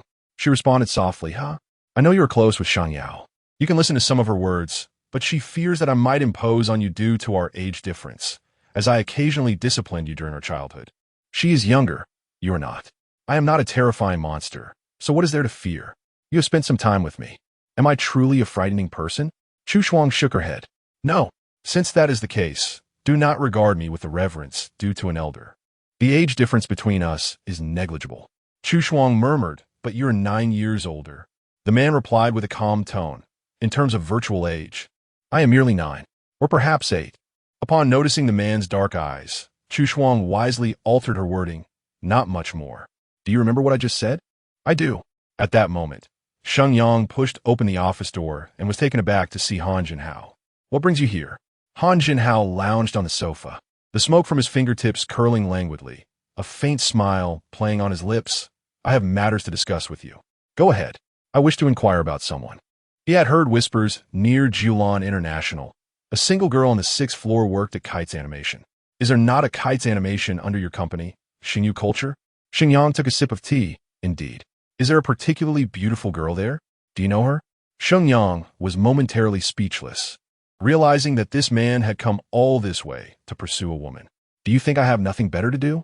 Those scattered subsidiaries managed themselves, staying at headquarters. He had no opportunity to meet any young ladies. Han Jinhao understood. I knew I wouldn't glean any information from you. I borrow your company system? Xing Yang made no move to stop him. Come over for dinner more often. Visit your aunt. Do not spend every day chasing after flowers. This has even entangled my company's employees. Han Jinhao typed a character into the employee information search bar, and several employee profiles appeared. Scrolling down, he caught sight of a particular avatar, and his gaze froze. At the same moment, Sheng Yang also noticed the information. Kites Animation, Ancient Style Team 2, Chu Shuang. Chu Shuang. Han Jinhao softly uttered the name while gazing at the woman's photograph, a smirk forming at the corners of his mouth, a name befitting her beauty, intriguing. Sheng Yang slowly raised an eyebrow. Is she the one you're searching for? Indeed. Han Jinhao enlarged Chu Shuang's photo. Isn't she beautiful? This serene, classical beauty is precisely my type. Noticing the triumphant expression on his face, Sheng Yang lowered his head with a chuckle. Let me offer you a word of caution. Not everyone is worth pursuing. Beware of weaving yourself into a web of complications. Han Jinhao shot him a puzzled glance. How could pursuing a girl lead to complications? Are you envious of my prospects? Can't stand seeing me find love before you? I heard your girlfriend is entirely devoted to her career and has gone abroad again. Sheng Yang's previously relaxed demeanor tightened. Han Jinhao had merely spoken offhandedly. He did not expect such a reaction, finding it quite peculiar.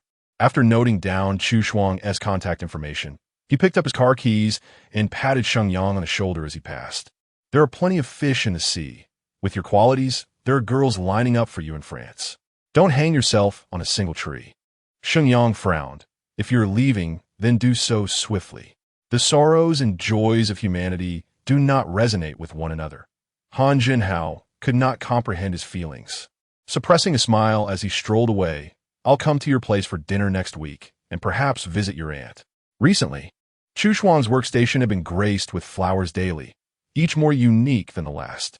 It is indeed an expensive floral boutique, renowned for its exquisite arrangements delivered daily, a luxury that ordinary individuals cannot afford. Colleagues jested that someone in the office has finally mustered the courage to pursue her, the elusive high mountain flower. However, there are only 2 men in their group. One is married, while the other appears to be quite forthright, showing no signs of ulterior motives.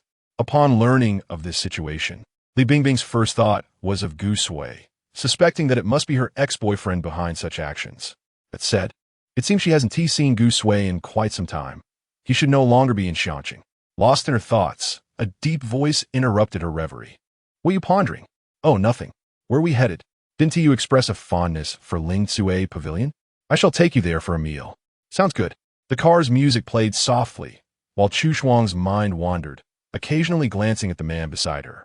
Sheng Ting, are you perceptive enough to have something to convey to me? Chapter 35. Why did you hit me? After a moment of contemplation, Chu Shuang decided that certain matters were best addressed openly. In truth, I had experienced a romantic relationship prior to my marriage. Well, the man's voice was neither loud nor soft.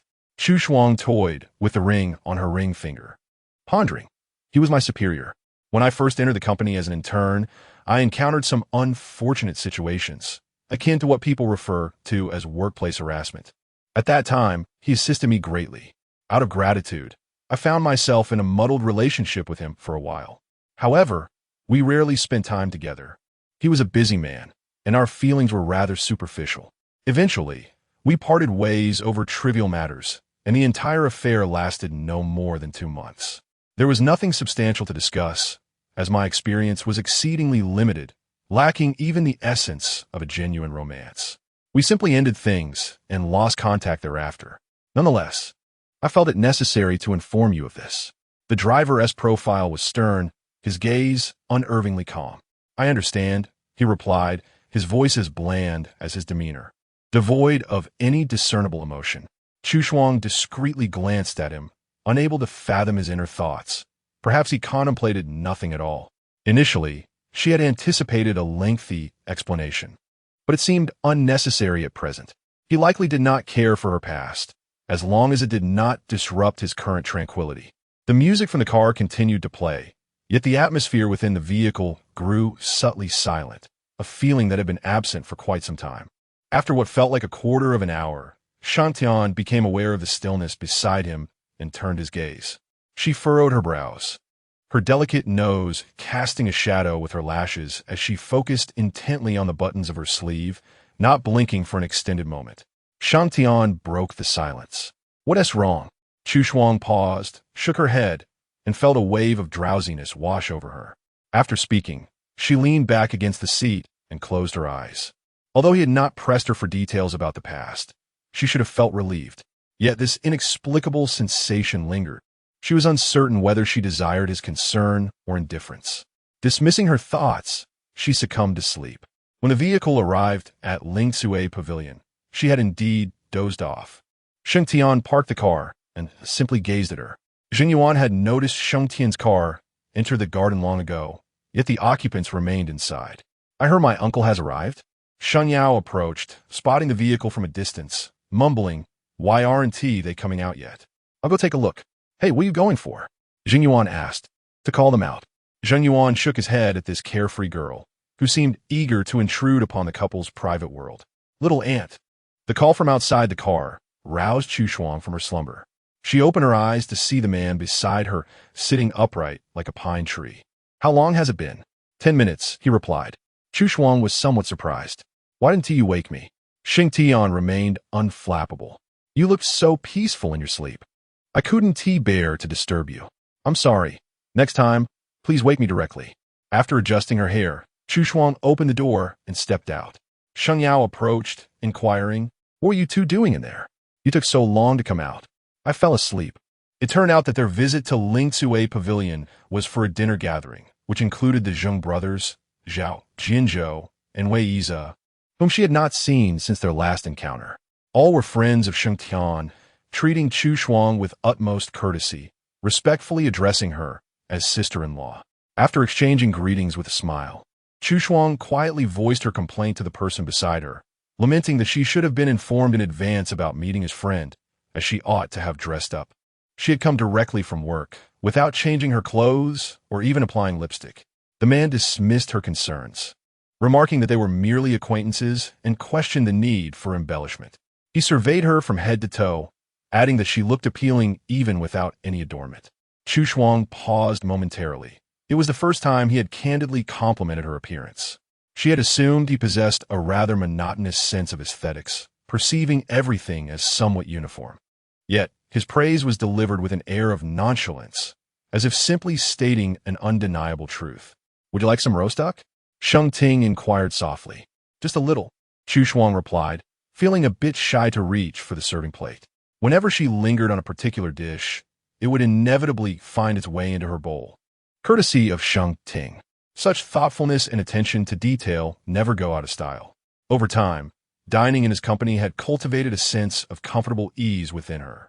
During the meal, Chu Shuang occasionally paid earnest attention to the conversations among the men, though more often than not. She was engrossed in her food or engaging in light banter with Sheng Yao. One of the advantages of dining with peers was the absence of the need to labor over table talk.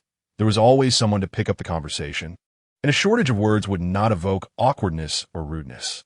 Chu Shuang preferred not to speak much while eating, naturally inclined to listen. The act of dining was paramount. She relished the experience of enjoying her meal while absorbing their amusing anecdotes, feeling relaxed and at ease.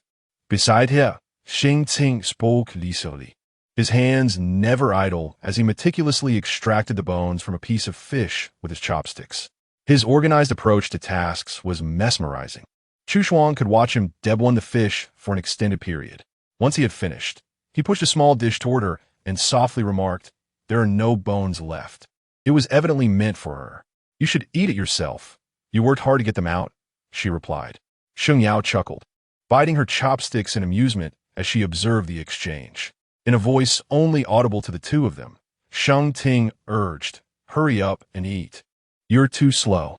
Across the table, Wei was visibly taken aback by Sheng Ting's attentiveness, reflecting on how rare it was to witness such a scene. "With such meticulous care, I might just want to marry you," he quipped, eliciting laughter from the group. Zhang Zhe chimed in, "Isn't that why he has a wife?" After finishing their meal, Chu Shuang and Sheng Yao took a stroll in the back garden. As they circled back, they spotted Zheng Yuan in the distance, and Sheng Yao, struck by a mischievous thought, quietly gathered a handful of snow from a flower bed and hurled it at him. Upon turning around and recognizing the mischief maker, Zheng Yuan retaliated in kind, and the two engaged in a playful snowball fight. Chu Shuang watched their antics with a smile for a moment before continuing her walk. As she passed through the garden archway, her gaze fell upon the tall figure of a man standing beneath a long-standing pine tree. His voice, imbued with a crisp quality, resonated with an air of refinement as he conversed earnestly with the person on the other end of the line. Pausing to observe him quietly for a brief moment, Chu Shuang pressed her lips together slightly.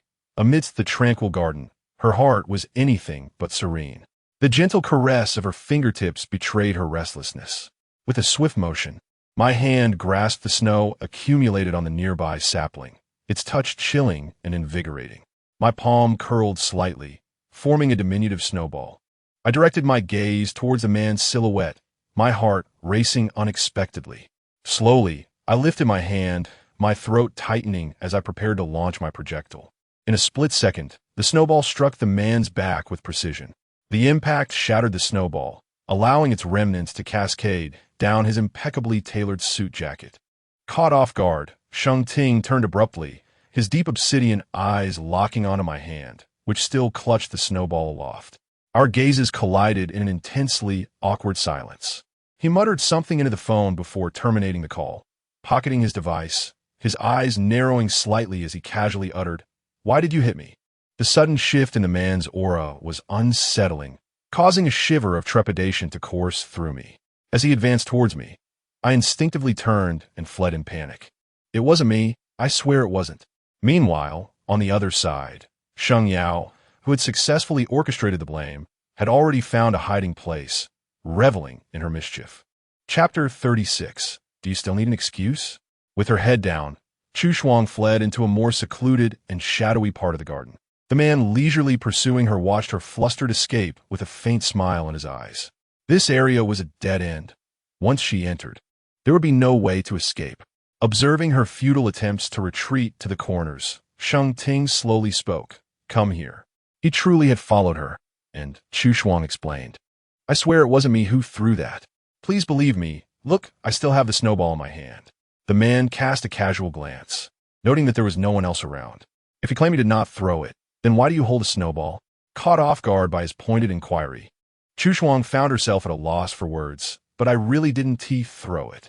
As the man drew closer, she swallowed hard, her back pressed against the icy wall with no room left to retreat. Sheng Ting stood before her, one hand propped against the wall, towering over her. His voice, a blend of magnetism and depth, resonated. You truly lack courage, Chu Shuang. Maintaining her composure, she offered, here, if you hit me once, we'll be even. She extended the cold snowball, closing her eyes and tilting her head in anticipation of the impending punishment, her eyelashes fluttering. Sheng Ting gazed at her delicate, pale neck, his eyes lingering on her beautifully shaped lips. Open your eyes. Chu Shuang felt her chin being lifted, and as she opened her eyes, a searing breath brushed against her lips, causing her heart to race. The handsome face before her, with its defined and rugged features, loomed closer, the sharp bridge of his nose pressing against hers. An overwhelming scent of cedar enveloping her senses. Experiencing such proximity for the first time, her heart thudded heavily, warmth flooding from her forehead to the rest of her body. The cold wall behind her contrasted sharply with the heat of his presence, and before she knew it, a large hand had encircled her waist, pulling her tightly against him. The intimacy was undeniably assertive, leaving no room for refusal. Sheng Ting was an expert at kissing. Both physiologically and psychologically overwhelmed, she found it impossible to resist. In a short time, she melted against him, her head spinning as if engulfed in heated mush. When released, she remained leaning against him, unlike her chaotic breath, which betrayed her flustered state. The man, composed and serene, exhibited no signs of disarray. Chu Shuang was genuinely taken aback by his dominant demeanor today. You. A low, husky sound emerged from her chest, laced with a hint of longing. You know it wasn't me. Chu Shuang began to realize. He was deliberately teasing her. And if it wasn't you? Sheng Ting's eyes twinkled with amusement as he watched her suppressed indignation. His tone languid. Do you still need an excuse to kiss? A flutter of excitement stirred within her, unable to withstand his direct gaze and words. Just as she intended to avert her eyes, her lips were lightly pecked. He, ever composed, suggested, let us head back. He then took her hand, leading the still-dazed girl out of the back garden. As the pair returned, late to the gathering, others exchanged knowing glances, fully aware of what had transpired without uttering a word. Sheng Ting appeared refreshed, while his little wife had flushed cheeks and disheveled lips, unmistakably indicating their recent escapade. It seemed that some individuals, typically aloof and restrained, were not entirely immune to temptation. Upon returning to Qingyu Garden, the night had deepened. They exchanged good nights and retreated to their respective rooms. After finishing her shower, Chu Shuang felt a bit parched and decided to head downstairs for some water. As she passed by the man's room, she heard the incessant ringing of a phone. Why wasn't he answering? Was he not in the room? With a tinge of curiosity, she gently pushed open the door. The room was dimly lit, and the phone on the table had automatically disconnected after a prolonged silence. A light shone from within the bathroom, indicating someone was inside. Just as she was about to turn away, the screen of the phone flickered back to life, this time revealing a message. Her gaze scanned the words, and she froze. Didn't you say you wanted to play with the model cars? I've saved the prettiest one for you. Come by tomorrow night. It was a message from Guise. She stood there for a few seconds, and when the screen dimmed again, Chu Shuang composed herself and exited the room before the man could emerge. Upon returning to her bedroom, her first task was to brush her teeth, ensuring every corner of her mouth was impeccably clean, followed by several rounds of mouthwash. She lay back down, attempting to cultivate a sense of drowsiness, but to little avail. After half an hour of fruitless attempts, Chu Shuang decided to get up and paint. It was only at 1 in the morning that fatigue finally began to wash over her. Though she had gone to bed late, she woke up early, and by the time Sheng Ting descended the stairs, she was already enjoying her breakfast. Rising quite early, Chu Shuang did not glance at the man, focused instead on her meal. There was an early meeting today. Sheng Ting barely had a few bites before she had finished. Grabbing her bag and keys, she stood up, saying, I'm off now. Previously, she would ride in his car, but today she intended to drive herself. Sheng Ting reminded her to be cautious on the road. The woman had already stepped over the threshold. 3 minutes after Chu Shuang left, Aunt Yuan suddenly ran out from the kitchen. "Madam, you forgot to take your thermos." The car had already driven far away, making it impossible to catch up. Aunt Yuan sighed softly, recalling how she used to prepare a cup of hot soy milk for her every morning. Why was she in such a rush today? Sheng Ting gazed at the thermos featuring a painting of a lotus, contemplating Chu Shuang's change in demeanor that morning. After work, Chu Shuang did not wait for him and drove herself home. During dinner, she received a message from the man. "Don't wait for me for dinner. I'll be back late." Glancing at the message, Chu Shuang remained focused on her meal. Once finished, she returned to her room to read and play with her dog. The minute hand ticked away on the wall clock, and soon it was 9 o'clock. Remembering the message she had seen in that room the prior night, a subtle pallor crossed her features. Sheng Yao called, and in the midst of their casual conversation, Chu Shuang suddenly inquired, "Yao Yao, do you really know your uncle well?" Sheng Yao paused, launching into a thorough analysis. Is there anyone who completely understands another? Not even between mothers and sons are there full disclosures. I conceal many things from my mother. People are complex, multifaceted beings, each harboring their own private corners. What we perceive as familiarity is merely relative. Who dares to claim they know everything about another person? Wouldn't you agree? With their essay stark contrast, Chu Shuang's voice was cool and measured, a tone she had not employed before, imbued with an elusive distance. Sheng Yao, perceptive as ever, softly asked, "Annie, what's wrong? Did you have a quarrel with my uncle?" Chu Shuang chuckled lightly, her tone brightening to its usual cheerfulness.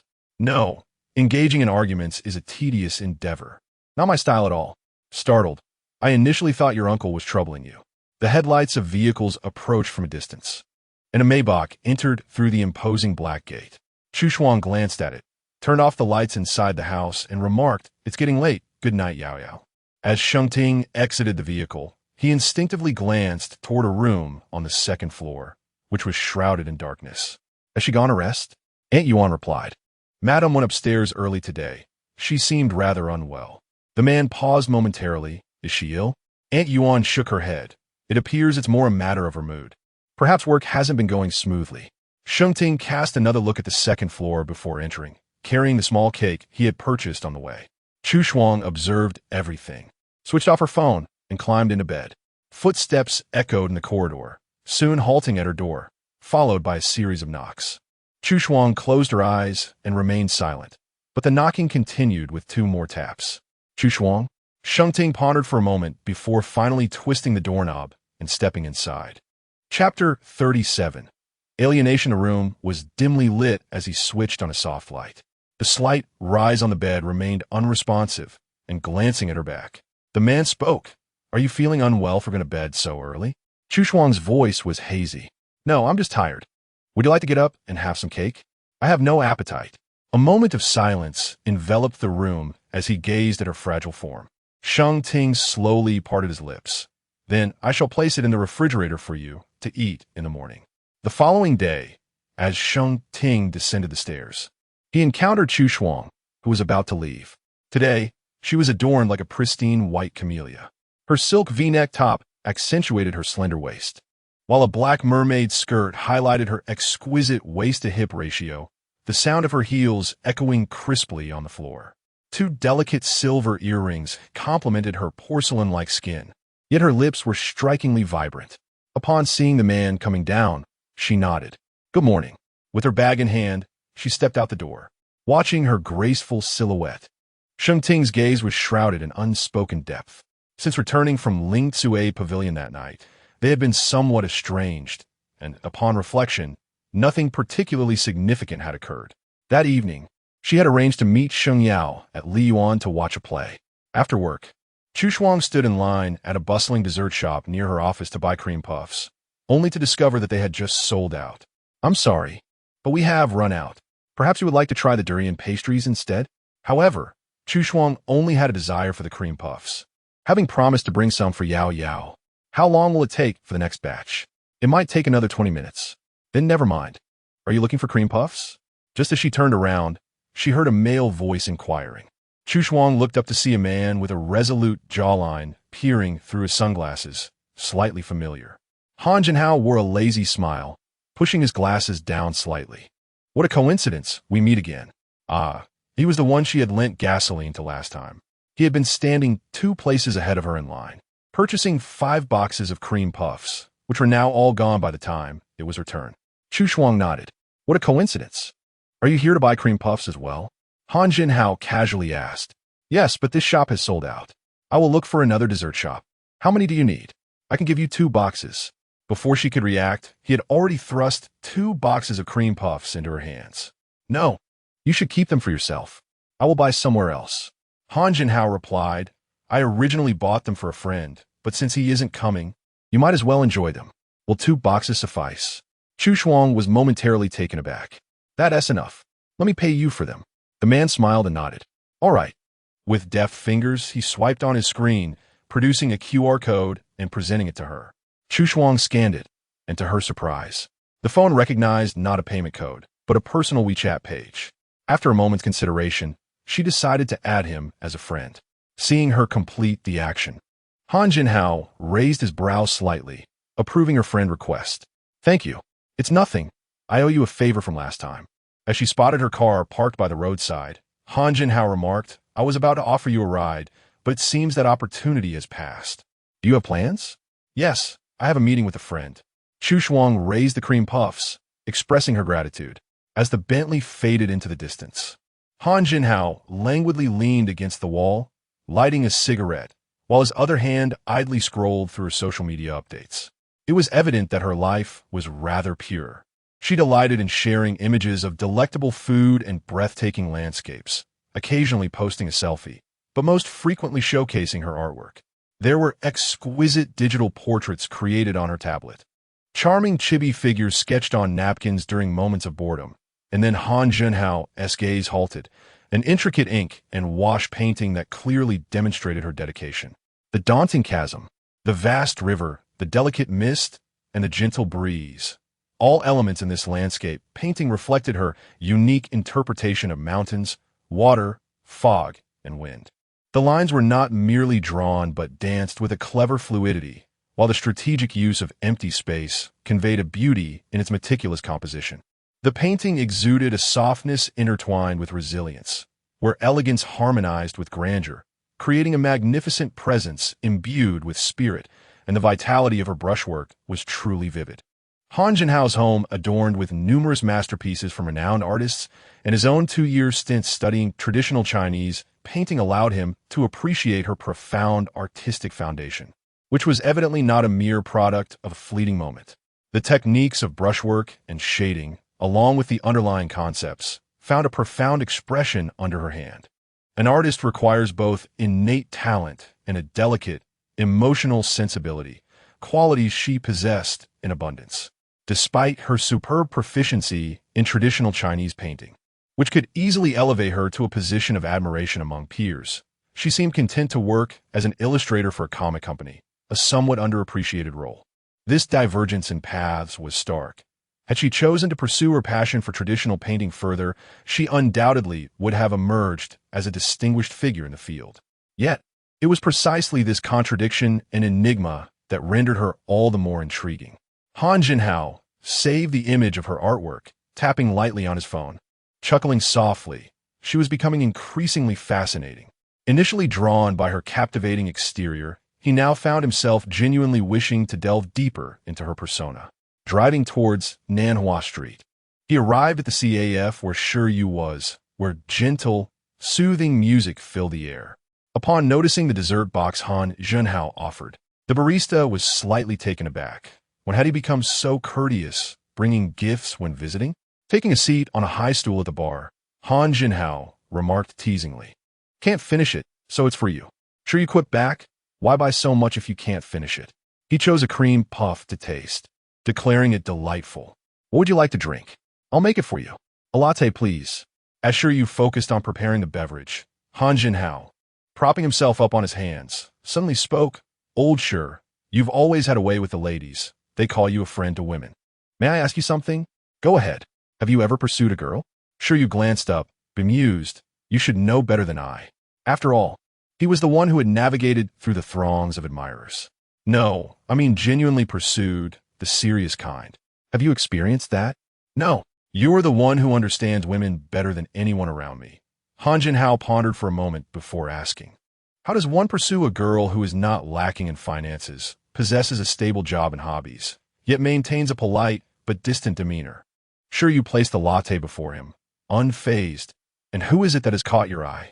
Not like that, my friend. I'm serious. An earnest pursuit of a girl. I need your analysis. Sure, you wiped the marble countertop, his voice smooth as he spoke words that pierced the heart. Such a girl is unlikely to be fond of someone like you. Han Jinhao clicked his tongue, having known him for over 20 years. Must you be so harsh? He mused, considering that both material and spiritual needs are met. One must approach emotional matters with rationality and maturity, without an absolute advantage. What do you have to capture her heart? Han Jinhao pondered thoughtfully. So, according to you, this lofty flower cannot be plucked. Yet, it is not entirely impossible.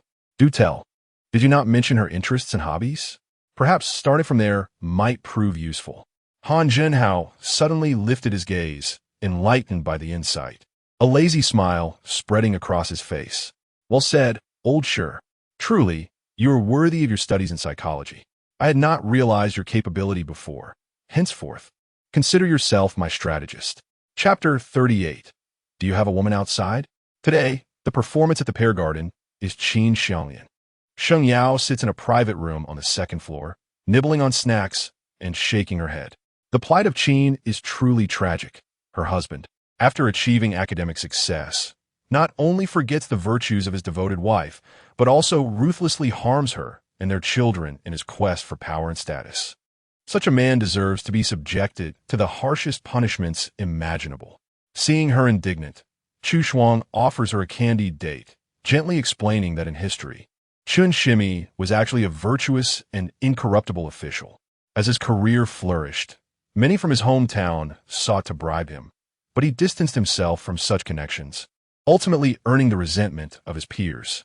They vilified him in stories, and thus, the reputation of this once honorable official has been tarnished for centuries.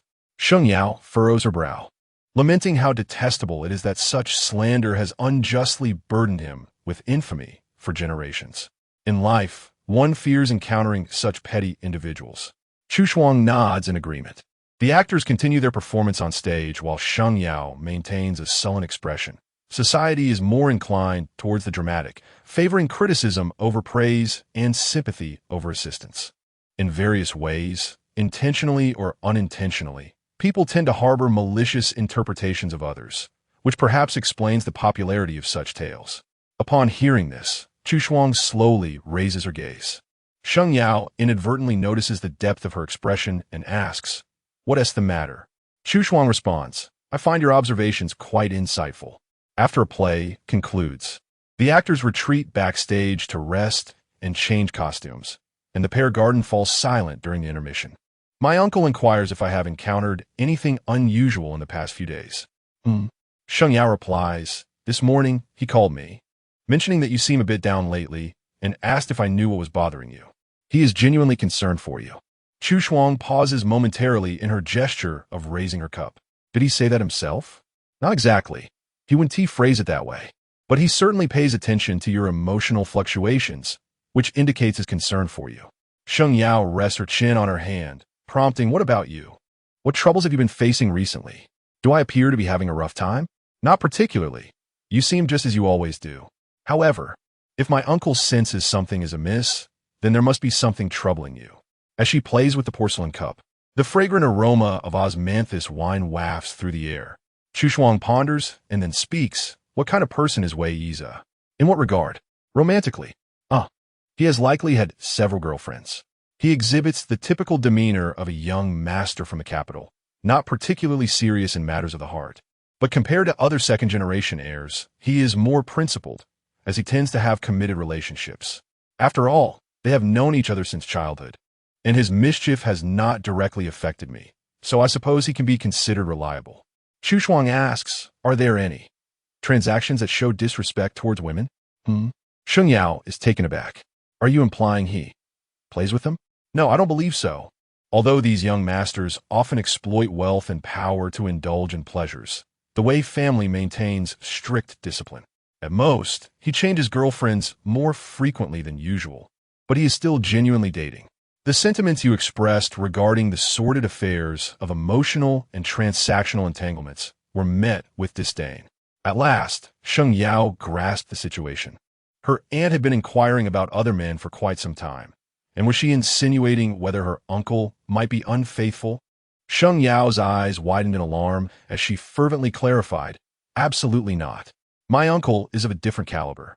Not only would Wei Iza and the others refrain from such behavior, but even if they were inclined, my uncle would never partake in such indiscretions. The notion of guilt by association does not apply here. My uncle is excessively austere. He possesses neither the inclination nor the desire to engage with women. Moreover, if he did, he would not need to exert himself. There are countless esteemed young ladies in the capital who would willingly capture his heart. Why would he resort to clandestine affairs?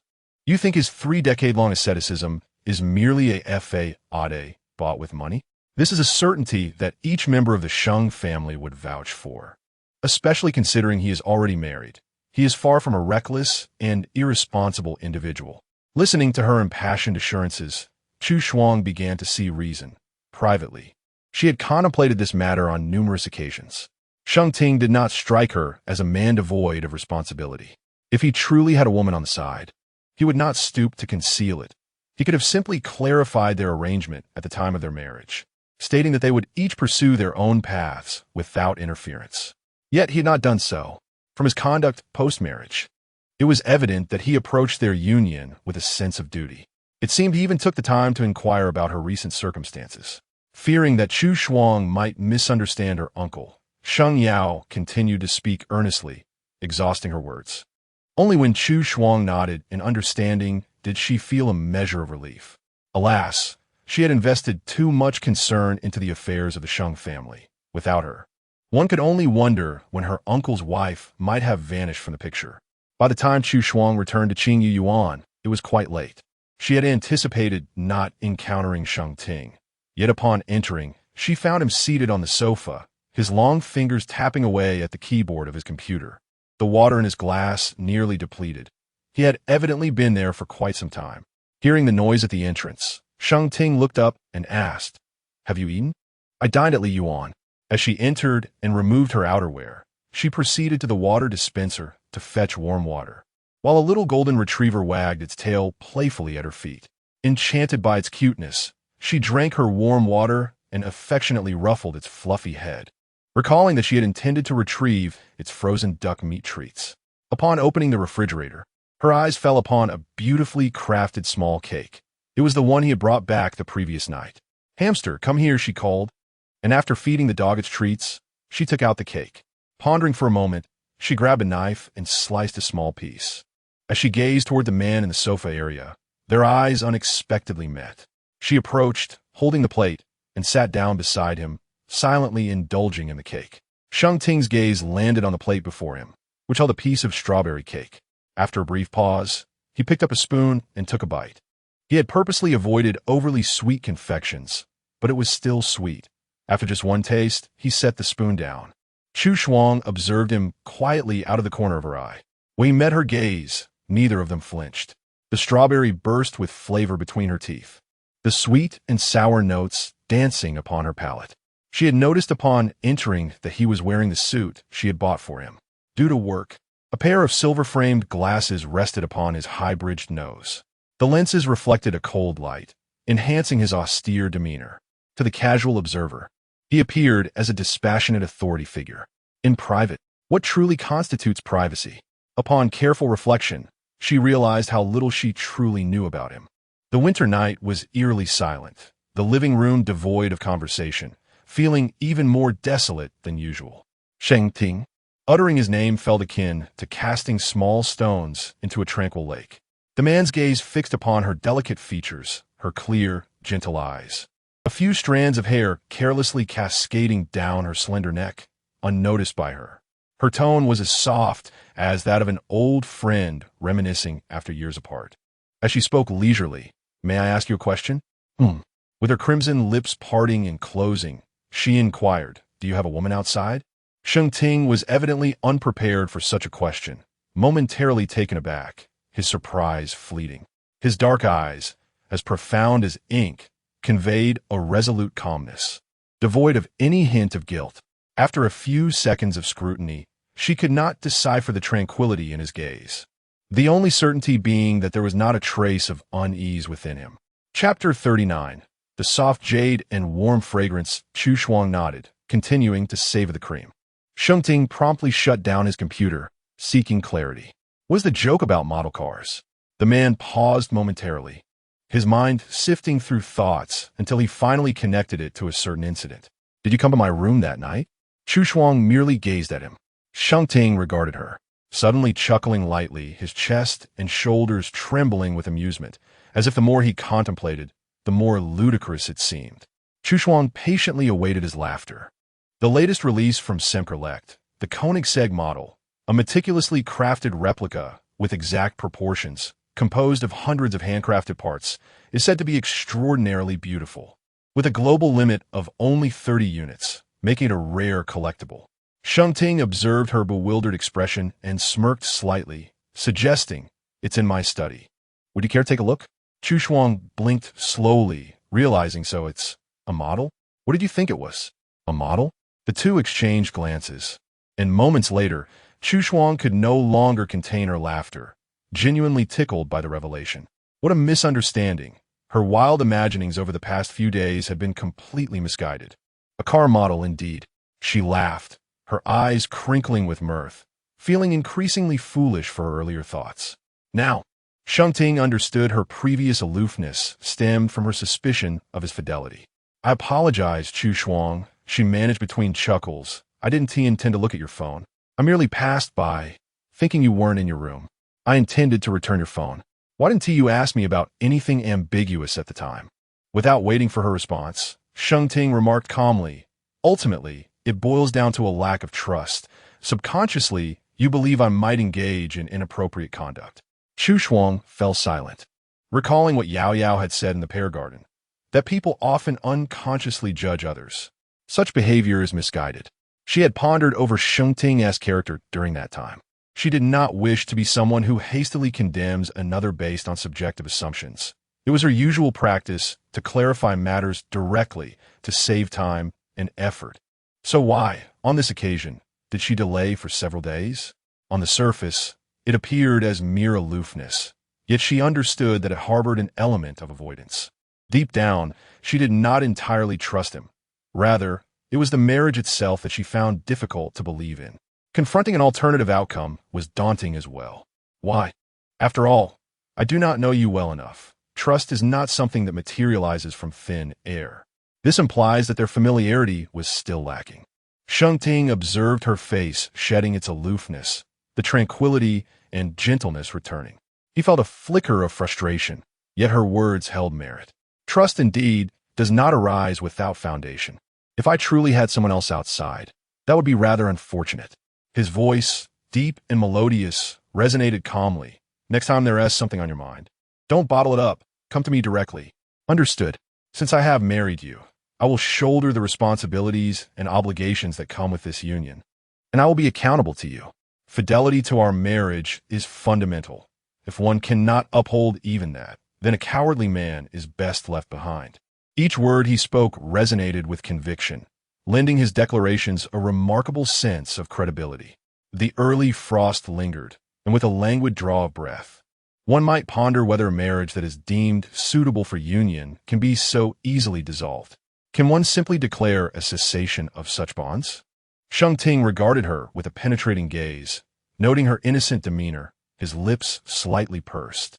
It is certainly not so simple, especially when the male party bears no fault. Chu Shuang nodded, acknowledging that fault is indeed a prerequisite for separation. Observing her earnest inquiry into the matter of divorce, Sheng Ting felt an inexplicable discontent swell within him. And in a subdued tone, he reminded her that cream had smeared onto her skirt. "Oh dear," she exclaimed, glancing down to discover that in her engrossment in conversation, a dollop of cream had fallen onto her lap. Just as her brow furrowed, he had already offered her a tissue. After several attempts to clean the mess, it became apparent that a change of attire was inevitable. Having concluded their discussion, she rose to her feet stating, "I shall head upstairs now."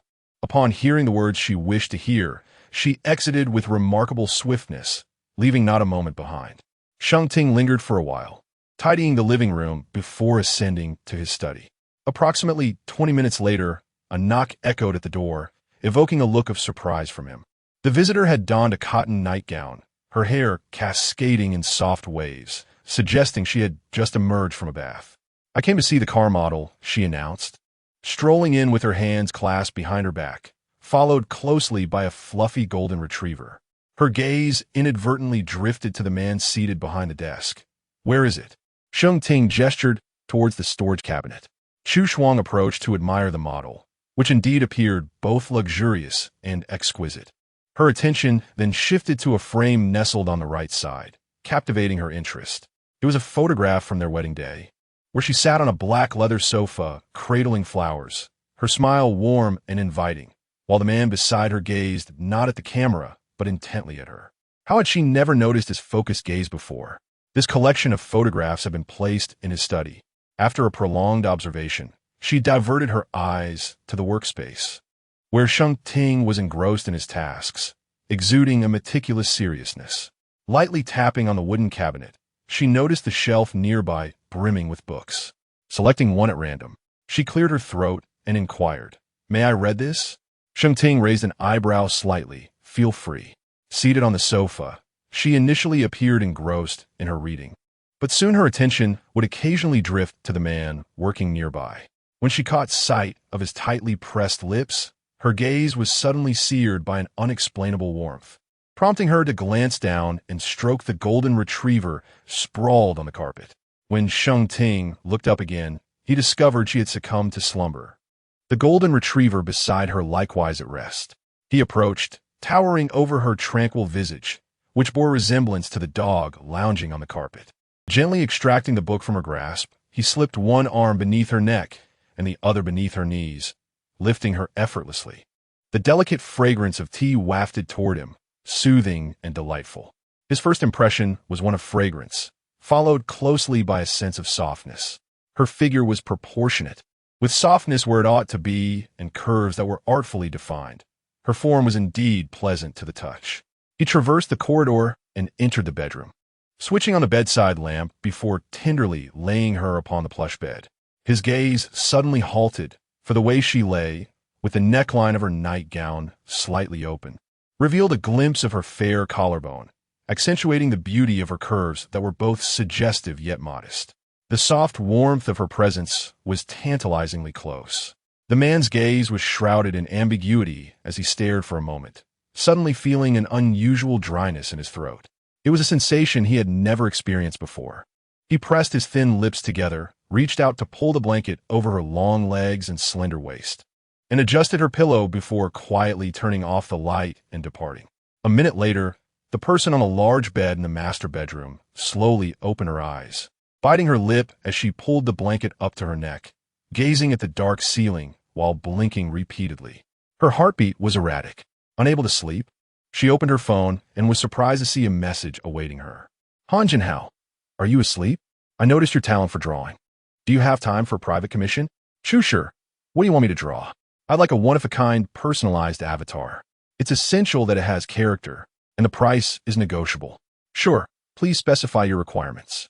I have time to draw for you. By the way, is it urgent?" "Not urgent." Chapter 40. Mr. Han, having secured a contract, was in good spirits as he could earn a little extra. After discussing some specifics with him, Chu Shuang glanced at the time and realized it was already past 11. "I have noted all your requests. I shall begin drawing for you tomorrow, and I expect to deliver the finished product in 3 days. If there are any aspects you find unsatisfactory later, feel free to request modifications.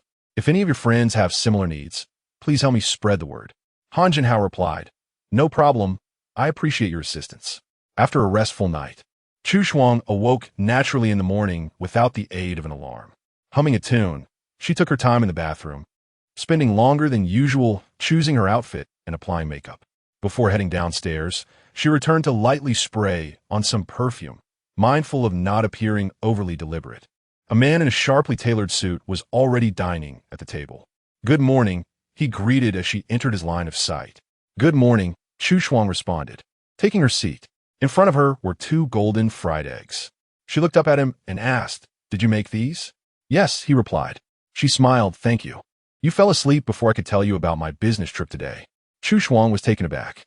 "You have a business trip? Where to?" "Leeds. And it shouldn't exceed 10 days. Sheng Ting replied, watching her closely. "Is there anything you would like me to bring back?" She shook her head. "I don't need anything. During this time, take good care of yourself, and try not to fall ill like last time. If you feel lonely, you can spend time with Sheng Yao." "All right, I will call you when I have time. If anything comes up, contact me. If you can't reach me, you can find Chun Jiajiao." He paused, then added softly, "You can also reach out to me just to chat." Chu Shuang poked at the fried eggs on her plate. "Okay. And you take care of yourself while you're away. There's no need to worry about home." A hint of amusement glimmered in the man's eyes. Initially, he had anticipated a vague business trip, but since the misunderstanding was resolved last night, he felt no concern. Hearing his words, Chu Shuang felt a twinge of embarrassment. That misunderstanding was truly quite humiliating. On the evening of Sheng Ting's departure, upon returning to Qingyu Garden, Chu Shuang experienced a rare sense of solitude. Dining alone, watching television alone, and playing with the dog felt somewhat off, prompting her to redirect her attention to painting. Expecting that he would be too exhausted from travel to call on the first day, she was surprised when his call came just as she was drifting to sleep. "Hello, am I disturbing your rest?" "Not at all," Chu Shuang replied, clutching her blanket. "I just laid down. Before you sleep, check the windows to ensure you don't catch a cold like last time." "I want tea. I haven't opened any windows." "Have you settled into the hotel?" "Yes. Are you tired?" "Not really." There was a brief silence on the line, as if both were at a loss for words. "Sir, your afternoon tea is ready." A voice with a British accent announced on the other end.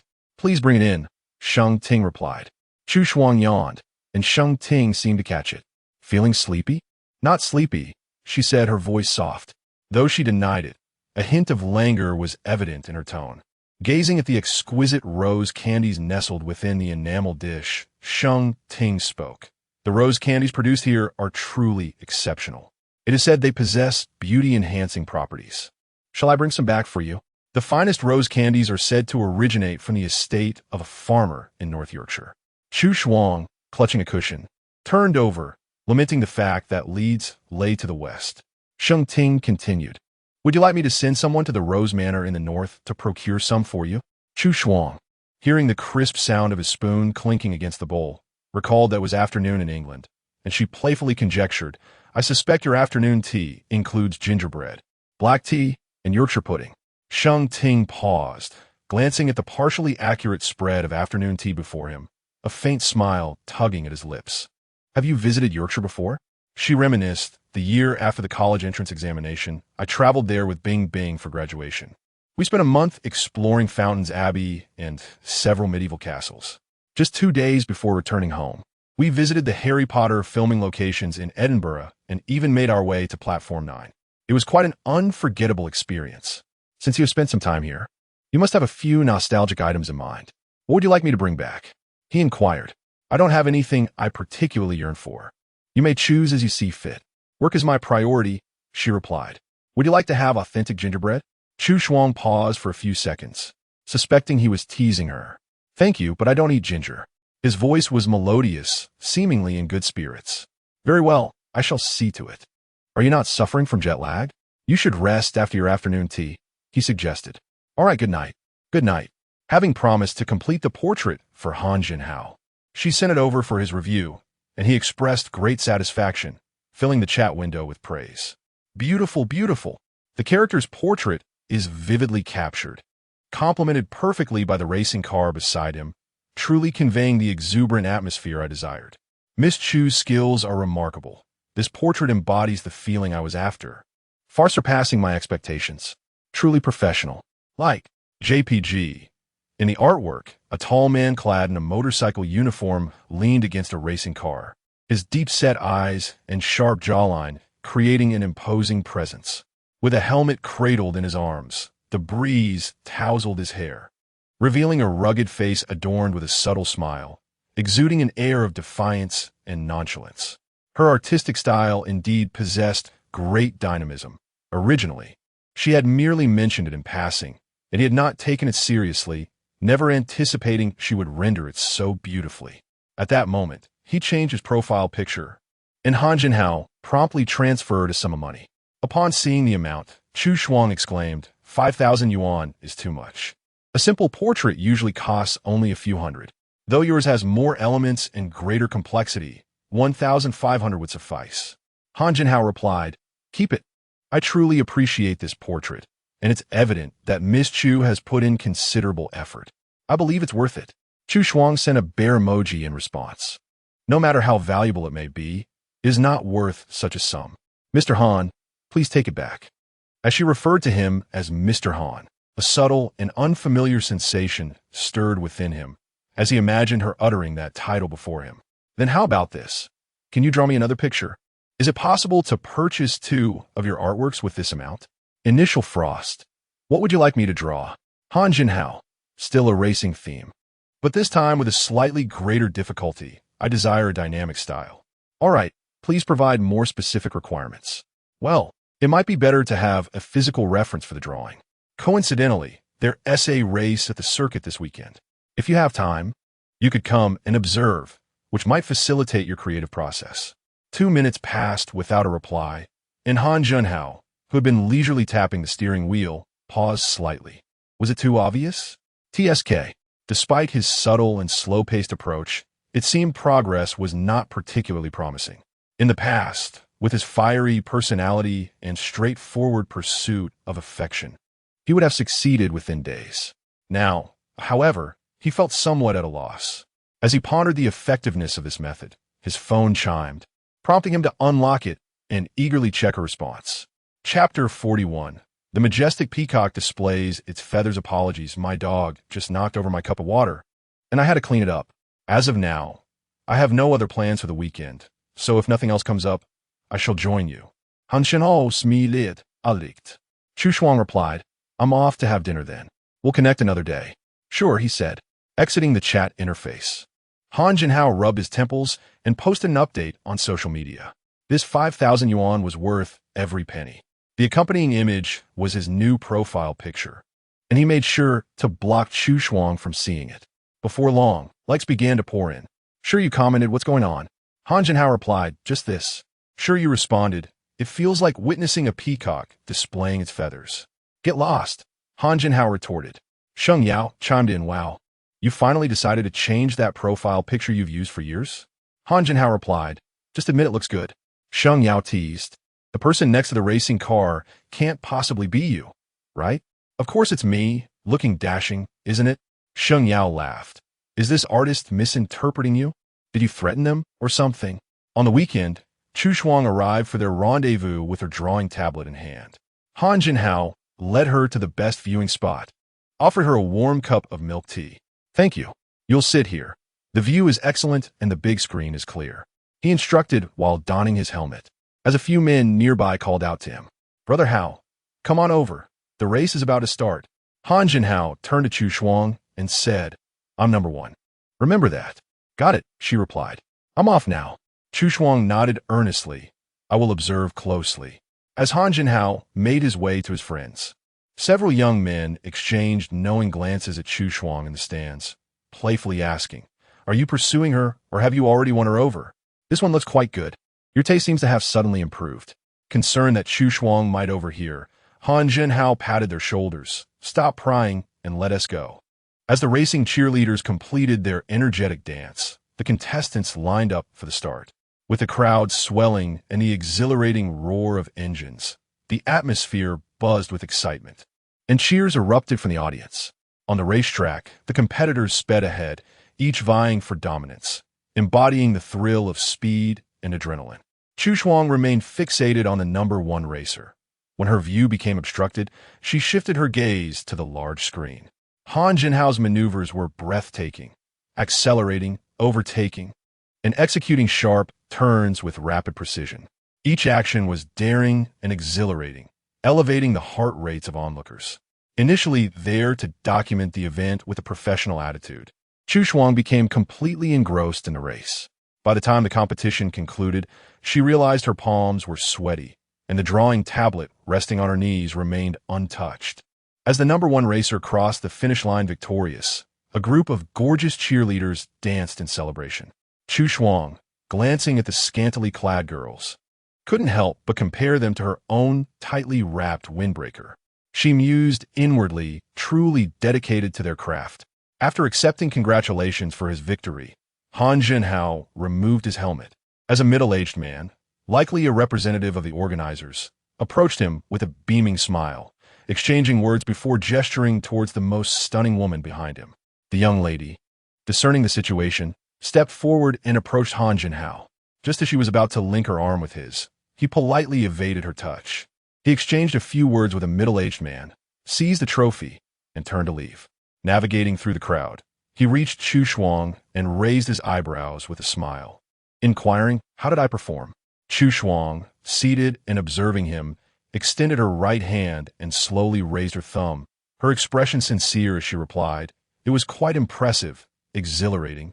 And also Han Junhao tilted his chin, his demeanor one of joyful pride. "And what else?"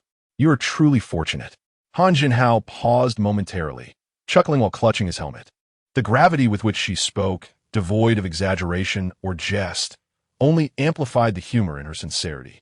"So, have you figured out how to conceive this painting?" "Indeed, I promise to create the most dashing racing illustration for you." The chill of the outdoors was apparent. Noticing Chu Shuang's skin had turned pale from the cold, Han Junhao suggested, "Let us go. I shall treat the artist to a hot cup of coffee." While waiting for their coffee at the CAF, inspiration struck Chu Shuang. She retrieved her tablet and began sketching the racing image. Capturing the essence of creativity requires immediacy. Seizing the moment when inspiration strikes is a commendable habit, for once missed, that feeling may never return. The man beside her remained silent, watching her outline the shapes.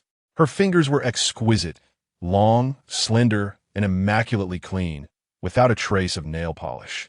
Her profile was serene, with long brows framing her eyes and her lashes gently lowered, her lips instinctively pressed together as she focused on her art.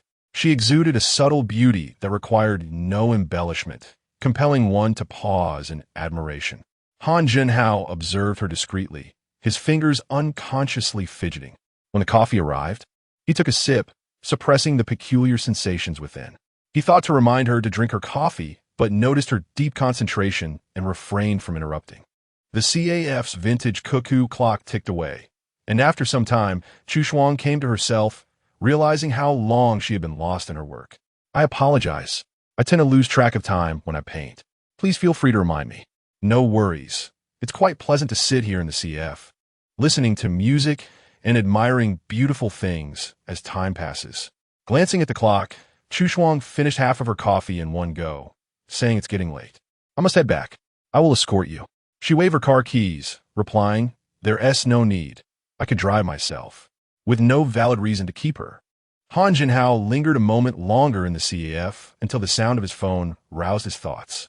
"Old Han, have you finished your racing competition?" "Yes." "Good. Hurry over. Everyone is here, just waiting for you." Tonight, he had arranged a gathering with Zheng Ze and the others. Noticing the time, Han Junhao rose to leave. Upon arriving at the tavern, only Zheng Ze and Zheng Yuan were present. "Is this what you meant by everyone being here?" Zheng Ze chuckled. "Almost. Wei Yize is en route. Would you have come faster had I not said that?" Entering next was Zhao Jinju, who, upon seeing Han Junhao, raised his eyebrows and said, "Ah, young man. Long time no see." Han Junhao is a few years younger than the rest of them, and Zhao Jinju particularly enjoys calling him little friend. Despite repeated protests from the person in question, Han Junhao, with a stoic expression, poured a glass of wine for him, unperturbed by the prospect of returning home late. Even with his aging limbs, Zhao Jinju, casually leaning against the sofa with a cigarette in hand, remarked, "Even if you fall, I shall remain standing." Sure, you and Wei Yize entered almost simultaneously, but unlike everyone else, Wei Yize brought a female companion, while everyone maintained decorum in front of the girl. Privately, they were ready to criticize him. It wasn't that they had anything against her. It was simply inappropriate to bring a delicate girl to a gathering meant for brothers. Conversations needed a certain level of seriousness, and drinking should be enjoyed without reservations, as this was a brotherly gathering, not a family affair. Nonetheless, this was a standard practice for guise, and everyone had grown accustomed to it. Isn't Uncle Sheng coming? Han Shenhao suddenly inquired. Chapter 42. Is this little ant a celestial being? Zheng Yuan. He has gone on a business trip to England. I thought he would bring his family along. Have you all met that little ant? Yes, we did. You were abroad during the wedding, so you're the only one who hasn't met his wife. Han Jinhao is quite intrigued by the matter of Sheng Ting. It is rather surprising that such a principled individual would consent to a family marriage. It seems Sheng's little uncle has indeed tied the knot, but I suspect he is rather estranged from his bride. Surely he wouldn't neglect her by not returning home? Zhao Jianzhou scoffed. You are overthinking it. He is a self-taught, devoted husband who still thinks of his beloved wife while on a business trip, bringing her gifts. His wife desired flowers, and during my own business trip in Jiangsu, I happened to bring back the color-changing roses as a favor. Wei Iza exclaimed, incredible. The most serious and aloof person turns out to be a devoted husband. Sheng Ting's marriage is truly fascinating. Listening to their conversation, Han Jinhao remained skeptical. Is it possible that this little ant is indeed a celestial being? Surely even a celestial uncle would not appreciate her. Sure, you interjected.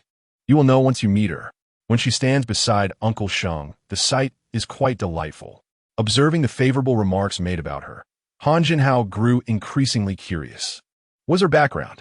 Zheng Zhe replied. She is a southern girl from a scholarly family. Perhaps Sheng Ting has a particular fondness for this type. If she has captured the heart of my uncle, I must certainly see her esteemed presence in the future. The conversation shifted to another topic, as Zheng Zhe mentioned an auction at the Lion Royal Racecourse this Wednesday evening. Insiders revealed that the items up for bid are rare treasures. How rare could they be? Are they as unique as those treasures collected by the Jinzhou family? Zhao Jinzhou is famously known for his passion for collecting antiques and rare artifacts. His basement is a veritable treasure trove, humorously dubbed the Vault of Treasures.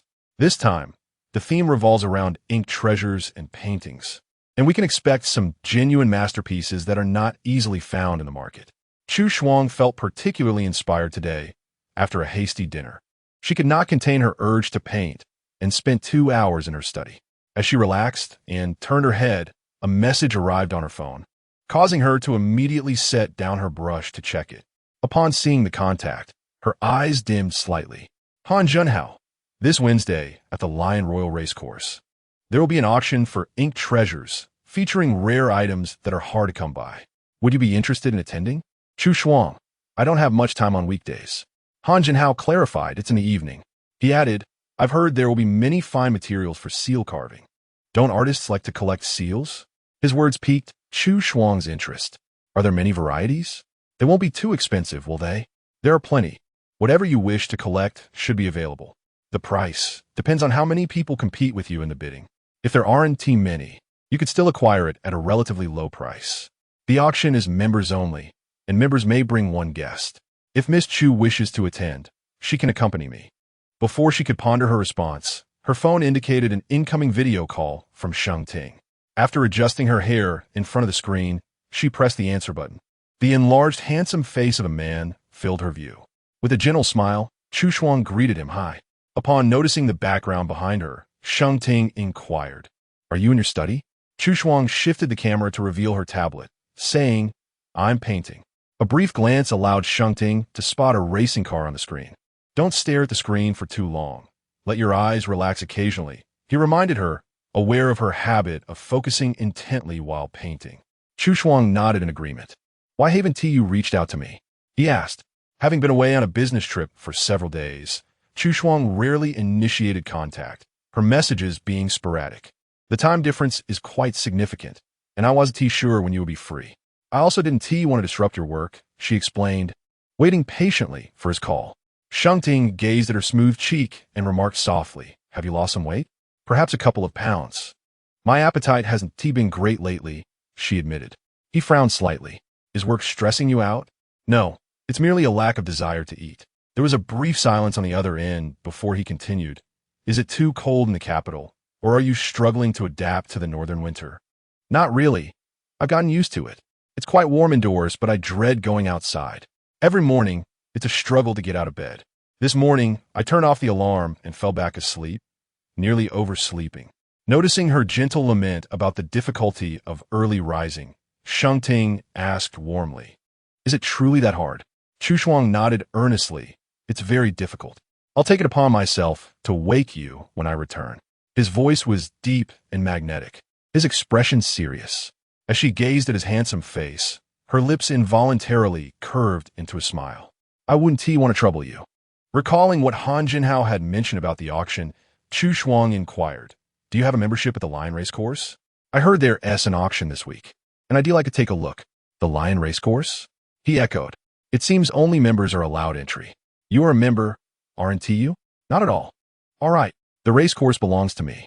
Chu Shuang was momentarily taken aback, her lips parting slowly. "It belongs to you?" "Yes. If you wish to go, I can inform them, and someone will escort you into the venue." "Great," she said, switching her phone to the other hand. "Then why not give me a membership card as well?" "That's unnecessary. They will recognize you." With her chin resting on her hand, she teased, "So I can just use my face to gain entry?" Sheng Ting took a leisurely sip of tea, responding, "Of course, Mrs. Sheng can simply use her face to enter." Her heart skipped a beat uncontrollably. After chatting for a while, it seemed he had matters to attend to, so he urged Chu Shuang to get some rest. "Don't stay up too late. You can finish your painting tomorrow." "All right, I'll go to sleep now." After hanging up, she realized she hadn't replied to Han Jinhao's message, so she typed in the chat box, "Thank you, but I won't trouble you. If I decide to go, I'll manage it myself." Chu Shuang noticed that Aunt Yuan had been preparing dishes from her hometown for the past 2 days. Initially thinking it was a coincidence, she grew curious and asked Aunt Yuan, "What made you decide to cook Southern cuisine?" Aunt Yuan replied, "Is it not to your liking?" "No, it's quite nice." "Do you also prepare dishes from Guiyin?" Aunt Yuan smiled and remarked, "It was your husband who mentioned that you've recently been lacking appetite and have lost some weight. So he asked me to make you some hometown cuisine to try." "So it was him. Truly, he cares for you deeply." Despite his few words, he comprehends everything. It's rare to find a man so attentive and considerate. The lady is indeed fortunate. Aunt Yuan typically refrains from speaking too much, but she has recently observed that the warmth between the two of you has significantly increased compared to before. This marriage within a prominent family appears to be far less cold than she had anticipated. The family is quite amiable, and this lady is well educated and gracious, showing her respect and courtesy towards her. There are certain things she feels compelled to mention. Having worked for numerous affluent families, Aunt Yuan has a keen eye for people. Fate in love cannot be forced, yet it cannot be avoided when it arrives. One should simply follow their heart in matters, for everything else is left to destiny. Both the lady and the gentleman are good people. Aunt Yuan's words left Chu Shuang in deep contemplation for quite some time. Chapter 43. Are you married? Perhaps the home-cooked dishes suited her palate too well, for she indulged in a considerable amount this evening. Upon ascending to her room, she did not immediately delve into her painting. Instead, she rummaged through the wardrobe and unearthed the photo album from her wedding. At that time, she merely felt as though she was going through the motions, complying with the photographer's every directive, and had not truly examined the photographs afterward. Yet now, as she perused them, a wave of distinct emotions washed over her. After attentively scrutinizing each image, Chu Shuang found herself lost in thought at the table. She opened her phone, only to find the WeChat interface barren, devoid of any messages from him. After a moment's contemplation, she took the initiative to send a message. "Are you busy?" After waiting for what felt like an eternity without a reply, she resolved to take a shower first. 15 minutes later, having tidied herself, she returned to check her phone and was greeted by his response.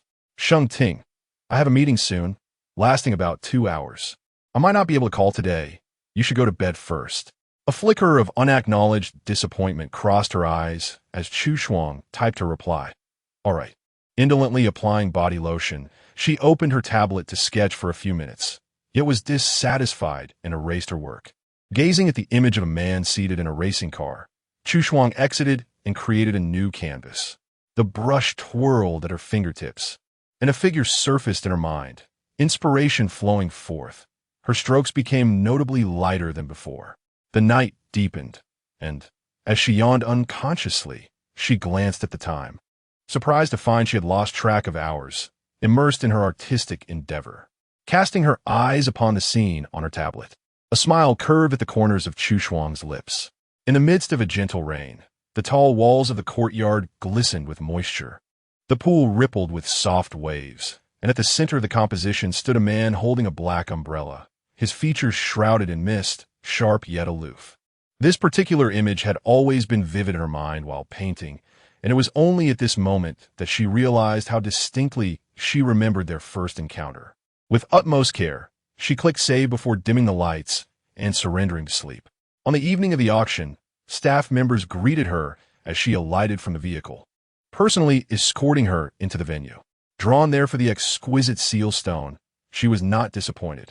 Anticipating a treasure trove of remarkable items at the auction, she had set a rule for herself to refrain from extravagant spending, vowing to purchase no more than 3.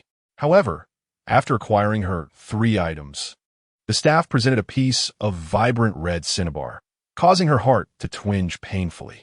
This was the piece d'assistance. These individuals were cunning, withholding the finest pieces until later, making her spend so much beforehand. The cinnabar gleamed with a rich scarlet hue, its texture exquisite and lustrous, utterly mesmerizing under professional lighting. If transformed into a seal for her artwork, Chu Shuang found herself unable to resist the temptation. After a moment's hesitation, she decided to participate in the bidding. 100, 000, 150, 000, 200, 000. As she watched others swiftly escalate the price, her heart bled with each increment. She raised her paddle. 210, 000, 300, 000, 400, 000. The price had already surpassed the item's worth, and upon hearing 400, 000, those who had previously joined in the bidding faltered. The auctioneer cleared his throat, announcing, 400,000 once, 400,000 twice. Chu Shuang gazed at the exquisite tray adorned with a vermilion jade, pursing her lips before raising her paddle, declaring, 420,000. Han Jinhao, who anticipated securing the item, furrowed his brow and turned to the distant cameraman. Despite the dim lighting in the audience, he instantly recognized Chu Shuang. To his surprise, she had also attended. He had come specifically for this piece of vermilion jade, and, having just settled into his seat, he was astonished to find that the person who had been competing with him was none other than her. From such a distance, having assumed she wouldn't come, he had failed to identify her voice amidst the bidding. Observing the delicate contour of her profile from afar, Han Junhao refrained from further bidding. After all, he was bidding for her sake, and with her presence, there was no need for contention. Ultimately, Chu Shuang secured the exquisite vermilion jade for 420,000. Having successfully acquired her desired item and preparing to depart, her gaze fell upon the newly displayed auction piece, and once again, she found herself unable to walk away. This time, it was not a seal but a splendid set of go. The board, crafted from rosewood and inlaid with silver threads, accompanied by 361 exquisite stones, 181 black pieces made from ink jade, and 180 white pieces fashioned from the finest mutton fat jade, exuded a translucent luster, aesthetically pleasing to behold. Reminiscing about leisurely afternoons spent honing her skills with a certain someone, an inexplicable desire to bid on this set surged within her. If memory served her right, Sheng Ting's birthday was approaching. He had gifted her many valuable items in the past, and she possessed a black card from him. It seemed she had indeed come to the right auction. Choosing a birthday gift for him would pose no challenge. This round of bidding was far more intense than any previous, with Chu Shuang initially remaining silent, patiently observing the competitors until the final rounds, when she finally joined in. The price escalated to 4 million, and without a moment's hesitation, she kept pace, ultimately triumphing in acquiring this luxurious treasure. Her extravagant display of wealth drew the attention of many, including Han Jinhao. Though he had sensed her affluence previously, he had assumed she was merely comfortably well off. Yet, witnessing her expenditure exceeding 5 million this evening, it became evident that he had underestimated her. After all, gaining entry to such a venue was no simple feat. His curiosity regarding her identity deepened. Once the auction concluded, the organizers prepared exquisite refreshments for their esteemed members. While waiting for the staff to package her items in the private lounge, an unexpected figure entered. "Mr. Han, you too?" she inquired. "Indeed. I was just bidding against you for that piece of vermilion jade," Han Jinhao replied as he approached. "I hope you don't mind if I share your table?" "Not all," Chu Shuang replied, pushing a cup of long Jing tea towards him. "I didn't realize that you were among those bidding. I was too absorbed in the auction." Han Jinhao shook his head with a smile. "So you truly didn't need me to accompany you? I assumed you were being polite." "Miss Chu, it seems you had a bountiful haul today, while I, regrettably, acquired nothing. I was merely engaging in pleasantries. Taking what others cherish, my apologies," she responded. His gaze fell upon her left hand, where a ring on her ring finger gleamed with a bright silver luster. Han Jinhao casually remarked, "That ring is quite lovely, but it seems to be mismatched with the one on your right hand." "Indeed. The one on my right hand was a birthday gift from my family when I turned 18, while the one on my left is my wedding band." Han Jinhao suddenly lifted his eyes, the smile upon his lips faltering slightly. "A wedding band? You're married?" Chu Shuang nodded in a daze, shaking her ring gently. "Isn't it obvious? I always thought you knew." The man fell silent for a moment. It wasn't that he hadn't noticed the ring on her left hand before. It was just that she wore another on her right, and nowadays, many people adorn themselves with rings without particular significance, so he had not connected it to marriage.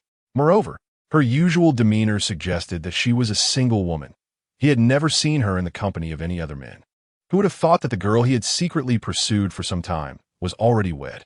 The allure of the unattainable had left him feeling helpless, and the lack of progress over the days had been disheartening. Now, it seemed, she was already claimed. This wretched feeling rendered Han Jinhao momentarily speechless. As staff members began to file in, one announced, "Madam, your items are all packaged and ready."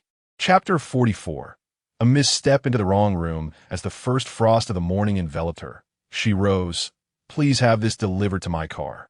Turning back to bid farewell to the man still lost in thought, she added, "I shall take my leave now, Mr. Han." Han Jinhao nodded in acknowledgement. After a moment, he gradually regained his composure and pulled a staff member aside, inquiring, "Which family does that lady belong to?" The employees here exhibited a high level of professionalism. "I apologize, sir, but I cannot disclose client information. That lady is also from the capital." From the capital? He was familiar with most renowned families and had never heard of her before. With her striking appearance, had she truly been from the capital? He should have known of her long ago. It was inconceivable that he had only just encountered her after all these years. He exhaled slowly, pinching the bridge of his nose, feeling overwhelmed with pent-up frustration and a peculiar twinge of melancholy. Even after several deep breaths, the discomfort lingered, and he found himself yearning for a drink. Just as sure he was preparing to close the CAF, a figure entered unexpectedly. Upon recognizing the visitor, he was taken aback. "What brings you here at such a late hour? Do you have any alcohol?" Han Jinhao's voice was heavy. Observing his expression, sure you felt a surge of curiosity. The usually carefree young master of the Han family rarely exhibited such a disheartened demeanor. "This is a CAF, not a bar." Noticing the young master's despondency, sure you relented. "All right, I owe you this. Come upstairs." The upstairs loft served as his personal sanctuary, a place he retreated to when work stretched late into the evening. The warm orange glow of sunset illuminated the sofa area as sure you retrieved a fine bottle of liquor from the cabinet. "So what troubles you?" Han Jinhao took the glass, downing its contents in one swift motion. He remained silent for a considerable time before finally speaking. "That girl, she's actually married." Sure you stared in disbelief for several seconds. "Wait, are you serious, old Han?" Han Jinhao lifted his gaze to glance at him, his tone low and gravelly. "I don't know." He had never experienced such an intense emotional upheaval before. Until today, he had merely regarded his interest in her as a slight deviation from his usual self. However, the moment he learned of her marriage, an unexpected pang of bitterness surged within him, forcing him to confront his feelings. Sure you sighed. It is a common occurrence in life to have fate yet be unfulfilled.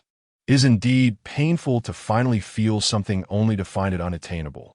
He then added earnestly, But since she is already married, you must let go of these feelings. We cannot engage in actions that disrupt social order. Han Jinhao nodded softly. Seeing that his spirits were notably low, sure you observed him downing glass after glass. He was tempted to capture this moment on camera for Han to reflect upon later. Although he had acquiesced verbally, sure you remained uneasy when Han Jinhao rebelled. He was capable of anything. He could not allow him to jeopardize his own well-being or interfere in another's marriage. That evening, sure you remained by his side, offering gentle words of caution and comfort, sharing countless drinks together. Han Jinhao slept soundly until the afternoon, awakening to a splitting headache. He leaned against the bed, taking a moment to alleviate his discomfort, his mind replaying the events of the previous night, furrowing his brow as he exhaled heavily. Reaching for her phone to check the time, her eyes immediately fell upon a new message from Chu Shuang on WeChat. She straightened up and clicked on it. Chu Shuang, I have completed the second draft. Please let me know if there are any areas that require improvement. Gazing at the image she sent, Han Jinhao stared for a long while. The figure seated in the racing car exuded an air of nonchalance and freedom, vibrant and unrestrained. This was how she perceived him. Han Jinhao, your drawing is excellent. There is nothing that needs altering. Thank you for your hard work. After a moment, Chu Shuang replied, It was no trouble. It was my duty. Last night, after returning home, Chu Shuang had shared a few stamps she acquired at the auction with Sheng Ting, who had responded in the early hours when she was already asleep. The ghost set she had purchased was meant as a surprise, something she chose not to disclose to him. Chu Shuang, how long until you return? His birthday was just a few days away, and she needed to calculate whether he would make it back in time to celebrate. At that moment, it was 7 in the morning in England. He might not have risen yet, nor was he likely monitoring messages. Chu Shuang rose to brew herself a cup of coffee in the break room. A few colleagues were discussing weekend team-building activities, and she wondered, was there a team-building event this weekend? Sister Sue, our editor-in-chief, is leaving. The department plans to hold a farewell party this weekend. Why the sudden news? We only learned about it today. It seems she needs to return home to prepare for childbirth, and she will announce it in the afternoon meeting. The editor-in-chief had always been kind, especially to Chu Shuang, who was a newcomer. She had never made work difficult for her. Hearing about her departure made Chu Shuang feel a twinge of sadness. If she was preparing for childbirth, she could take a leave of absence. Why resign? At a certain age, many contemplate returning to family life. The editor-in-chief had been a strong woman for so long. Perhaps she felt weary. Rumor had it that her husband treated her exceptionally well and was quite affluent. They seemed to be planning to move to New Zealand for this new chapter. Female colleagues expressed their envy. How wonderful. She is truly married for love. After many years of marriage, her husband wholeheartedly supports her career without pressuring her to have children. Now, she wishes to focus on family, and he is able to provide a comfortable material life. Achieving both love and career success. What a life to aspire to. After chatting with them for a while, Chu Shuang returned to her workstation and saw a message from Sheng Ting. I will be back in 3 days. That was soon. They would be able to celebrate his birthday together. After work, Chu Shuang craved crispy duff from a nearby eatery next to CBD. After standing in line to purchase a serving, she headed to her car. Just before starting the engine, she felt an inexplicable urge to glance across the street. There was no one. How strange. She had felt as though someone was watching her.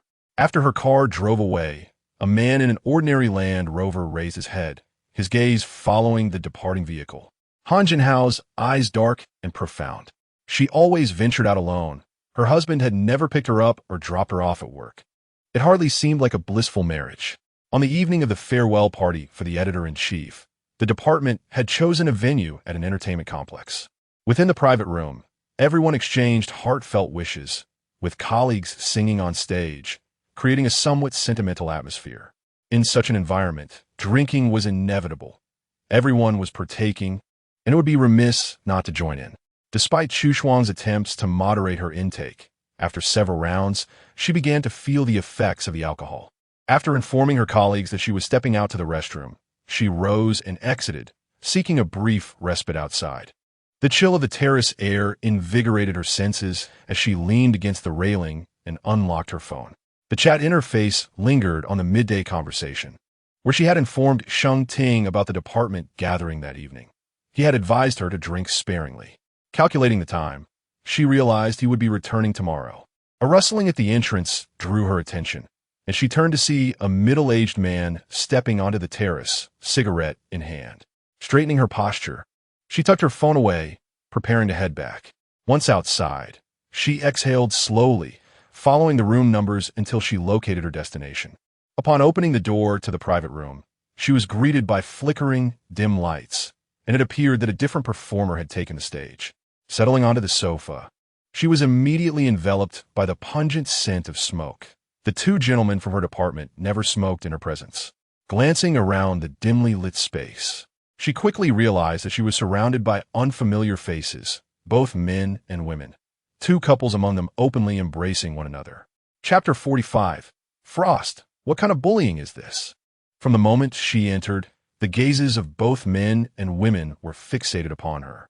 Startled, Chu Shuang rose to her feet, feeling a twinge of embarrassment as she realized she had walked into the wrong place. However, as she took a few steps to leave, a figure blocked her path. A man with a nonchalant demeanor, cigarette in hand, flashed a roguish smile. Now that you're here, why not sit down and join us, beauty? The term made Chu Shuang uncomfortable. No, my friends are waiting for me, she replied. Attempting to circumvent him, another man approached, insisting, fate brought us together. Let us share a drink before you go. Or perhaps we could exchange WeChat. Their demeanor resembled that of affluent playboys, the heavy scent of smoke clinging to them. Chu Shuang furrowed her brows and spoke calmly. Please step aside. My friends are urging me to join them, and they will be here shortly. The men, however, were unyielding. Perfect. Are your friends male or female? They should join us for some fun. Not wishing to waste further words, Chu Shuang pushed past them and made a dash for the exit. Anticipating her move, the men effortlessly seized her wrist and pulled her back. Let go, Chu Shuang exclaimed, striking back with force, her voice sharp. Yet their grip did not relent. Enough. Don't frighten the young lady. A languid, cold male voice emerged from the corner. Turning her gaze, Chu Shuang paused slightly. It was Gu Sui. Can't you invite her properly instead of resorting to intimidation? His nonchalant posture leaned against the edge of the sofa, a crimson cigarette nestled between his fingers. His peach blossom eyes exuding indifference. Perhaps due to his aloof demeanor, no woman dared approach him. After a few seconds of eye contact, Chu Shuang stepped forward. Gu Sui patted the space beside him on the sofa. She sat down at a distance, her clear eyes calmly scrutinizing him. I want to leave. Extinguishing his cigarette, he leaned closer, catching a whiff of the faint scent of alcohol on her. Have you been drinking? It was a departmental gathering.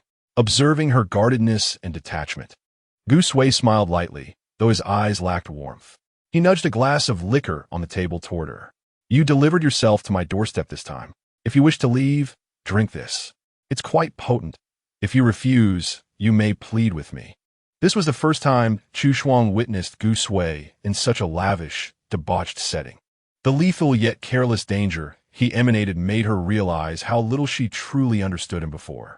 During their relationship, she had not been devoid of feelings. In fact, she harbored quite an affection for him. Back then, she was an intern, unable to approach him, having only seen the esteemed Gu Zong from a distance on her first day at the company. Her department supervisor had ulterior motives, and one late night, as her colleagues departed, she found herself alone, her tasks lingering until the end. That night, a greasy middle-aged man revealed his true nature in the deserted office.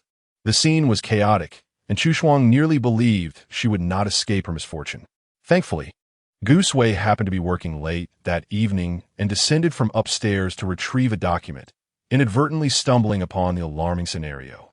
The bridge effect, when in peril, one experiences a rush of adrenaline, had instilled in Chu Shuang immense gratitude and affection for Gu Sui, who had saved her that night. From then on, their paths intertwined. And in Chu Shuang's perception, Gu Zong was a figure of authority and integrity, an exceptionally admirable man. A month later, when Gu Sui confessed his feelings and proposed a relationship, she found it quite astonishing. There were indeed moments of sweetness. Occasionally, he would accompany her to watch movies or stroll down the street. His gentle demeanor and courteousness brought her joy for a time.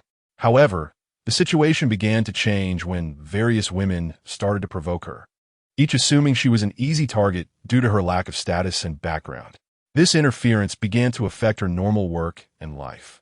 Initially, she would confide in Gu Sui about these encounters, but as there was no substantial change, she ceased to mention them.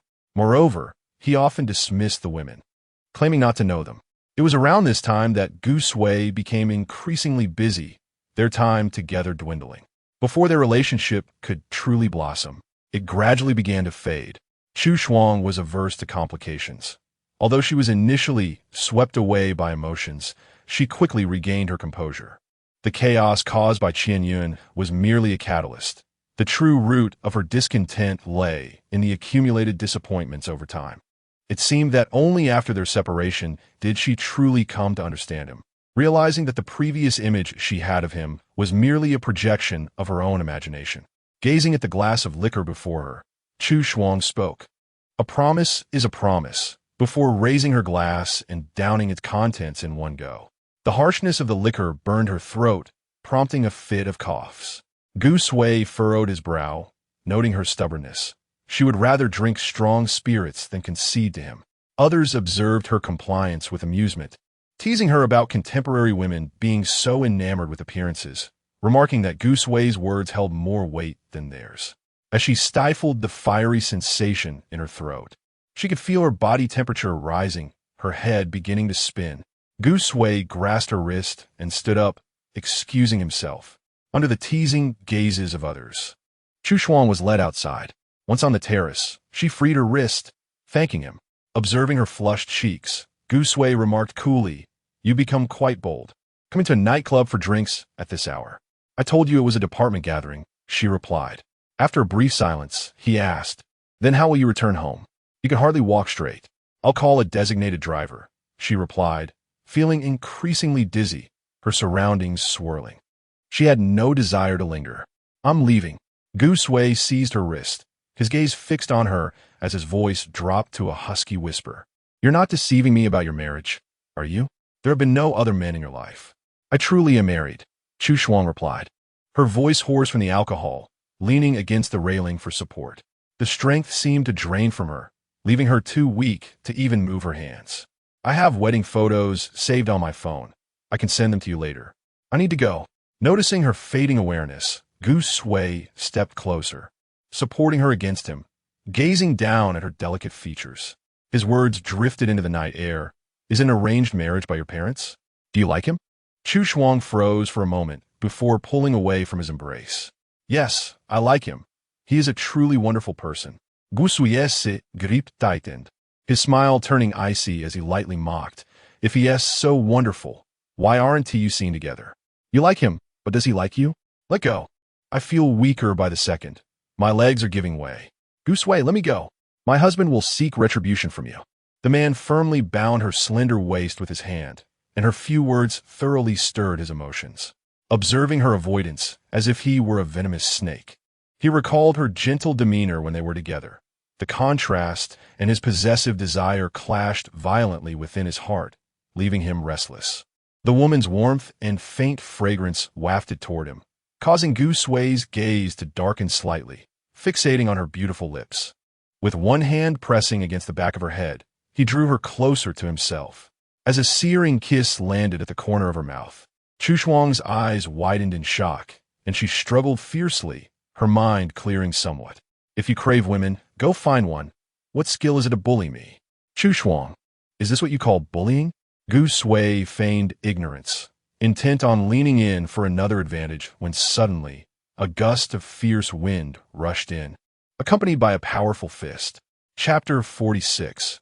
A chilling and menacing presence, he was struck back several steps, a metallic taste of rust spreading in his mouth. The opponent had exerted every ounce of strength, leaving his head buzzing with the impact. Raising his gaze, he beheld a man clad in a black coat, his demeanor icy and severe. Gu Sui recognized him as the president of the Kyoto Chamber of Commerce. Sheng Ting's formidable and intimidating aura also frightened Chu Shuang. Having been close moments before, she understood the immense force behind that punch. With no time to ponder how he had arrived there, The mere thought of her earlier interaction with Gu Sui and the actions that shattered his usually composed image made Chu Shuang acutely aware of his fury. She opened her mouth, only to find herself at a loss for words, her eyes catching sight of a woman closely following Sheng Ting. Upon witnessing the scene, the woman covered her mouth in shock, questioning how a fight had broken out. Sheng Ting's voice was cold and heavy, his gaze fixed unwaveringly on Gu Sui. "Take her away," he commanded, addressing the woman named Zhao Yu. Zhao Yu hesitated for a second, then moved to support the dazed Chu Shuang. As Chu Shuang perceived the danger in Sheng Ting's eyes, she understood the meaning behind his words and shook her head helplessly, pleading, "No, please don't fight." She grasped the man's hand, her voice trembling. "Can we go home?" Sheng Ting lowered his gaze to her, brushing away a tear from the corner of her eye with his fingertip. He enunciated each word clearly to Zhao Yu. "Take her away." Zhao Yu stepped forward to grasp Chu Shuang, casting a glance back at Sheng Ting, her lips parting as if to say something, but ultimately, she said nothing and led the reluctant girl away from the terrace.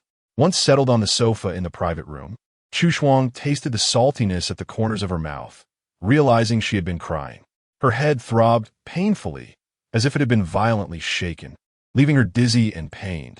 Zhao Yu offered her a glass of warm water, but Chu Shuang merely stared at it, not drinking.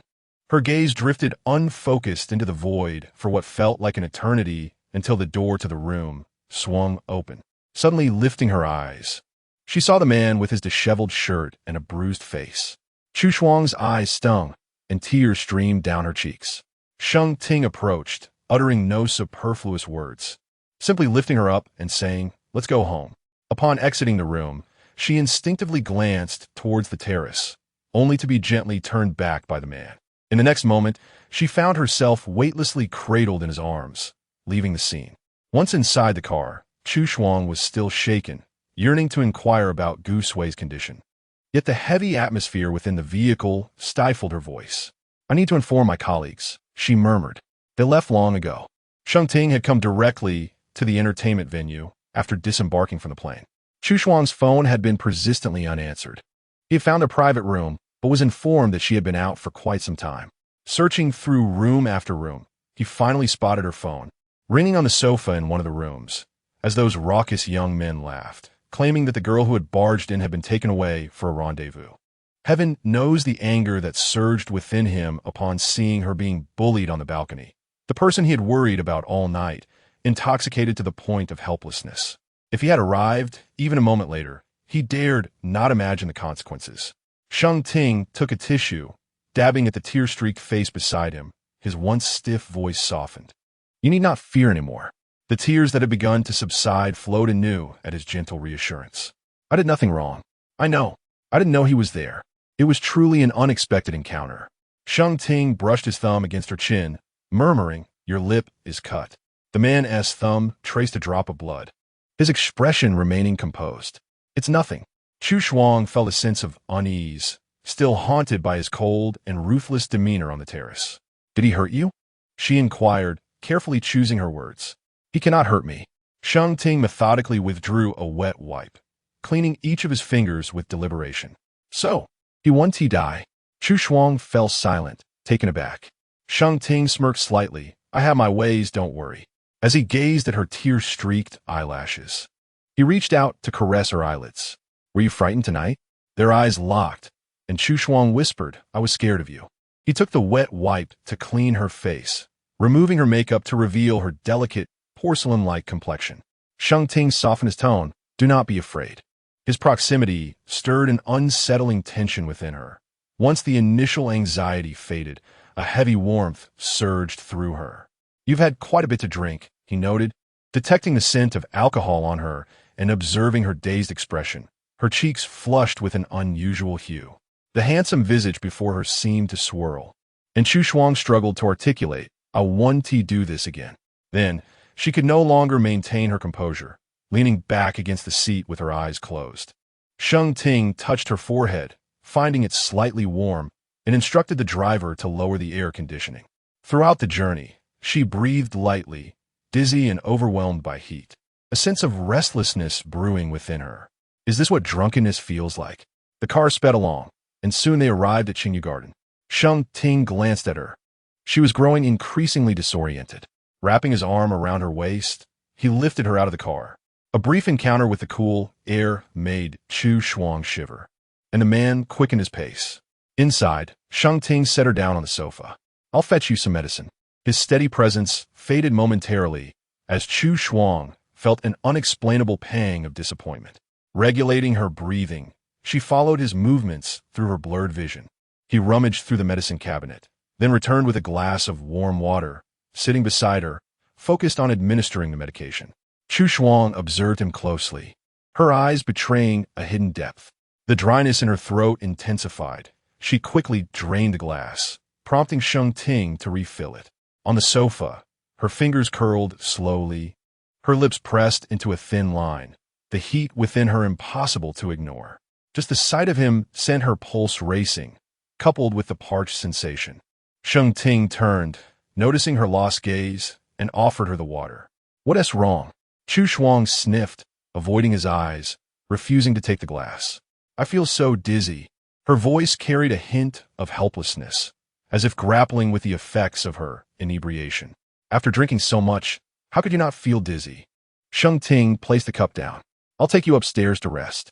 Returning to the warmth of his embrace brought her a sense of stability. Yet the feverish heat coursing through her remained unresolved. She clutched his shirt, hesitant to overstep any boundaries. Internally, she admonished herself, suppressing her desires. As they ascended the stairs, Sheng Ting felt the heat radiating from her body. His gaze caught sight of her hand tightly clutching her shirt, and as he shifted his focus upward, he noticed her taking deep breaths to regulate her breathing. With a slight furrow of his brow, the man held her a little closer and hurried up the stairs. After placing her on the large bed, Sheng Ting adjusted the room's temperature to ensure she was neither too warm nor too cold. Chu Shuang removed her outerwear and sank into the softness of the bed, finally experiencing a moment of respite from her fatigue. Sheng Ting's eyes roamed over her slender waist and long legs as he inquired, "Would you like to take a shower?" Chu Shuang hesitated before responding affirmatively. "I will run the water for you." "There's no need," she replied, clinging to the last vestiges of her rationality. "You should go rest. I can manage on my own." The man paid her no heed. "How can I rest when you are like this?" Upon hearing the sound of water flowing from the bathroom, Chu Shuang bit her lip, feeling a flutter of anxiety. If he stayed any longer, she was uncertain whether she would be able to maintain her final grasp on self-control. Chapter 47. It seems I've been drugged in that private room. The drink I had seemed anything but ordinary, as I felt an unfamiliar sensation coursing through me. I couldn't shake the notion that I had fallen victim to the kind of drug one reads about on television. Earlier, while watching Sheng Ting in the living room, an overwhelming heat surged within me, a longing to be near him, to bask in his warmth and embrace. At that moment, I sensed something was amiss. Oblivious to my plight, Sheng Ting remained unaware. This delicate matter was difficult to articulate, and with my limited intellect, my only recourse was to distance myself from him as much as possible. With time, I truly feared what I might do. My thoughts, scattered and chaotic, drifted back to a vivid dream I had long ago. Its content was far too explicit, and I had spent considerable time trying to suppress it. Now, as it resurfaced, my heart raced uncontrollably. When I returned after filling the tub, the man's tie had disappeared, and his shirt sleeves were rolled up, revealing his strong, muscular forearms. As he approached, I instinctively recoiled, startled by his touch. "I'll go myself," I insisted. Sheng Ting paused, not pressing the matter, his gaze lingering as I climbed off the bed. However, after just a few steps, I found myself unsteady, my limbs betraying me.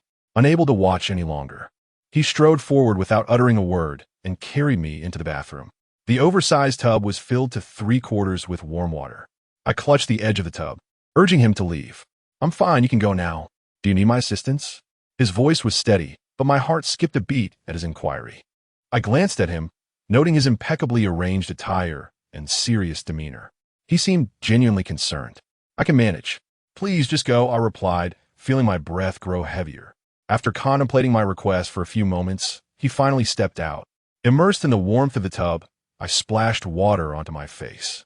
A sidelong glance at the mirror revealed my flushed complexion, prompting me to avert my gaze and continue soaking. Time slipped away, and eventually the water began to cool.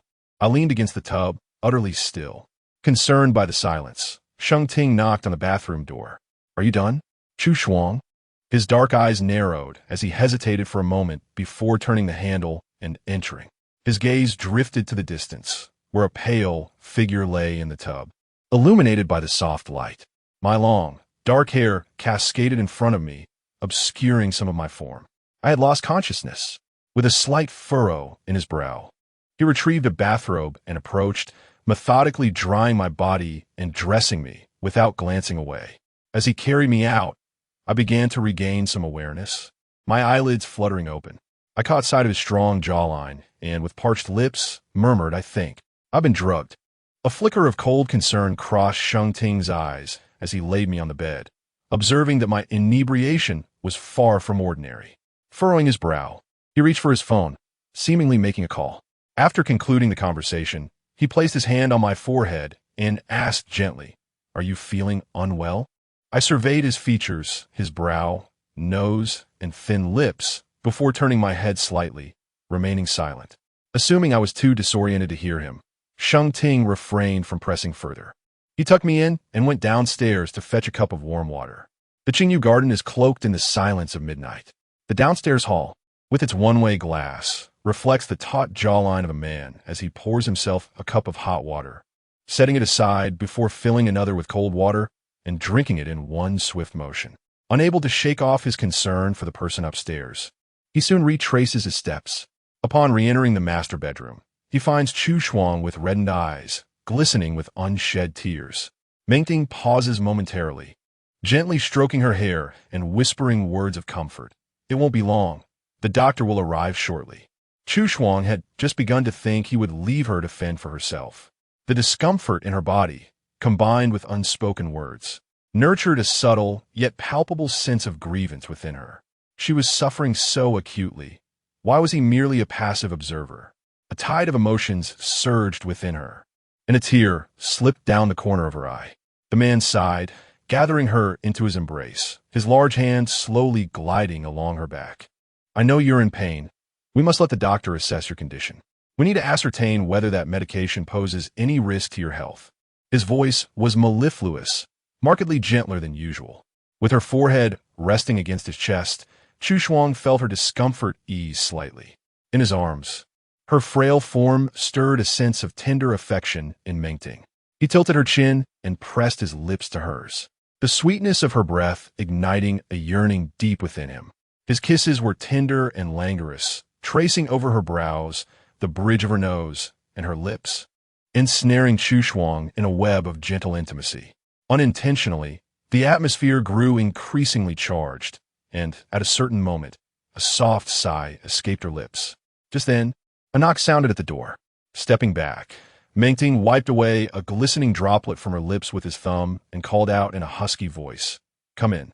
Aunt Yuan pushed the door open and stood at the threshold. "Sir, Dr. Chow Yao has arrived." Meng Ting nodded, inviting her to enter and assess the situation. Chow Yao, clad in a British trench coat and carrying a medical kit, seemed unfazed by being summoned at such a late hour.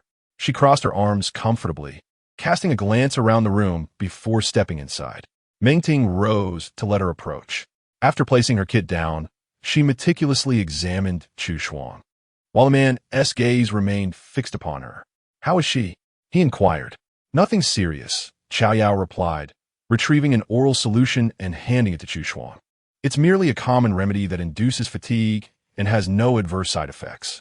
A good night's sleep after taking this should suffice." Casting a sidelong glance at Chow Yao's composed profile, Meng Ting pressed further, "Are you certain there's nothing else?" She raised her eyes to meet his. "What else could there be?"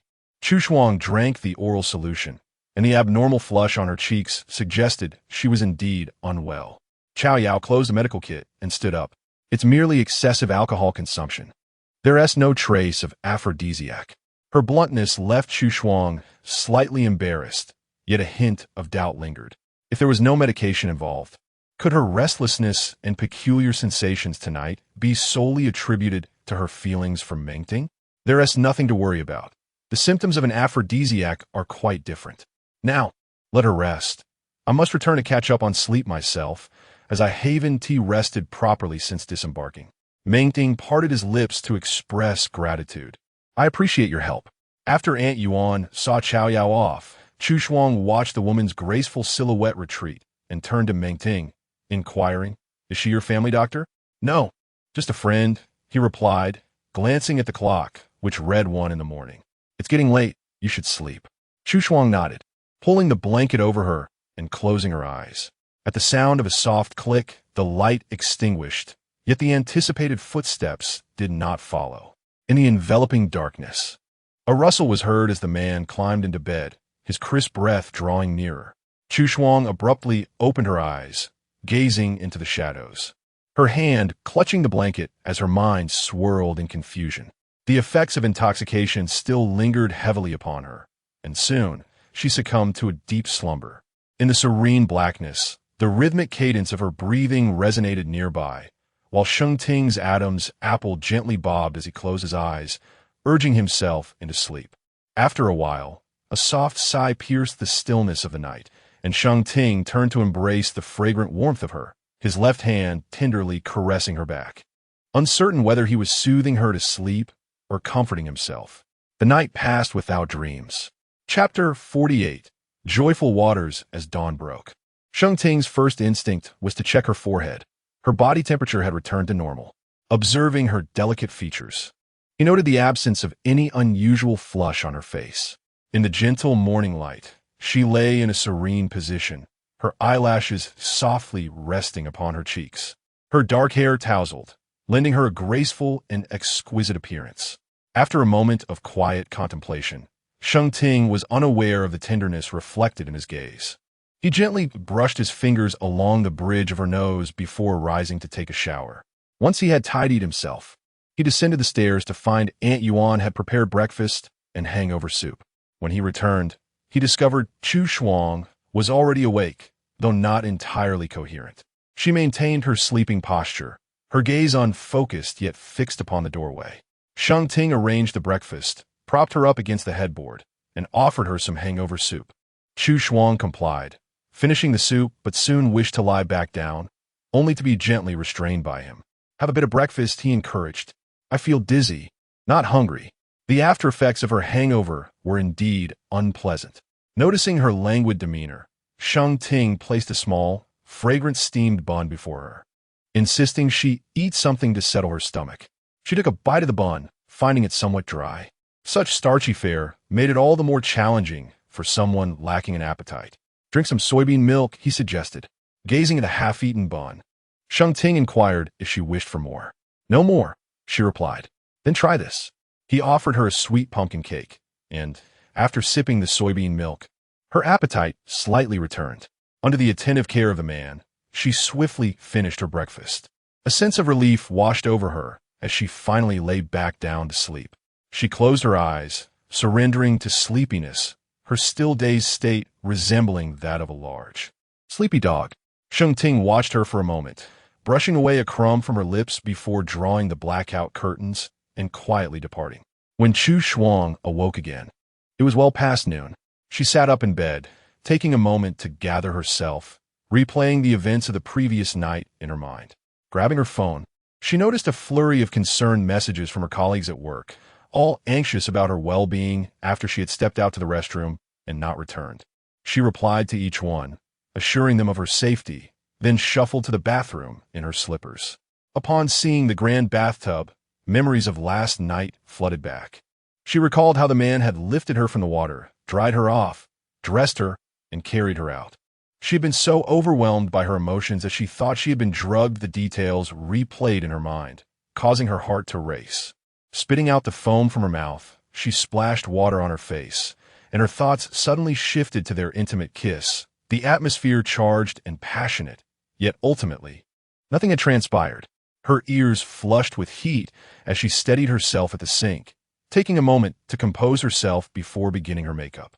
After applying a fresh, matte look and styling her hair into a high ponytail, she dressed and made her way downstairs, where Sheng Ting was feeding the fish in the aquarium. Noticing her meticulously polished appearance, he set down the fish food and asked, Are you feeling all right now? I'm no longer unwell. As the first frost approached the fish tank, she gazed at the beautiful fish darting among the greenery below. Pointing to one, she remarked, "This one is the most assertive. It always snatches the food with great vigor. Observe how the others are not as plump as it." Sheng Ting glanced at her, inquiring, "Is that so?" "Indeed. Therefore, when I feed them, I always do it separately, luring this larger one away before feeding the smaller ones." "You still feed them?" "Of course. I often help you with that," she replied softly, her brows slightly furrowed. The fish that Sheng Ting had raised were quite delicate, and the underwater scenery of the artificial rocks, greenery, and sandy substrate was arranged beautifully, pleasing to Chu Shuang's eyes. When he was away, she would assist with their feeding. Today was a rare warm winter day, and the gentle sunlight cascaded upon one side of her body, the tips of her high bun catching glimmers of light, while her softly drooping eyelashes required no embellishment, a scene of tranquil beauty. "Are you hungry? Let us eat." "Have you eaten?" Sheng Ting replied. "No." Chu Shuang hesitated for a moment. "It's almost time, so let us eat together." The afternoon sunlight illuminated the bright dining table, and their meal was a quiet yet comfortable affair. After finishing, Chu Shuang settled in the sunniest spot of the living room, retrieved the cinnabar jelly she had photographed that evening, and began to carefully carve characters with her tools. This was a considerable endeavor. Carving a seal entirely by hand required a significant amount of time, and she had no intention of sending it to a craftsman, as creating it herself brought a sense of accomplishment. If one could maintain patience, this was also a means of self-cultivation. Sheng Ting placed a fruit platter before her, and, noticing her simple tools, asked, "Are you carving it yourself?" "Yes, it holds more meaning when I carve it myself. All the seals I made previously were done by my own hand," she replied, a hint of pride evident in her tone. The man observed the delicate curve of her neck for a moment, then spoke, "You have learned a great deal from Mr. Shun. All the seals collected by my grandfather are rare treasures. Those truly possess grandeur and depth. A few passed down from my great-grandfather are family heirlooms. When I was young, he would let me play with them, but as I grew older, he ceased to allow it." Engrossed in her work, Chu Shuang, feeling leisurely, began to reminisce about the past. "My grandfather first taught me how to carve seals when I was 9. At that age, I found the strokes of the character Fra so troublesome that I would lazily only carve the character Chu, leaving the rest blank. One time, when Bing Bing came over to play, my grandfather had us carve with clay, and I discovered that her characterly was even more complicated than my frost. That brought me a sense of balance, and I no longer detested it." Sheng Ting's lips moved slightly, his tone gentle. "Why dislike that character?" "I find it beautiful." Chu Shuang paused her fingers, lowering her gaze. "Well, as a child, I was always afraid of characters with many strokes. Your characters are so easy to write. You surely had no such troubles." "Indeed, I did not." After chatting for a while, Sheng Ting retrieved a book from the shelf and quietly read beside her, no longer interrupting her. The cuckoo clock on the wall ticked away slowly, while the golden retriever played quietly with its toy on the carpet beside them, content and non-disruptive. The early frost lifted her head and twisted her neck, feeling the strain in her cervical spine and the fatigue in her hands. Yet, only a few shallow strokes adorned the jade stone before her. Outside, the sunlight shone brilliantly, and this afternoon resembled early spring. She squinted to alleviate the weariness in her eyes, suddenly realizing she was quite parched and yearned for a delightful beverage. At home, there were only juices or milk, prompting her to consider ordering takeout. Opening the app, she was undecided about what to drink. After a moment's thought, she typed happy water into the search bar, hoping to find some enticing recommendations. The webpage refreshed, presenting a new screen. At first glance, she paused, puzzled at the second glance, and by the third, her eyes widened in astonishment. The suggested items were a hodgepodge of products. They were not beverages at all, but an array of certain bedding accessories. For the first time, she beheld these products, as if discovering a new world. How had she been unaware of the extent to which the adult toy industry had developed? The sheer number of brands and purposes was astounding. Hastily, she exited the interface, casting a furtive glance to the side. Her heart skipped a beat. Sheng Ting's dark eyes were deep and penetrating, his gaze seemingly fixed upon her screen, as if he were still digesting the peculiar sights she had just encountered. Chapter 49. Embraced in his warmth, Initial Frost felt her ears flush with warmth as she hurried to explain, "No, it's not what you think. I was just looking to buy some beverages, so I searched for a happy drink, and I never expected to see these results. Typically, people refer to their favorite drinks as Fat House Happy Water.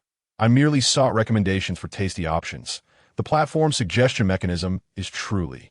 Observing her earnest attempt at justification, her fair cheeks tinged with a delicate pink, clearly taken aback. "Not to worry," the man replied, his expression unfazed, his voice steady. "This is the first time I've encountered such a myriad of items as well." Initial Frost felt a slight easing of her anxiety, only for it to resurface upon his casual remark, her toes curling in an unseen place. "I'll go squeeze some juice," she announced, rising to slip into the kitchen. Once inside, she calmed herself with a glass of juice. Only after her emotions settled did she emerge, carrying a glass jug filled with freshly squeezed juice. Setting the jug and cups on a coffee table, she said to Sheng Ting, "I just made some orange juice. It's quite sweet. You should have some too." Sheng Ting's gaze fell upon the jug of juice, his brow slightly raised. "Could you fetch something for me from upstairs?" "Certainly. What do you need?" "The box on my bedside table." The eager errand runner ascended the stairs, the little golden retriever trailing behind her. Entering his bedroom, she spotted the box, which was quite large and appeared to be of high quality, far bigger than she had anticipated. With careful consideration, she cradled the box as she descended the stairs and placed it before Sheng Ting. Having completed her task, she was about to engage the golden retriever in play when the man called out, "Could you help me open this?" Sheng Ting had been engrossed in his book, his eyes never straying from the pages, exuding an air of habitual authority. Initial Frost contemplated for a moment before deciding to assist him in unveiling the contents. Lifting the heavy top, she discovered a complete set of jade ornaments nestled within the velvet lining, a breathtaking array of rings, bracelets, and hairpins, each exquisitely designed with a delicate elegance.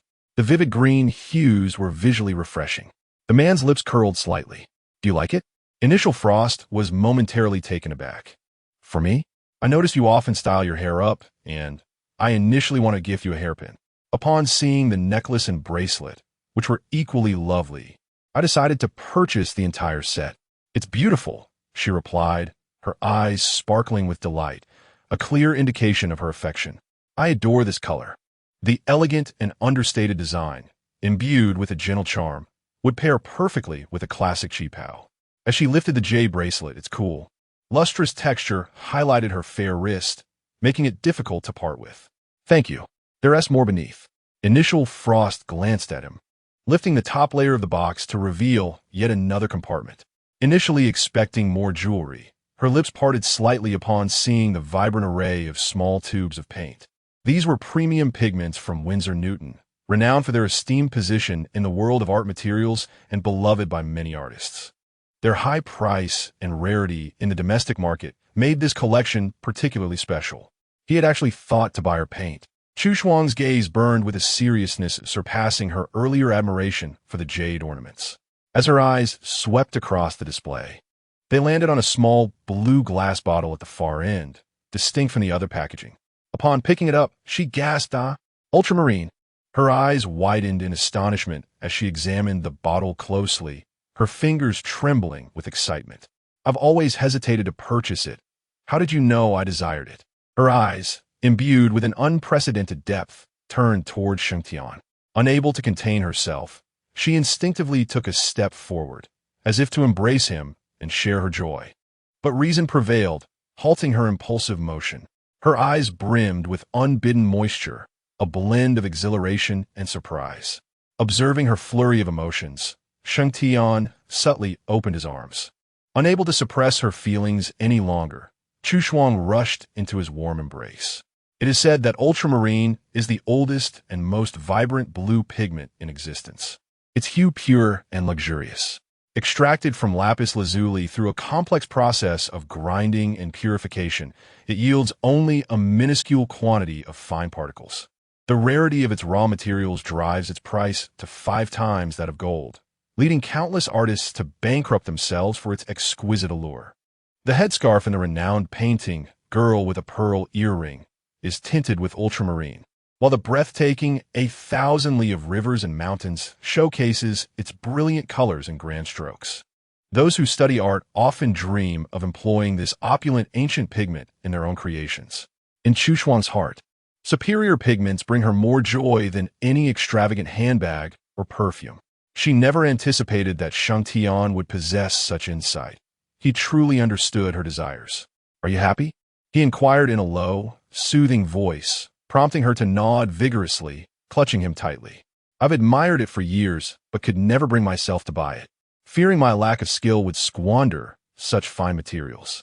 I had planned to purchase it next year, yet here you are, presenting it to me without a word. How did you know?"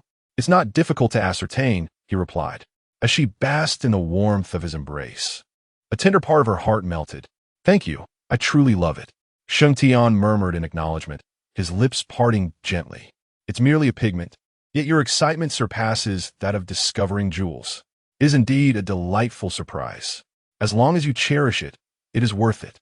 Feeling the rhythm of her heart quicken, Chu Shuang pulled back slightly to admire his striking features, the contours of his face sharp and defined, his nose and lips exquisitely formed. Noticing her gaze, Sheng Ting lowered his eyes and asked, "What's wrong?" Chu Shuang fluttered her eyelashes. "It's nothing." She retreated to a nearby seat and brushed aside a few strands of hair that had fallen against her cheek. "The weather outside is delightful. Perfect for a stroll in the garden. I think I'll take a walk." With that, she took her golden retriever's leash, and soon, her soft silhouette disappeared from view. Sheng Ting returned his focus to his book. The garden was illuminated by bright sunlight, with roses blooming in vibrant colors. As she swung gently, absorbing the warmth, she felt an exhilarating sense of expansion. Reflecting on the earlier moment, her heart raced anew. The gesture and expression he had shown when he reached for her replayed in her mind, filling her heart with a sweet, honeyed bliss. Such natural indulgence is simply irresistible. After a moment of quiet joy on the swing, Chu Shuang made her way to her small vegetable garden, needing to tend to the weeds. When Sheng Ting emerged, he pondered for a moment before heading directly to the garden, and, as anticipated, he spotted her busy figure crouched among the verdant plants. She truly cherished her little patch of greenery. He settled into a chair, lazily basking in the sun while observing her diligent efforts. This tranquil session lasted for half an hour. She possessed an admirable patience, content to remain alone in the garden for an entire afternoon. Her serene disposition harmonized unexpectedly well with his. Both were gentle and untroubled, radiating a quiet contentment that was neither demanding nor overly fragile. Their companionship was remarkably comfortable. Chu Shuang remained unaware of his presence while she cleared the weeds. Afterward, she opened her camera to capture the beauty of her garden, which gradually transformed into a series of self-portraits. Chapter 50. The dreadful handsomeness, the brilliance of the sunlight was exquisite, and the backdrop of the backyard was stunning. Every angle captured a beautiful visage. Gazing at the ethereal clarity of her features in the photographs, Chu Shuang found herself somewhat vain, experimenting with various poses for selfies. As she turned to take a shot with her back to the sun, tilting her head, she unexpectedly caught sight of a tall figure on a nearby bench, causing her radiant smile to falter. When did Sheng Ting arrive? The man, calm and composed, regarded her with clear eyes, silently awaiting her to resume her photography. Chu Shuang found herself unable to continue. Reflecting on her earlier self-indulgent antics, she struggled to maintain her composure. "What splendid weather we have today," she remarked. Sheng Ting responded, "Indeed, it is delightful." Noticing her pause, he inquired, "Aren't you going to continue?" Chu Shuang smiled gently, indicating that she had captured enough.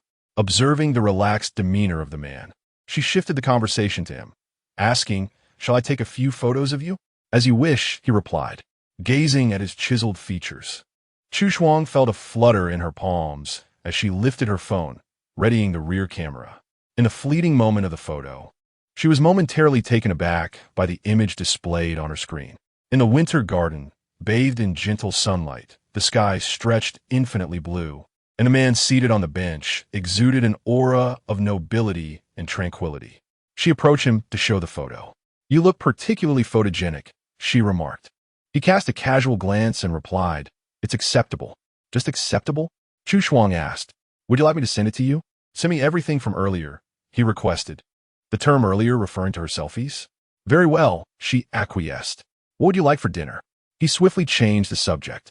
Chu Shuang had yet to consider her culinary desires. But Sheng Ting glanced at his watch and spoke, "I have time today. I can prepare a feast for you. Just let me know what you wish to eat." Such opportunities are rare. The prospect of him cooking was intriguing. Chu Shuang hesitated slightly. "Will you be able to make what I desire?" Her skepticism was understandable. He did not appear to be the culinary type, and her knowledge of his cooking skills was limited to the 2 fried eggs and lotus porridge he had previously prepared for breakfast. "I can make it all: tomato scrambled eggs, stir-fried green beans with meat, savory eggplant. Is it all you eat?" she teased. His gaze met hers, devoid of jest, as he stated, "A feast. Then I shall have dompa pork, spicy crayfish, beef offal soup, sour shrimp with beef, and tender pig trotters." Sheng Ting nodded without hesitation. "Very well. Do we have the ingredients at home?" "I'm not certain," she replied, having not cooked in some time. After boldly listing a variety of dishes, she realized she was unaware of what ingredients were available. "Whatever we have will suffice. I'm not picky." Understanding her predicament, the man rose. "There's still time. I can go buy what we need." After taking a few steps, he noticed she had not followed and turned back to say, "Come on, let's head to the supermarket." "Oh." Grabbing the car keys, Sheng Ting made his way to the garage. Chu Shuang asked if she could bring along her golden retriever. "Feel free to bring it," he replied. After securing the dog with a leash in the back seat, she settled into the passenger seat. Sheng Ting drove steadily, and for the first time, they were out for a drive together on such splendid weather. Perhaps sensing her master's pleasant mood, the golden retriever in the back seat displayed a cheerful demeanor, its bright, dark eyes gazing eagerly out the window, its tail wagging at an unusually rapid pace. Chu Shuang took notice. "Oh, the little hamster seems so happy." The puppy barked joyfully, revealing its adorable long tongue. Chu Shuang was utterly charmed and couldn't resist ruffling its fur. "It's overjoyed to be out with us." Suddenly, a thought struck her, and she paused momentarily. "But dogs can't go to the supermarket." Sheng Ting, with eyes as clear and pure as the dog's, pondered for a couple of seconds before replying leisurely, "There are pet-friendly supermarkets where dogs are allowed." "All right, let's go there then." As they passed a street vendor, Chu Shuang's eyes lit up at the sight of an omelette rice ball, a delicacy rarely found in the north. Sheng Ting parked the car by the roadside, and she hopped out to buy one. "You should try this. It was my favorite after-school snack when I was a child." She took the first bite and offered it to Sheng Ting. Observing his expression as he tasted it, she inquired, "What do you think?" Initially, he appeared indifferent, but after a few seconds, a look of surprise crossed his previously composed face. "Is it delicious? What flavor is this?" Chu Shuang candidly replied, "Egg and glutinous rice." "No," Sheng Ting interjected, his brow slightly furrowing. "It's the seasoning." He savored the taste: chili, garlic, and diced pickled radish. Glancing at the omelette rice ball in her hand, Chu Shuang realized the issue. "Do you not eat folded ear root?" Noticing his less-than-pleased expression, she stifled a laugh. "My apologies. It seems you northerners aren't accustomed to this flavor." "I didn't think of that."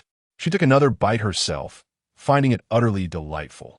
Not enjoying folded ear root was truly a significant loss.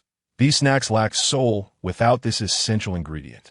Watching her eat with satisfaction, Sheng Ting recalled the indescribable taste from earlier, his gaze filled with puzzled confusion. "You think it's delicious?" "Absolutely. Folded ear root is the soul of the dish," Chu Shuang explained. "In many southern regions, it's a staple in daily cuisine. Not only as a seasoning for various snacks, but also featured in dishes like cold folded ear root, stir-fried with meat, and skewers. By the way, a trendy drink called folded ear root tea has gained popularity in recent years." Sheng Ting's expression gradually shifted from impassive to furrowed brows, and Chu Shuang, noticing this, found it amusing yet maintained a serious demeanor. "I haven't had stir-fried folded ear root with preserved meat in ages. I miss that flavor. I suppose such items are rarely sold in supermarkets here." "True enough. I'll just have to wait until I return home." Upon arriving at the supermarket, Chu Shuang led the golden retriever alongside Sheng Ting, with her browsing while he handled the shopping. After finishing the procurement, she waited outside as he proceeded to the checkout. Nearby, two girls emerged, having just completed their transactions. Their hushed conversation reached her ears. "That guy is stunning beyond belief. I accidentally caught a glimpse of his face, and my heart raced instantly. That stature, that elegance, truly worth the admiration today." As their voices faded into the distance, Chu Shuang turned her gaze towards the man standing in line to check out. Amidst the crowd, he stood out with his tall and striking figure, his features defined, dressed in a deep gray suit that exuded an air of stoicism and composure. The term handsome seems rather inadequate. Suddenly, the leash in her palm tightened unexpectedly, and before she could react, she was forcefully pulled backward. Her body instinctively rushed to maintain balance, and she hastily took several steps. Yet the momentum of the impending fall was too overpowering. As she tumbled down the steps, her golden retriever continued to dash forward, and Chu Shuang found herself rolling down several not-so-high steps onto the pavement. Her knees and elbows burned with pain. The fall had been swift, and the impact with the steps had been harsh, leaving her with a throbbing sensation in multiple joints. Chu Shuang, Sheng Ting emerged just after settling the bill, only to witness her heavy fall down the steps. His dark eyes narrowed, and he hurried to her side, helping her to sit up. Unbeknownst to her, she had struck her palm against something, and beads of blood rolled down from it. Chapter 51. Tempted by his form, the little golden retriever, aware of its mischief, stood foolishly to the side, neglecting to chase after the Samoyed it had just seen. Sheng Ting cast a cold glance at the trembling golden retriever and stepped forward, unceremoniously lifting it and tossing it into the car. Chu Shuang settled on a bench by the street while he went to the pharmacy for medicine. Upon his return with iodine, she proposed, "There's no need for iodine. We can simply apply the ointment directly. That stuff stings when applied to an open wound." Sheng Ting grasped her wrist firmly, insisting on disinfection. Noting his resolute demeanor, Chu Shuang closed her eyes and turned her head away. As he twisted open the iodine bottle, he caught sight of her tightly shut eyes, and his hand hesitated momentarily before he replaced the iodine with pure water. He meticulously cleaned the area around the wound with a cotton swab, gently sprinkling the powder on the injury and wrapping it in gauze. His movements were swift, causing her no pain. "Thank you." He also applied ointment to the scrapes on her hand and wrist. "Where else?" Chu Shuang extended a leg, lifting her skirt to reveal a knee grazed and oozing blood. Sheng Ting frowned imperceptibly, lowering his gaze to tend to her injury. "Do not bring it out again. It's too unruly." It seemed the retriever had forgotten it was on a leash, wanting to follow after other beautiful dogs, as if it were merely a dog of superficial tastes. Sheng Ting was in no mood for jest. Had she fallen in a bustling street, the situation would have been dire. Chu Shuang remained silent. "Can we go?" "Yes." Supporting her as she entered the vehicle, Sheng Ting cast a detached glance at the small, helpless golden retriever in the back seat. Without uttering a word, he allowed the little one to lower its head in fear, emitting a pitiful whimper. Seeing this, Chu Shuang felt a pang of sympathy, wanting to comfort it, but she glanced at the man beside her and obediently settled in her seat. As the engine roared to life, Sheng Ting handed her a small packet. Upon inspection, Chu Shuang discovered it contained a sheet of white tablets. The taste of lactose was pure, faintly reminiscent of the candies given during childhood vaccinations. Looking at the man, she mused that if Sheng Ting had children, he would likely be very adept at soothing them. Upon returning to Qingyu Garden, Sheng Ting immediately headed to the kitchen to prepare dinner. Chu Shuang followed, asking, "Do you need my help?" "No need," he replied, rolling up his sleeves to wash the beef. "Didn't you buy some snacks at the supermarket? Go enjoy them."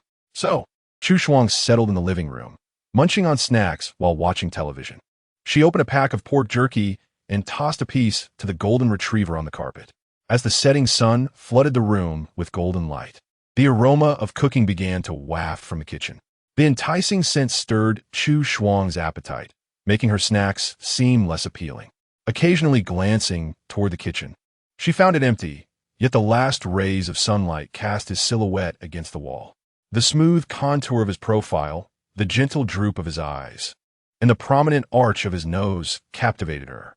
Enchanted, She hurriedly took out her phone to capture the beautiful scene illuminated by the twilight. Admiring the elegant figure outlined in her phone, she swiped left to reveal a photo taken earlier in the garden. After a moment of contemplation, she suddenly remembered that she had yet to send him that picture. After scrolling through a few selfies, I selected the 3 most flattering ones and sent them over. Just as Sheng Ting emerged with the dishes, Chu Shuang was feeding the little golden retriever the last morsel of pork jerky, and the man happened to catch them in the act, leaving both the dog and her feeling somewhat guilty. "It smells delightful," she remarked, admiring the exquisite presentation and vibrant colors of the meal. The man brought a piece of sour shrimp beef to her lips, urging her to taste it. The moment she took a bite, her eyes sparkled with delight. "This is truly of a standard worthy of a restaurant. How can you be so talented?" she exclaimed. "It's delicious." Sheng Ting nodded, then went to fetch other dishes. Considering her injury, he had kept the spices mild, yet the flavors exceeded her expectations. "You are such a gifted cook. This is far superior to anything I could prepare." She couldn't help but give a thumbs up. "I will make more for you another time," he replied with modesty. After finishing their meal, Chu Shuang settled on the sofa to watch television, while Sheng Ting tidied up. Upon returning, he found her engrossed in a historical drama, her eyes shining and a subtle smile gracing her lips, one she was unaware of. Following her gaze, he noticed a regal banquet scene, featuring a handsome emperor delivering his lines with poise. Not being familiar with these celebrities, he could only observe how her smile grew more pronounced. So charming, he thought as she pulled out her phone to capture the moment. Watching her antics, he wondered where she found such adorableness. "Shall we head upstairs to rest?" he suggested. Chu Shuang looked up. "I want to watch a little longer." His tone turned serious. "It will be the same upstairs. Let me help you up. It wouldn't be convenient for you alone later." "All right then," she agreed. After shutting off the television, she rose to her feet. Navigating the stairs could strain her injured knee, so Sheng Ting promptly scooped her up in his arms. The sudden lift caught her off guard, causing her heart to flutter. His strong arms and solid chest evoked memories from the previous night. Why had she reacted so strongly if it was not an aphrodisiac? The absurd dream she had of him from long ago resurfaced in her mind. Did this imply that, deep down, she longed for him? Perhaps. In more contemporary terms, she craved his presence? The thought made her cheeks flush with warmth, and she felt a twinge of embarrassment. A peculiar thought crossed her mind.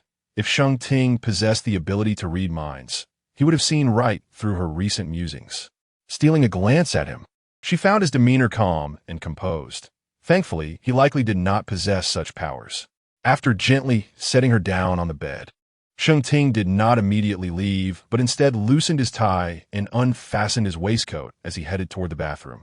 Listening to the sound of running water, Chu Shuang bit her lip, attempting to divert her attention by fiddling with her phone. She scrolled to Lin Su's WeChat and sent her the snapshot she had just taken. "Chu Shuang, look who I spotted." The adorable little maid diligently serving tea and wine to the emperor is simply delightful. After a long wait with no response, she added, "Are you filming a night scene?" The sound of water in the bathroom ceased as the man opened the door, his damp hair slightly hanging down. He inquired, "Since your hands cannot touch water, would you like to wash your face?" After a moment's pause, Chu Shuang approached, expressing her desire to wash. Sheng Ting retrieved a hairband to place on her head, and as the towel approached, she called out to stop him. "First, I need to remove my makeup. The cleansing balm is over there." The man, somewhat unfamiliar with these rituals, examined the cleansing balm before gently applying it to her face. He massaged it in with water, waiting for it to emulsify before rinsing it away. "Lower your head a bit," he instructed. Chu Shuang complied, bowing her head as Sheng Ting supported the nape of her neck with one hand while cleansing her face with the other. At last, the delicate layer of makeup faded, revealing her pure features. As he wiped the moisture from her face, the man spoke softly, "You may go now." Chu Shuang retraced her steps, her nose still tinged with his crisp, cool fragrance, while the skin at the nape of her neck felt faintly warm. When Sheng Ting emerged, his hair was already dry, and he wore a loose bathrobe. Chapter 52. A woman's fear of marrying the wrong man. Their gazes met, and Chu Shuang feigned calmness. "Will you be staying here tonight?" Sheng Ting set down the towel. "Not just tonight." He glanced at her beautiful eyes, his lips curling slightly. I promise to be responsible for waking you up. Chu Shuang steadied her racing heart and politely replied, "Thank you." After observing her for a couple of seconds, the man chuckled softly. Her thoughts were almost transparent on her face. What could she possibly hide? There was an awkwardness about her that radiated innocence. Her phone chimed with a new message. "Lin Su, haha, you saw it." "Chu Shuang, I stumbled upon it. I thought this little maid looked familiar. Is this the first drama you guest starred in?" "Lin Su, yes. It was filmed 2 years ago. I played a minor role as a maid with limited screen time. I'm currently shooting a new drama in the film city, playing the third female lead." "Chu Shuang, that's wonderful. Progress is being made bit by bit." Sheng Ting climbed into bed, casting a sidelong glance at her phone's chat interface, choosing silence as he turned to his book. The room fell into a prolonged stillness. After chatting with Lin Su for a while, Chu Shuang mentioned she needed to rest for an early shoot the next morning. They exchanged goodnights, and she switched off her phone, stealing a glance at Sheng Ting. He happened to look up. "Who were you chatting with for so long?" His tone was light and indifferent. "A junior from my university club. She was scouted in her sophomore year and later ventured into the entertainment industry." Chu Shuang pulled up a photo on her phone, pointing to a maid beside the emperor. "Look at her. Isn't she quite charming?" As Sheng Ting studied the photo, realization dawned on him. "The one you saw downstairs was her?" "Yes. It's amusing to see someone familiar on television." "I heard from Sheng Yao that you were also approached by Scout back in your school days." Chu Shuang was taken aback. "You know about that? If you found it amusing, why did you decline the opportunity?" "I feared the scrutiny that comes with fame. To be a star means to endure 360 degrees of observation, which is not something everyone can handle. If you're not popular, you lack resources. If you are, you easily attract trouble. Besides, what would I gain from it? Some pursue fame and fortune, others chase dreams. I have no interest in this industry, and I lack formal training. It's better to leave professional matters to those who are qualified, rather than compete for someone else's livelihood. Painting brings me joy." Sheng Ting nodded, acknowledging her clarity of thought. It's crucial for individuals to recognize their own place. Chu Shuang set her phone aside, preparing for sleep. As she moved slightly, she inadvertently tugged at her knee injury, letting out a small gasp. The man put down his book and retrieved some ointment from the bedside drawer. "You should apply it again before sleeping." As she lifted the covers, Chu Shuang carefully applied the ointment, but then faced a dilemma. Noticing her contemplation, Sheng Ting inquired, "What's wrong? If I sleep like this, the ointment will stain the blanket. I can't cover myself. Just change the blanket if it gets stained." Sheng Ting pulled the covers over her. "Will it irritate your injury?" Chu Shuang shook her head. "No, it's fine. Let's leave it as it is." Her gaze lingered on his sharply defined jawline as she nestled under the covers. "Good night." The man's voice was magnetic and melodious. "Good night." The following day, Sheng Ting's biological clock woke him up automatically, while Chu Shuang remained deeply asleep beside him. Her thick hair almost obscured her entire face. He wondered how she managed to sleep like that. With a light scoff, he gently pushed her hair aside. After getting dressed and washing up, he came to rouse her from her slumber. Those who had not indulged in alcohol found it much easier to rise. Upon opening her eyes, she saw a sharply dressed man before her, and with a voice still hoarse from sleep, she greeted him. "Good morning." "Good morning, Chu Shuang." Her face bore the remnants of a hasty wash, which Sheng Ting had assisted her with. In truth, she could manage on her own with a little care, but she had grown fond of this attentive nurturing. Such opportunities were rare. How could one maintain a facade of cold indifference while being so patient in their work? The editor-in-chief had departed, leaving the position vacant. Everyone anticipated that the department head, Sister Sue, would ascend to the role. However, during the morning meeting, the manager unexpectedly introduced a young woman, announcing her as the new editor-in-chief. This revelation left the team bewildered. The woman appeared to be in her mid-20s and had not been seen in the company before. It was rumored that she had transferred from another firm. Many harbored reservations about appointing someone new from outside as the editor-in-chief, especially Sister Sue, who believed the position rightfully belonged to her. Being abruptly usurped by someone seemingly less qualified was hardly a pleasant experience. In private, Chu Shuang offered some words of comfort to Su Shirin. Such occurrences were not uncommon in the workplace. Han Jinhao, for reasons unknown, found himself driving to Kite Animation. Unconsciously, he arrived at this location. After parking and glancing at the CBD building, he felt a sense of ennui, unable to comprehend his own actions. Just as he was about to turn around, he noticed someone emerging from the company below. It was the end of the workday. After some contemplation, he turned off the engine and headed to her favorite dessert shop. He ordered a small cake that he did not particularly enjoy, choosing a discreet spot to sit. After taking a few bites, his gaze remained fixed on the entrance of her company. Gradually, people began to exit, some stopping by the shop for desserts, yet she was nowhere to be seen. "Hey, did you see Sister Shuang today? That injury of hers is truly unfortunate." Two women at the adjacent table conversed while waiting for their desserts. Since they had just come from Kite Animation, Han Jinhao paid attention when they mentioned familiar names. "Injury? I didn't notice. I even greeted her this morning when I entered the company. She seemed fine," one replied. "Fine? Have you seen her arm? It's bruised all over," the other woman whispered.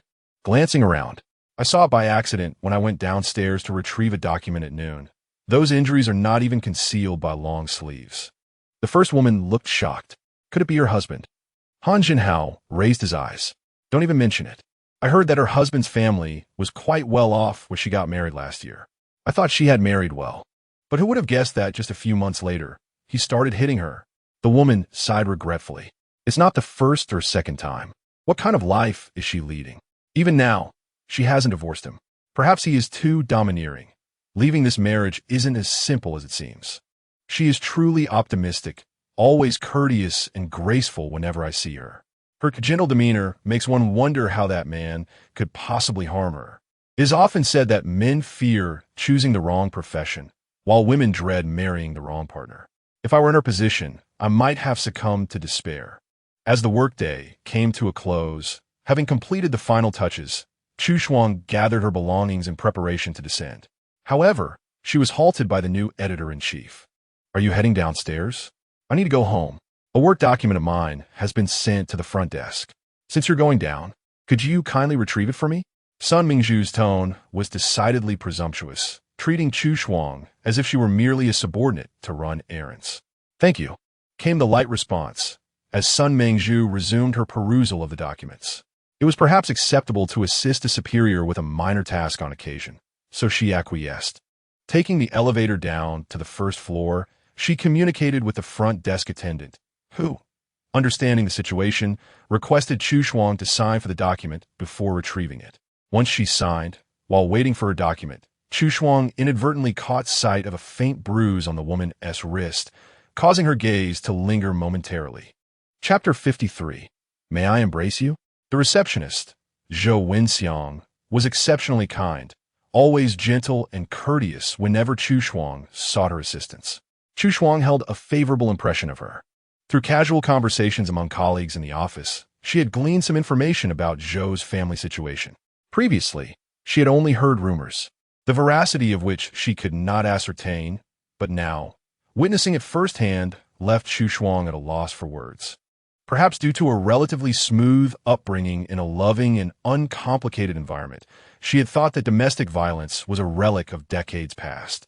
However, the stark reality before her was shocking, coupled with an indescribable feeling of suffocation. Zhou Wenxiang seemed to sense her discomfort. She tugged at her sleeve and handed over a file. "Is this it?" Chu Shuang glanced at the folder, noting the name Sun Mingzhu. "Yes, thank you. You're welcome." As she turned, she encountered a male colleague rushing in from outside. "You're back already? Ah, I forgot my phone. What a memory. Aren't you off work yet?" Chu Shuang waved the file in her hand. "I'll leave after I deliver this." Returning to the office, "Hand it to me. I'll take it up for you." Chu Shuang smiled slightly. "That would be great, thank you." Han Jinhao listened to the exchange between the two women, sitting in silence for quite some time. There were many with frost in their names. It didn't necessarily have to be her. Yet, what if it truly was? The thought suddenly emerged in his mind, causing his breath to quicken. As the office emptied, he prepared to leave, but from the corner of his eye, he spotted someone approaching slowly from a distance. His heartbeat quickened in a rhythm he could distinctly feel. It had been a while since he last saw her, and this time there seemed to be a hint of tension. He lowered his cap and shifted slightly. "One matchop black truffle, please." The woman's clear voice was easily recognizable. "Certainly." Would you like anything else? Do you have any desserts that aren't too sweet? Desserts that aren't too sweet? The young attendant pondered for a moment. This pumpkin-baked custard has less sugar. Its sweetness is quite natural and retains the delightful flavor of pumpkin. You might enjoy it. Accepting a small sample from her hand, he found it indeed not cloying, a sweetness that Sheng Ting would likely accept. All right, I'll take a portion of the pumpkin-baked custard, and please pack both. After paying, the attendant handed over the neatly packaged desserts. As Chu Shuang reached out to receive them, her sleeve slipped down, revealing a bruise on her skin, coupled with a bandaged palm. Han Jinhao recalled the earlier conversation between the two women. His mind buzzed, leaving him frozen in place, a wave of unfamiliar dullness and coldness washing over him, nearly choking his breath. It became evident that she was not living well. Married to a scoundrel, suffering from domestic violence. No wonder he rarely saw her husband. Her marriage was such. Initially, he found her intriguing, later discovering her gentle nature and talent, like a complex yet pure camellia. Just standing there could hold his gaze. Yet, a flower of such beauty belonged to another, and he had to rein in his wandering heart.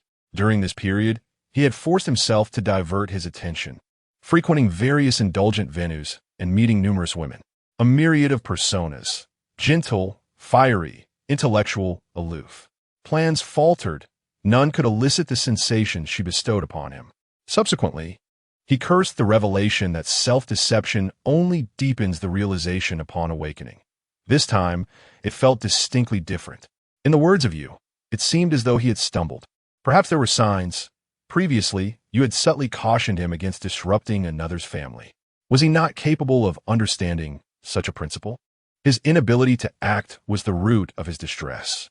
Yet now, with the knowledge that her marriage was far from blissful, he encountered a different kind of anguish. His thoughts were a chaotic tangle. Deep within, an uncontrollable notion surfaced. Chu Shuang had long departed from the dessert shop, while Han Jinhao seemed to have finally gained some clarity. He retrieved his phone and navigated to her WeChat, his fingertips hovering over the chat box, typing a few words before pausing to delete them. No, he could not expose her to risk. If her spouse happened to see something he should not, she would likely find herself in trouble. It was better to seek another opportunity for a private conversation later. Upon spotting her car, Chu Shuang approached with a smile, only to find that it contained only the driver. Where is he? Sir might be working late. Let me take you home first, the driver informed her. Glancing at the pumpkin-baked custard in her hands, Chu Shuang replied, let us go back with him. Thus, they drove towards the South China Street Chamber of Commerce building. This was Chu Shuang's first visit, and the structure was indeed resplendent, with a row of flags fluttering high in the Grand Plaza. Entering the lobby, the decor was majestic and imposing. Though there were others present, the atmosphere was serene, and she instinctively refrained from speaking loudly, wary of disturbing anyone. She was escorted upstairs to the president's office, where the driver knocked at the door. Sir, the lady has arrived. Chu Shuang entered, carrying her desserts, and her gaze swept across the room, noting the presence of another woman, Zhao Yu, the one who had attended to her that night. Upon seeing her, Sheng Ting's eyes momentarily dulled. What brings you here? I've never been here before. Just thought I'd take a look around, she replied, stepping further in and offering a nod and smile to Zhao Yu. Thank you, Miss Zhao, for coming to my aid that night. I didn't get the chance to express my gratitude properly. After a moment's thought, Chu Shuang presented her the black truffle cake. This cake is delightful. Do give it a try. It's no trouble. Please keep it.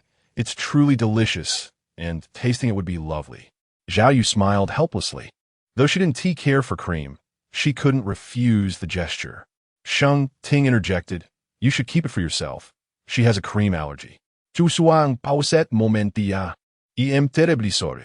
Zhao Yu chuckled lightly. Not at all. Suddenly, she realized she still didn't know the name of this enchanting lady. Their last encounter had been amidst such chaos that she hadn't had the chance to greet her properly. Turning to Sheng Ting, she said, last time was too hurried. You haven't introduced me to your wife yet.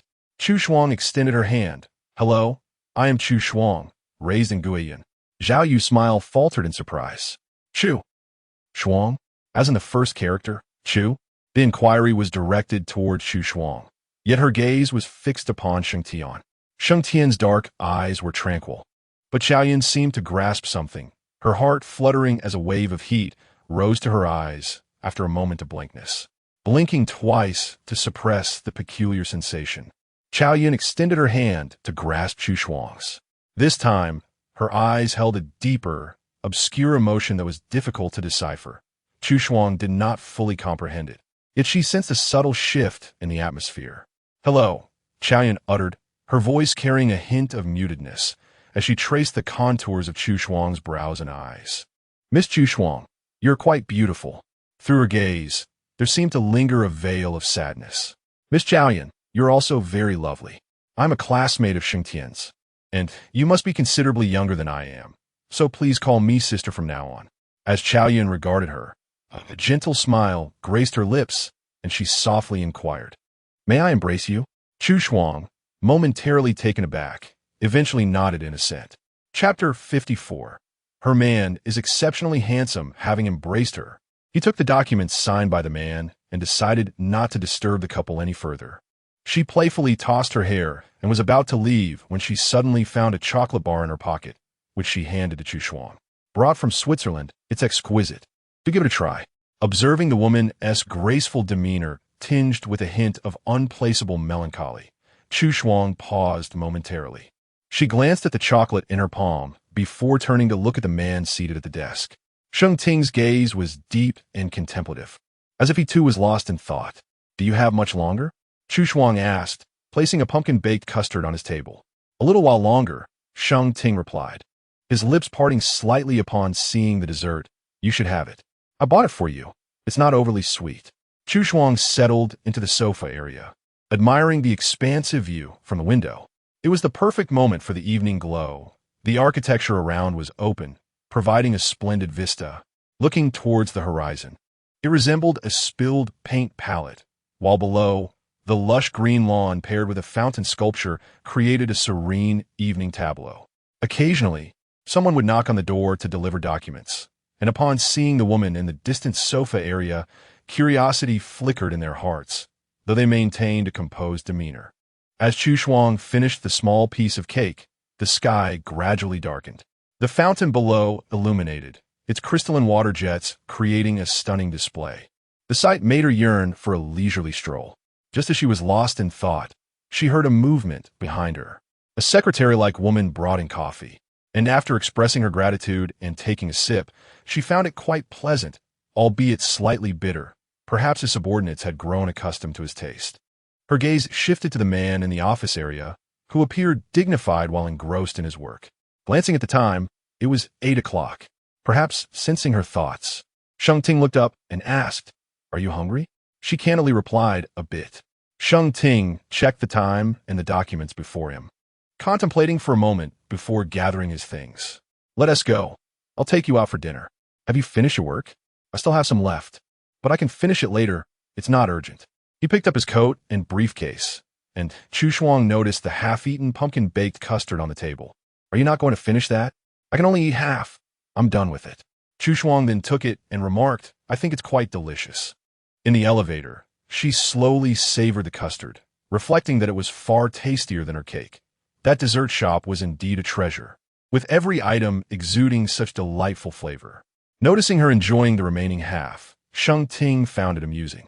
"Do you particularly enjoy sweets?" Consuming sweet treats can elevate one's mood. There is scientific evidence for that. Upon exiting the lobby, the night breeze brought a chill, confirming that despite the pleasant daytime weather in winter, the evenings were still quite cold. Seeing her shiver, Sheng Ting draped his coat over her shoulders. Chu Shuang glanced at him. He wore little himself. "You don't need to, just put on yourself." He fastened the first button for her, his tone gentle. "It's fine this way." The coat was oversized for Chu Shuang, nearly reaching her heels, its weight tangible. Yet, the cold was no longer a concern. Wrapped in his overcoat, she could faintly detect a neutral woodsy aroma, a scent that brought tranquility. "What do you wish to eat?" "A duck soup." Sheng Ting led her to a nearby restaurant, and by the time they finished their meal, it was already past 9. As he started the car, a thought struck him. He turned off the engine and said, "Wait for me a moment." "All right." Chu Shuang lowered her head to browse her social media, noticing that Li Bingbing had returned home to reunite with her family. enjoying a delightful dinner together. With a smile gracing her lips, she commented, "It looks so lively. It's wonderful to be home. Your aunt radiates joy. She appears to have rejuvenated several years." Li Bingbing replied, "It's especially lively. The whole family is out for a meal.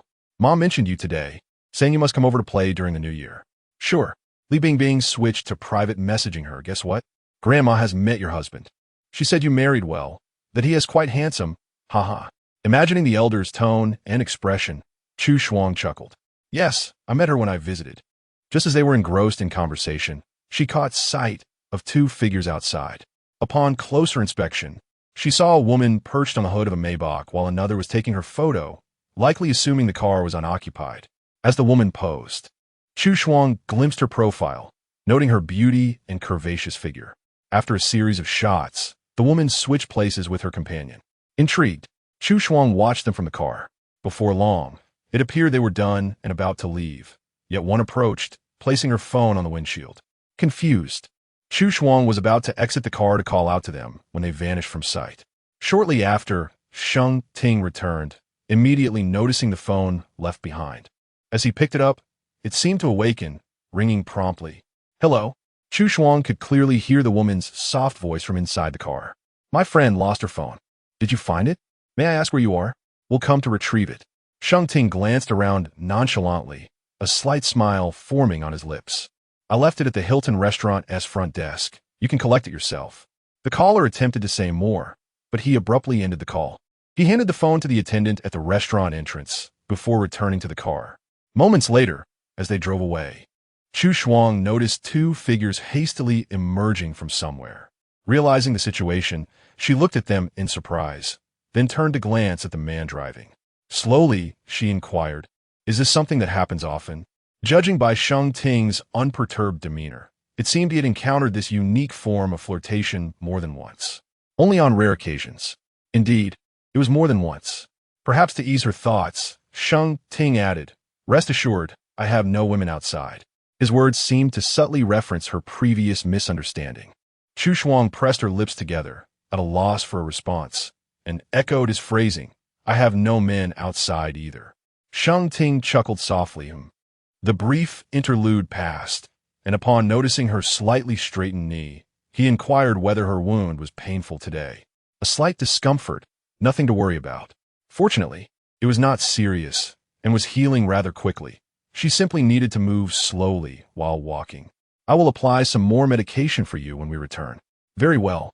As the vehicle passed by the CAF, Chu Shuang spotted Sure you still inside the establishment and leaned out to greet him. "Mr. Sure, aren't you off work yet?" Sure you looked up, catching sight of the couple in the car, and chuckled lightly soon. "Uncle, why not invite Annie in for a moment?" Sheng Ting replied, "It's getting late. We shall come another day." Chu Shuang waved. "We are leaving now. Goodbye." "Goodbye," came the reply. As the car drove away, a person descending from the upper floor heard Sure Yu's voice and asked him, "Who are you speaking to?" "To Sheng Xiao Shu and his wife. They just passed by." Han Jinhao expressed mild curiosity. "Oh, I have yet to meet this Annie. I've mentioned wanting to meet her for ages, but it hasn't happened yet. In a couple of days, it will be Uncle's birthday, and you will finally get to see her then." Chapter 55. To kiss or not to kiss, Sure you diligently polished the plate with a soft cloth until it gleamed. In the past, there were speculations that his uncle, being thrust into a marriage devoid of emotional foundation, would inevitably neglect his partner. Yet, it now seemed that he found joy in it. Han Jinhao took a sip of warm water, pondering matters that prompted him to inquire.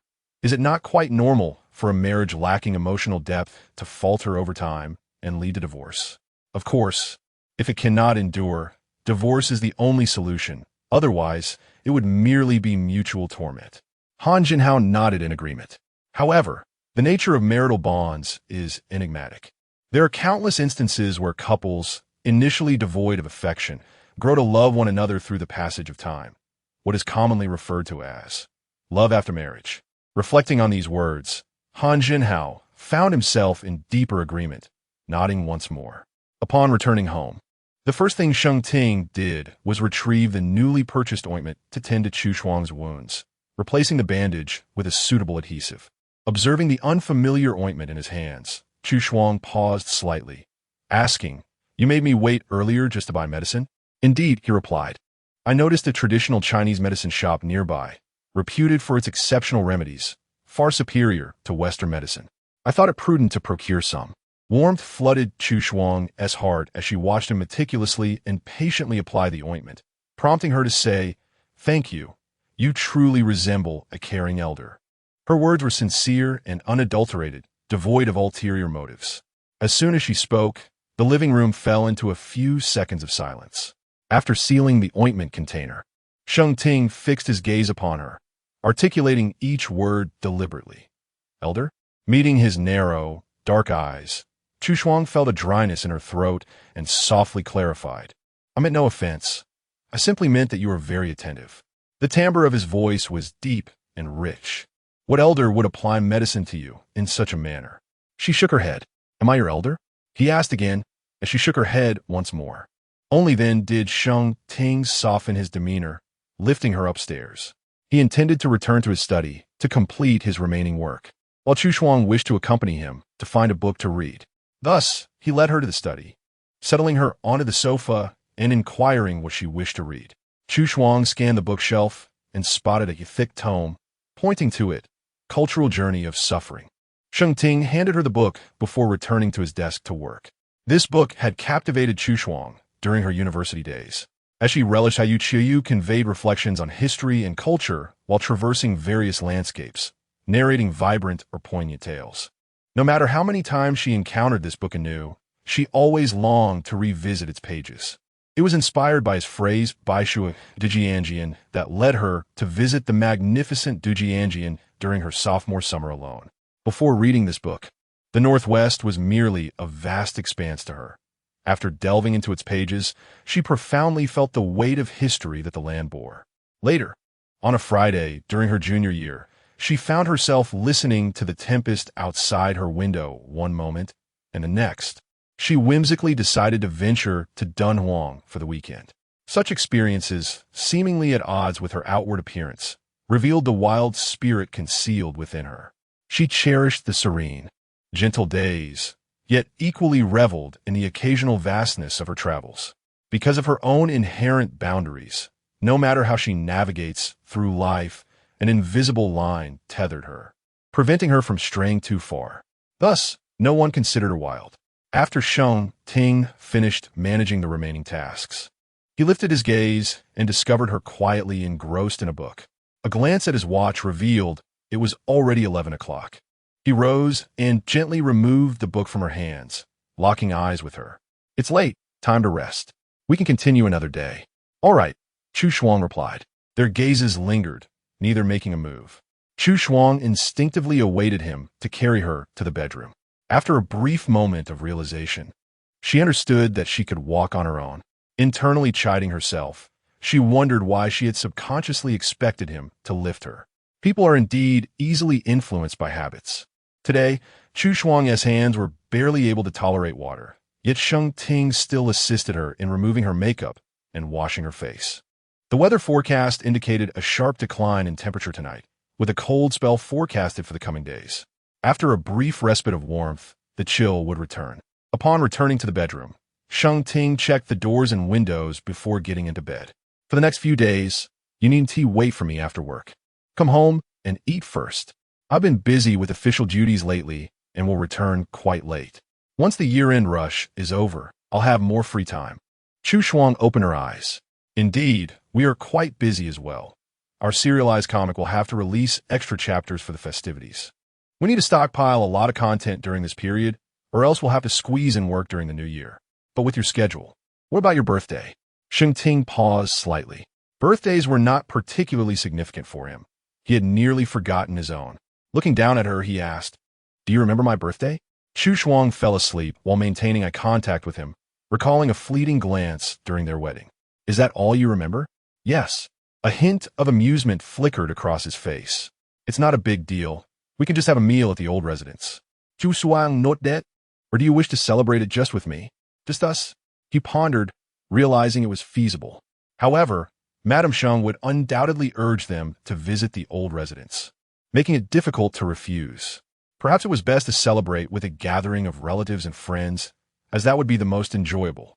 As he gazed at her delicate features, an impulsive urge surged within Sheng Ting. He gently traced her straight nose with a finger. As you wish. Chu Shuang's eyelashes fluttered. Their eyes met, and the atmosphere gradually thickened with an unspoken tension. Chu Shuang, shall we kiss? Her heart raced, and she felt momentarily frozen, unable to move. Sheng Ting merely lowered his gaze, brushing aside a strand of her hair, patiently awaiting her reply. Chu Shuang curled her fingers slightly, her voice soft yes. As his face drew nearer, she instinctively closed her eyes.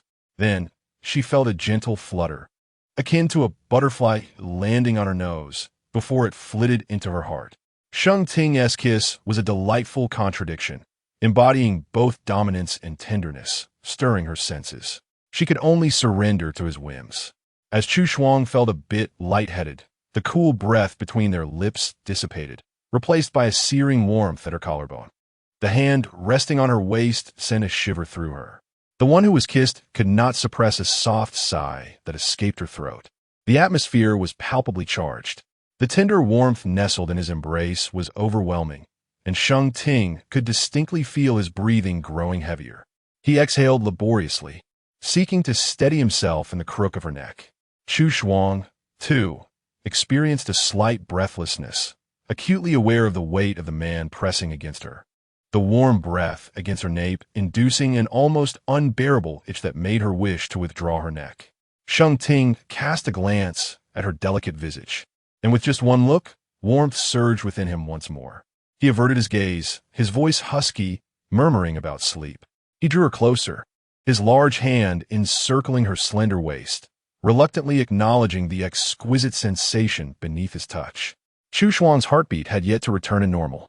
Her ears aflame as she lay ensconced in his intimate embrace, her body languid and hesitant to move.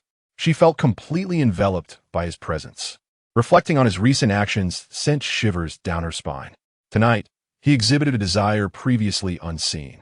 Had she not been injured, perhaps the evening would not have reached such an abrupt conclusion. Contemplating this possibility, her throat grew parched. Chapter 56. I am your aunt. Is there anywhere you wish to visit for the new year? In the darkness, the man suddenly posed this question. Chu Shuang lifted her head slightly in his embrace, seeing nothing. I wish to return to Guiyuan to see Grandpa. I understand, Sheng Ting replied, his voice rich and tender, reminiscent of heartfelt conversations before sleep. He continued, let's spend New Year's Eve in Guiyuan. After all, we have not yet had our honeymoon. Would you like to go to the sea together during the holiday? Chu Shuang smiled. Yes, I adore the sea, but you are so afraid of the cold. We must choose a warm place. After a moment's contemplation, the man suggested, how about Hainan? It is warm there. Perfect. Thus, their plan to see the sea was set. Chu Shuang began to envision herself in beautiful dresses by the seaside, watching the sunset and riding an electric bike along the coastal road, feeling the evening breeze. She realized it was time to start searching for lovely dresses, as a satisfactory one could not be chosen hastily. It required careful selection. Furthermore, the weather there would be hot, necessitating proper sun protection, as well as advanced planning for travel routes and accommodations. The more she thought about it, the more tasks emerged. As her mind raced with a myriad of thoughts, she eventually drifted off to sleep. For Sheng Ting's birthday, everyone agreed that celebrating casually at home would not suffice. After much discussion, Mr. Sheng reserved a table at an upscale restaurant. After work, Chu Shuang returned home to change her attire. She sifted through her options, feeling overwhelmed, until she recalled the chi pao that Sheng Yao had gifted her. She remembered that Sheng Ting seemed to quite admire that dress. Dressing in the chi pao, she adorned herself with the jade jewelry that Sheng Ting had brought her from his recent business trip. She styled her hair with a delicate hairpin and donned the earrings, necklace, and bracelet, all harmonizing beautifully with the green hues of her chi pao, enhancing her elegance and grace. Gazing at her reflection in the mirror, Chu Shuang paused, wondering if she had perhaps overdone it. Yet, time was of the essence. She grabbed the go set she had won at the auction and made her way downstairs. Aunt Yuan was arranging the delicate flowers in a vase when she caught sight of Chu Shuang descending the staircase, her graceful silhouette pausing her actions. Compared to the beauty before her, The flowers seemed to pale in comparison. Madam, your beauty is truly dazzling, Yuan remarked, echoing Chu Shuang's earlier concern about being overly extravagant. No, no, this elegant qipao suits you perfectly. It reflects the subtle charm of traditional Chinese beauty that complements your temperament. Mr. Sheng will surely be pleased. With a smile at the corners of her eyes, Chu Shuang replied, Then I shall take my leave. Aunt Yuan, please return home early to see your child. Aunt Yuan had recently welcomed a new grandchild and had shown Chu Shuang photos of the chubby, adorable little one. Mentioning her grandchild brought a warm smile to Aunt Yuan's face. As the night grew colder, Aunt Yuan advised, Madam, you should wear a coat. Being from the south, you mustn't catch a cold. By the way, I have a cloak that would perfectly complement your qipao. Let me fetch it. In a short while, Aunt Yuan returned with a pure white cloak, thickly woven and adorned with tassels, both stylish and warm, perfectly matching Chu Shuang's ensemble. She felt as though she were a lady attending a grand banquet. In fact, this was the sort of attire her second aunt often wore when she visited the pear garden with her friends to enjoy music. Just as she settled into the car, she received a call from Sheng Yao. Auntie, where are you now? As Chu Shuang anticipated that she would be urged, she remarked in a distinctly Chinese manner. I'm almost there. Ah, have we already passed the theater? I was hoping to catch a ride with you. Aren't you driving to work? No. All right. Wait for me a moment. I'll pick you up. Sheng Yao inquired. Okay. How long until you arrive? 10 minutes. Didn't you say it was immediate? It takes me less than 10 minutes to reach the restaurant. Chu Shuang softened her tone. Yao Yao, let us wait for each other. This approach resonated well with Sheng Yao. All right. I'll linger in the office for a bit. Message me when you're close, as it's quite cold outside. Sure. Upon picking up Sheng Yao, Chu Shuang's appearance elicited a raised eyebrow from her. Wow, you look like a movie star. Your outfit is incredibly luxurious. Sheng Yao leaned closer. Beautiful Andy, let us get cozy. Chu Shuang maintained her composure. I am your aunt. Beautiful Andy, let us get cozy. Under Sheng Yao's playful charm, Chu Shuang soon softened, affectionately ruffling her hair. Good niece. After a minute of their juvenile antics, they settled into their seats. Sheng Yao pulled out a pair of earrings from her bag. For such an important occasion, I am delighted that you chose to wear the qipao I gifted you. It shows I still hold significance in your heart, doesn't it? That's because your taste is impeccable.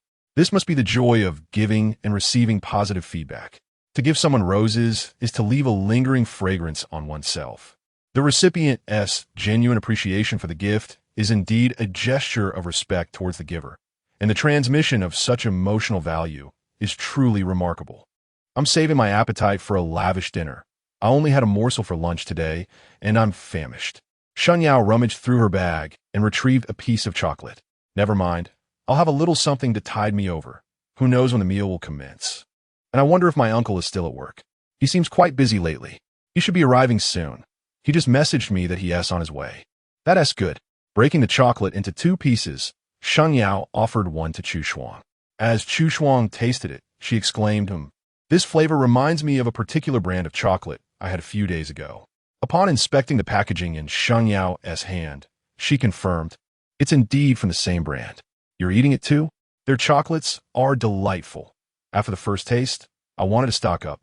I searched online, but they aren't available domestically. Do you have a purchasing channel? Sheng Yao hesitated slightly. No, a friend gave this to me yesterday. Mine was also a gift from someone else. The two exchanged a knowing glance, their thoughts aligned. Zhao, you know her little aunt? Chu Shuang replied. I met her a couple of times. I heard she is a friend of Sheng Ting's. She even came to treat me when I was unwell in the middle of the night. Ah, I see. I remember Zhao enjoys chocolate. Every time she saw me as a child, she would give me chocolate. I was always curious about how she always had such sweet chocolate on her. Like a magic trick. For many years, she has maintained this habit, which is quite remarkable. It is evident that she is a person with deep sentiments and a nostalgic heart. Sheng Yao, if you desire the purchasing channel for this chocolate, I can inquire about it on your behalf. All right. Chu Shuang pondered for a moment and asked her, Yao Yao, have you known Zhao Yu since you were very young? Yes, I met her when I was in elementary school, around 10 years old. She was a schoolmate of my uncle's while studying abroad. I haven't seen her in several years. Previously, I heard that she settled in the UK for work after graduation, and I thought she would never return. Therefore, I was quite astonished to see her that day. Chapter 57. Han Jinhao's revelation. How well do you know her? After a moment of contemplation, Sheng Yao realized that despite having known Zhao Yu for quite some time, she hardly understood her at all. In her childhood memories, Zhao Yu was a strikingly beautiful sister, gentle and always smiling, possessing an intelligence that was as refreshing as a gentle breeze, yet seemingly untouchable. She embodied a carefree spirit, as if nothing could confine her. Perhaps this was the reason she had maintained a friendship with her uncle for so many years. Upon arriving at their destination, the two of them exited the car, one after the other.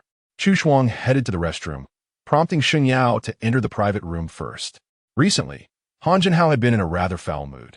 Upon reaching the restaurant, he lingered outside in the corridor, smoking a cigarette. For several days now, a car had been picking up Chu Shuang immediately after work, leaving him with no opportunity to be alone with her. Should he resort to his previous tactic of inviting her to draw, hoping to create a chance for interaction? He had an abundance of questions and sentiments to share with her. The mere thought of her enduring another day in a household under the tyranny of her despicable husband stirred a tempest of frustration within him. He yearned to whisk her away from that hellish existence. The night air was frigid, and the ember of his cigarette glowed a vivid crimson. As he retrieved his phone to compose a message, his peripheral vision caught a graceful figure approaching. Turning his gaze slightly, he beheld the woman he had been longing for. She was astonishingly beautiful today, adorned like a precious gem, her features painted with artistry, and her qipao elegantly accentuating her exquisite silhouette. With her eyes lowered, she walked, adjusting her shawl, the jewels at her earlobes swaying gently with her movements, as if they were meant to enchant the hearts of onlookers. His heart raced with a clear and steady rhythm, a delightful tingle coursing through him. Simply gazing at her left him utterly speechless. Chu Shuang, oblivious to the man smoking in the corridor, had taken only a few steps when a familiar voice called out to her. Chu Shuang. Han Jinhao's gaze burned with an unprecedented intensity as he took in her entire being, relieved to find no new injuries visible on her. The wounds on her palms seemed to have healed. Seeing someone he hadn't encountered in quite a while, Chu Shuang politely greeted him. Long time no see. Indeed, it has been a while. How have you been? I'm doing well, she replied. Peering into her innocent eyes, Han Jinhao considered her response a mere evasion. After all, they were not intimate enough for her to divulge everything. Clearing his throat, he slowly asked, "Do you wish to divorce?" Chu Shuang seemed momentarily taken aback. Huh? If you want a divorce, I can assist you in escaping from this den of tigers. Why would I? I am aware of the torment you have endured in your marriage. I will hire the finest lawyer to represent you. I will ensure you are freed from this union. Han Jinhao spoke with fervor, placing a reassuring hand on Chu Shuang's shoulder. Do not fear. I will alleviate any concerns you may have. Regardless of who he is or the power he wields, you are the one I, Han Jinhao, wish to protect. With the Han family's influence in the capital, I will not allow him to harm you in the slightest. Observing his intense and somewhat agitated demeanor, Chu Shuang began to suspect he might have been drinking.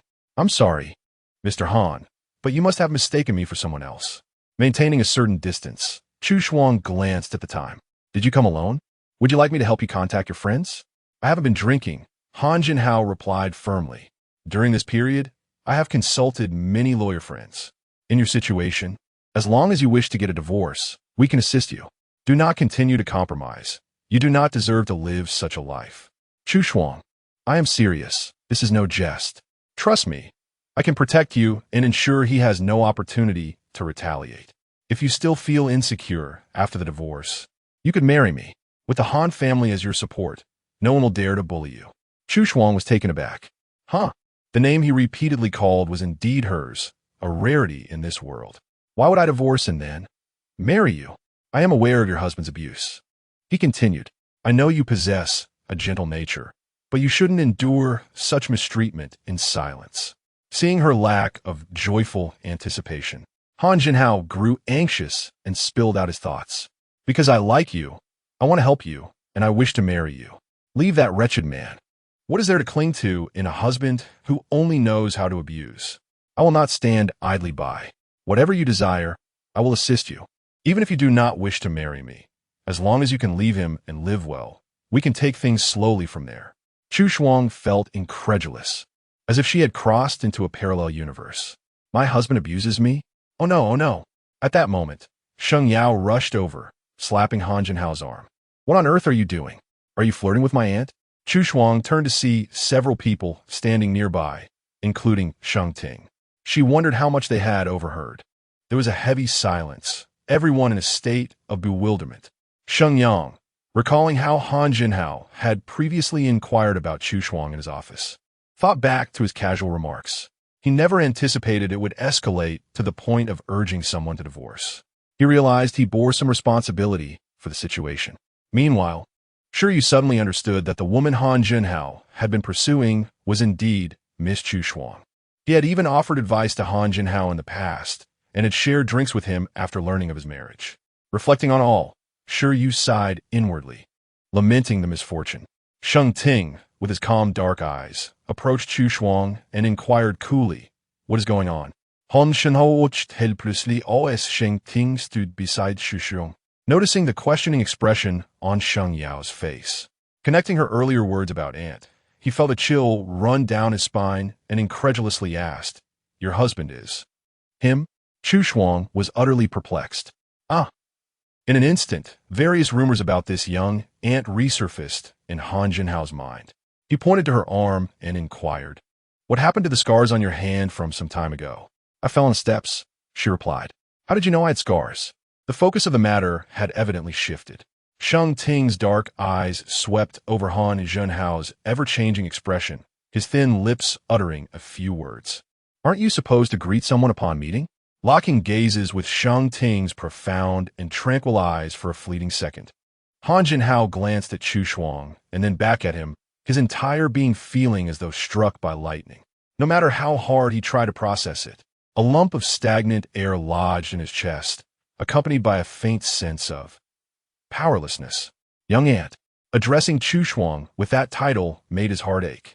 "So, you two know each other?" Chu Shuang asked, puzzled. "It seems you are relatives," Sheng Yao interjected. "He is my cousin.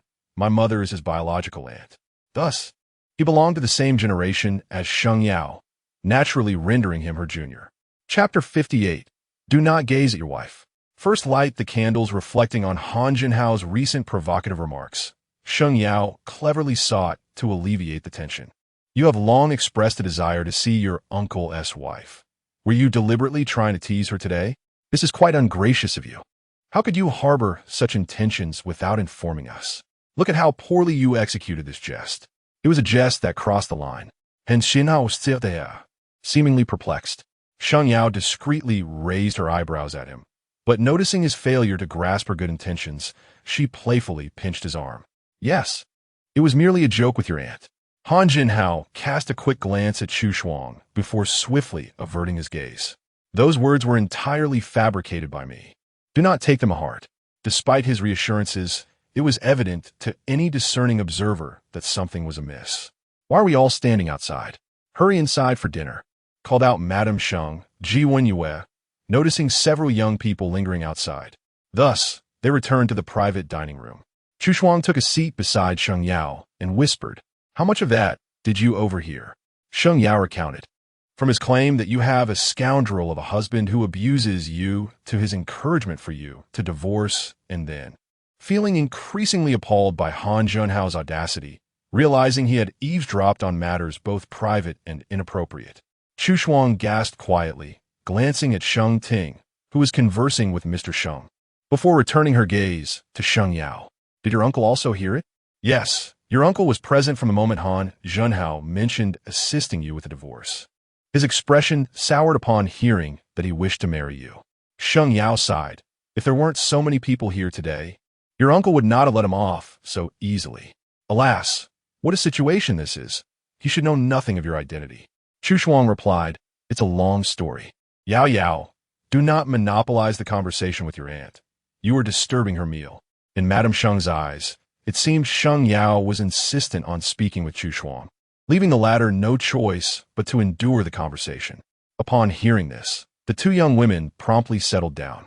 Sheng Ting glanced at Chu Shuang, noting her plate contained only 2 pieces of greens. He added a piece of braised pork rib to her bowl, his tone authoritative as he instructed, "Eat properly." Looking at the rib, Chu Shuang surveyed the handsome visage of the man beside her. Why the sudden sternness? She pondered. She picked up her bowl and began eating rice, opting for other dishes, while the rib he had placed in her bowl remained untouched. The atmosphere at the table was pleasant, with guise and others sharing amusing anecdotes. Chu Shuang occasionally listened intently, pausing to sip her drink, engrossed in their conversation. At an unintended moment, her gaze met Han Zhenhao's across the table. He had been discreetly observing her, and upon being caught, he momentarily faltered, feigning calm as he poured himself a drink. If you do not eat soon, it will grow cold. The cool timbre of the man beside her broke her reverie. Chu Shuang regarded the solitary rib in her bowl and, for reasons unknown, uttered, "I'm not particularly in the mood for ribs today." Sheng Ting noted her bowl contained a rib, recalling that she typically relished them. He then moved the ribs from her bowl to his own and offered her thin slices of braised beef, suggesting she try something different. The ribs in her bowl vanished, leaving Chu Shuang momentarily stunned. Every time the ribs on the rotating platter came around to her, she hesitated to take any, held back by her own earlier words. After several rotations, the small ribs on the platter had disappeared. The atmosphere over at Wei Yize and Zhao Jinju's table was lively, in stark contrast to the unspoken chill that enveloped their side. No matter how entertaining Wei Yize's stories were, Chu Shuang found herself disinterested. Sheng Yao pulled Chu Shuang aside for a chat while the restaurant staff came in to refill drinks and serve more food. Sheng Ting seemed to have called the waiter, but Chu Shuang couldn't quite catch what was said. "Shall I pour you some grape juice?" he inquired, with a glass of milk already before her. She glanced at the beautiful hue of the liquid in his hand and nodded slightly. She resumed her conversation with Sheng Yao. After an indeterminate period, the door to their private room swung open once more. The waiter entered with freshly served dishes, the first of which was a steaming platter of golden ribs. Chu Shuang was momentarily taken aback upon seeing them. Sheng Ting swiftly placed 2 pieces into her bowl, speaking in a composed manner. "This dish differs from the previous one. It's honey-glazed ribs, less greasy. Give it a try." After observing for a moment, she quietly picked up a piece and tasted it. It was exceptionally delicious. "Is it good?" he asked. She nodded. "Then I'll save some for you," Sheng Ting decided, opting not to place the platter on the rotating table, but instead setting it directly in front of Chu Shuang, as the others had already had their share. With her gaze lowered, she ate, feeling the earlier bitterness in her heart soften, transforming into a sweet and tangy sensation. Once the meal concluded, everyone migrated to the entertainment room upstairs, where the staff presented a beautiful cake and lit the candles. Soft, soothing music filled the air as someone dimmed the lights. "Sheng Ting, make a wish," someone prompted. Though he typically dismissed such ceremonial gestures, he closed his eyes, recognizing it was initiated by Madame Sheng. Sheng Yao was the first to sing the birthday song, followed by the others joining in. Amidst the flickering candlelight, Chu Shuang stood closest to Sheng Ting, singing and gazing dreamily at his handsome face. This was her first time celebrating his birthday. In that warm moment, a thought struck her. She wished to celebrate many more birthdays with him in the future. As the birthday song came to an end, Sheng Ting opened his eyes, the first sight being Chu Shuang, who was gazing up at him with bright eyes. "Happy birthday," she said softly. Sheng Ting regarded her quietly. "Stop staring at your wife and blow out the candles," Zhao Jinju teased. After the candles were extinguished, the room lights brightened. Sheng Yao handed Sheng Ting a knife, urging him to share the cake. Sheng Ting passed the knife to Chu Shuang. "You cut it for me." Chu Shuang felt a sense of responsibility as she diligently and fairly divided the cake. However, when it came to Sheng Yao, she couldn't resist her inclination and added extra fruit to her portion. The subsequent entertainment activities were more suited for the younger crowd. After the cake was finished, Madame Sheng and Mr. Sheng excused themselves. Someone had already taken a microphone to sing on stage, and Wei Yize was the most lively, energizing the atmosphere. Shi Yu and the Zheng family brothers sat elegantly, amusedly sipping their drinks while watching him sing, perhaps finding it tedious. A few of them invited Han Jinhao and Sheng Yang to join them for a game of cards. On the other side, the atmosphere was even more refined. Chu Shuang and Sheng Yao were savoring cake, while Zhao Jinju engaged in conversation with Sheng Ting. On stage, Wei Yize, feeling that this group treated him as part of the entertainment, scanned the crowd and focused on a secluded corner where someone was enjoying cake. Today marks Sheng Ting's birthday. Dear sister-in-law, will you not sing a song? Called upon, Chu Shuang raised her gaze and repeatedly shook her head, declaring her singing voice to be unsatisfactory.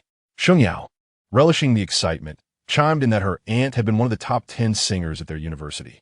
Wei Yize, microphone in hand, urged her to not be shy.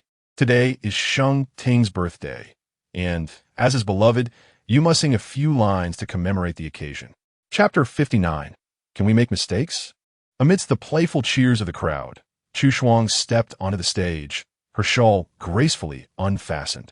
The beauty clad in a qipao moved with elegance. And before she could find her footing, Sheng Yao enthusiastically praised her. Annie, you look stunning. Which song will you sing? After a moment's contemplation, Chu Shuang decided on Taylor's Love Story. Oh, that's a splendid choice, a wonderful song, Wei Yize remarked as he retrieved the accompaniment and stepped off the stage. The room was bathed in ethereal lights, and as the enchanting melody filled the air, Chu Shuang raised a microphone and began to sing softly. We were both young when I first saw you. I closed my eyes, and the flashback starts. I'm standing there on a balcony in summer air.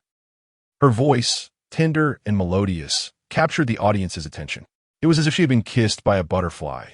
She sang the English lyrics earnestly and gently, evoking a profound emotional resonance. Below, Sheng Ting sat raptly observing her, the delicate lights casting a soft glow upon her features, which were both three-dimensional and gentle, enveloping her in an aura of warmth. She had adorned herself beautifully for the evening. As the song reached its climax, her enchanting voice grew fuller, her gaze drifting towards Sheng Ting. That you were Romeo. You were throwing pebbles, and my daddy said stay away from Juliet, and I was crying on the staircase, begging you please don't go. And I said, Romeo, take me somewhere we can be alone. It's a love story, baby, just say yes. Within the romantic lyrics and melody, Chu Shuang glimpsed a touch of sincerity, a feeling that had never been so vividly clear before. As the song concluded, thunderous applause erupted from the audience. Ah, Auntie, you were marvelous. Listening to this song makes one yearn for love. Sheng Yao, a devoted fan, clapped fervently. Everyone showered Chu Shuang with compliments, except for Han Jinhao, who remained unusually silent. With a smile in her eyes, Chu Shuang returned to Sheng Ting's side. Yet before she could sit, Zhao Jianzhou playfully shouted, "Kiss her." The thought of witnessing Sheng Ting and his wife share a kiss in their lifetimes thrilled even the usually composed Zheng Zhe, who could no longer contain himself. Sheng Ting, she just sang for you. Indeed, Wei Yize chimed in with a lazy tease. Quick, give her a kiss. Only those of the same generation dared to jest with him. The younger ones remained silent, some watching with heartfelt envy, others yearning to witness the moment, but too timid to overstep their boundaries.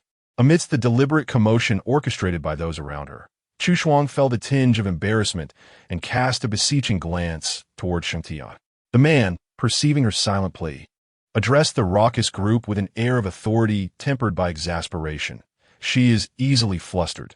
Do refrain from your antics. Despite the rare sight of Sheng Tian's helpless demeanor, the group remained undeterred, continuing their playful exhortations.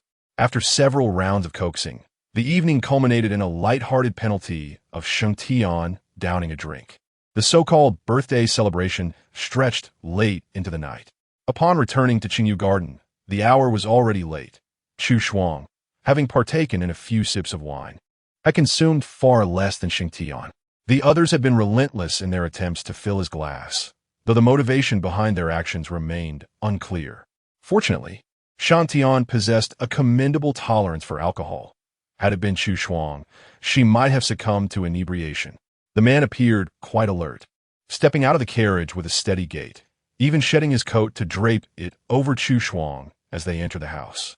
As the bright lights of the living room illuminated the space, Chu Shuang noticed a plethora of gifts that had been delivered, presumably by friends who were adept at crafting surprises. Gazing at the presents, she remembered the gift she had prepared, which she had brought along but never had the chance to present, and now it was back with her. Fortunately, given her proximity to him, she could bestow it upon him at any time.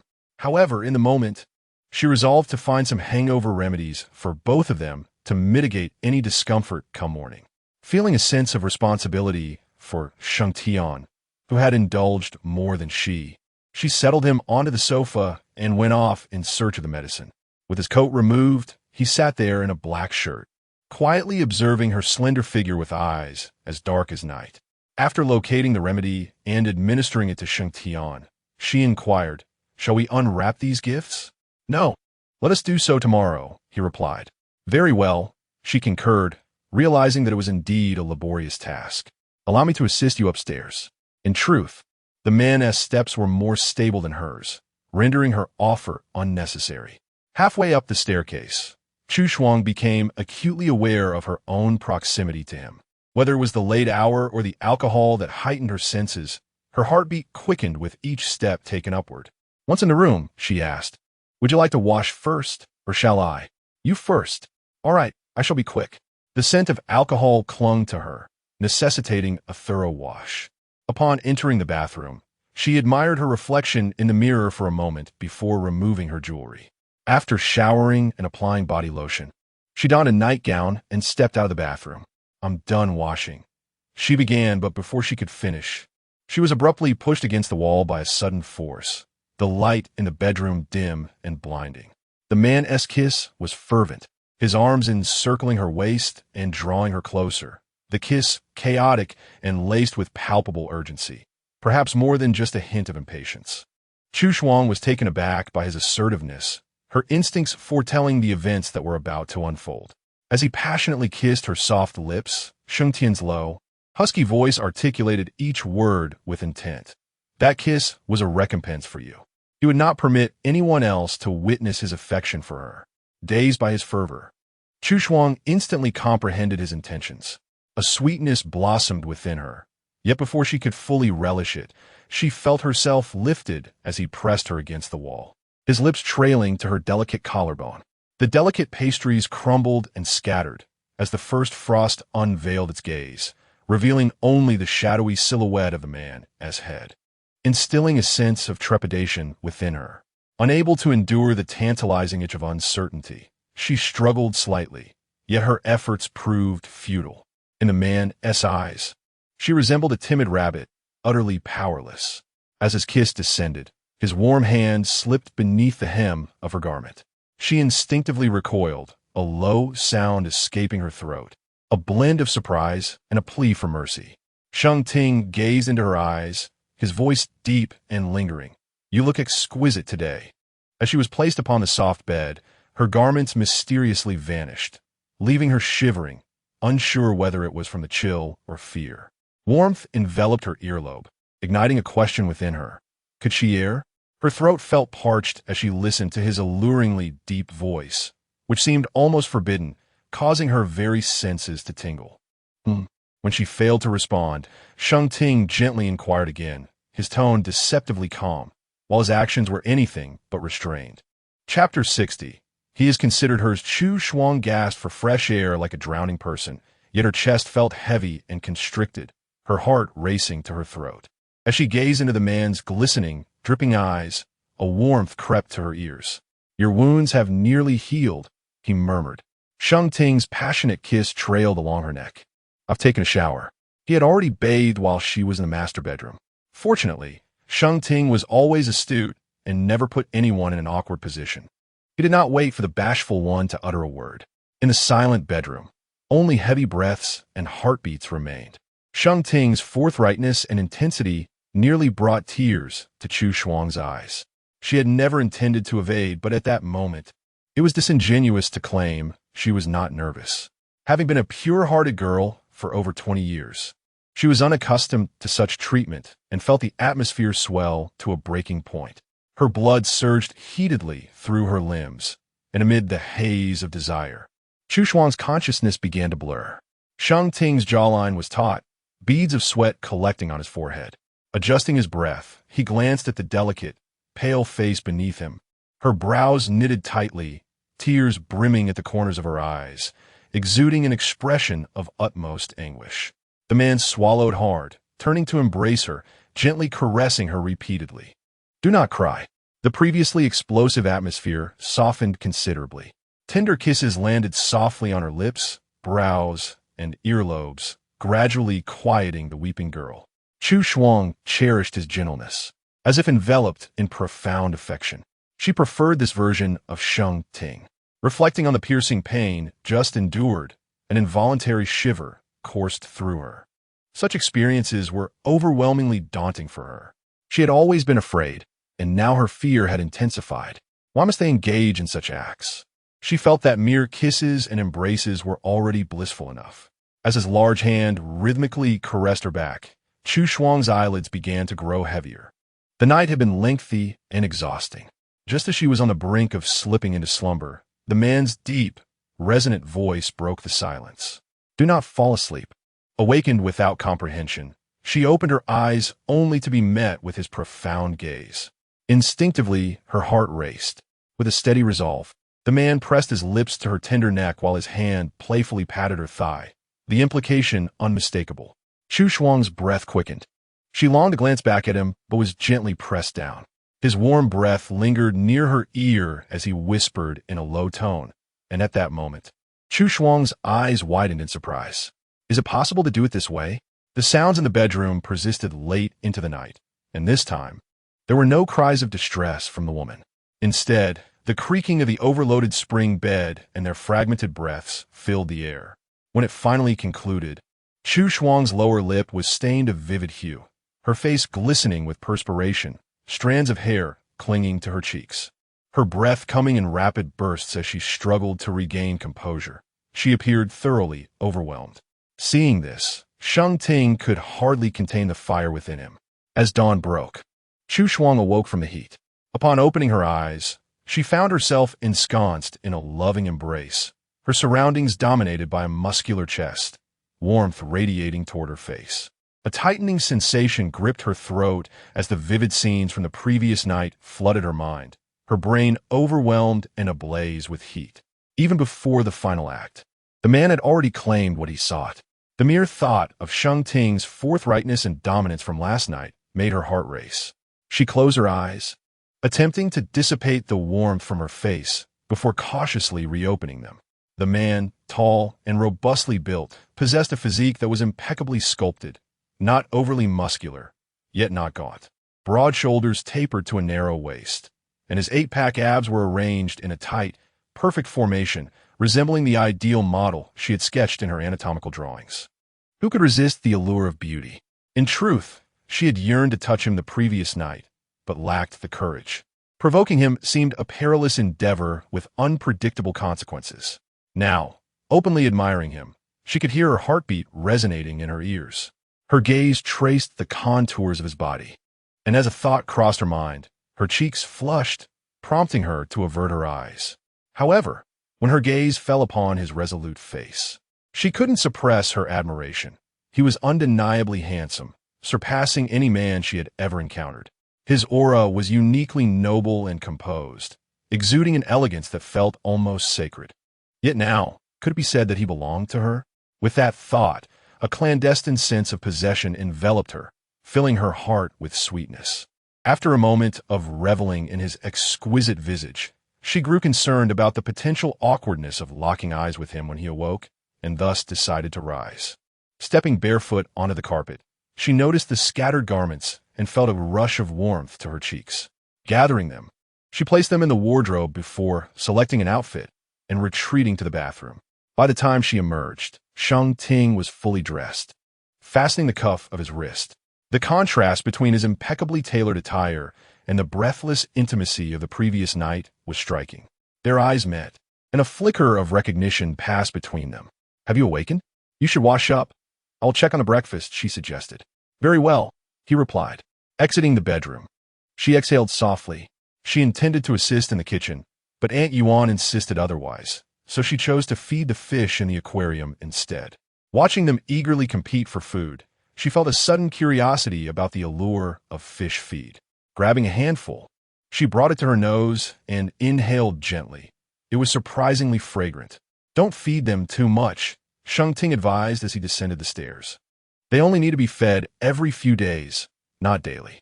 She set down the fish food and clapped her hands. All right. The gifts still lay piled in the living room, and after breakfast, she encouraged Sheng Ting to unwrap them. Will you help me with the unwrapping? He replied, sipping tea from a mug with an air of disinterest. Very well. Shall I unwrap them all then? She asked, finding the activity rather enjoyable. Wow, men's perfume. This brand has an exquisite fragrance. Let me see. It's from Mr. Zhengzhe. He indeed has good taste. What a beautiful guanine statue. This is from Zhao Jinzhou. It appears to be a collector's item. He gifted you this? Sheng Ting cast a fleeting glance at the statue, recognizing it as a representation from the Ming and Qing dynasties. She paused for a moment, realizing his consideration was quite far-reaching. As she continued to unwrap, the sheer abundance of gifts soon left her hands feeling a bit sore. On the table remained 3 boxes, and her gaze fell upon a large azure gift box, her present. Chu Shuang paused, stating, "You may open the last few yourself." The man glanced at the remaining boxes, extended his hand, and began to unwrap them. As he reached the 3rd box, Chu Shuang's heart raced slightly. This particular gift was distinct from the others. Upon unveiling it, the man took a moment longer to inspect, his eyes catching sight of a card nestled within the compartment. With deft fingers, he retrieved it and read the elegantly penned words, "Happy Birthday." There was no signature. Lifting the lid of the gift box revealed a finely crafted jade chess set, exquisite in detail. After a moment of admiration, a faint smile of pleasure curved the corners of Sheng Tian's lips. How thoughtful!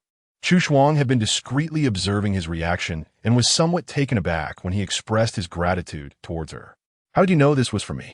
Chapter 61. Were you tired last night? Upon seeing the chess pieces, I immediately recognized it was you, especially since no one among my acquaintances possesses such elegant handwriting. Her calligraphy was exquisite, and the compliment brought joy to Chu Shuang. Do you like it? Among all the gifts, yours is the most heartfelt. The curve of her lips could hardly be contained. Sheng Tian looked at her. When did you prepare this? At the auction. The man nodded, feigning ignorance. It must have cost quite a bit, right?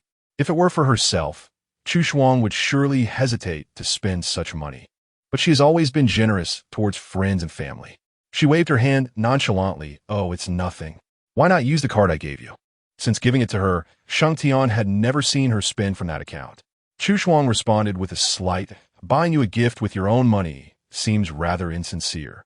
Doesn't he it?" Looking at her earnest demeanor, Sheng Tian slowly parted his lips. "Are you my little miser?" "Huh. I gave it to you for your use, not to be hoarded as a collectible. You needn't gar my finances." Chu Shuang found the term little miser rather endearing, letting out a soft "oh." The man delicately picked up a chess piece, lowering his gaze to examine it, and asked her, "Would you like to try your hand?" "I have already." She replied straightforwardly, "I have tried several times, and the feel is indeed wonderful." Sheng Tian's gaze lingered on her face for 2 seconds. Chu Shuang paused momentarily. What's wrong? Looking into her bright eyes, which were undeniably intelligent yet sometimes adorably naive, he continued, "I meant, would you like to spar a game?" Realizing Chu Shuang could not help but chuckle, sure. When Aunt Yuan emerged from the kitchen, she saw the two engaged in a game in the living room and smiled with satisfaction, returning to bring out sweet preserved fruits and nuts. Chu Shuang was deeply focused on the game when 2 small plates of snacks appeared on the table beside her, warming her heart as she softly thanked Aunt Yuan. After eating a sweet date, her eyes caught sight of the salted walnuts in another plate, which she selected. Eating walnuts is said to boost the brain, and she hoped to win against Sheng Tian today. Feeling a weight on her feet, she looked down to find the little golden retriever had come over and was adorably resting its head on her foot. Chu Shuang's heart melted. How is it possible for such a loving little dog to exist?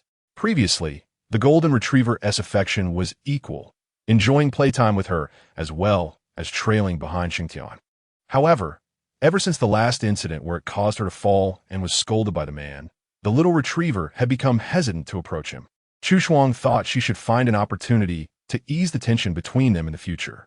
Stealing a glance at the person across from her, he sat with a relaxed posture, his movements precise as he handled the chess pieces, his long, elegant fingers a perfect match for the game. Enhanced by the luxurious chess set, he appeared as a celestial being untouched by the mundane world. Lost in thought, her ears grew warm, and the consequence of her distraction led to several missteps in her moves. Sheng Ting noticed her game was less stable than the last time. After finishing the walnuts on the plate, Chu Shuang, in a rather obvious manner, reached for the cashews. It seemed that consuming nuts wouldn't necessarily enhance intelligence in the short term. Why are you not focused? The man gazed at the chessboard, composed and unruffled, and inquired. Your chess skills are remarkable. I was so preoccupied with the notion of defeating you that I wandered into a dead end. Do not be overly concerned with winning or losing.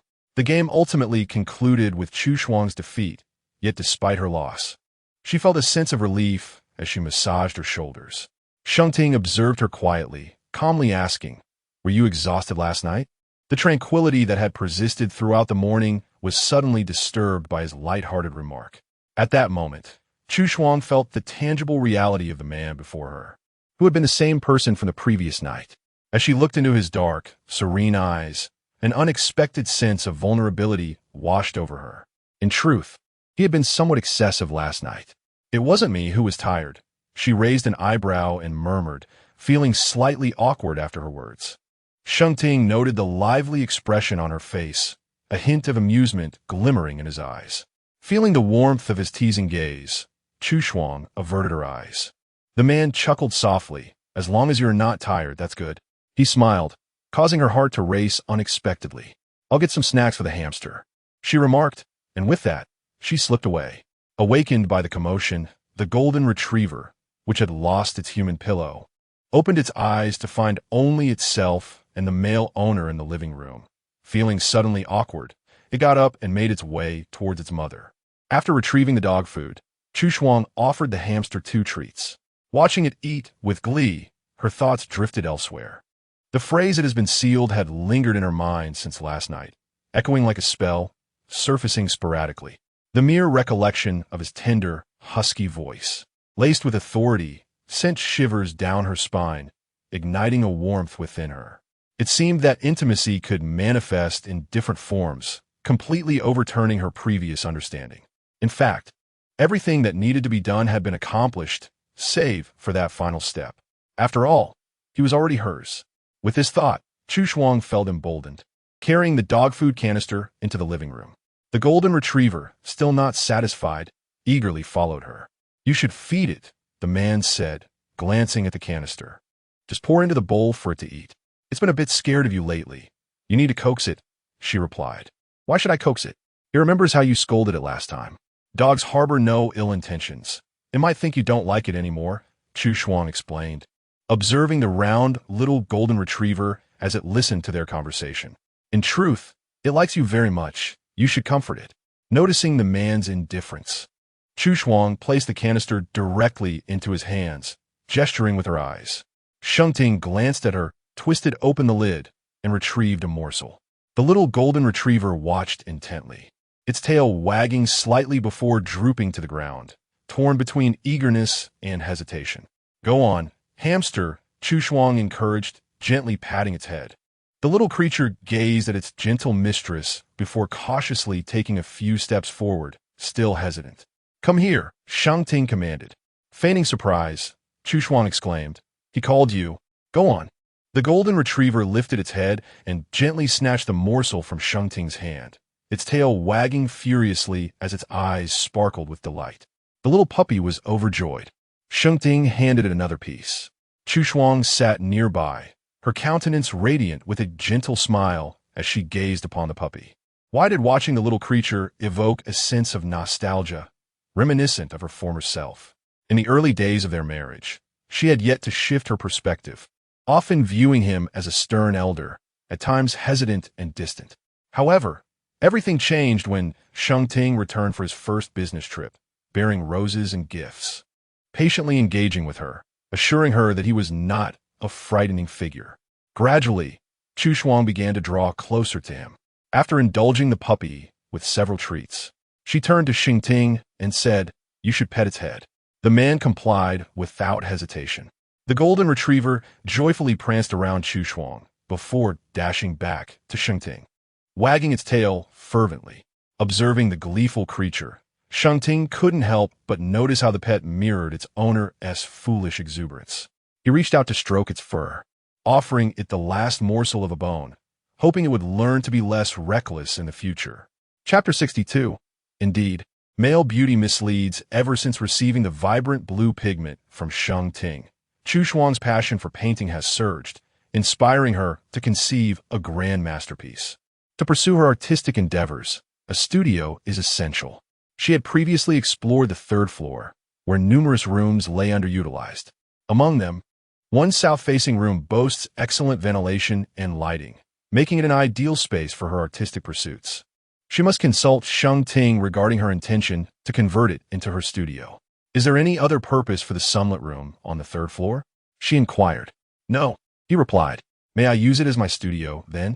Sheng Ting responded, "You may utilize anything in this house as you wish. You are the mistress of this home and need not seek my approval." "Very well." In the afternoon, Chu Shuang accompanied Sheng Yao to their theater. That evening, a grand stage play was set to unfold, and Sheng Yao had already begun her makeup routine backstage. As Chu Shuang observed her delicate features and elegantly arched brows, she marveled how beautiful. If Yu were alive today, she would resemble this. She pondered who might be fortunate enough to win her heart in the future. When their gazes met in the mirror, Sheng Yao smiled. "Your tone resembles that of my grandmother." As the dance drama commenced, Chu Shuang found herself seated in a prominent position. The production of Farewell My Concubine is the theater's prize performance, previously executed by esteemed veterans. This year, however, they have entrusted the younger generation to showcase their talents. Due to her exceptional skills, Sheng Yao was chosen to portray the role of Yu. Chu Shuang watched with pride swelling in her heart, capturing numerous photographs of her niece. With a commanding presence, the hero pays homage and wields the military token, outsmarting the likes of Sun Wu. Preparing for a battle to annihilate the Western Shu, the vast landscape unfolds a grand vision. When the king's spirit wanes, what hope remains for this humble concubine? Yu unsheathes her sword, taking her own life as the tragic love story draws to a close, eliciting thunderous applause from the audience. Tears welled in Chu Shuang's eyes as she sent a photograph of Yu's fall to Sheng Yao. The performance was extraordinary. It truly is a rare theatrical event, with such powerful emotional resonance that many in the audience were moved to tears.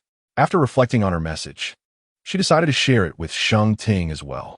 "Yao Yao performed splendidly. I highly recommend you witness it." Sheng Ting replied, "That is her profession." Chu Shuang countered, "Each field has its specialists. Your niece is genuinely professional. She will undoubtedly become a virtuous and accomplished artist in her later years." Chu Shuang felt that Sheng Ting underestimated the situation. He was unaware of just how remarkable Sheng Yao truly is.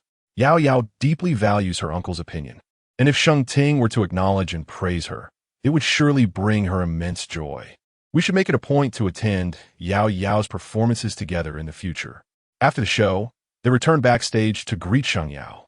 Upon seeing her, Chu Shuang gave a thumbs up. "You were magnificent. On stage, you radiated brilliance. Indeed, people shine when engaged in what they love." Sheng Yao's heart swelled with delight. "Oh, you are so generous with your compliments. I was genuinely proud of you just now. Your uncle should have been here to witness your brilliance." "Uncle?"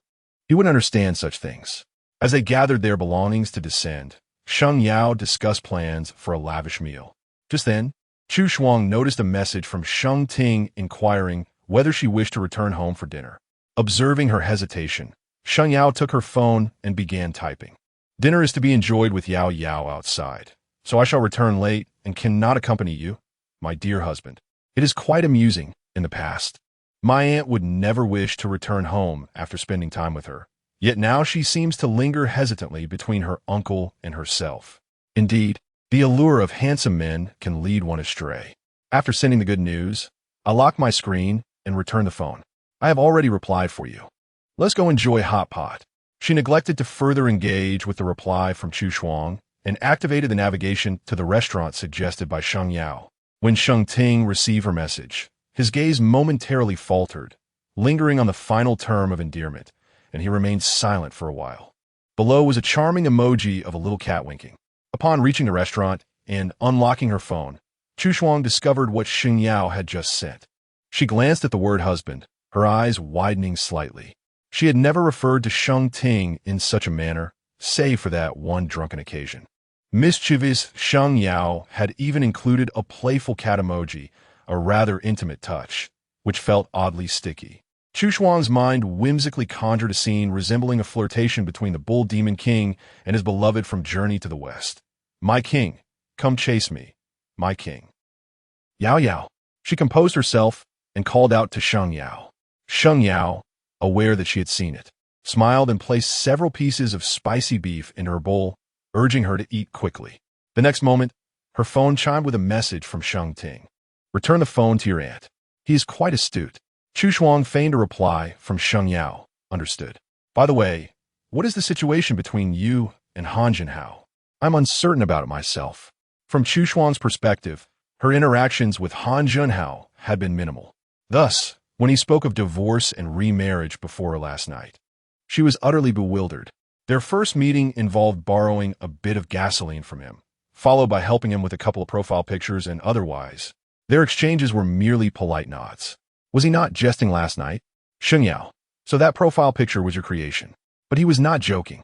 You are unaware that after you both left, he consumed copious amounts of alcohol in the private room, becoming utterly inebriated. It was sure you who eventually escorted him home. My cousin is one who is used to being proud and arrogant. Within the Han family, he is regarded as the lofty young master. I have never witnessed him in such a state of disheartened despair. Based on Chu Shuang's account, it seemed there was nothing particularly significant. What could have stirred such profound feelings in him while the other party remained oblivious? Given his usual approach, would he not have made his intentions known in a more direct and fiery manner? Reflecting on his disheveled demeanor from the previous night, Sheng Yao felt a pang of sympathy. What is love in this world? Listening to this, Chu Shuang recalled several of Han Jinhao's expressions from last night. Should I seek to speak with him? Sheng Yao advised. Let us observe for a while. Perhaps this is merely a temporary phase, and he will soon recover. It would not be prudent for you to intervene, given the awkwardness of your familial ties. Chu Shuang nodded in agreement. Curiosity sparked within Sheng Yao. Have you received numerous love letters and confessions since childhood? Not at all. I do not believe that. Chu Shuang replied, in my youth, there were companions who would say I was pretty and wished to sit beside me. But as I grew older, few paid me any heed. I have never had much luck with the opposite sex. I suppose boys do not fancy my type. Sheng Yao expressed her astonishment. I feel the same way. I believe that boys are not drawn to someone like me. They tend to prefer sweet and gentle younger sisters. Despite my somewhat aloof appearance, I have yet to encounter any ill-fated romances over the years. It is wise to exercise caution. Chu Shuang carefully placed a piece of freshly cooked beef tripe onto Sheng Yao's plate, admiring the strikingly beautiful yet cool demeanor of her friend under the warm glow of the restaurant. She remarked, it is truly difficult to envision the type of person you will eventually be with, Yao Yao. Remember, it is better to be selective than to settle for less. Do not allow anyone to deceive you in matters of the heart. Deceive me in love? Impossible. I am the one who plays tricks on others. The little schemes of men cannot intimidate me, Sheng Yao retorted confidently. Hearing her assertive response, Chu Shuang felt reassured that Sheng Yao was indeed a wise individual, not easily swayed by deception. Chapter 63. Can I raise it? On the return journey, delicate snowflakes began to drift through the night sky, a testament to the region's affinity for snowfall. As the headlights illuminated the road ahead, a sudden white figure appeared, startling Chu Shuang, who instinctively slammed on the brakes. Regaining her composure, she noticed a small white cat trembling on the cold pavement, its fur disheveled and its frame frail. Without a moment's hesitation, Chu Shuang exited the vehicle and scooped the little creature into her arms. However, before she could examine it closely, an irate male voice erupted from behind. What on earth are you doing slamming on the brakes? Can't you drive properly? A bald man in a Range Rover leaned out, his expression fierce as he berated her. If I hadn't reacted quickly, I would have crashed into you. Just because you drive a nice car, does that make you special? The gap between the two vehicles was mere centimeters, a near miss that could have ended poorly. Covering the kitten's ears, Chu Shuang bowed her head in apology. I'm so sorry. A cat suddenly dashed out in front of me. It was unintentional, and I truly regret the inconvenience caused. Noticing her mild demeanor, the man's fury subsided slightly, especially upon seeing her appearance. Yet, he remained dissatisfied, grumbling, "Is a simple apology really enough? If apologies were effective, we wouldn't need the police, would we? What would it take to appease you?" She inquired. "Compensation for emotional distress," he retorted. Just then, a woman clad in a black trench coat approached, arms crossed. She was tall, her hair neatly tied back, with elongated eyes and a casual smile adorning her lips. The bald man, taken aback, marveled at his unexpected fortune. Two exquisite women in one evening. The woman spoke, "Buddy, if you don't leave, someone else has to." The girl didn't mean any harm. "It's a chilly night, so let us wrap this up." The bald man lifted his chin defiantly. "Easy for you to say. Are you going to pay for her?" Chu Shuang, sensing the man was not one to be trifled with, preferred to avoid conflict, especially with another woman in the mix. It was evident that two young women stood at a disadvantage against such a burly man. Parting with a small sum for peace of mind seemed trivial. Just as she was about to speak, the woman interjected. "Since communication has failed, let us call the police and let them decide." She glanced at the undamaged vehicles, pondering that the arrival of law enforcement would likely have little effect on the girl, but the repercussions for someone driving under the influence and causing a scene remained uncertain. At her words, the bald man's expression shifted. Fine, I'll consider this my misfortune." He turned to Chu Shuang, adding, "You were fortunate to encounter someone as understanding as me. Had it been a more aggressive individual, this would not have ended so simply." Chu Shuang nodded, acknowledging his point. Seeing her smile, the man's demeanor softened, and his tone became less abrasive. "Well, considering your politeness, I shall let this slide." As he drove away, Chu Shuang turned to the woman who had come to her aid, her forced smile transforming into a genuine one. "Thank you. But how did you know he had been drinking?" Zhao Yu brushed aside her bangs, stating, "I have a keen sense of smell. Just now, I owe my gratitude to Miss Zhao. Otherwise, I would have resorted to giving him some money to settle things. You still have too gentle a temperament. When faced with such individuals, you ought to be more resolute to avoid being taken advantage of." Chu Shuang remarked, "During the day, I certainly wouldn't have indulged him like this. It's better to avoid unnecessary trouble when alone at night. Giving a little money isn't such a big deal." Your perspective is quite astute. A girl alone in the world must indeed be adaptable. Watching the little cat in Chu Shuang's arms, Zhao Yu reached out to stroke the creature's head, having just sought refuge from it. "Not only is my sister kind-hearted, but she is also perceptive." Chu Shuang smiled. "Miss Zhao, you're not only intelligent but also very brave." Zhao Yu laughed, her eyes crinkling with delight. "Please, don't call me Miss Zhao. Just call me sister. It sounds more affectionate." In the cold wind, her tousle hair framed her exquisite features, her eyes captivatingly beautiful. Chu Shuang had always been fond of lovely things. For some inexplicable reason, she felt a sense of familiarity each time she met Zhao Yu, akin to the warmth of being cared for by a gentle older sister during childhood visits to distant relatives. Yet, she was certain she had never met Zhao Yu before. Perhaps it was simply her fondness for beauty that drew her in. "Sister." Zhao Yu smiled, her eyes curving. "Yes, from now on, that is what you shall call me. I feel an instant connection with you. By the way, haven't we exchanged contact information? Let us do that before we part ways."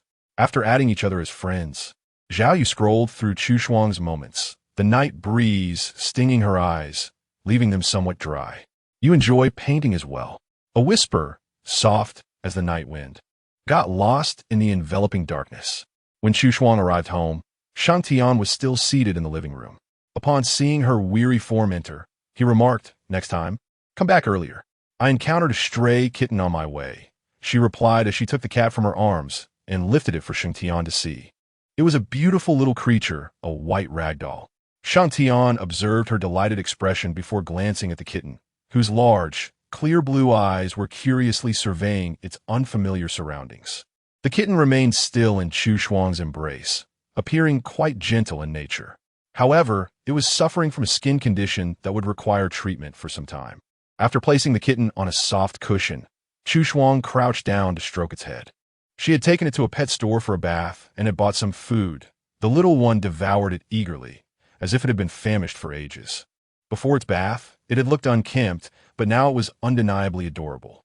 Look, I even bought it a charming little villa. The various bags she had brought in were all for the kitten. After settling the cat into its cozy little house, Chu Shuang finally remembered to ask Sheng Tian, "Can I keep it?" Sheng Tian sighed. "You only asked me this after bringing it home? If I disagree, will you simply abandon it?" "Certainly not.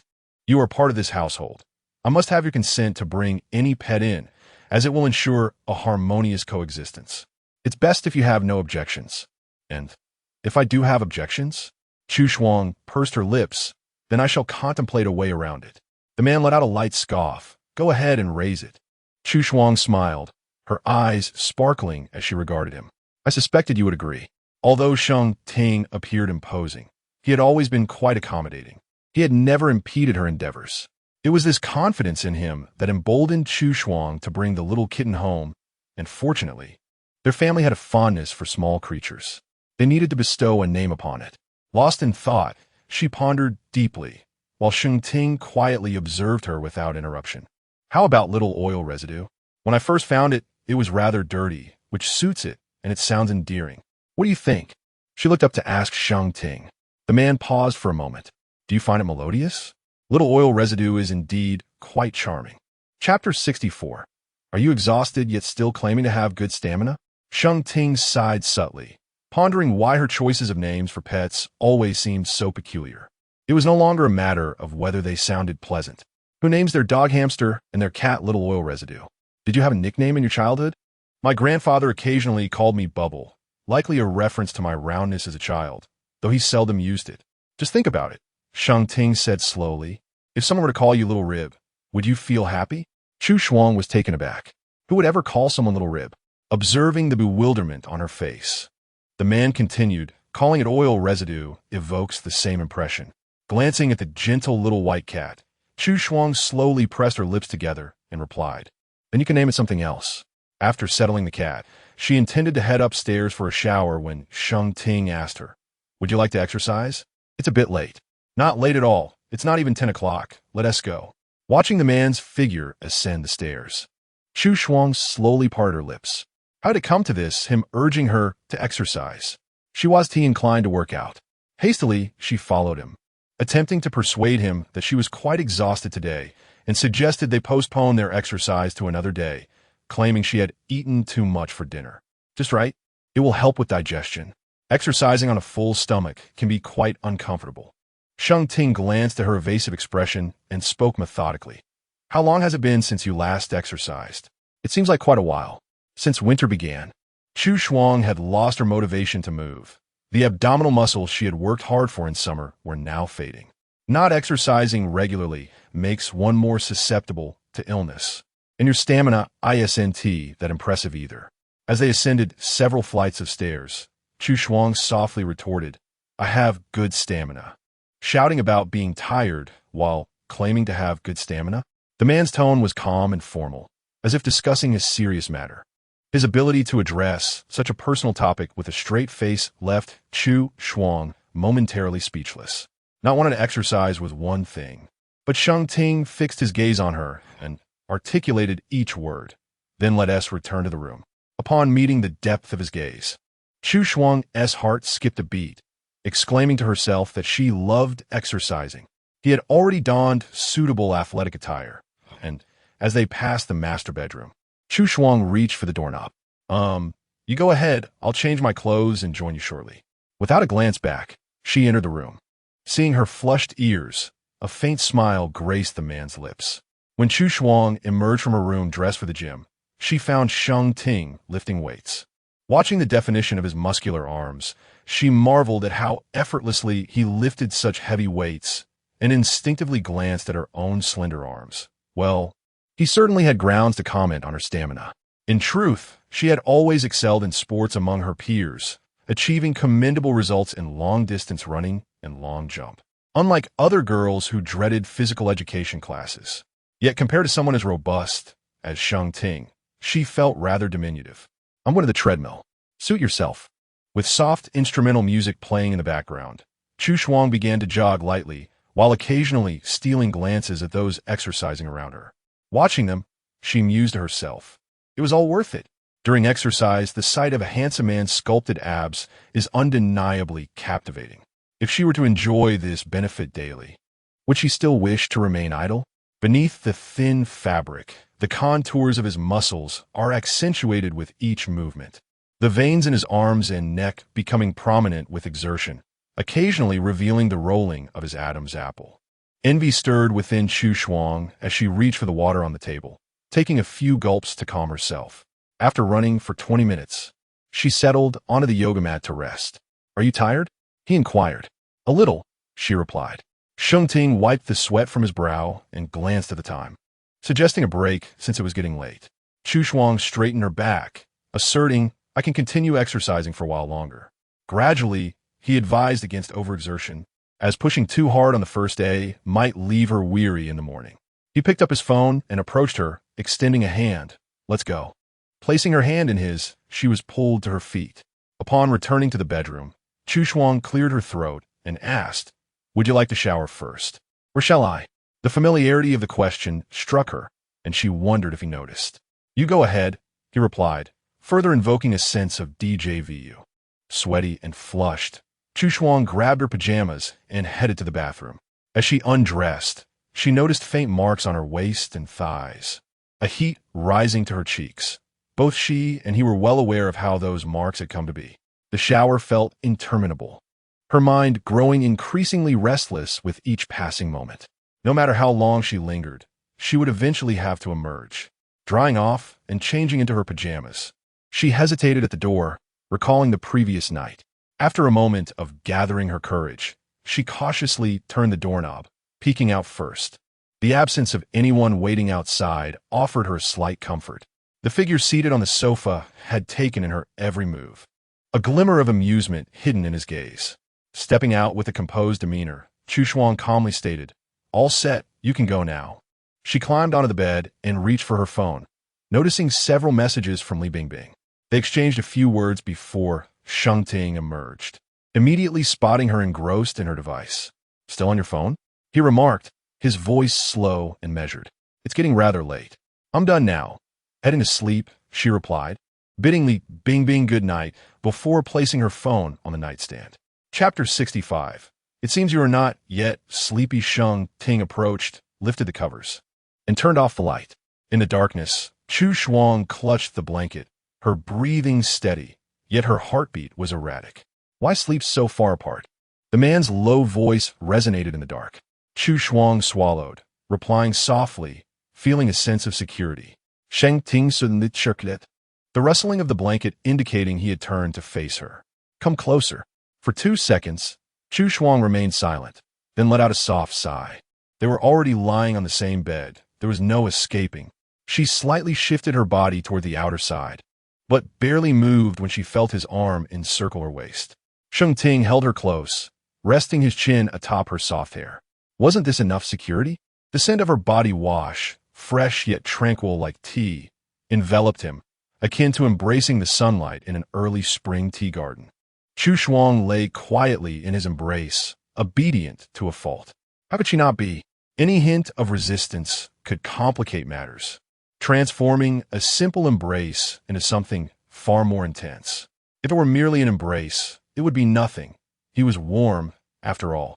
Yet, she felt a flicker of fear towards his occasional assertiveness and that hint of ferocity. Last night, on this very bed, those moments of flushed cheeks and racing hearts lingered vividly in her mind. Initially, he had been gentle and considerate, but later, it became quite overwhelming. Moreover, recalling the intense pain she had felt then only heightened her trepidation. If this was just a prelude to true intimacy and he was already this demanding, what would follow? Merely contemplating it caused Chu Shuang to feel anxious. Not paying attention to me? No, just lost in thought. What are you thinking about? About what to eat for breakfast tomorrow. The bedroom fell silent. For a considerable time, no one spoke, leading Chu Shuang to reflect on whether she was being too unromantic. Above her, the man's breathing was deep and rhythmic.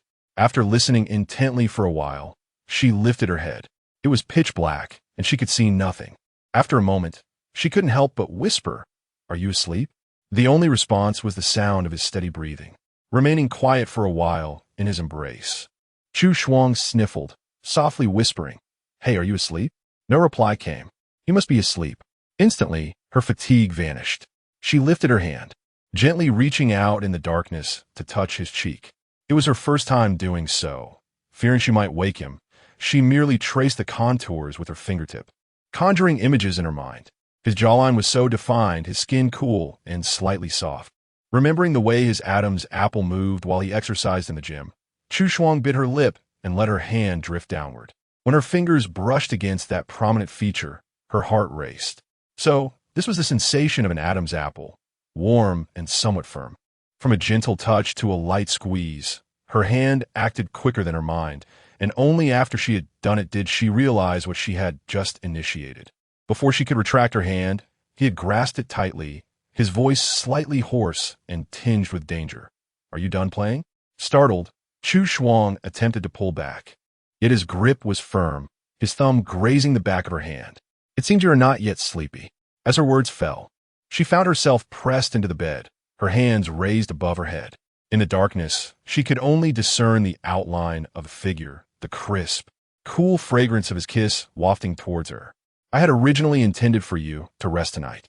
Sheng Ting kissed the corner of her mouth, his voice low, audible only to the two of them. "You must be curious about more than just this." What this and that, Chu Shuang did not comprehend. In the next moment, her hand was pulled down. "Sneaking around is rather uninteresting. Allow me to teach you." In the darkness, her eyes widened, her cheeks flushed with heat, and she immediately withdrew her hand, feeling the warmth radiating from her palm. This man was far from the tenderness he portrayed. "You understand that superficial remedies do not address the root, yet you fear the pain." The man pressed his lips to her mouth's corner, his Adam's apple moving slightly, his thin lips forming a few words. "Then let us proceed as we did last night." Perhaps due to the exertion of the previous night, Chu Shuang slept soundly until 9 o'clock, awakening to find the absence of the man's presence beside her. As she sat up, the blanket slipped, revealing several marks on her fair skin. Chu Shuang hastily clutched the blanket to shield her chest, her gaze searching for her nightgown. It was not beneath the bed, and her hand probing under the blanket yielded nothing. Biting her lip, she pondered where he had tossed it last night. In her drowsy state, she had lost her senses and could not recall. How could he carelessly discard her clothing?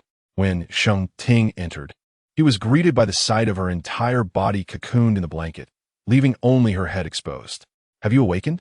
Upon seeing him, Chu Shuang instinctively tightened her grip on the blanket. "Where are my clothes?" The man, dressed impeccably and composed, sat calmly at the edge of the bed. "What clothes?" Looking into his deep-set eyes, Chu Shuang wrapped herself tighter, her cheeks burning. "The clothes I wore last night. Only you know where they ended up." "I'm not aware." Sheng Ting's gaze shifted from her face downwards, a palpable intensity in his stare that made Chu Shuang's heart race. Noticing her defensiveness, he smiled. "So you are currently. You're not allowed to speak." He raised an eyebrow. Chu Shuang conceded, proposing a compromise. "If you step out, I will put on some clothes." Sheng Ting stood, asking what she desired to wear. Upon seeing him approach the wardrobe, Chu Shuang replied, "Anything will do, just hand me a knitted dress." As he perused the rows of clothing in the wardrobe, he located the dress she mentioned. Just as he was about to leave, he remembered that she had nothing on her, and he searched for her undergarments as well. Opening the bottom drawer, his gaze faltered slightly. His fingertips brushed against a piece of fabric, so scant it could scarcely be deemed a dress. Upon realizing what it was, Sheng Ting's eyes narrowed, quickly masking his expression. He returned it to its place and retrieved her undergarments from another compartment. Unaware of the unfolding situation in the wardrobe, Chu Shuang was engrossed in messaging a friend. When Sheng Ting returned, he not only held the dress, but also her undergarments, causing her cheeks to flush. "Do you require assistance in changing?" "No, that will not be necessary." As she took the clothing from his fingertips, Chu Shuang retreated beneath the blanket, struggling to dress herself. Hastily attending to her personal grooming in the bathroom, she soon descended the stairs to check on the feline companions. Upon her arrival, she observed the golden retriever playfully engaging with the ragdoll cat, both creatures displaying a mutual curiosity and enjoying a harmonious interaction. Gently stroking the golden retriever, Chu Shuang imparted, "The kitten is a pitiable little soul, destined to become a member of our family. Given your considerable size, you must not bully it." After instructing the retriever, she recalled the need to apply medication for the kitten's skin ailment. As she sought the ointment purchased the previous night, Sheng Ting interjected, "The medication has already been applied." Cradling the kitten in her arms for a closer inspection, she noted the thin layer of ointment covering the affected area. As attentive as ever, "If you have a moment, could you please name it? My choices tend to be rather unappealing." "Certainly." Chapter 66. The photograph after dinner. Chu Shuang went to retrieve her seal for engraving. Each stroke was meticulously crafted by hand, and she pondered whether she could complete it before the new year. While she worked, Sheng Ting did not disturb her. He had been quite occupied himself, spending a considerable amount of time in the study that afternoon.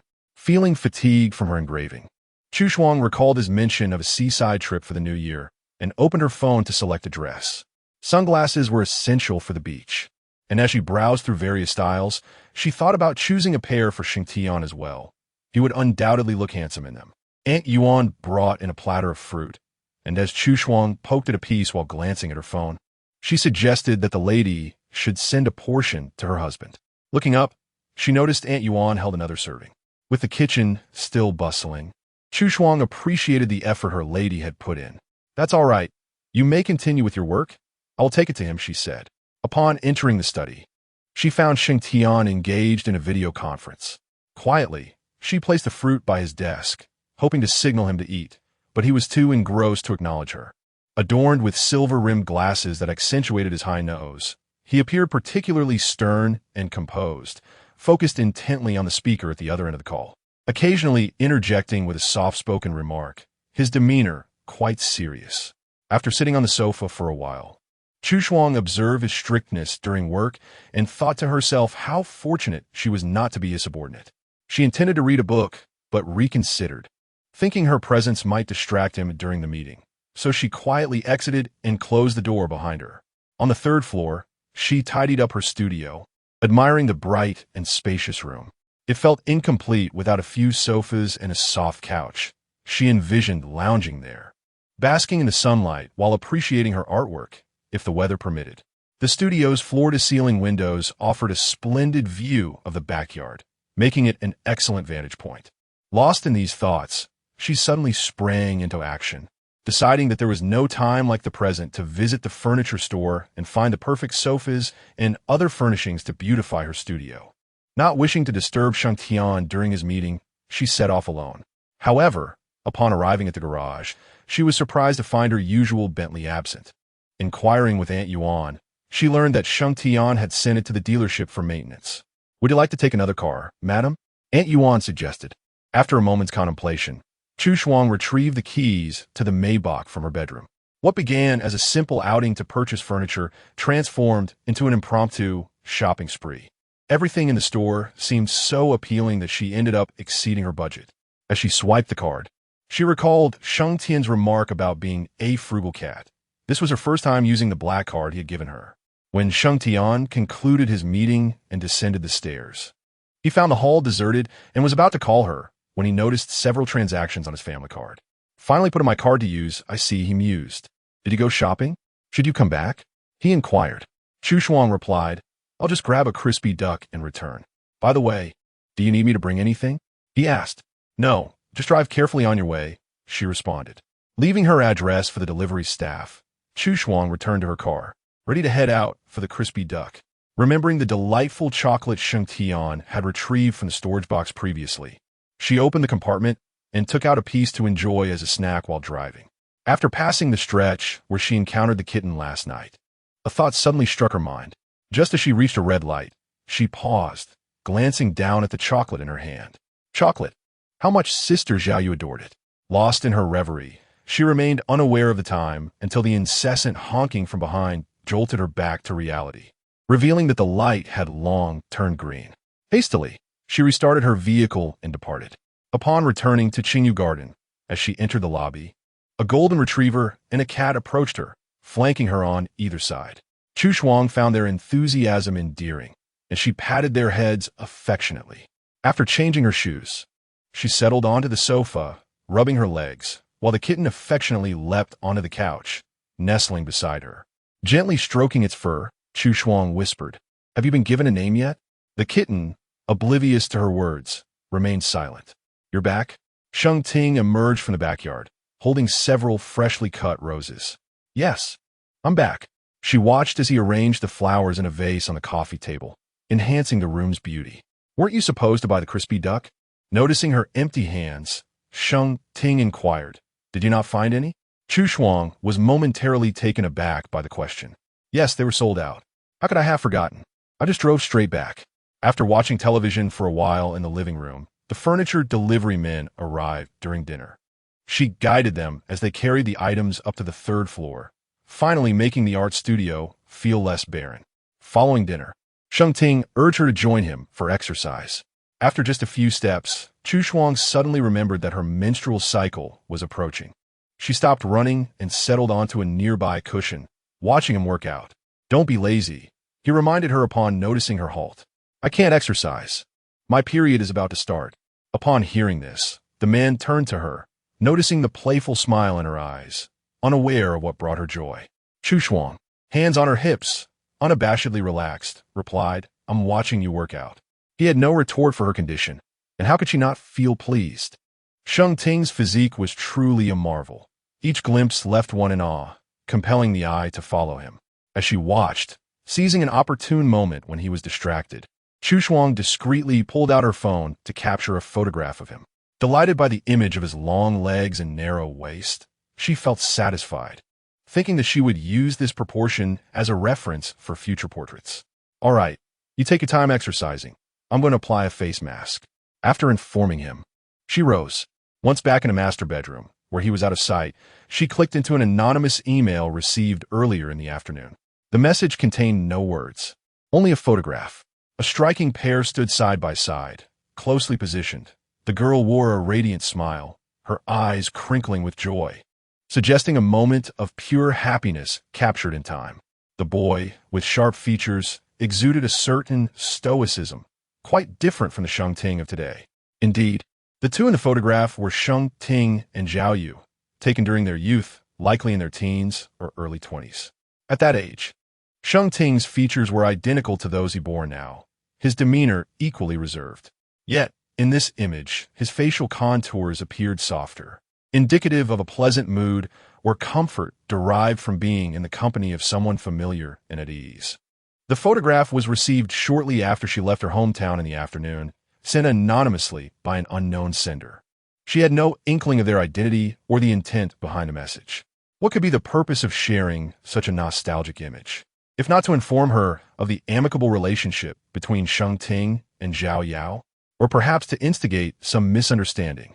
Zhao Yao had already stated that she and Sheng Ting were classmates, and it was not unusual for classmates to share a harmonious photograph. Chu Shuang did not wish to misinterpret the significance of an image that offered little clarity regarding the two individuals. She preferred to place her trust in Sheng Ting. In fact, upon receiving the photograph that afternoon, her initial reaction was not one of suspicion or sorrow. Rather, she instinctively perceived that the sender intended to provoke some form of misunderstanding. Chapter 67.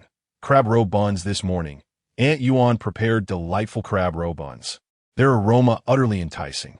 However, Chu Shuang, being on her menstrual cycle, could only indulge in a mere taste, leaving the rest for Aunt Yuan to pack into 2 boxes. As she stepped through the company's entrance, she noticed the receptionist, Zhou Wenxiang, already at her post. Occasionally, someone would enter the lobby, and, upon seeing acquaintances, she would nod and smile. When their eyes met, Chu Shuang paused momentarily, as if Zhou Wenxiang suddenly recalled her presence, and greeted her with a warm good morning. "Have you had breakfast?" Approaching with her bag in hand, Chu Shuang placed 1 box of crab roe buns on Zhou Wenxiang's desk. "I made too many at home. They'll spoil if I don't finish them. You should try one."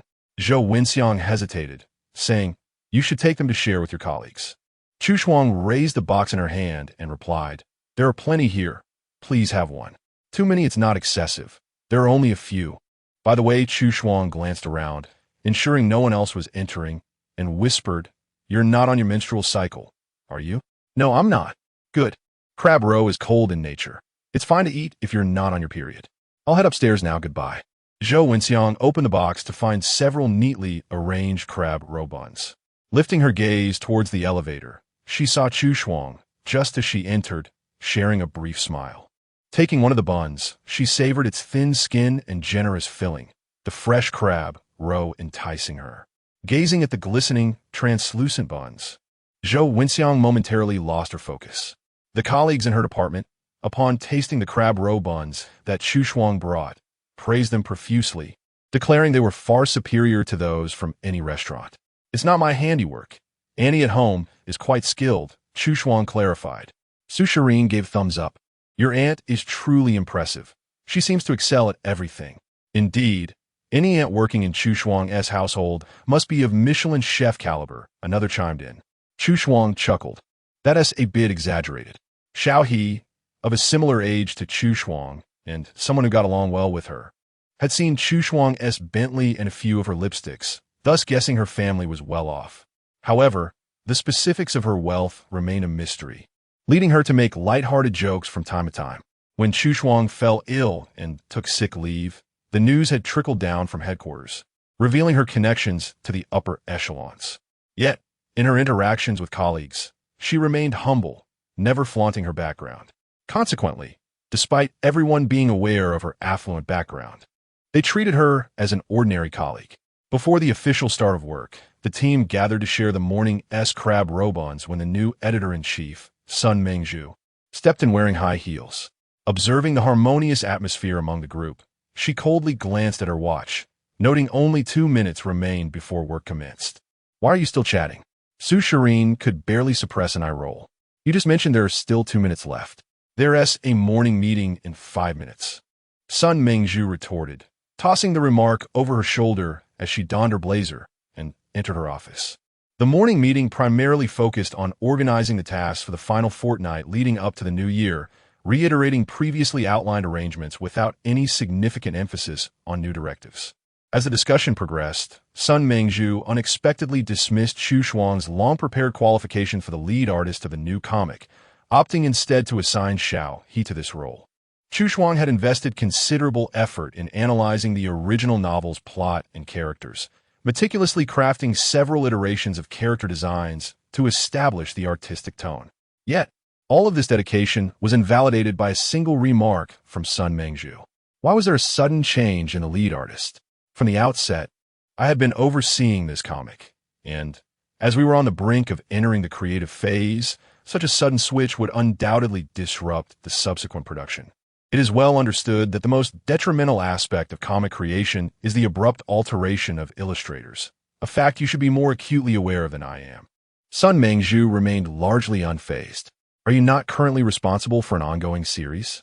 This is indeed the busiest period for you, and I see you have little time to spare. Our department operates as a cohesive unit, and to enhance our efficiency, wouldn't it be more prudent to allocate this role to an available artist? Regarding the comic style and character designs, simply provide He Huan with the designs you have in hand.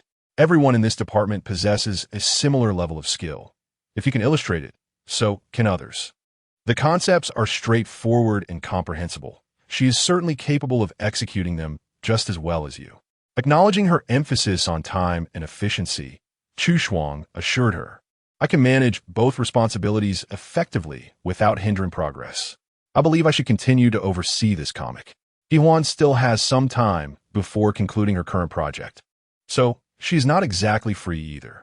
Each member of the department is entrusted with specific tasks, and He Huan had no intention of encroaching upon a colleague's responsibilities.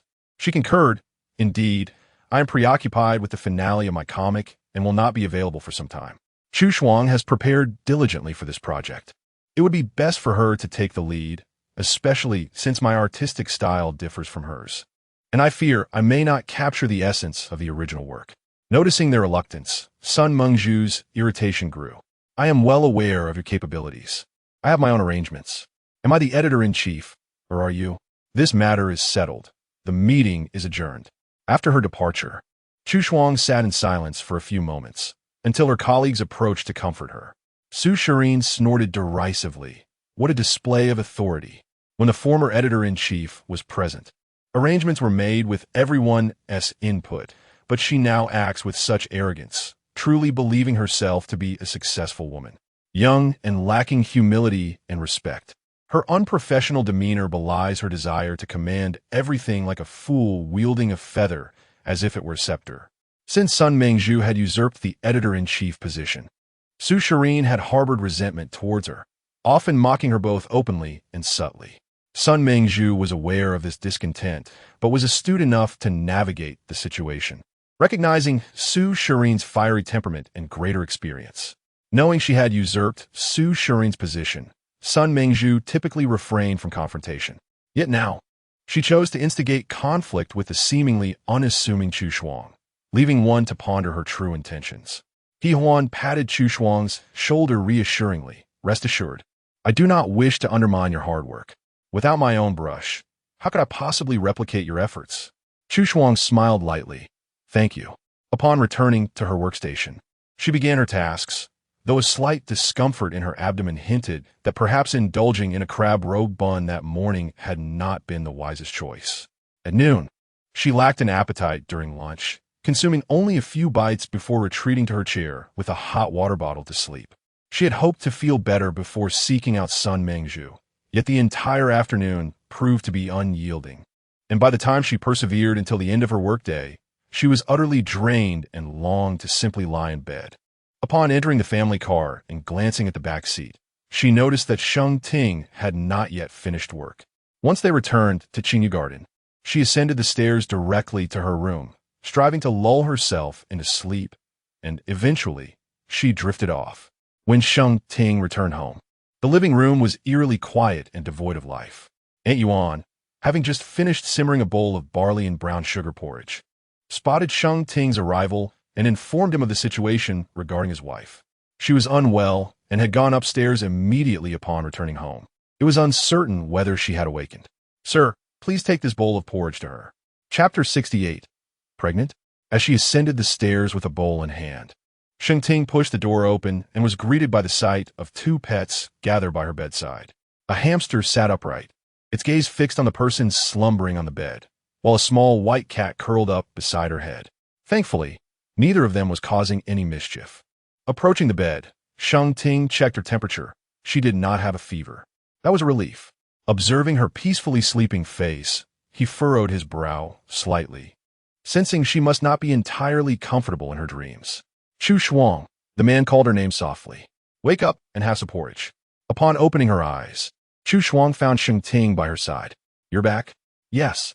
He helped her sit up and brought over a bowl of barley porridge. Did it hurt again today? Chu Shuang took a small sip of the porridge. It's not particularly painful, just an overall discomfort throughout the day. I'm not sure if it was because I indulged in crab roe this morning. Sheng Ting's dark eyes observed her diminished vitality compared to her usual self, his thin lips curling slightly in a mix of concern and reproach for her self-inflicted discomfort. Chu Shuang remained silent, knowing that speaking would only exacerbate his displeasure. Have you used a warm patch on your abdomen? He inquired, placing a hand on her lower belly. I have. What did you eat? Crab roe buns. They had shared breakfast together, and he had only stepped away for a few minutes to fetch something, which must have been when she snuck a bite. One, should I prepare a medicinal meal for you? No need. I feel better now. It's not serious. Are you hungry? A little. He lifted her blanket. I'll take you downstairs for a meal. With that, he securely cradled her in his arms. Feeling slightly unaccustomed to this, Chu Shuang wrapped her arms around his back. I can walk by myself. Isn't it nice to be carried? Sheng Ting shot her a glance. You're too slow. As they left the room, the two little companions trailed behind them down the stairs. The distance of the princess, Carrie, allowed Chu Shuang to distinctly feel the powerful heartbeat within his chest. Upon reaching the living room, she caught sight of Aunt Yuan from a distance and lowered her head, earning a light scoff from the man above her.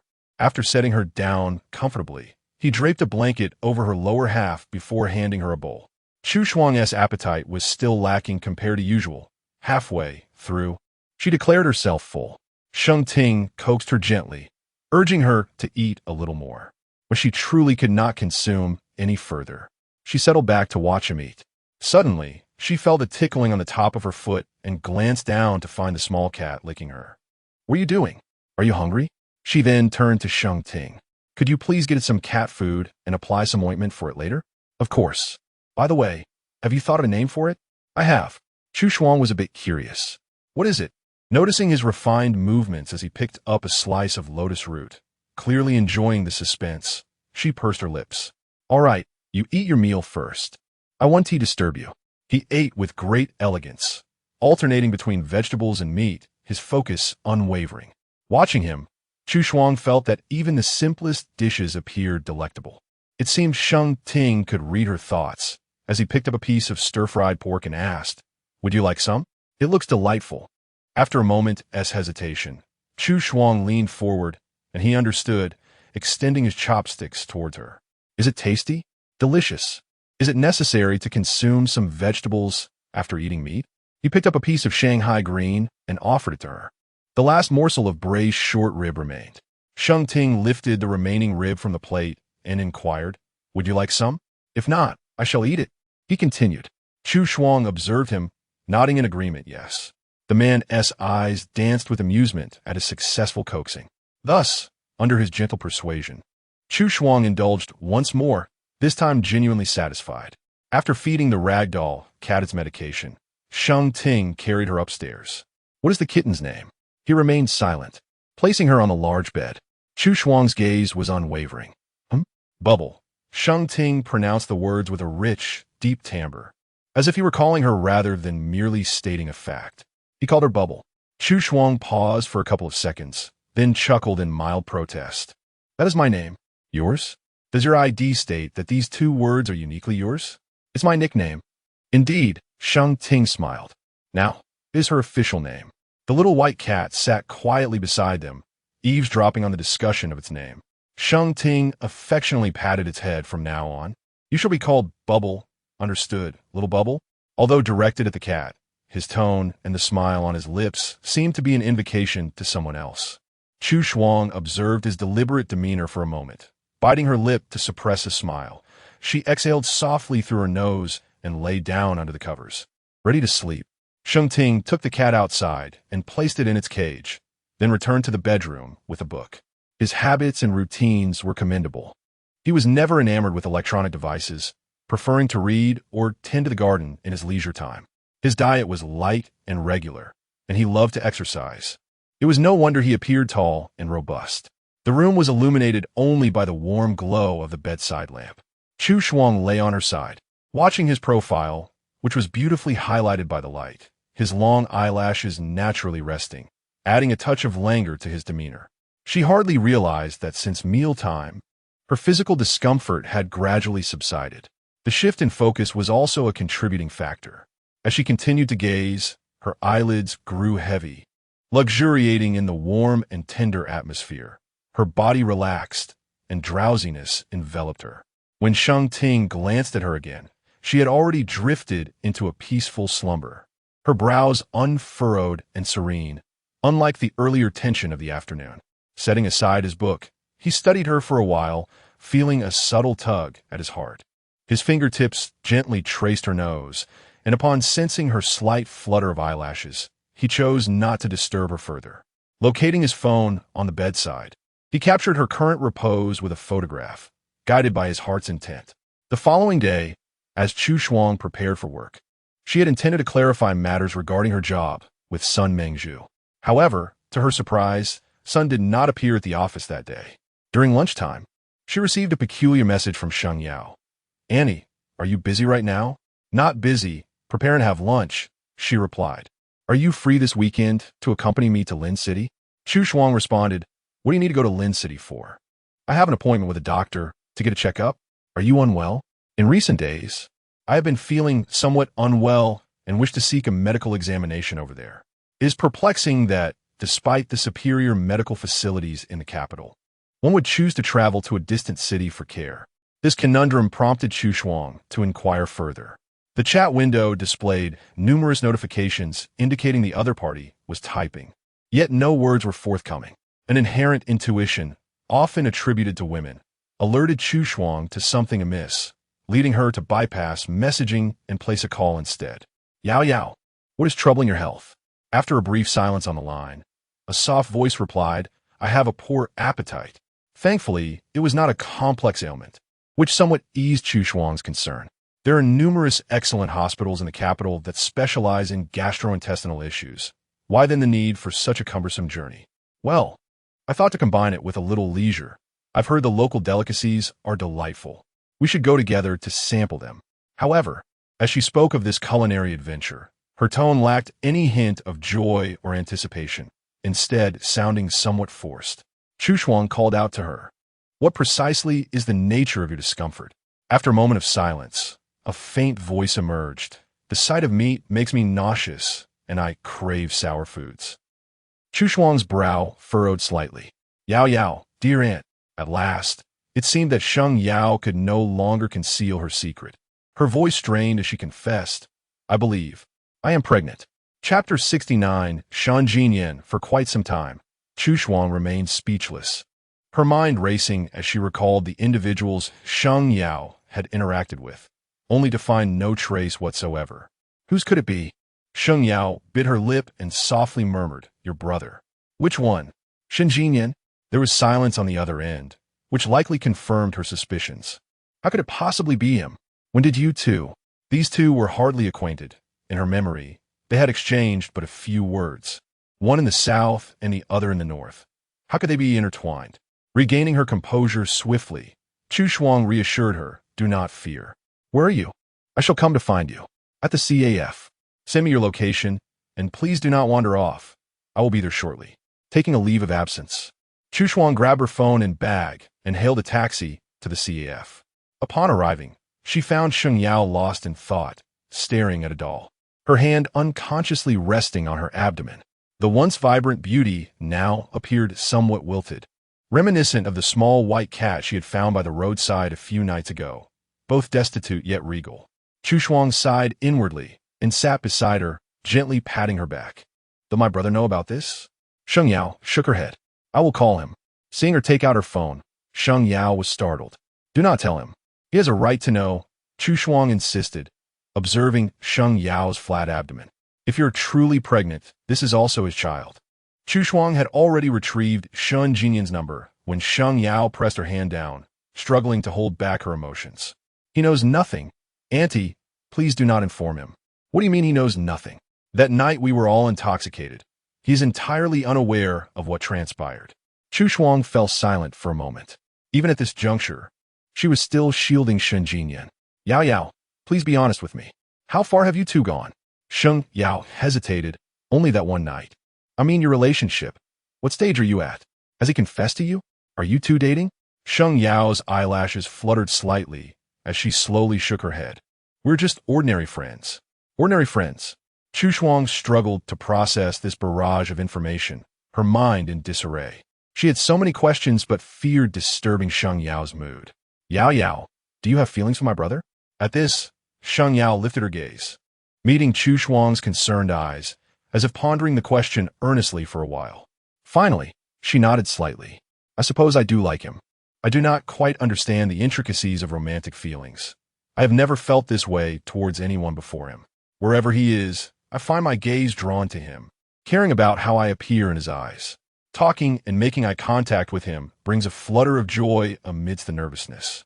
I have never encountered a man like him, cultured, elegant, courteous, yet possessing a distinct sense of boundaries. He maintains a certain distance from outsiders, and, though he stands before me, he feels so far away. Initially, it was merely curiosity, but the more I interacted with him, the more I yearned to uncover his entirety and see the full picture. Gradually, that curiosity transformed into something deeper. That night, he merely came to return something I'd left at your house. We both indulged a bit too much. But we are adults. Neither of us owes the other anything. I do not wish to impose any demands upon him.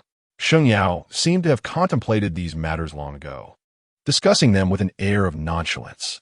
If he harbors no feelings for me, it is best he remains unaware, otherwise, future encounters may become awkward. As she spoke, she smiled, recalling how long it had been since we last communicated. The notion of suddenly calling him to announce his unexpected fatherhood seemed utterly fantastical. Chu Shuang did not affirm her statement, asking instead, "What do you intend to do now?" "I still wish to dance, but this child has arrived at an inopportune moment." "Then you intend to terminate the pregnancy? So, you plan to go to Lin City to have it removed, pretending nothing occurred, and bear the burden alone?" Sheng Yao replied, "This is the most prudent solution for everyone involved." Chu Shuang took a quiet breath, sitting in silence for a moment before ordering a cup of coffee. "My brother is not the type to shirk responsibility, regardless of how this situation unfolds. He has the right to know. I am fully aware of Shen Jinyan. He will not evade his obligations. If you conceal this from him now, he will inevitably discover the truth one day, and at that point, it may become irreparable." Chu Shuang endeavored to soften her tone, speaking gently. "Yao Yao, do you trust me?" Seeing the tenderness in her gaze, Sheng Yao's heart softened. "I trust you, which is why I sought you out first. My brother has neither a girlfriend nor any engagement. He has remained single all these years. I can assure you of his character. He is certainly not a fickle, irresponsible man. As a woman, you have already suffered in this situation. How can you bear the entire burden alone? How can you be sure he has no feelings for you? To put it another way, if you proceed as you wish, keeping this from him and terminating the pregnancy, only to continue your lives as if untethered, how will you feel if he eventually marries? Will you not feel sorrow? Will you be content to become strangers? If you're truly indifferent to the prospect of being strangers, then I can help you keep this from him." Sheng Yao remained silent for a while, lost in thought. Chu Shuang understood her apprehension and took her hand. "I know what you fear. Allow me to speak on your behalf. Trust me with this, will you?" Her tone was gentle, and strangely, Sheng Yao's heart calmed as she nodded slowly. Chu Shuang stepped outside to make a phone call. The conversation lasted quite some time, and as Sheng Yao periodically glanced outside, her heart fluttered with anxiety at Chu Shuang's absence. When she finally returned, Sheng Yao scrutinized her expression, biting her dry lips. "Did you speak with him?" "I did. He is on a flight to come here and should be on his way to the airport now." No sooner had she spoken than Sheng Yao's phone rang. The caller ID revealed it was Shen Jinyan. Her hand instinctively recoiled, but Chu Shuang promptly answered the call for her. "Sheng Yao, brother," Shen Jinyan asked. "A Shuang? Is she with you?" "Yes." Pass the phone to her. Hearing the familiar timbre of his voice emerge from the receiver, Sheng Yao felt a tension seize her. "Hello." Stay close to Chu Shuang. Do not wander off or entertain any wild thoughts. Wait for me to arrive. Sheng Yao. Shen Jinyan's voice dropped a few notes, as if he were struggling to contain something within. "Your intellect is indeed lacking, and your tone leaves much to be desired." Chapter 70. Have you had lunch? Chu Shuang inquired. "No." "Then let us go and eat something." Just as she finished speaking, Chu Shuang paused, wondering if they could eat before the pregnancy test. The two were utterly uninformed on the matter, prompting Chu Shuang to search online. She discovered that testing for chorionic gonadotropin would not be affected by eating, which alleviated her concerns. There was a restaurant nearby, and they chose one to enter. When it came time to order, both were at a loss, uncertain of what to eat and what to avoid. They consulted the internet again and ordered a few safe dishes. However, Sheng Yao lacked an appetite, and Chu Shuang refrained from ordering any meat. After their meal, Sheng Yao suggested, "Perhaps I should buy a pregnancy test and check. There's no need to go to the hospital directly. A pregnancy test has a certain margin of error, and testing prematurely will only cloud your judgment. What purpose does an early test serve? Not to mention, it may not be completely accurate. If the result is negative, wouldn't you hesitate?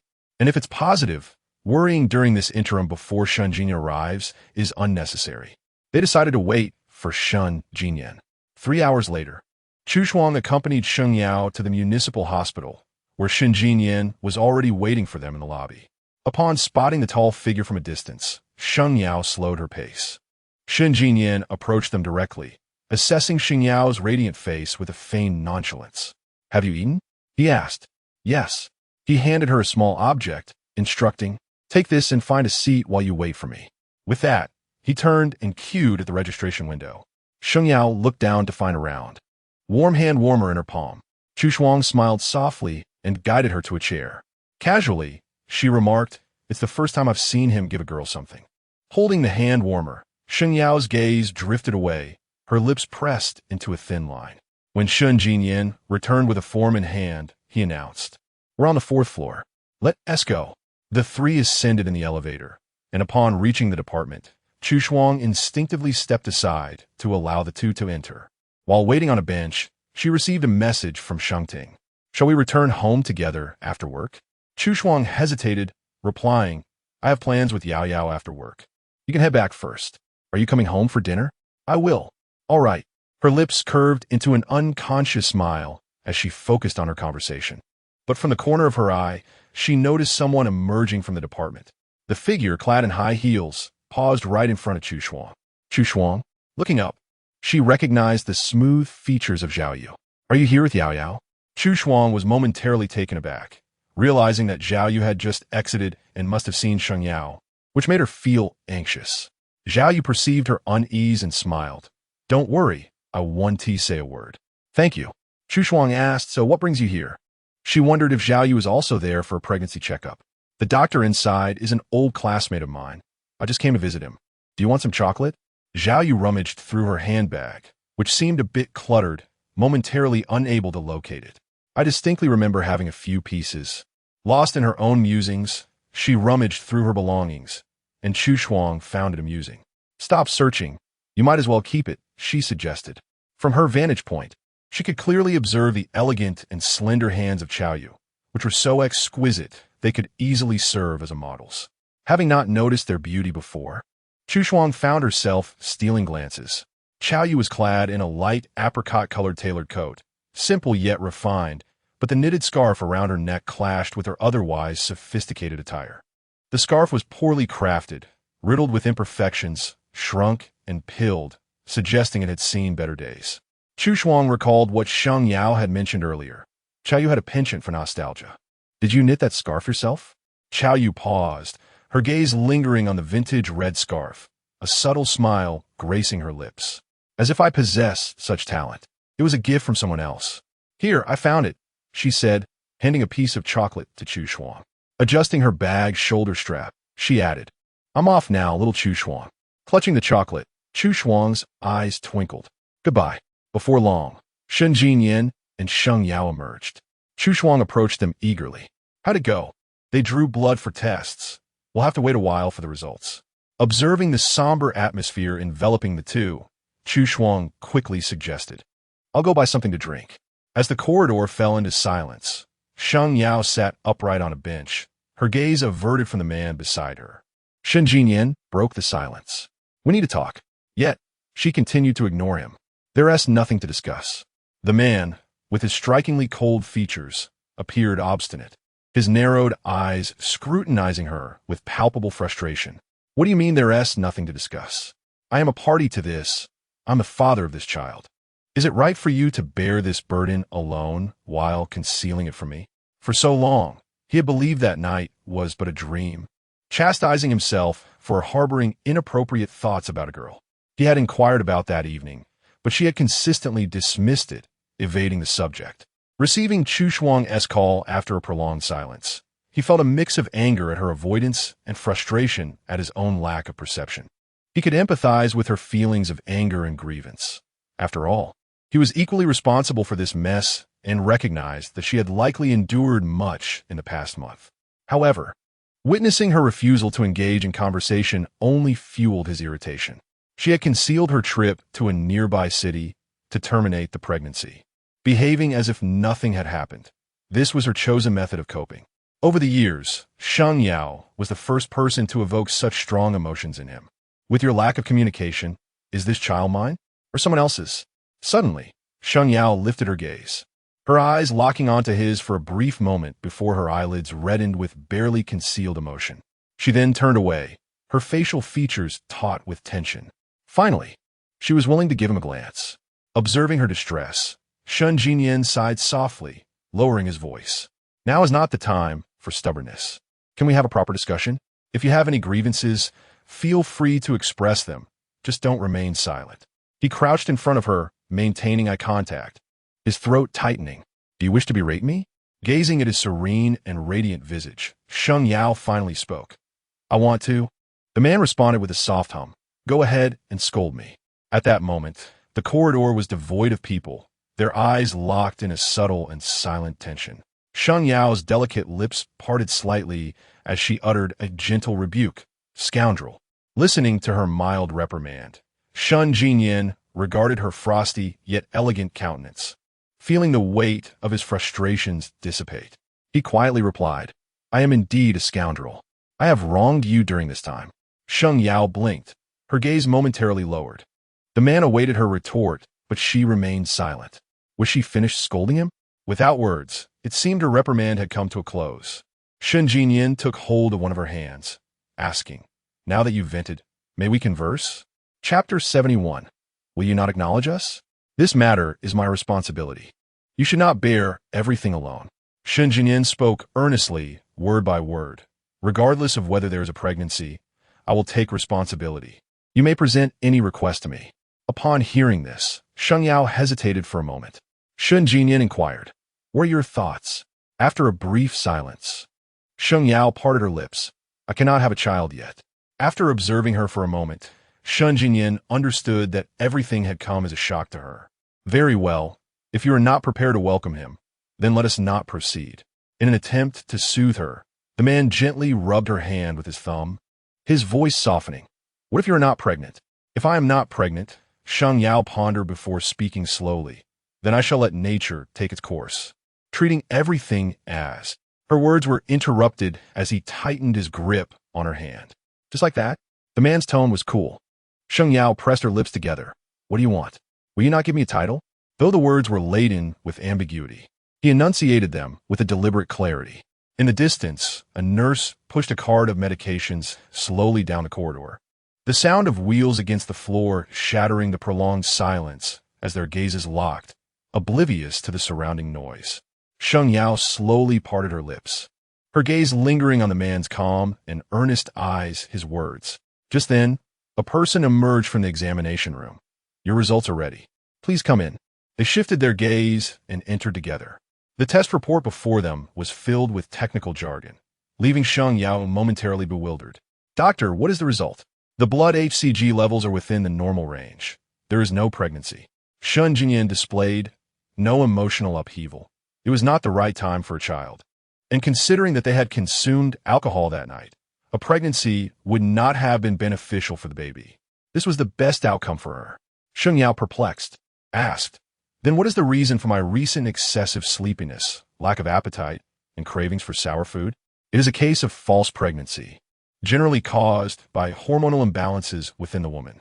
Irregularities in lifestyle and diet can contribute to this, combined with psychological factors that may lead one to mistakenly interpret bodily sensations as signs of pregnancy. However, there is no need for excessive concern. Simply return to a normal diet and rest, relieve any undue stress, and maintain a relaxed disposition to nurture your health. The doctor concluded, casting a glance at Shun Jinyan. Husbands should not impose too much pressure on their wives regarding childbirth. It should happen naturally, and what is meant to come will come. Husbands must be understanding and ensure their wives remain emotionally and physically content. When the body is well, half of the preparation for pregnancy is already accomplished. Pregnancy preparation is a shared endeavor. The husband should not think that mere physical contribution in the bedroom suffices. He must also show care and consideration for his wife. Feeling somewhat bewildered by the doctor's extensive remarks, Sheng Yao's ears flushed with heat. Just as she was about to speak, Shun Jinyan calmly interjected. Thank you for the reminder. Doctor, I will pay more attention to my wife's emotional well-being. Sheng Yao stared at him, taken aback by his serious demeanor. What wife? Who is his wife? As they exited, Chu Shuang happened to return. How'd it go? Sheng Yao shook her head. It was a false alarm. There is no pregnancy. Initial Frost exhaled a sigh of relief as she offered Sheng Yao a cup of warm milk. Upon her return, she immediately sensed a subtle atmosphere enveloping the two, distinct from the earlier tension. Curiosity nagged at her regarding their conversation, yet with her understanding of her cousin, she could hazard a guess about the topic discussed.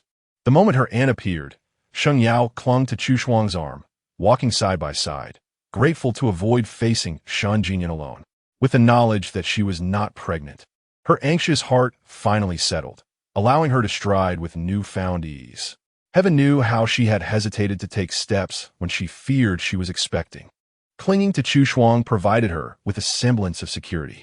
As the two young women walked ahead, Shen Jinyan trailed behind, his gaze fixed intently on Sheng Yao.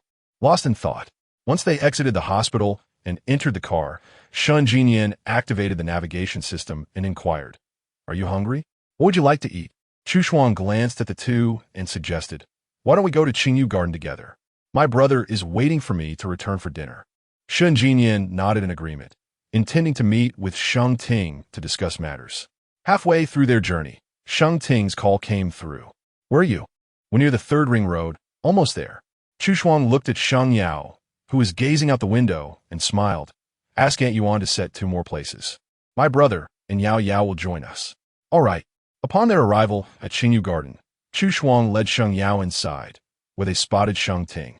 Sheng Yao softly called out, "Uncle." Sheng Ting, well acquainted with Sheng Yao, immediately perceived her concealed emotions. The moment they returned together, he sensed something amiss. Casting a glance at Shen Jinyan behind him, he replied to Sheng Yao, "Yes, wash your hands and let us eat." The meal was peculiarly silent. Even Chu Shuang, typically reticent at the table, found herself compelled to break the tension with occasional comments. Yet her efforts alone were insufficient to enliven the atmosphere. Finally, they endured the dinner, and Chu Shuang took Sheng Yao to play with the cats and dogs in the living room, while Shen Jinyan and Sheng Ting ascended to the study. Chu Shuang understood Shen Jinyan's intentions from the outset, but Sheng Yao remained oblivious, thinking he merely came for the meal. It wasn't tea until a few minutes after their departure that it dawned on her. "He was going to discuss our situation with my uncle. This matter must be conveyed to the elders. Could one truly wish to hide it indefinitely?" His approach was sound, whether in fair weather or foul. One must bear the consequences. This was his responsibility. Chu Shuang patted her shoulder in a gesture of comfort. "Do not fear. My brother is not impulsive or reckless. I trust he will handle it well." However, this reassurance did little to distract Sheng Yao from the playful antics of the pets. Given her uncle's temperament and style of handling matters, she found it impossible to predict how Shen Jinyan would be treated. In an instant, she felt herself transported back to her school days, gripped by the anxiety of potentially incurring a teacher's wrath. Would her uncle truly erupt in fury? Nevertheless, this was undoubtedly the best course of action. If it were to be directly communicated to her parents, she would prefer to navigate through her uncle first. "Although I often fear him, at critical moments, it seems I instinctively depend on him." Chapter 72. Did you think I only knew how to scold? The two individuals in the study engaged in an extensive conversation. Sheng Yao transitioned from an initial state of anxious anticipation to a stark recognition of reality. Whether it was wind or rain, she had reached a point of acceptance. Chu Shuang turned on the television to help divert her attention, but Sheng Yao hardly paid it any mind. Just then, a white ragdoll cat playfully climbed her leg, its tiny claws a bit sharper than anticipated. Fetching the necessary tools, Chu Shuang requested Sheng Yao to hold the kitten, making it easier to trim its nails. Due to its past as a stray, the kitten was somewhat fearful of the nail clippers, squirming and resisting. Sheng Yao had to exert considerable effort to keep its flailing paws steady. After trimming one paw, the kitten let out a soft, plaintive meow, exuding an endearing charm that invoked sympathy. Sheng Yao looked down at it, smiling. "You little rascal, you're quite the tease." Chu Shuang gently rubbed the kitten's soft paws. "Its voice is naturally like this, right? Is it a male or a female?" Sheng Yao pretended to inspect, but Chu Shuang restrained the kitten. "It's a male. Once it recovers sufficiently, I'll take it for neutering." "Oh dear," Sheng Yao teased in a playful tone. "Some cats will soon transform into sister cats." At her remark, Chu Shuang couldn't help but chuckle. Footsteps echoed from the staircase, and the perceptive kitten perked up its ears, glancing upward. Two men descended the stairs side by side, their polished shoes producing crisp sounds on the wooden floor. Their expressions remained calm, concealing any unusual emotions. As the kitten felt a slight loosening of restraint, it swiftly escaped from Sheng Yao's grasp, meowing as it leapt off her lap and dashed away. Noticing her uncle's composed demeanor, Sheng Yao felt a twinge of uncertainty. The four of them settled in the living room, and Aunt Yuan brought forth delicious tremella soup. Sheng Ting was the first to break the silence. I have a general understanding of your situation. Sheng Yao tightened her fingers slightly. Although his tone was steady and deliberate, seemingly finally finding appropriate words to advocate for gender equality, he continued, "Yet, you are a member of the Sheng family, and it is impossible for you to act recklessly. Given the circumstances, it is only natural for the family to seek an explanation." His words bore an undertone of seriousness, causing even Chu Shuang beside him to feel apprehensive. As an elder of Sheng Yao, he could hardly be pleased upon hearing such news. You were both intoxicated that night, and under your unconscious state. He took advantage of you. Sheng Ting fixed his gaze upon Sheng Yao, articulating clearly, the Sheng family cannot allow you to suffer this injustice. You are entirely within your rights to file a lawsuit against him. Sheng Yao raised her gaze slightly, looking at her uncle's stern face before shifting her attention to the composed Shun Jinyan beside her. Shun Jinyan nodded. That night, the responsibility lies entirely with me. I acted inappropriately towards Miss Sheng, lacking any justification. Should you wish to pursue legal action, I fully comprehend and will not evade responsibility. I will bear the consequences alone. His words were delivered with utmost seriousness, devoid of any jest. Chu Shuang recognized that Shun Jinyan was a man of his word, and his declaration indicated he was prepared for the worst. Sheng Yao remained silent, taken aback by the gravity of the situation, which exceeded her expectations. She believed that the most severe consequence would merely be her uncle's furious reprimand of Shun Jinyan, followed by her parents and brother seeking an explanation from the Shin family. However, the situation had escalated to the point of potentially imprisoning Shun Jinyan. She felt a sense of helplessness and anxiety. Her uncle was resolute in his decisions, and at that rate, Shun Jinyan would be ruined. I do not wish to sue him, Sheng Yao murmured with great difficulty. That night was not entirely his fault. Tu was not completely unaware. This matter does not warrant a lawsuit. Observing her troubled demeanor, Sheng Ting responded with a faint acknowledgement. Whether or not to pursue legal action is your choice. However, even if you decide against it, he will still bear the corresponding responsibility. The Sheng family cannot simply allow their own to be wronged. Sheng Yao pressed her lips together, pondering what her uncle deemed necessary for this situation to be resolved. Make him marry you. Upon hearing this, she paused in surprise, prompting Sheng Ting to speak calmly. Ultimately, it is up to you. If you are unwilling to marry him, no one will force you. Your family will always stand by your side. Should you choose to sue him, we will find you the best lawyer. Sheng Yao glanced at Shun Jinyan, who sat across from her, composed and silent. I choose to marry him. Sheng Ting did not display much reaction. Take your time to think it over. There is no need to rush your answer. Sheng Yao swallowed hard, contemplating her decision. After observing her for a moment, Sheng Ting rose, suggesting, let's head to the old residence tomorrow. He took Chu Shuang by the arm, leaving the two in the living room to converse privately. As they ascended the stairs, Chu Shuang regarded his determined profile and remarked, Yao Yao is no longer a child. They will handle their affairs. Do not worry too much. I am not worried. They are adults and will manage accordingly. Indeed, Chu Shuang had just witnessed his serious demeanor as an elder, and though he spoke casually, he truly cared for his niece. Contemplating this, she softly said, it is wonderful that Yao Yao has such a caring uncle. This prompted the man to turn and look at her. Do I not care for you as well? How did this conversation shift to you? Chu Shuang pondered seriously for a moment, realizing that perhaps he did show concern. Perhaps? Indeed, you do care. Sheng Ting relaxed in her presence, a subtle smile playing at the corners of his lips. Noticing his amiable demeanor, Chu Shuang inquired, you spoke for quite some time in the study earlier, did you? Scold my cousin? Were you afraid I would reprimand him? Sheng Ting removed his coat. Do you think I am only capable of reprimanding others? Just now, Yao Yao was quite worried about you both. No, we spoke calmly. Shun Jinyan is not reckless, which is why I feel at ease in trusting Yao Yao to him. Indeed, Chu Shuang nodded vigorously, having intended to mention her cousin's integrity. Yet, recognizing that Shun Jinyan was also at fault, she felt it inappropriate to say too much, as it might appear as an excuse. Sheng Ting understood everything. Chu Shuang added, moreover, Yao Yao has feelings for him, and my brother feels the same. He will surely treat her well. Ultimately, however, the final decision rests with her parents. If they do not agree, alternative resolutions must be sought. Chu Xiang gently grasped the man's hand, her gaze filled with earnestness. You must lend them your support, she urged. The two involved parties had no objections. It was best to avoid escalating the situation. Could you please speak on their behalf to the elders? With a sidelong glance at her, Sheng Ting smirked. It seems that the most anxious person here is actually you. Were you afraid of? He tousled her hair, his voice a languid comfort. Do not overthink. I will handle it. All right. Chu Xiang felt considerably reassured by his words.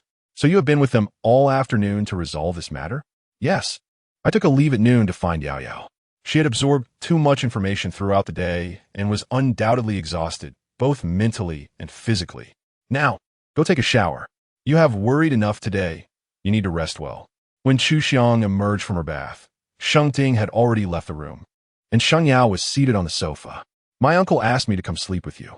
There were indeed no spare guest rooms at home, and it seemed Sheng Ting had considered that Sheng Yao had spent the entire day in a state of emotional turmoil, devoid of security. It was certainly better for her to sleep with Chu Xiang than alone. Sheng Yao quickly bathed and climbed into bed, snuggling closely against Chu Xiang. Aunt, you smell delightful. Chu Xiang replied. It's the fragrance of my shower gel. It's wonderful to have you here. Sheng Yao murmured softly, closing her eyes as she began to drift into slumber. There were many things she wished to share with her aunt, but her uncle had cautioned her not to disturb Chu Xiang's rest. Just being close was already immensely comforting. At last, this dramatic day could draw to a close. Chapter 73. Surely, you haven't fallen for him, have you? Aunt Yuan's little grandson was about to celebrate his first month. Chu Xiang wished to present a gift to the newborn. Yet she found herself at a loss regarding what would be appropriate. So she consulted with Sheng Tian. Upon hearing this, the man paused for a moment, realizing the impending celebration. He had been so preoccupied these days that he almost forgot, but now he counted the days and saw that it was just around the corner. He had previously visited to pick out small clothes and socks for the baby, but upon reflection, he considered that such items would likely be plentifully gifted by others. And given how swiftly children grow, they would soon be outgrown. Sheng Tian was watering the flowers and had little to offer in terms of assistance. Chu Xiang stood beside him, hands clasped behind her back, and inquired, Have you ever given a full-month gift? What would be a more heartfelt offering? The man pondered briefly before responding with a smile. Perhaps a safety amulet would suffice. As long as the sentiment is conveyed, there is no need for extravagant preparations. The child's health and safety are of utmost importance. Chu Xiang nodded in agreement, recognizing the wisdom in his words. Sheng Tian set down the watering can and regarded her. She had joined him in the garden early that morning, dressed in form-fitting jeans and a V-neck thin sweater, her long legs comfortably clad in cotton slippers, exuding a relaxed and gentle demeanor. Her dark hair cascaded like silk over her chest, and her face bore only a subtle, elegant makeup that accentuated her striking features. Her delicate brows and lively eyes made for a breathtaking visage. Isn't it chilly out dressed like that? He asked. Not at all. This outfit keeps me warm, she replied. Did you sleep well last night? Sheng Yao didn't disturb you, did she? No, we were both quite exhausted and fell asleep quickly. Yao Yao is probably still sleeping now, she reassured. Let's head back for breakfast, he suggested, taking her hand and leading her back to the hall. Your hands are so cold, he remarked, enveloping her small hand with his larger one in a protective grip. Chu Xiang secretly smiled, stealing a glance at his handsome profile, wondering why men's bodies always seemed to emanate warmth, unlike her own, which felt like ice in winter. Your cousins are the same, she remarked. When we played together in winter as children, their hands were always warm to the touch. By the time they returned, Sheng Yao and Shun Jinyan had already come downstairs. Shun Jinyan sat on the sofa while Sheng Yao played with a hamster, their interaction minimal. After breakfast, Sheng Tian took Chu Xiang and Sheng Yao to work. They had discussed the matter thoroughly the night before. After work, they would return to the family home to discuss Sheng Yao and Shun Jinyan's situation. For Sheng Yao, the day stretched on, laden with dread, as the knowledge of such matters being revealed to her family felt mortifying enough. Now, the entire family would soon be aware. During her lunch break, Sheng Yao sent a few messages to Chu Xiong, who consoled her from the restaurant. As she lifted her gaze, she spotted a familiar face from long ago. Upon recognizing him, she instinctively turned to leave. "Goose Wei," he called out, "let's talk." "Sorry, but I'm not interested in insurance," she retorted. Nearby passers-by witnessed the exchange and stifled laughter. Goose Wei, impeccably dressed, did indeed bear the demeanor of a professional insurance salesman, albeit one of a more distinguished caliber. "I had a bit too much to drink that night. My actions were rather reckless." "I apologize," he said. The early frost paused momentarily. It was inconsequential. Just for a fleeting 2 seconds, she finished her words before continuing on her way. Goose Wei gazed at her retreating figure, hesitating for a brief moment before stepping forward. "Chu Shuang, please listen to me." "Mr. Gu, I have accepted your apology. Is there anything else you wish to convey? I must return to work, so kindly step aside." Goose Wei's voice softened, tinged with an elusive emotion. "I merely wish to converse with you." Chu Shuang replied, "Honestly, I cannot comprehend you. When we were together, you often vanished for days, and even after our breakup, it took you 2 months to realize it. Now you appear here and there. Is it true that what is unattainable is the most desirable? When we parted ways, I felt we were incompatible, though your demeanor may be somewhat aloof. Your character is commendable. It was only after our last encounter that I realized I hardly know you at all." The man met her gaze directly. "Have you ever given me a chance to understand you? You often mention my reserved nature, yet you're no different. When faced with difficulties, grievances, or moments of joy, you do not share them with me. I always assumed you were a girl from an ordinary family, yet you are the granddaughter of Shun Hongru. You have never mentioned any of this to me. Did you ever truly regard me as your boyfriend?" Chu Shuang paused for a few seconds. "I did not have the opportunity. Do you still not understand? My attitude is contingent upon yours. The desire to share must be sustained by reciprocity." She spoke slowly, deliberately, as if engaged in casual conversation. "Furthermore, does it truly matter whether or not I am Shun Hongru's granddaughter? If I come from humble beginnings, you only wish to have fun. If I come from privilege, then you contemplate a serious relationship?" The man momentarily appeared stunned, yet Chu Shuang discerned everything. "So, were those heartfelt words you spoke previously insincere? Gusui, did you only just realize that you married someone named Sheng? Chu Shuang, you haven't developed feelings for him, have you?" Chu Shuang fell silent for a moment. Love and indifference are both facets of life. Goose Wei scrutinized her, recalling that night when she looked at Sheng Ting with an intensity that brimmed with emotion. A yearning for solace he had never witnessed in her before. "Still, I pose the question, if you like him, does he reciprocate? Do not mistake a man's fleeting care and affection for something substantial. Such tactics require little effort or investment. Do not entangle yourself too deeply. Do you truly know him?" Chu Shuang's eyes remained tranquil as she assessed the person before her. "Isn't it the case that understanding someone is a gradual process that evolves from nothing to something? Whether it is a blessing or a curse is solely my affair. Goose Wei, let us not meet again in the future. You have no idea how much effort it took for me to stand here calmly, expressing all this to you. Ever since you drugged my drink, there has been no bond between us. You should have understood that, and we can never return to what we once were. Let us be strangers from now on. When we cross paths, do not greet me." With that, Chu Shuang turned to leave, but her arm was suddenly seized. Goose Wei, bewildered, furrowed his brows. "What do you mean by drug?" She forcefully withdrew her hand, and Chu Shuang, with a faint tremor in her voice, remarked, "What kind of drug renders one utterly weak and feeble? Such despicable substances, whether employed on me or intended for another woman, evoke nothing but repulsion. You have truly altered my perception of you." The man's gaze faltered that night. "It was not me. I was unaware that the drink was tainted. Had I known, I would never have permitted you to consume it." Chu Shuang interjected, "Whether it be you or your acquaintances, you are all of the same ilk, incapable of mingling with those of a different caliber. They are not friends. I am not well acquainted with them. They are merely business associates." The traffic light turned green, and Chu Shuang strode across the street with purpose. As she walked away, Goose Wei remained transfixed, his dark eyes clouded with an inscrutable depth. Chapter 74. The woman in the photograph, Shan Jinyan, arrived at the Sheng residence laden with numerous precious gifts. As the four of them entered, Ji Wenyue was joyfully trimming the greenery in the garden, delighted to see the lively group. Ah, Jinyan has come too. Shun Jinyan, ever polite and modest, replied. I just arrived in the capital yesterday and have come to disturb you all. Not at all. Do visit us more often. Familial ties grow closer through frequent visits. Ji Wenyue said with a gentle smile as she set aside her tools and ushered everyone indoors. Observing her oblivious mother, Sheng Yao felt a pang of anxiety and cast a pleading glance towards her uncle.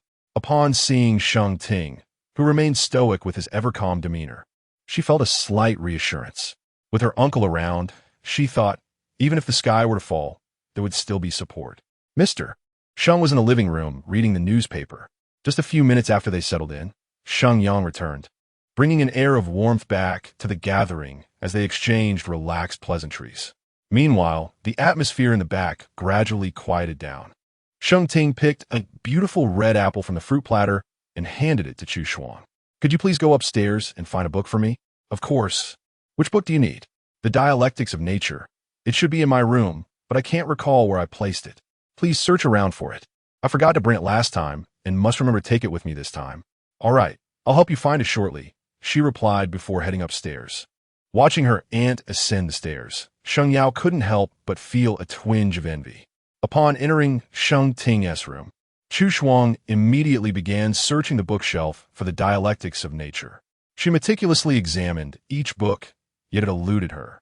Even the built-in bookshelf by the bedside yielded no results. After standing still for a moment, she suddenly realized that Sheng Ting had intentionally sent her away. There was no such book in the room. He merely wanted solitude. While the atmosphere downstairs surely grew tense, she found herself concerned for her cousin, uncertain if he could indeed marry his fiancée without issue. With her phone downstairs beside Sheng Ting, she sat by the bed for a spell, feeling somewhat bored. She wandered over to the bookshelf, hoping to find something to read. The shelves were filled with obscure volumes on economics and psychology. As she crouched down to peer from the bottom up, her gaze halted upon an inconspicuous box nestled against the wall, partially obscured by a table. Had she not crouched down, she would scarcely have noticed it. Such wooden boxes were typically used for storing books. Her own attic housed many. Curiosity piqued. She reached out to touch the box, but hesitated, pondering the impropriety of disturbing his belongings. Standing back up, she resumed her search for a book. Yet the allure of that box lingered in her mind. After glancing around the bookshelf and finding nothing of interest, she recalled Sheng Ting's earlier words about searching thoroughly. Surely, he wouldn't mind if she moved a few things? Being married, she meant no harm. She merely wished to find a book to pass the time. Resolving that if she opened the box and found a diary or something private, she would refrain from reading it and inform Sheng Ting upon his return. If it contained interesting books, however, it would be a perfect way to occupy herself. As her hand grazed the box, an inexplicable notion suddenly flitted through Chu Shuang's mind, conjuring images of well-traveled comic books. Could it be that within this box lay some of the little comics he had perused during his adolescence? Wake up! No sooner had this thought entered her mind than Chu Shuang lightly tapped her forehead. What was she thinking? Sheng Ting was hardly the type to indulge in such frivolities. According to Sheng Yao, from her earliest memories, her uncle had always embodied a demeanor of decorum and integrity, even as a student. Sheng Ting had been a figure of cool restraint and seriousness. The box appeared to be an ordinary one, unlatched, suggesting it contained nothing particularly personal. Upon opening it, a dark crimson caught her eye, revealing not the books she had envisioned, but rather a knitted scarf. It looked strikingly familiar, reminiscent of the one belonging to Chao Yu. Biting her lip, she picked up the scarf and noted its rather unappealing craftsmanship, clumsy stitches that resembled a mere experiment, yet it was not worn. It had likely remained untouched in the box, free from pilling. I possessed no such talent. It must have been crafted and gifted by someone else. After contemplating the scarf for a considerable moment, Chu Shuang was about to return it to its place when she noticed an exquisite metal box nestled within. A voice within her urged her to open it, while another cautioned against it. Swallowing hard, she cautiously extended her hand. The first sight upon opening was a printed photograph. A girl in her early 20s, her eyes curving gracefully as she smiled. radiating a beauty that dimmed the brilliance of the stars. The box contained a stack of such photographs. There were vibrant, candid shots of dining in a restaurant, a serene profile of her reading by a CAF window, youthful exuberance captured on a sports field, and one where she held flowers, gazing tenderly into the camera. Flipping the photographs over, she found strong, elegant handwriting inscribed on the back. "Let us marry, right after graduation." Each of the few photos she had picked up bore these 6 words on its reverse. Chu Shuang's fingers trembled as she refrained from examining the remaining pile, carefully organizing everything back into the box before returning to her seat by the bed. Chapter 75. It doesn't matter if it's ugly. When Sheng Yao ascended the stairs, Chu Shuang was engrossed in a book, leaning against a small couch. She was somewhat surprised to see Sheng Yao at the door. "Finished discussing?" she inquired. "Not quite. They just said what needed to be said and then sent me away. Now my parents and uncle are speaking with Shen Jinyan." Chu Shuang set her book down and softly asked, "Is the atmosphere tense?" "Somewhat, but it's manageable. My parents are composed individuals." As Sheng Yao settled onto the small couch, the tension in her body dissipated, leaving her feeling utterly drained. "I'm so hungry. I wonder when we'll finally eat." "Andy, what are you reading?" "Just a random book." As twilight approached, Chu Shuang turned on a vintage lamp, its warm light illuminating the yellowed pages and casting a gentle glow on her serene profile, creating a scene that felt as though time had come to a standstill. Sheng Yao chose not to disturb her reading. After days of mental and physical exhaustion, she finally allowed herself a moment of relaxation, resting her head on a cushion and dozing off beside Chu Shuang. When Sheng Ting pushed the door open, he was greeted by a charming sight.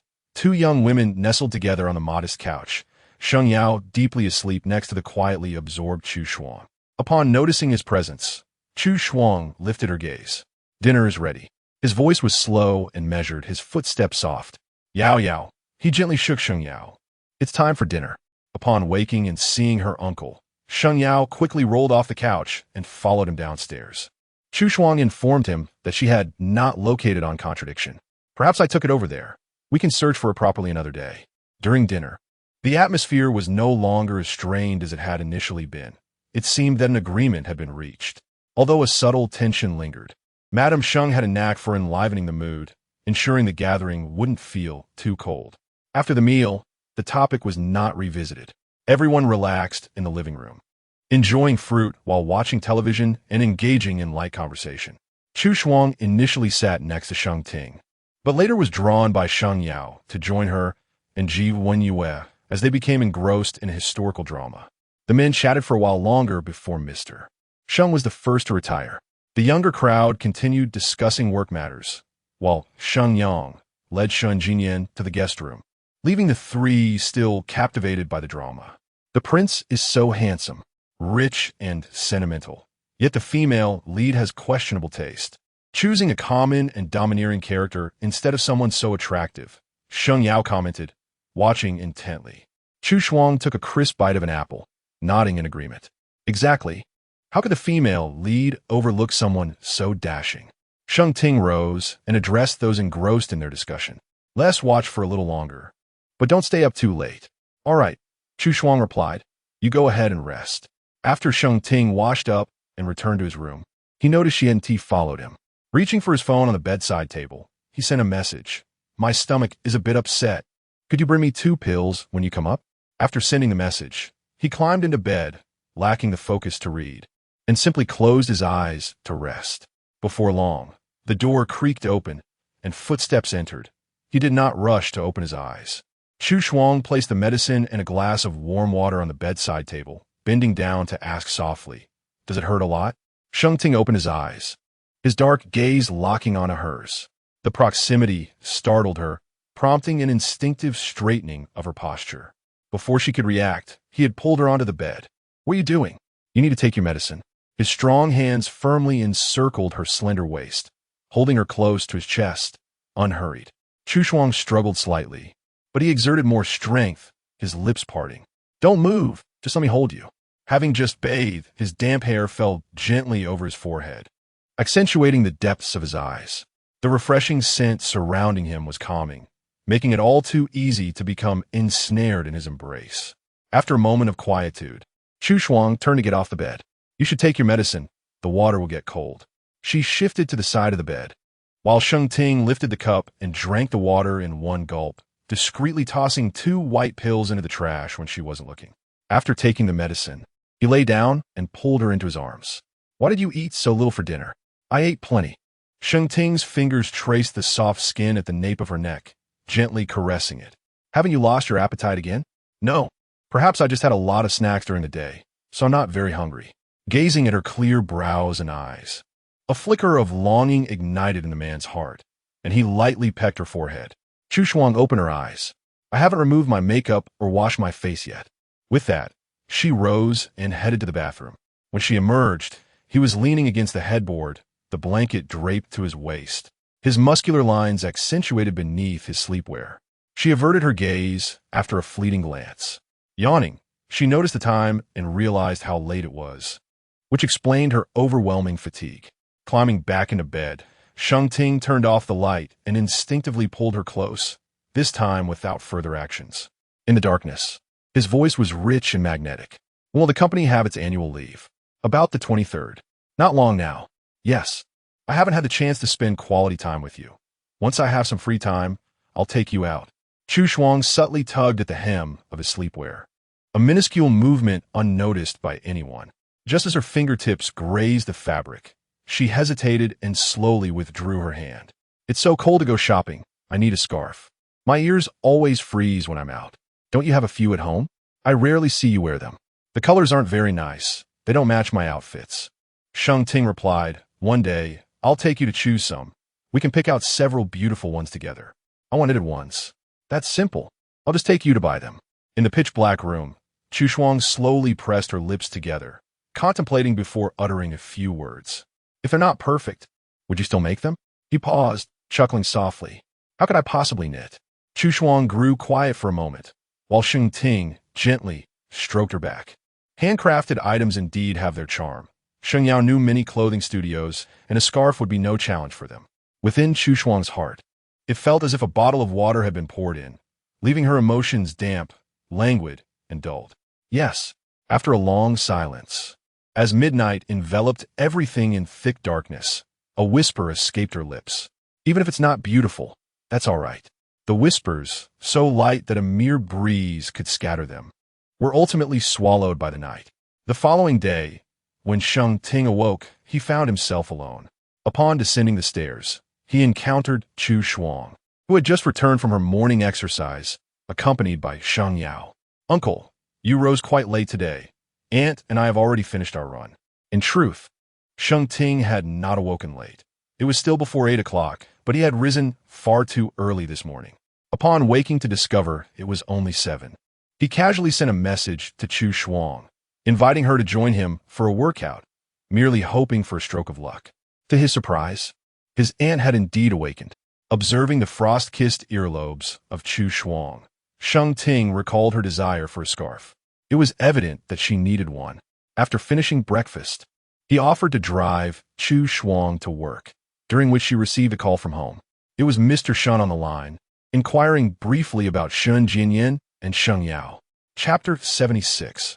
How to win over the cold beauty this young man, wise and composed since childhood. How could he act so foolishly at this age? Is he not being reckless? She is such a wonderful young lady, and your brother truly. Did he sincerely apologize at the Sheng family last night? Yes, he did. My brother and sister-in-law are gracious and kind-hearted. They did not chastise him too harshly. Thankfully, they are gentle-natured, but this matter cannot be brushed aside so easily. Since the two of them intend to move forward together, we must prepare and organize ourselves. In a couple of days, we shall visit to extend our apologies and present a formal proposal.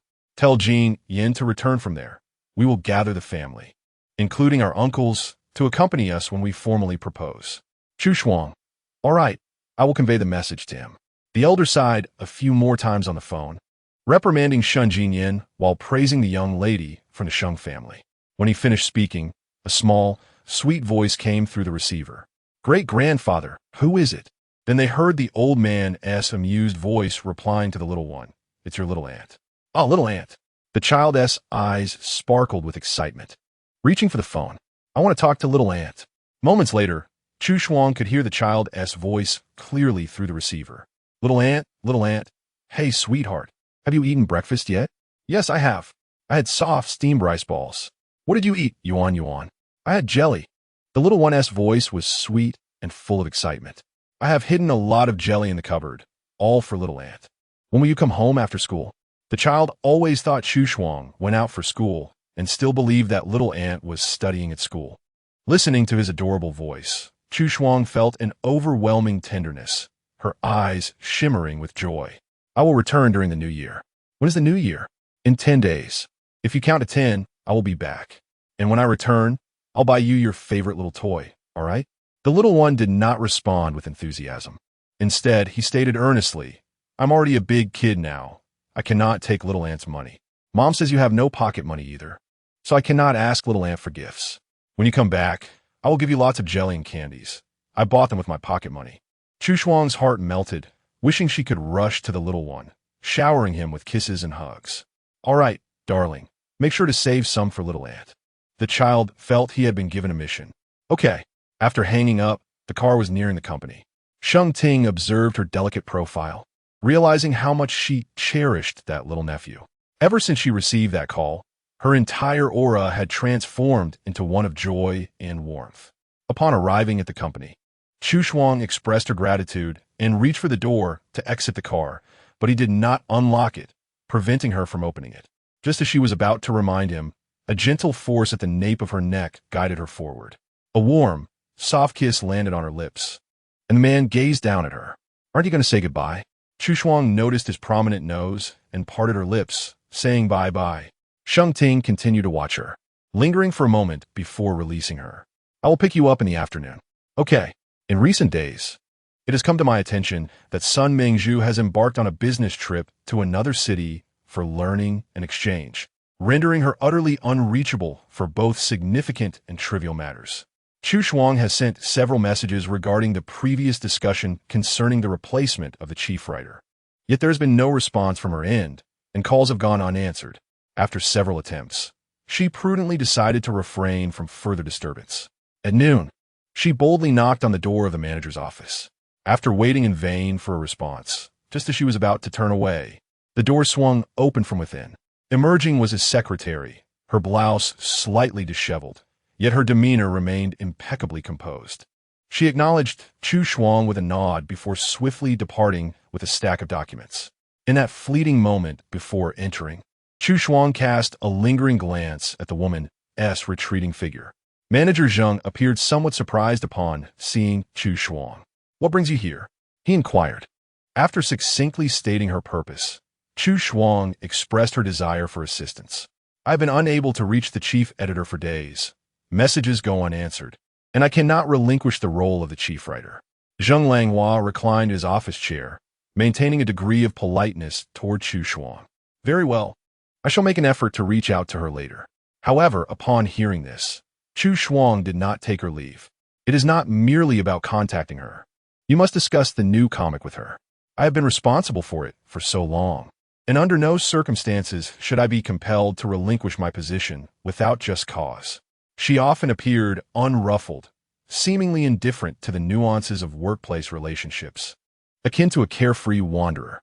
Yet, her current determination and seriousness piqued Zheng Langhua's curiosity, albeit slightly.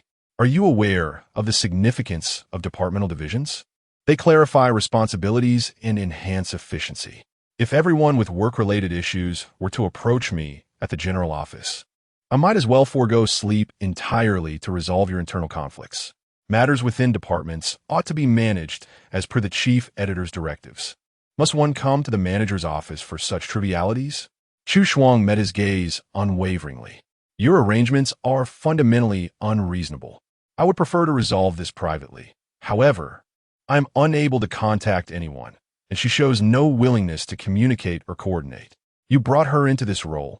Should you not be accountable? You could easily inquire within the ancient style group about Sun Mingzhu's capabilities and professional standards. Does she truly exhibit the qualities of a chief editor? Zheng Langhua was momentarily taken aback by her slow, yet resolute demeanor. Just as he contemplated offering her further platitudes, She nodded and departed. If it were not for my inability to reach anyone, I would not trouble you, General Manager Zheng. With that, she left, not lingering for even a moment longer. Gazing at the graceful silhouette of the departing woman, Zheng Langhua made a call to Sun Mengzhu. Why have you arbitrarily revoked Chu Xuan's qualifications as chief writer? I am the chief editor, and I possess the authority to make such decisions. I have my own rationale. The work of others may not necessarily be inferior to hers. Zheng Langhua responded, the previous arrangement was reasonable. Given that she has committed no faults, what purpose does your action serve? Do you even know who she is? Unfazed, Sun Mengzhu retorted, regardless of her identity, she is now a subordinate within my department. She has considerable backing at the headquarters. Tread carefully and do not stir up trouble. After work, Chu Shuang sat at her desk waiting for Sheng Ting. During this time, she sent a message to inform Shang Yao about the grand proposal visit from the Shun family in a couple of days. Congratulations in advance. Soon you'll be able to secure the one you admire. Shang Yao replied, now that it has come to this, I still believe being single is preferable. To think of marrying without having experienced a relationship is indeed a grave misstep. You can still backtrack at this point. Well, upon reflection, Shen Jinyan is quite handsome, and returning home to that face would certainly lift my spirits. Perhaps I should not return him after all. The use of such an adjective as handsome to describe a man undoubtedly reveals her vanity. Yet, I wonder how this cold beauty can be won over. Upon reading her message, Chu Shuang shook her head. Sheng Yao merely engaged in idle chatter with her. In reality, when faced with Shun Jinyan, she was as formal as an elder, far from the lively and daring persona she exhibited online. Chu Shuang replied, no need for any strategies. A serious person has a serious approach to romance. My brother will take action. After chatting with Sheng Yao for a while, Sheng Tian sent a message stating he was almost at the office building. Chu Shuang gathered her belongings and headed downstairs. Chapter 77. The flowers your husband bought you. As she opened the car door, a bouquet of delicate ice blue flowers rested on the passenger seat. The buds plump and the colors vibrant. Is this for me? She inquired, pausing momentarily as they passed a flower shop that appeared quite charming from a distance. She lifted the flowers to her nose, inhaling their subtle, enchanting fragrance. So lovely. You have a keen eye for selection. Noticing the hint of a smile at the corner of her lips, Sheng Ting replied softly, how could I not pick something beautiful to bring you joy? She hesitated slightly. The man then handed her a small box containing a cake. It was modest in size, just enough for one, adorned with large, ripe cherries, their crimson hue inviting. She took a bite, her eyes lifting in delight. It was an ice cream cake, its cool, smooth texture melting on her tongue, releasing a rich, creamy flavor that burst across her palate. Is it delicious? Absolutely, she affirmed, offering him a spoonful. Sheng Ting glanced at it before tasting, nodding slowly. Indeed, indulging in sweets could elevate one's spirits. Her eyes twinkled as she responded, isn't it wonderful? Today he assumed the role of a dedicated driver. And with only the two of them in the car, their route diverged from the usual. Where we headed? Just a little drive to enjoy the breeze, he replied, turning on the car's music. Gentle, serene melodies filled the air, transforming the post-work evening into a gentle embrace. She opened the window slightly to feel the evening breeze, savoring the music while indulging in her cake. As they crossed the river bridge, the structure illuminated beautifully, casting a fiery glow across its length. Casting her gaze aside, she beheld the vast river ahead, flanked by towering buildings that mirrored their grandeur in the water surface. A few brightly lit ferries glided gracefully along, contributing to the lively scene. Captivated by the beauty, she couldn't resist pulling out her phone for a photograph. Noticing her intent, Sheng Ting glanced back to ensure the road was clear before easing the car's pace to allow her to capture the moment. Upon leaving the bridge and entering the bustling city center, it was evident that the volume of vehicles and pedestrians surpassed that of the financial district. She spotted a vibrant red hue and exclaimed in delight as she noticed that red lanterns had begun to adorn the roadside. The long stretch of road was festooned with these festive decorations, radiating a brilliant crimson glow that filled the air with a lively atmosphere. Sheng Ting observed and remarked, it seems the new year is approaching. The streets were alive with bustling shops and eager shoppers, all preparing for the festivities. Witnessing this vibrant scene lifted her spirits. She found herself smiling unconsciously, captivated by the lively crowd, and softly reflected how wonderful it is to live in an era of peace and prosperity. Hearing her sincere musings, the man chuckled lightly. The traffic was thick, and their journey became a slow crawl through the congested areas. However, the space beside them remained relatively clear, and she noticed the driver of a car on their right subtly maneuvering their vehicle aside upon spotting them. "They're all avoiding you," she remarked, glancing at Sheng Ting. "Please drive carefully." His luxurious Maybach was not only expensive but also quite delicate.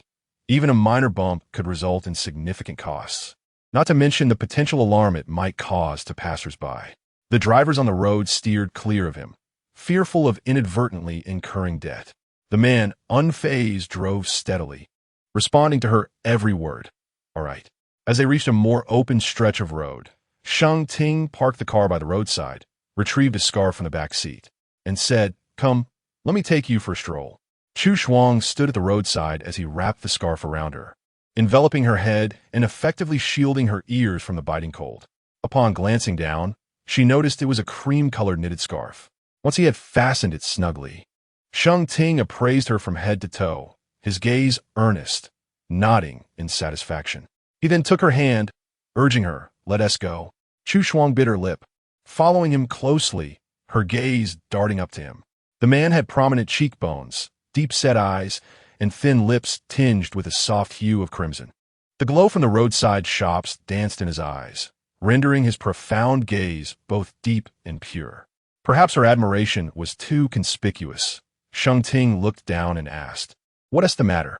Feeling the warmth emanating from his large, sturdy hand, she met his gaze and slowly smiled. "Do I look good in this scarf?" Without a moment's hesitation, he replied, "You look splendid. I have never seen anyone more suited to white than you." While pure white may appear stark and cold, the cream hue added a touch of warmth that complemented her, presenting a clean and bright image akin to an ink wash painting, where the subdued colors beautifully highlighted her exquisite features. A butterfly flitted into Chu Shuang's heart. "Did you buy it today?" "Yes, white should pair well with many outfits," she said, mentioning how the colors of her other scarves were challenging to match. The streetlights illuminated the scene brightly. He stood against the light, his face distinctly outlined by shadows, rendering him increasingly handsome. At that moment, as they locked eyes, Chu Shuang experienced an unprecedented tranquility. Her brows and eyes gradually relaxed, and a smile curved her lips. Suddenly, clarity washed over her. The past and future remained elusive, but what she desired was the present. After meandering through the bustling streets for a while, she spotted charming little trinkets and purchased a few to take home. Initially planning to find a restaurant nearby, Sheng Ting suggested they dine elsewhere instead.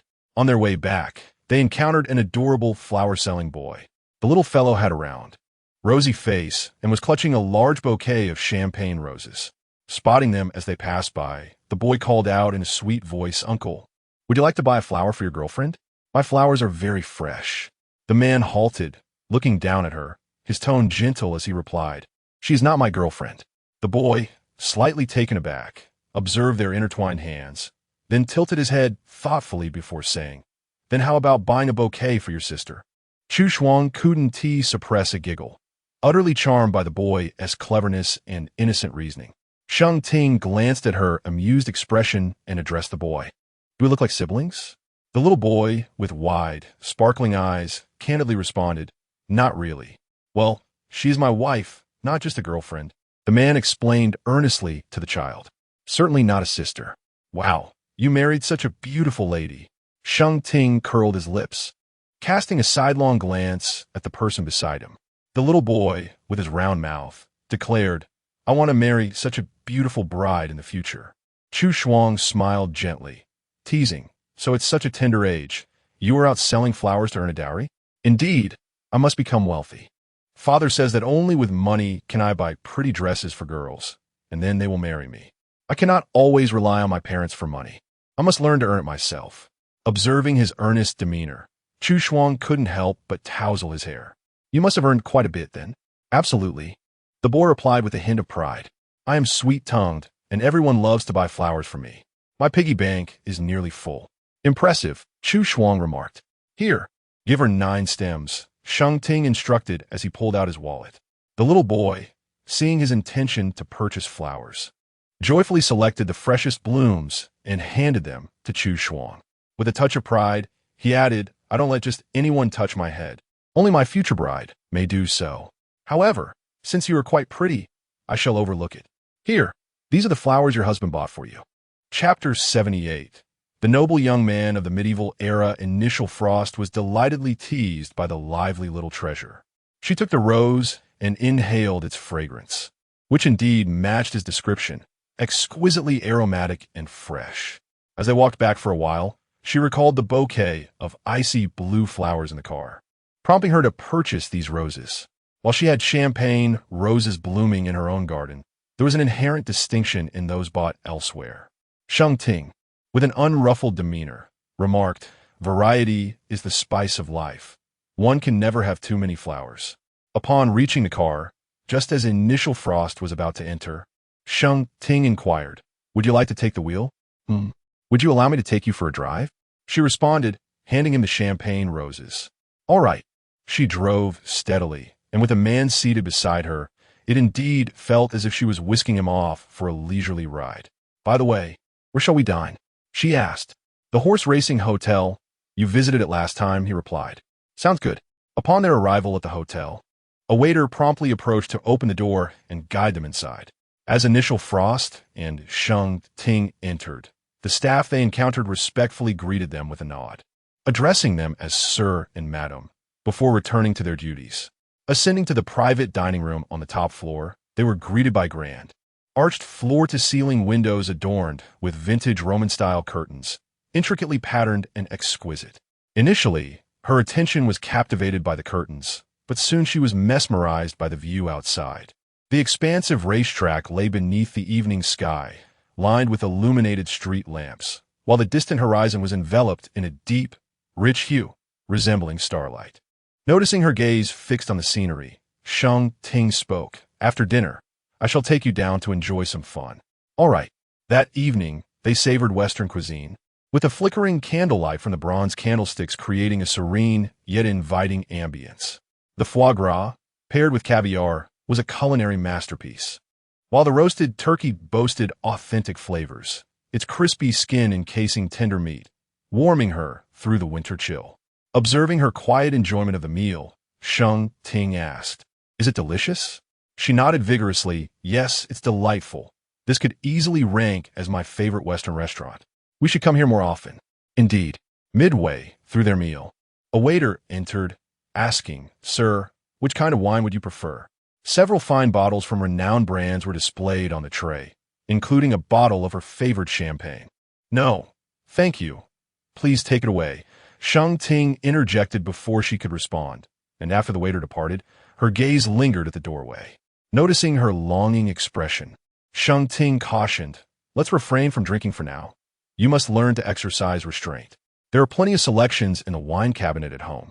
After a few days, you may indulge in whatever you desire. In truth, Initial Frost's menstrual cycle was nearing its end, but it was wise to abstain from alcohol during this period. After their meal, they changed into equestrian attire and led 2 fine horses into the racetrack. Have you ever ridden a horse? He inquired. Yes, my brother taught me. Shen Jinyan? No, my second cousin. He is exceptionally skilled at riding, truly adept at everything he undertakes. Although she had ridden before, it had been a while. So Sheng Ting provided her with some safety tips before allowing her to mount the horse.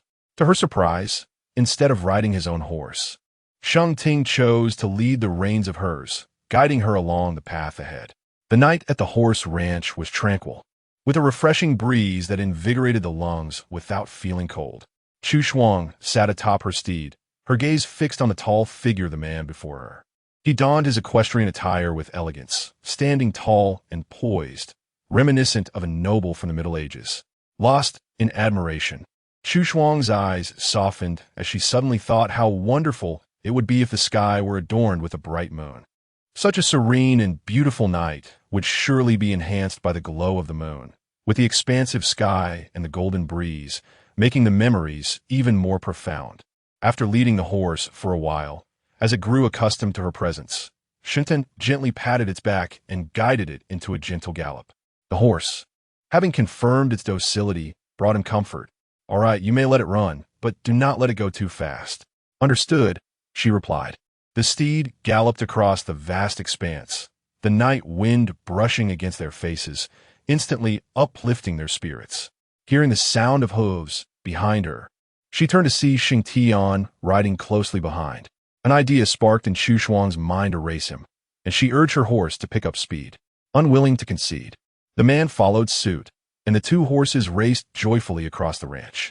They played for quite some time, and Chu Shuang was reluctant to leave, only returning when Sheng Ting reminded her that the hour was getting late. As they prepared to depart, a staff member approached, presenting a substantial gift bag to Sheng Ting, who casually handed it to Chu Shuang. "What is this?" she inquired, glancing down to find the bottle of champagne she had admired. "Save it for later," he suggested. On the way home, Chu Shuang cradled the bouquet, listening to music and occasionally humming a tune, her spirits evidently higher than when she had arrived.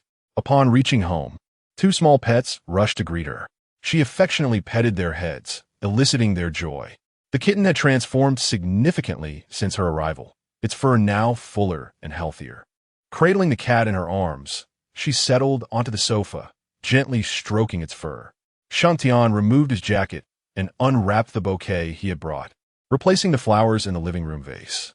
With an abundance of blooms, he set aside a few for the master bedroom. Once everything was arranged, he joined her on the sofa, extending his hands toward the kitten. "Bubble, come here for your medicine." After a moment of contemplation, the cat obediently approached his outstretched palms. With tender care and meticulousness, he administered the medicine swiftly.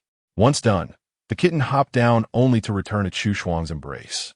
Meanwhile, the golden retriever, having observed the scene for some time, softly whined for attention. Chu Shuang, noticing, lovingly petted its fur as well.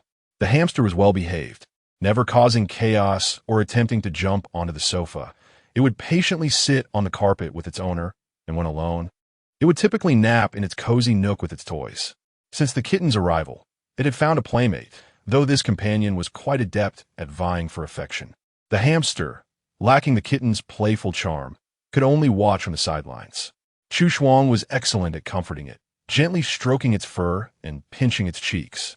"What a well-behaved little creature you are," she mused, marveling at such sweetness in her life. Sheng Ting simply observed from the side. After indulging in her play, Chu Shuang ascended the stairs to freshen up. While she made her way upstairs, Sheng Ting was still engaged in a phone call. However, upon emerging from her shower, she encountered someone who had just entered the bedroom. She was adorned in a delicate camisole nightdress, her skin gleaming brilliantly under the light, her figure slender and alluring. The gentle waves of her hair, still damp from the blow-dry, cascading casually. The stark contrast of black and white was striking. Sheng Ting's gaze was profound as he watched her from the doorway, and an unexpected desire to smoke flickered within him. Chu Shuang noticed his presence, but said nothing, settling into a chair by the bed to apply body lotion. The fragrance of the green tea enveloped the room in tranquility. Sheng Ting placed the crushed ice blue flowers into the bedside vase before retreating to the bathroom. His showers were typically brief, and when he emerged, he found Chu Shuang reclining against the headboard, engrossed in her tablet.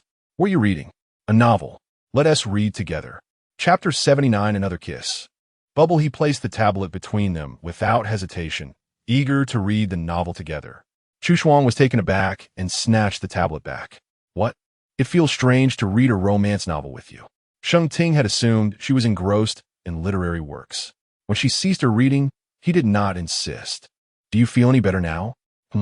He had noticed her unusual quietness over the past few days and wondered if something was troubling her in her life or work. His dark eyes held a profound intensity as he gazed at her, questioning whether he had failed in some way that affected her. Chu Shuang toyed with the blanket, then asked, "Are we merely in a temporary marriage, or are we to spend a lifetime together?" Sheng Ting furrowed his brows, perplexed by her inquiry as he looked into her clear, bright eyes. "Do you consider marriage a trivial matter?" She shook her head. "If it is not a triviality, Then what is the notion of a temporary marriage? Sheng Ting spoke each word with deliberate steadiness. I am not pursuing a lifetime together merely for the amusement of marriage. Does that mean you will remain loyal and responsible in this union? Yes. Her heart skipped a beat at his resolute affirmation, prompting her to ask, what if you encounter someone you truly like in the future? That is impossible. His voice was firm, yet there was a hint of displeasure in his gaze. Would you wish to divorce if you found someone you liked? No, there's no one I like. Though she had received the response she desired, Sheng Ting still appeared somewhat discontent, and she could not fathom the source of his emotion. Suppressing his discontent, he regarded her and spoke softly, Mrs. Sheng will only ever belong to you, and I am yours. Though their words danced in ambiguity, his gaze was resolute, as if declaring his claim. Perhaps he intended to reverse the roles of host and guest. Chu Shuang smiled lightly, holding his gaze. Does this mean it will be you and me from now on? Indeed, it will be you. Sheng Ting possessed an undeniable ability to draw her in with his profound gaze, making her want to trust him without reservation. Their eyes locked. Silence spoke volumes. Chu Shuang's fingers curled slightly, and her heart raced unexpectedly. By the time she realized it, she had leaned in to kiss the side of his face. In such proximity, she could discern the texture of his skin, the fine soft hairs becoming discernible in her sight, and as her gaze traveled upward, she found herself lost in the depths of his eyes. Sheng Ting observed her with a calm intensity, his gaze lowered, and his lips pressed into a straight line, embodying both restraint and composure. Feeling the heat of his gaze, Chu Shuang pulled back slightly to retrieve her tablet. He watched her every move, his throat constricting slowly. A crack opened within him, letting in a sliver of light, an unfamiliar sensation. Is this all we're doing? He asked, his voice low and husky. Bubble? Chu Shuang faltered, laughing softly. Please don't call me that. Sheng Ting pulled her closer, examining her unblemished face from above, his tone slow and deep. Why can't I call you that? Others can, but I cannot. Chu Shuang fell silent. A smile lingered at the corner of his lips. Kiss me again, Bubble. He possesses a captivating smile, and the aesthetic-focused Chu Shuang could not resist the allure. Under the man's gaze, she playfully tugged at his sleeve and pressed her lips against his. This time, it was upon his delicate mouth. When she withdrew and glanced back, the smile that once graced his lips had vanished, replaced by a shadowy, menacing gaze. Before she could fully distance herself, his hand pressed the back of her head forward. His kiss was not as ephemeral as hers. It was tempestuous, direct, and fervent. As the lights dimmed, Chu Shuang felt one of her shoulder straps being slid down. It had been a while since they had indulged in such intimacy, and she found herself unaccustomed to it, gasping for fresh air. The passionate encounter lingered for a considerable time. Her little escapade had just concluded, and Sheng Ting was aware that it was not the appropriate moment, thus tempering his enthusiasm. Ultimately, he ventured to the bathroom once more and returned exuding a cool aura. Chu Shuang, her ears flushed, lay quietly beside him, their communication sparse. The bedroom remained hushed for a spell, until a low sigh broke the silence. Initially, she thought it a mere coincidence, but soon after, she heard several soft, shallow sighs. Those sighs concealed a profound yearning, a craving unfulfilled. Chu Shuang comprehended their meaning, her ears growing warm and her heart aflame. Days later, Chu Shuang's family from Guiyun arrived in the capital. The elders visited the Sheng family to offer their apologies and propose a formal engagement, their approach grandiose. Emphasizing their regard for Sheng Yao, the betrothal between her and Shun Jinyan was considered established. After the proposal and betrothal gifts were exchanged, the elders stayed at Qingyu Garden for a day, reassured to see Chu Shuang thriving. They returned home 3 days later. Madame Sheng warmly invited them to celebrate the new year together in the capital, but the elders declined, citing the multitude of affairs awaiting them back in Guiyun. With the company bustling with work before the year's end, Chu Shuang toiled tirelessly to secure a leisurely holiday. After persistent efforts alongside her colleagues, she successfully amassed over 2 weeks' worth of completed drafts, sufficient for serialization during the Spring Festival. The new comic project seemed to have influenced the manager's decision.